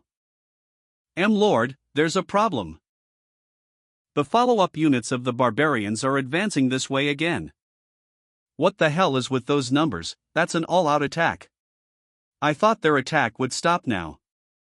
Not even Father would be able to stop that number of barbarians. If I leave now, then the barbarians would take over Perseum. This is your strategy, Desmond. You've staked everything on this war, Harold Desmond. What are you waiting for? Fending off the barbarians and protecting the people of Pertium is the job of the Northern Wolf, not yours. Father. You're a lord now. The people you must protect are waiting for you. You must do what you're supposed to do. All soldiers, prepare to fire. If we can't stop them here, our homeland will be invaded. That won't do, damn barbarians. Let's see who wins. Go, Ghislain. Father, as you said, they are people whom I must protect, but they're also the ones I trust the most. Belinda, Lucas, we will clear this place as quickly as possible and return to our territory. By the end of the day, Count Desmond is destined to die in this war. Fortress Stonehaven. Hurry up and put the supplies in there. Bring more stones. Arrows, bring the arrows here. Make haste. Gather here once you are all prepared. Gillian, did you equip all the soldiers with those suits of armor? Yes, I noticed they were of great quality. Of course, guess who made them? Arrows will not be able to pierce them, moreover, they're light, so they should be easy on the soldiers. The knight's armor has also been upgraded by engraving magic circles into it with the help of the mages. By infusing it with mana, it will be able to temporarily neutralize the power of incoming magic. Galvaric, you and the dwarves are very precious talents. Are you sure you want to stay here? Well, I figured they wouldn't kill us at least, because nobles who want us are all over the kingdom. But if I have to live as a slave anyway? It would be much better to bet my life on the freedom that the Lord promised after 10 years of service. But what good would it be if he's not here 10 years later? Is everyone here? Yes, sir. 1 priest. 10 mages. 100 knights. 1,000 soldiers.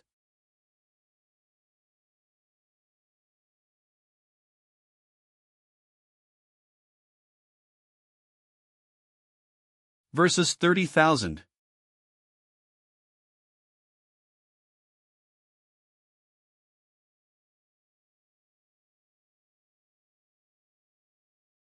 A 30-fold difference.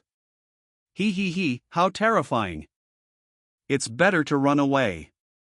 You know the Lord wouldn't want us to die here. Hey, it's already too late. Are you afraid? Our purpose isn't to defeat all of them, but to buy enough time until our Lord arrives. If the enemy gets past this point, they will take over our territory in an instant. Our workplace, our families, and the homes you have worked so hard for. We were able to receive new lives and harbor dreams thanks to our Lord. That goes for me, too. This time, it is our turn to protect His dream.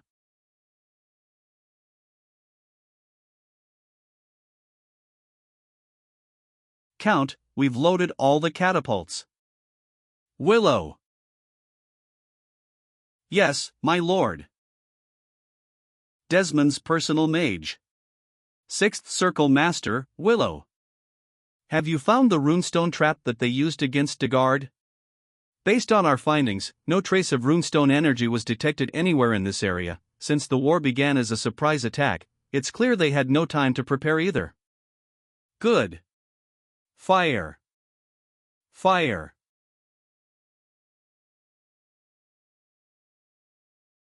All soldiers, prepare for impact. Charge forward. Gillian, they're coming. Push the damaged bags aside. Archers, to your positions. Raise your shields. Do not stop moving forward. Their wall is quite sturdy, no noticeable damage was dealt despite shooting all 12 catapults at once. Their reaction was faster than expected. I've heard that they've received some dwarven slaves from the royalist faction. The dwarves must have made the wall sturdier. Archers of the 1st and 4th teams, commence firing. Wipe everything on the wall.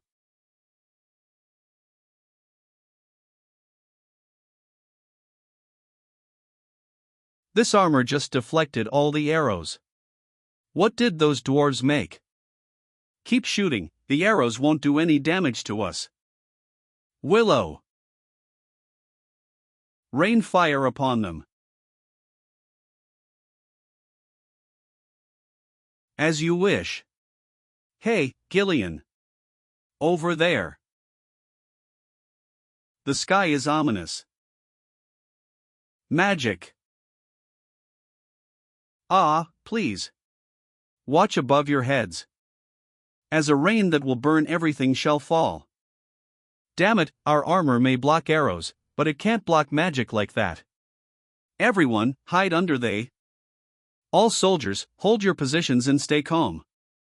There's nothing to worry about. Because we also have magic. Wind curtain.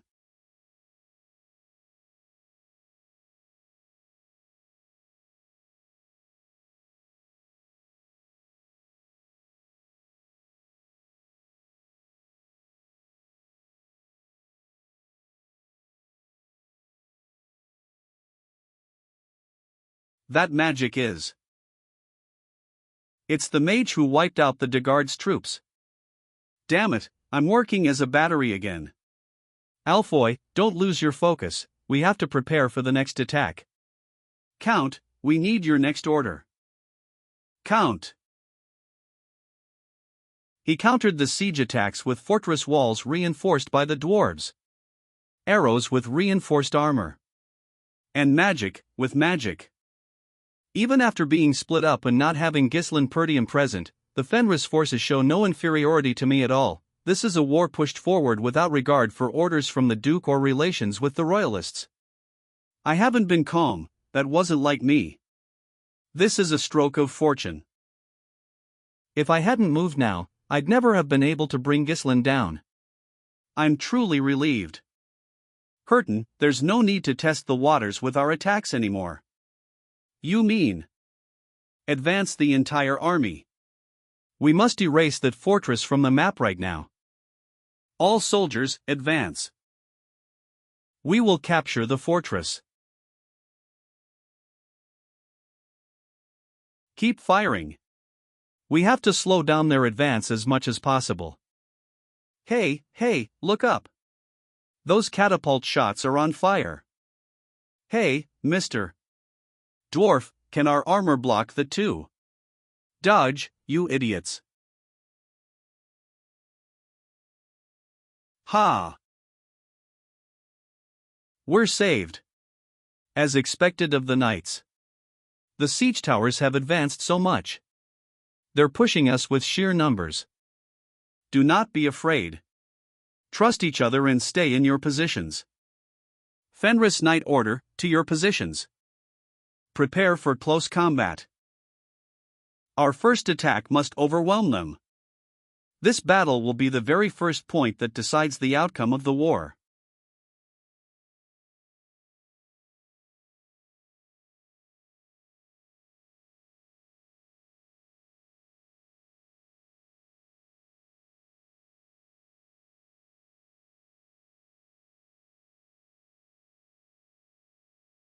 What the hell? What's happening up there?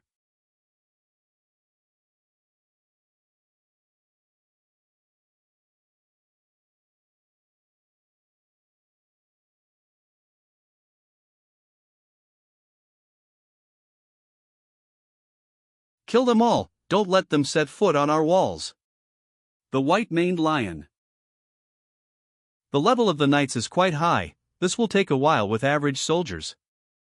Two-winged knight order, yes, my lord.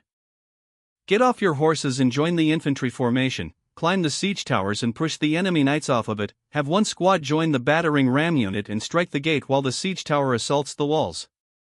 Willow, you will gather enough mana to use a large-scale spell at any time, yes, my lord. Hurton.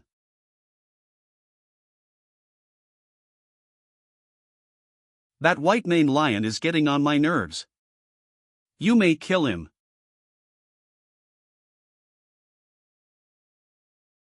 I've been waiting for that order.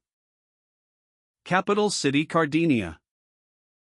Spokesman of the House of Delphine Count Faud.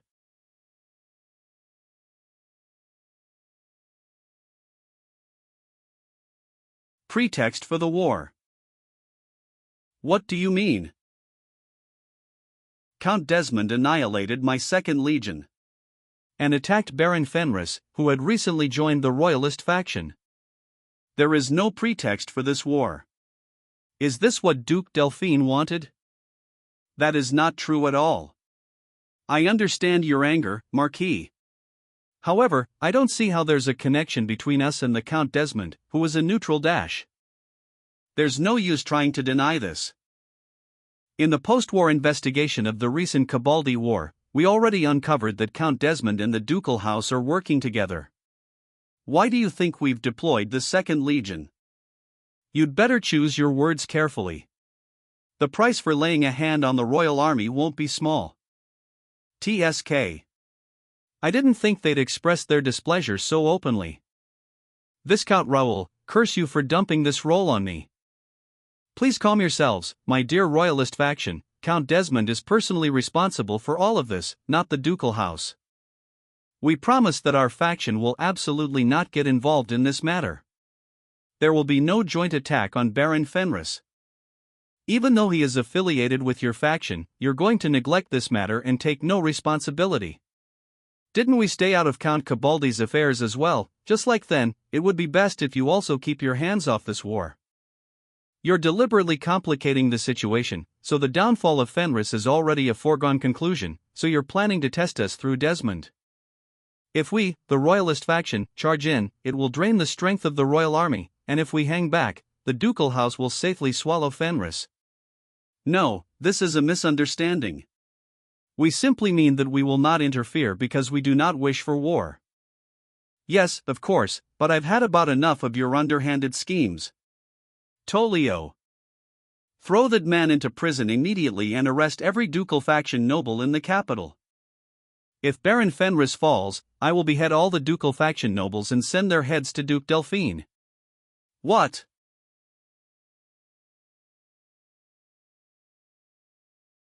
What is the meaning of this? I am the spokesman of the ducal house. As is tradition, you must guarantee my safety.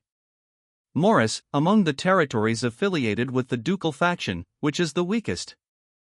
The ones we can strike most swiftly are the Harrington barony and the Coland barony in the north. We could occupy them as early as today. Good, the moment Baron Fenris is defeated, seize those two territories. Order the Royal Army units closest to the north to immediately move out and support Count Fenris. As for Desmond, I will raise a separate force and deal with him myself.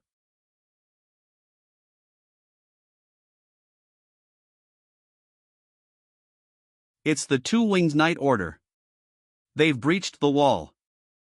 Come at me, you bastards, I will flatten your flat heads even further. Gordon.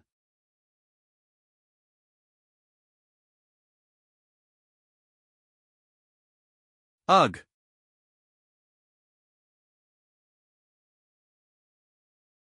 You almost lost your head, Gordon.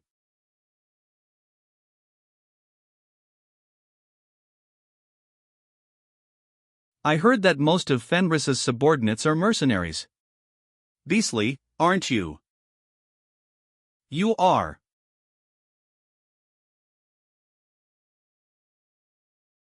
I am the captain of the Two-Winged Knight Order, Hurton. State your name, white-maned beast. My name is not worth revealing to anyone. For I am nothing but a weapon of Lord Fenris. Come, Desmond's dog. Ha! Now that's very beastly of you, huh? Wipe out those Fenris bastards. Battering ram unit, forward, strike the gate. Take over the fortress.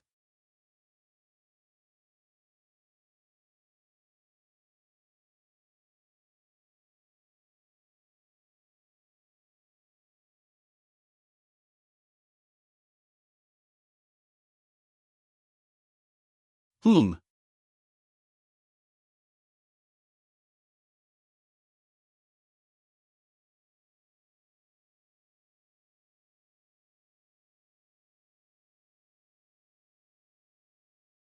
Oh ho! Yes, you'd never see this freewheeling fighting style from knights. Truly entertaining.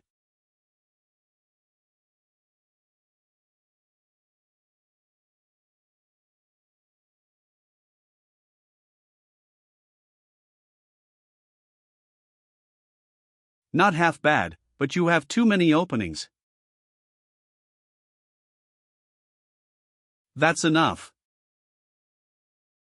Remove the battering ram.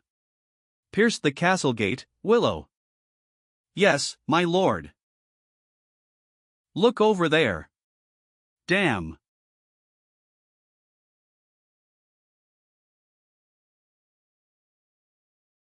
This one will be harder to block than last time. Sun flare.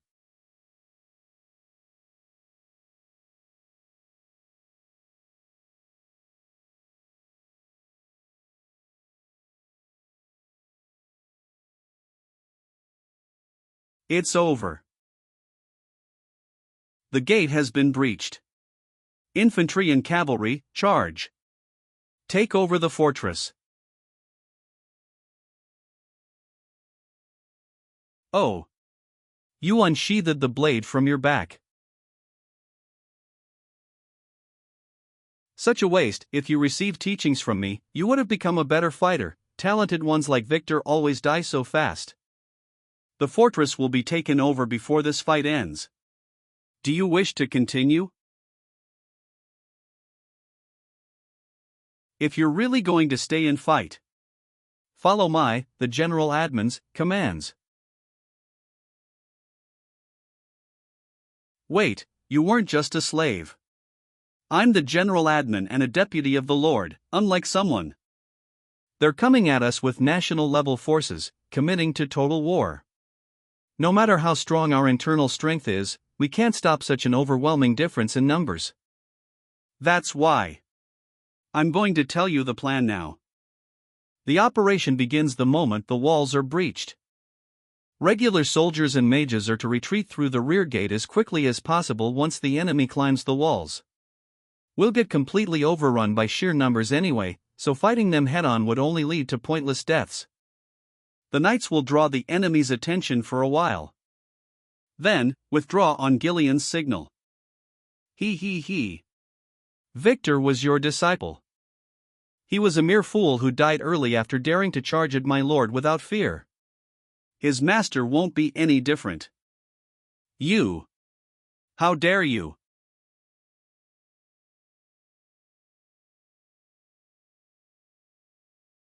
HM.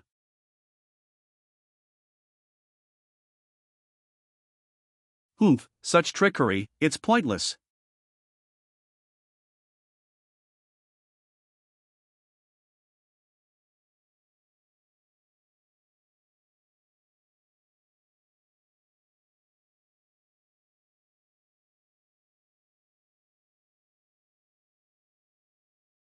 Humph, running away before your enemy, you do not deserve to be called a knight dash.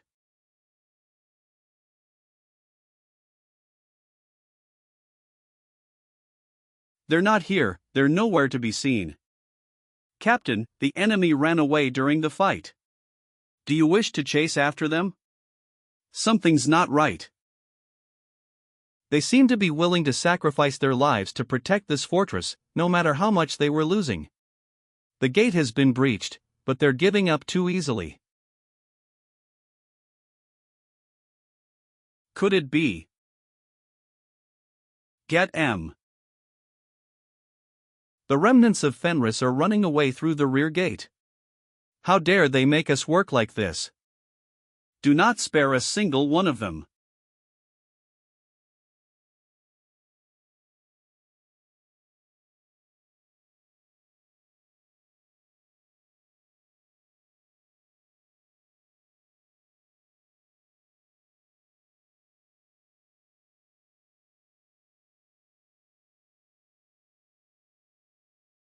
Flame strike.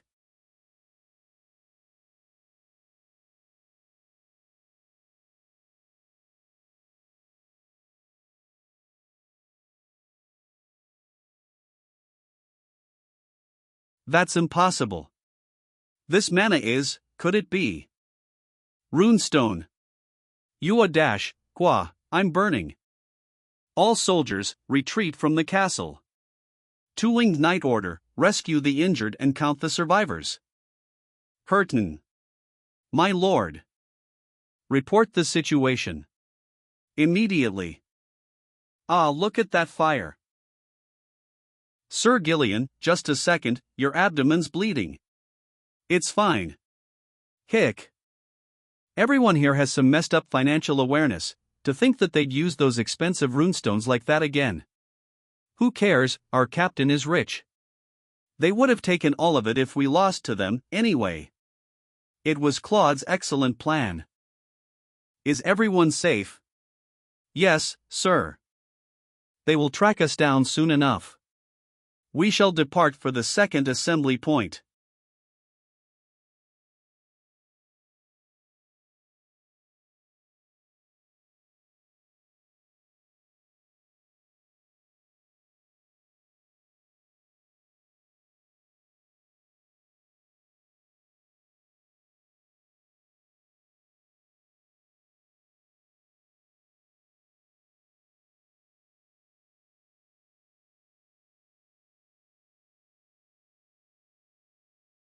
You don't know when to quit, bloody demon. You're more addicted to fighting than us warriors are. Bloody demon, if you still have any sense in you, lower your weapon and hear me. I, Waroka, shall represent my people and propose a truce. Look around you, no matter where you look, this place is filled with poor souls that have become nothing but disgusting lumps of flesh. We were only working under Custa's order. Now that he's dead, there's no reason for us to continue fighting, don't you think? Waroka, he was a barbarian general who had been rewarded a portion of fallen Perdium in my past life for helping the ducal faction. He was quite a smart one among the simple and stupid barbarians. Let's stop this meaningless killing, haven't our men sacrificed enough? I promise that we will never attack the northern fortress again. Silence. Have you stalled for enough time? There is no such thing as a moderate war in this world. You demon.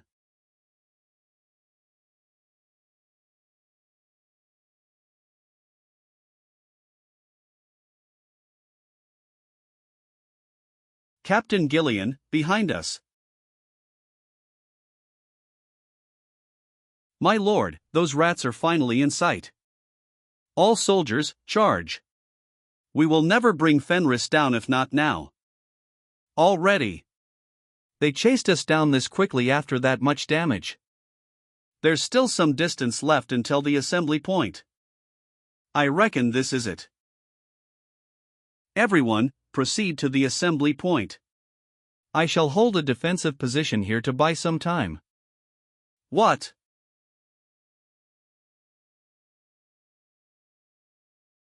Wow, are you sure they took any damage back there? I mean, half of 30,000 is still 15,000. It doesn't change the fact that they overwhelmingly outnumber us.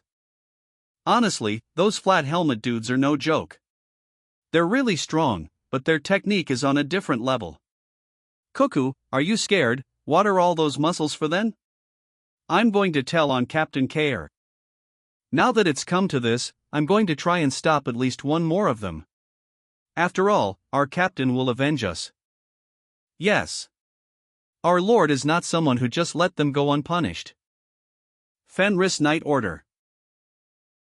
Prepare for battle. Charge. For Fenris.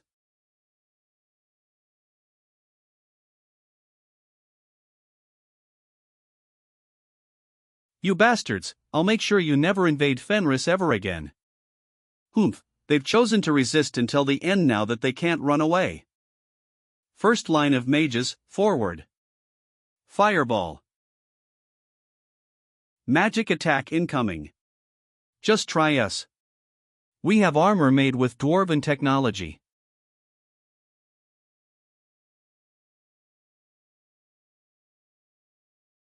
Magic.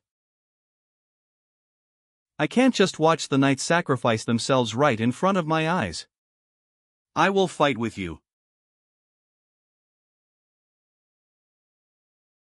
I finally remembered your name. Gillian, captain of the Ratatosk mercenaries. It was a mercenary group we used to trade with often, thanks to the remarkable resourcefulness they once displayed. I had completely forgotten about them because they disappeared out of the blue. Why do you risk your life for Baron Fenris? Do you think your true nature changes just because a mere mercenary played at being a knight for a while? If you really believe that foolish Fenris can dominate the north, here's my piece of advice. It's nothing but a futile dream. I, as a mercenary, have already died. But Lord Gislin has given me a new life. His dream is my dream.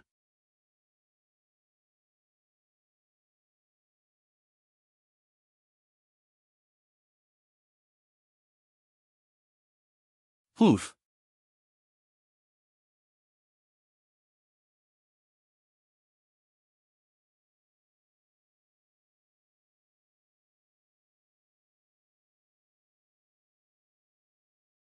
Ugh.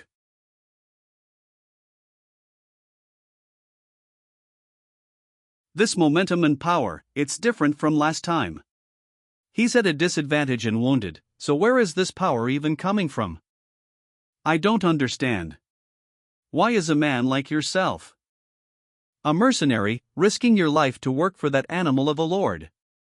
No one can call Lord Fenris an animal. I also will not tolerate anyone who disgraces his dream. That is my chivalry. No mercenaries have ever shown this much loyalty to their lord. Because only money means everything to them, they have no manners and only follow their primal desires. Baron Fenris, that animal has tamed this wild lion into a knight.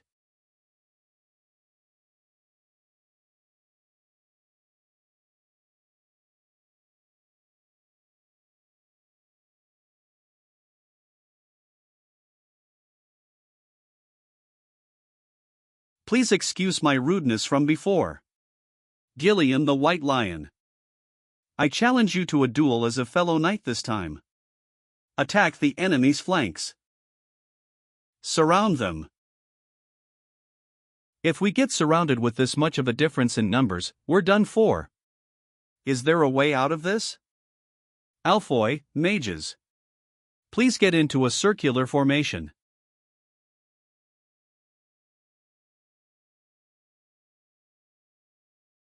Ice wall, they've blocked us off. We can't surround them. How bothersome. Getting in my way. Willow, magic. Yes, am Lord. Second squad of two-winged knight order, break through the front. Eliminate the mages first. That's not happening. Stop them.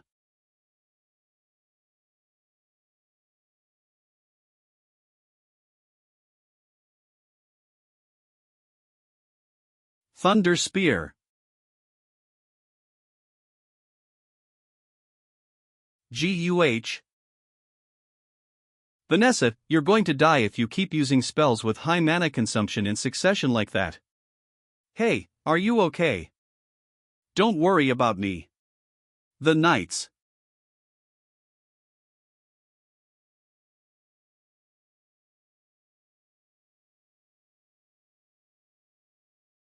That's the spell that destroyed our castle gate. Damn it all, the impact from that thing is going to vaporize the ice wall. Everyone. Ugh. Focus, you're fighting me. Mage of Fenris, you have enlightened me.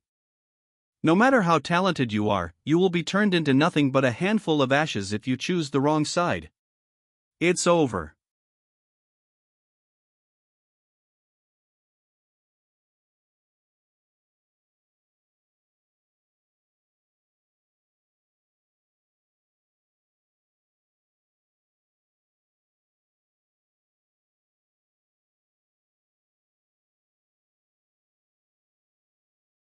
We're saved.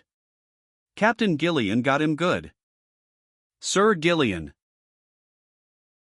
Deploy a circular defensive formation. And hold your positions. Pointless.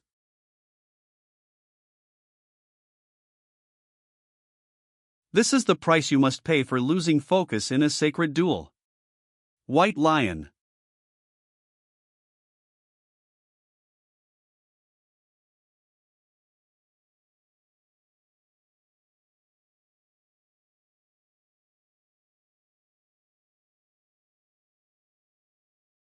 I didn't want it to end like this, but considering where we are, well.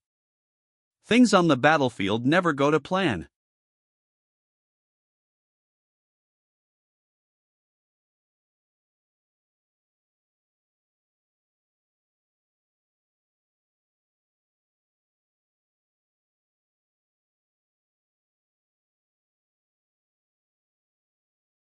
This is where I end lies.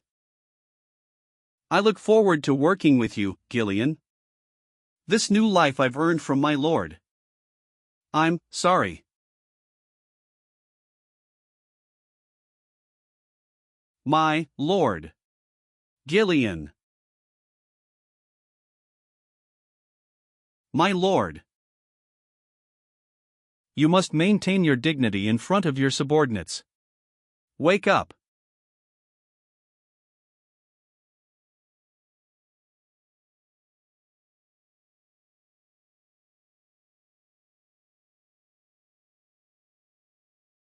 Rachel.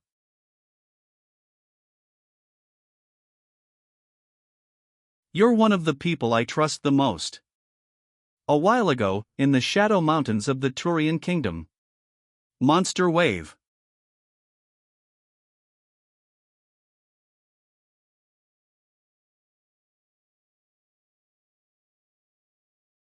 Hey, they're climbing the corpses. Stop them from climbing. Die.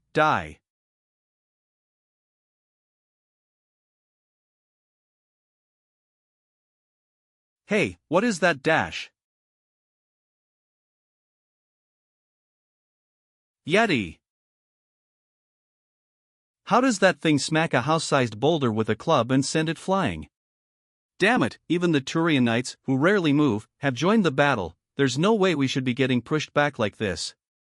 If only we had done cat at a time like this. Here comes another one. Watch out.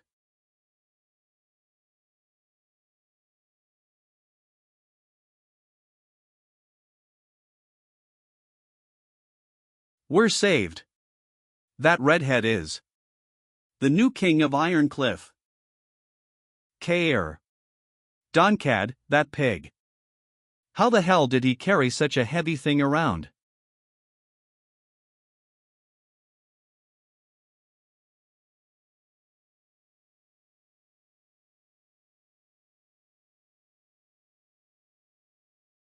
Fundamentals. If he learned how to delve deeper, after overcoming fear. The next stage is operation.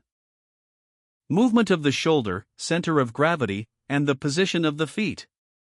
If you can catch the signals the body sends and discern your opponent's next move, you can face anyone.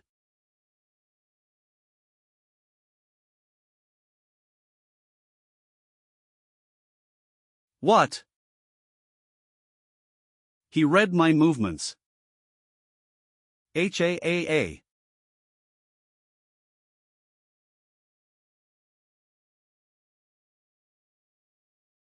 If I had lowered my head a moment later, the outcome of this battle would have been decided. Just who on earth is this ruffian?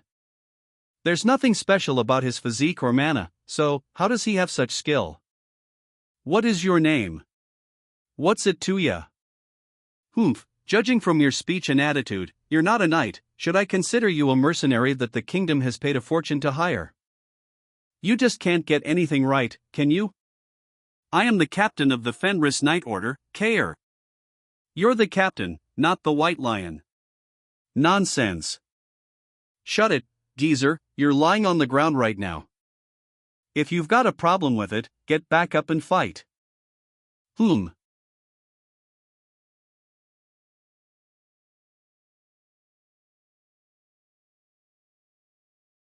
This movement without even a hint of restraint, I see Baron Fenris really raised nothing but beasts. I have seized victory 5 times in knights' duels, where the fate of a domain is at stake. Do you think someone like me would be a match for lowly wretches like you? 5 times. A knight's duel is basically no different from the bets that mercenaries make anyway, isn't it? Apparently, our Lord has done it more than 100 times. 100.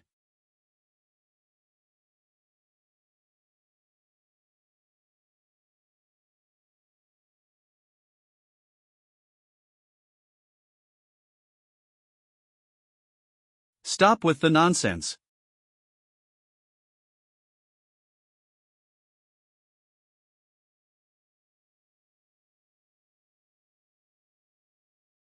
I will eliminate anyone who stands in Count Desmond's way. Ugh.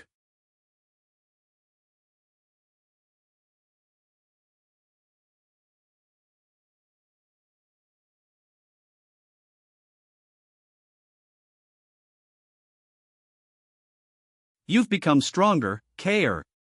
Gramps. Are you sure you can move?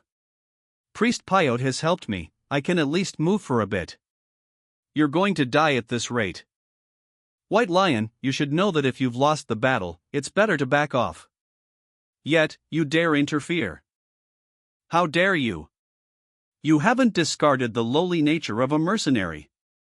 Don't let your guard down, that man is Victor's teacher, who almost killed you.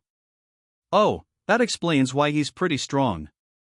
You don't look so good, I reckon the next one's going to be the final attack. Yes, we only get one chance to do it. One chance, you say? That's good enough.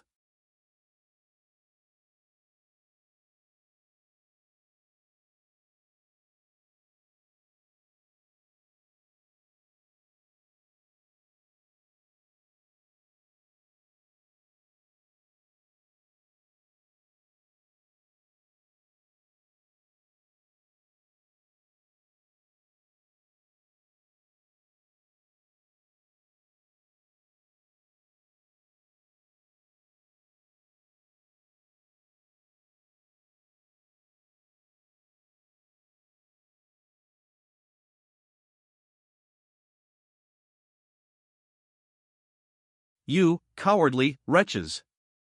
You call yourselves knights after this. Yeah, what about knights? This is the battlefield.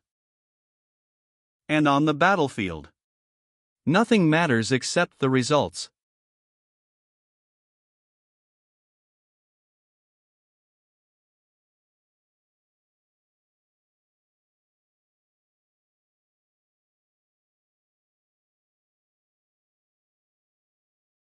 H dash.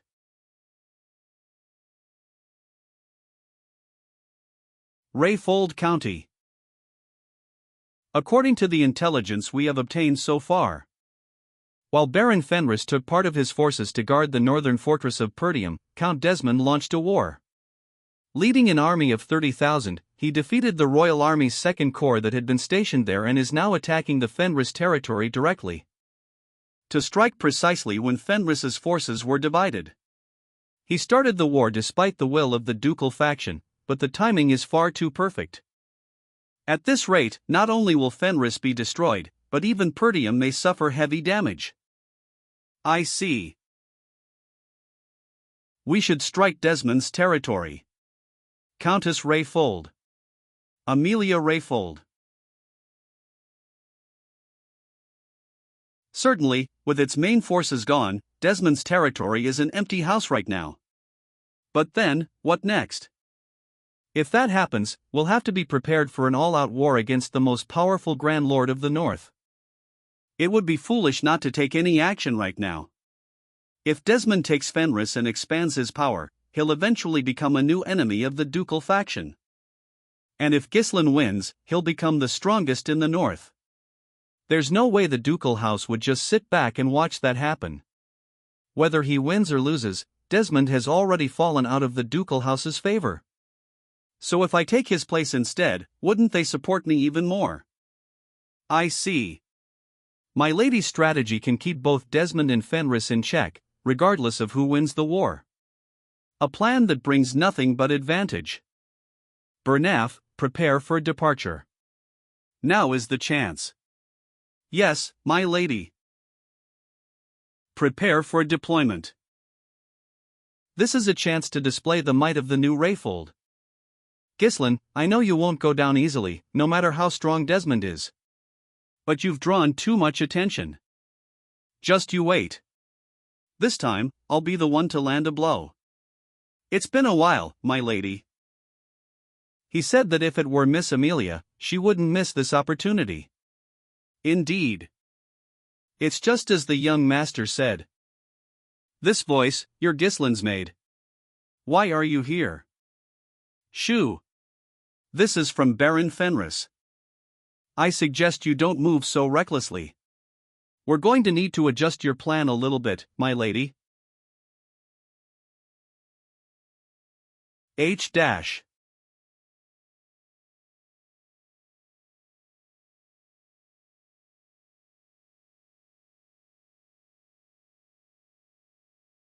Is that the Desmond guy? He's coming. Get ready, Gramps dash. Man, I'm screwed, aren't I? Fine, come at me. I am the captain of the Cerberus Mercenaries, the king of Ironcliff, and the captain of the Fenris Knight Order, Kaer.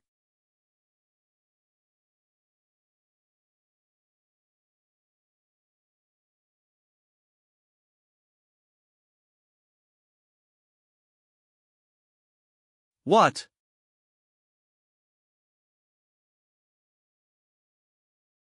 Cap.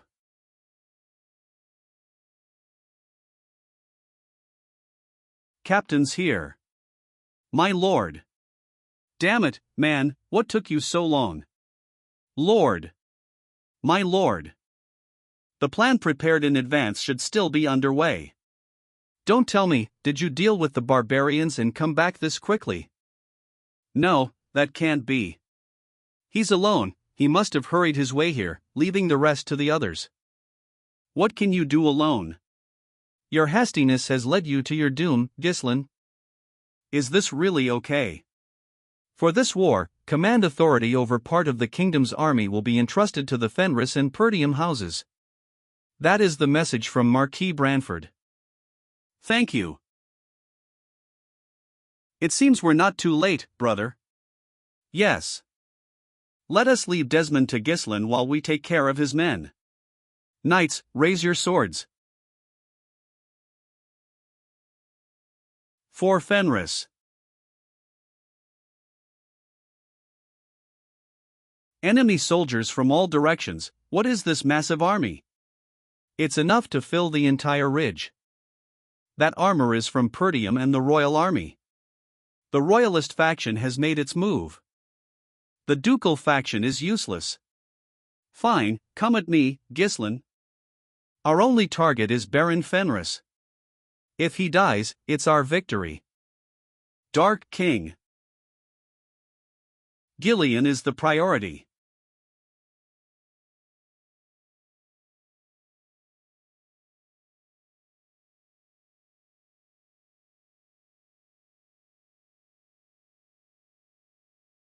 Harold. Desmond.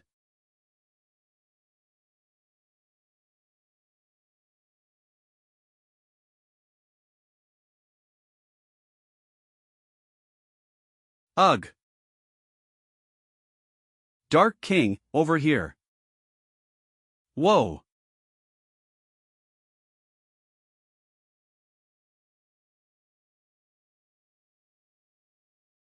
You nasty bastard. You've ruined the plan that I've prepared for years. Not only that, but my loyal knights, Hurton and Victor, had to die because of you. You keep interfering in everything. And refuse to move according to my will until the very end, yet in the end, you've come before me of your own accord. You must be prepared for this. Of course. I've been waiting for this day. For a very long time. Charge. Run them down. Our front line is collapsing, their momentum is incredible. Count, we need your next order. Where is Count Desmond? Get off your horses, you bastards. It's your turn to get crushed. Two-winged knight order, this is not the time to be waiting for an order. Do not disrupt the formation. Annihilate the enemies in front of us. Oh, this wasn't what I was going for. That fool just had to catch their attention. Damn it, I don't have any more mana. Fire. I've waited for you at the assembly point for so long, you guys never listen, do you? Claude. All soldiers, get to action. Support our allies.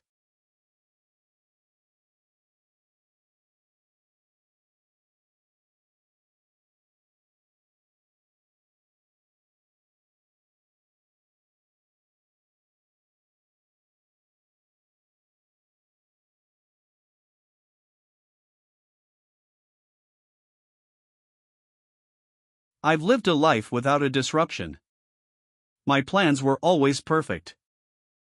Leading my family in the right direction every time. Trial and error was never in my dictionary. So why?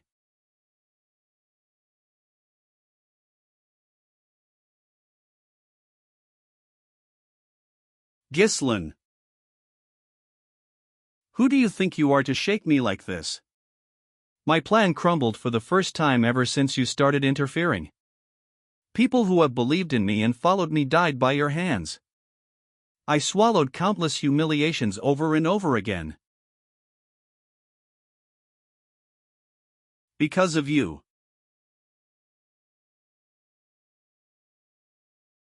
Because of only you.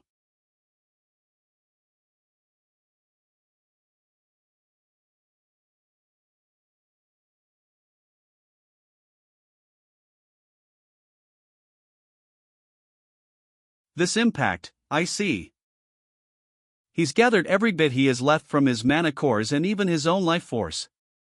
I shall not lose. I won't let you destroy everything I've worked so hard to build. The only way to reverse this whole mess is to kill you.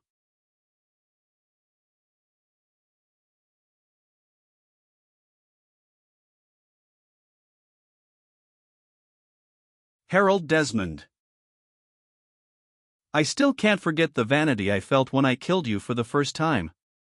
No matter how many times I stabbed your dead body.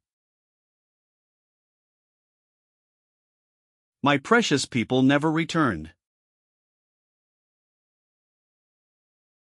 But this time, it's different. I will cut you down for them. Core. Unleashed.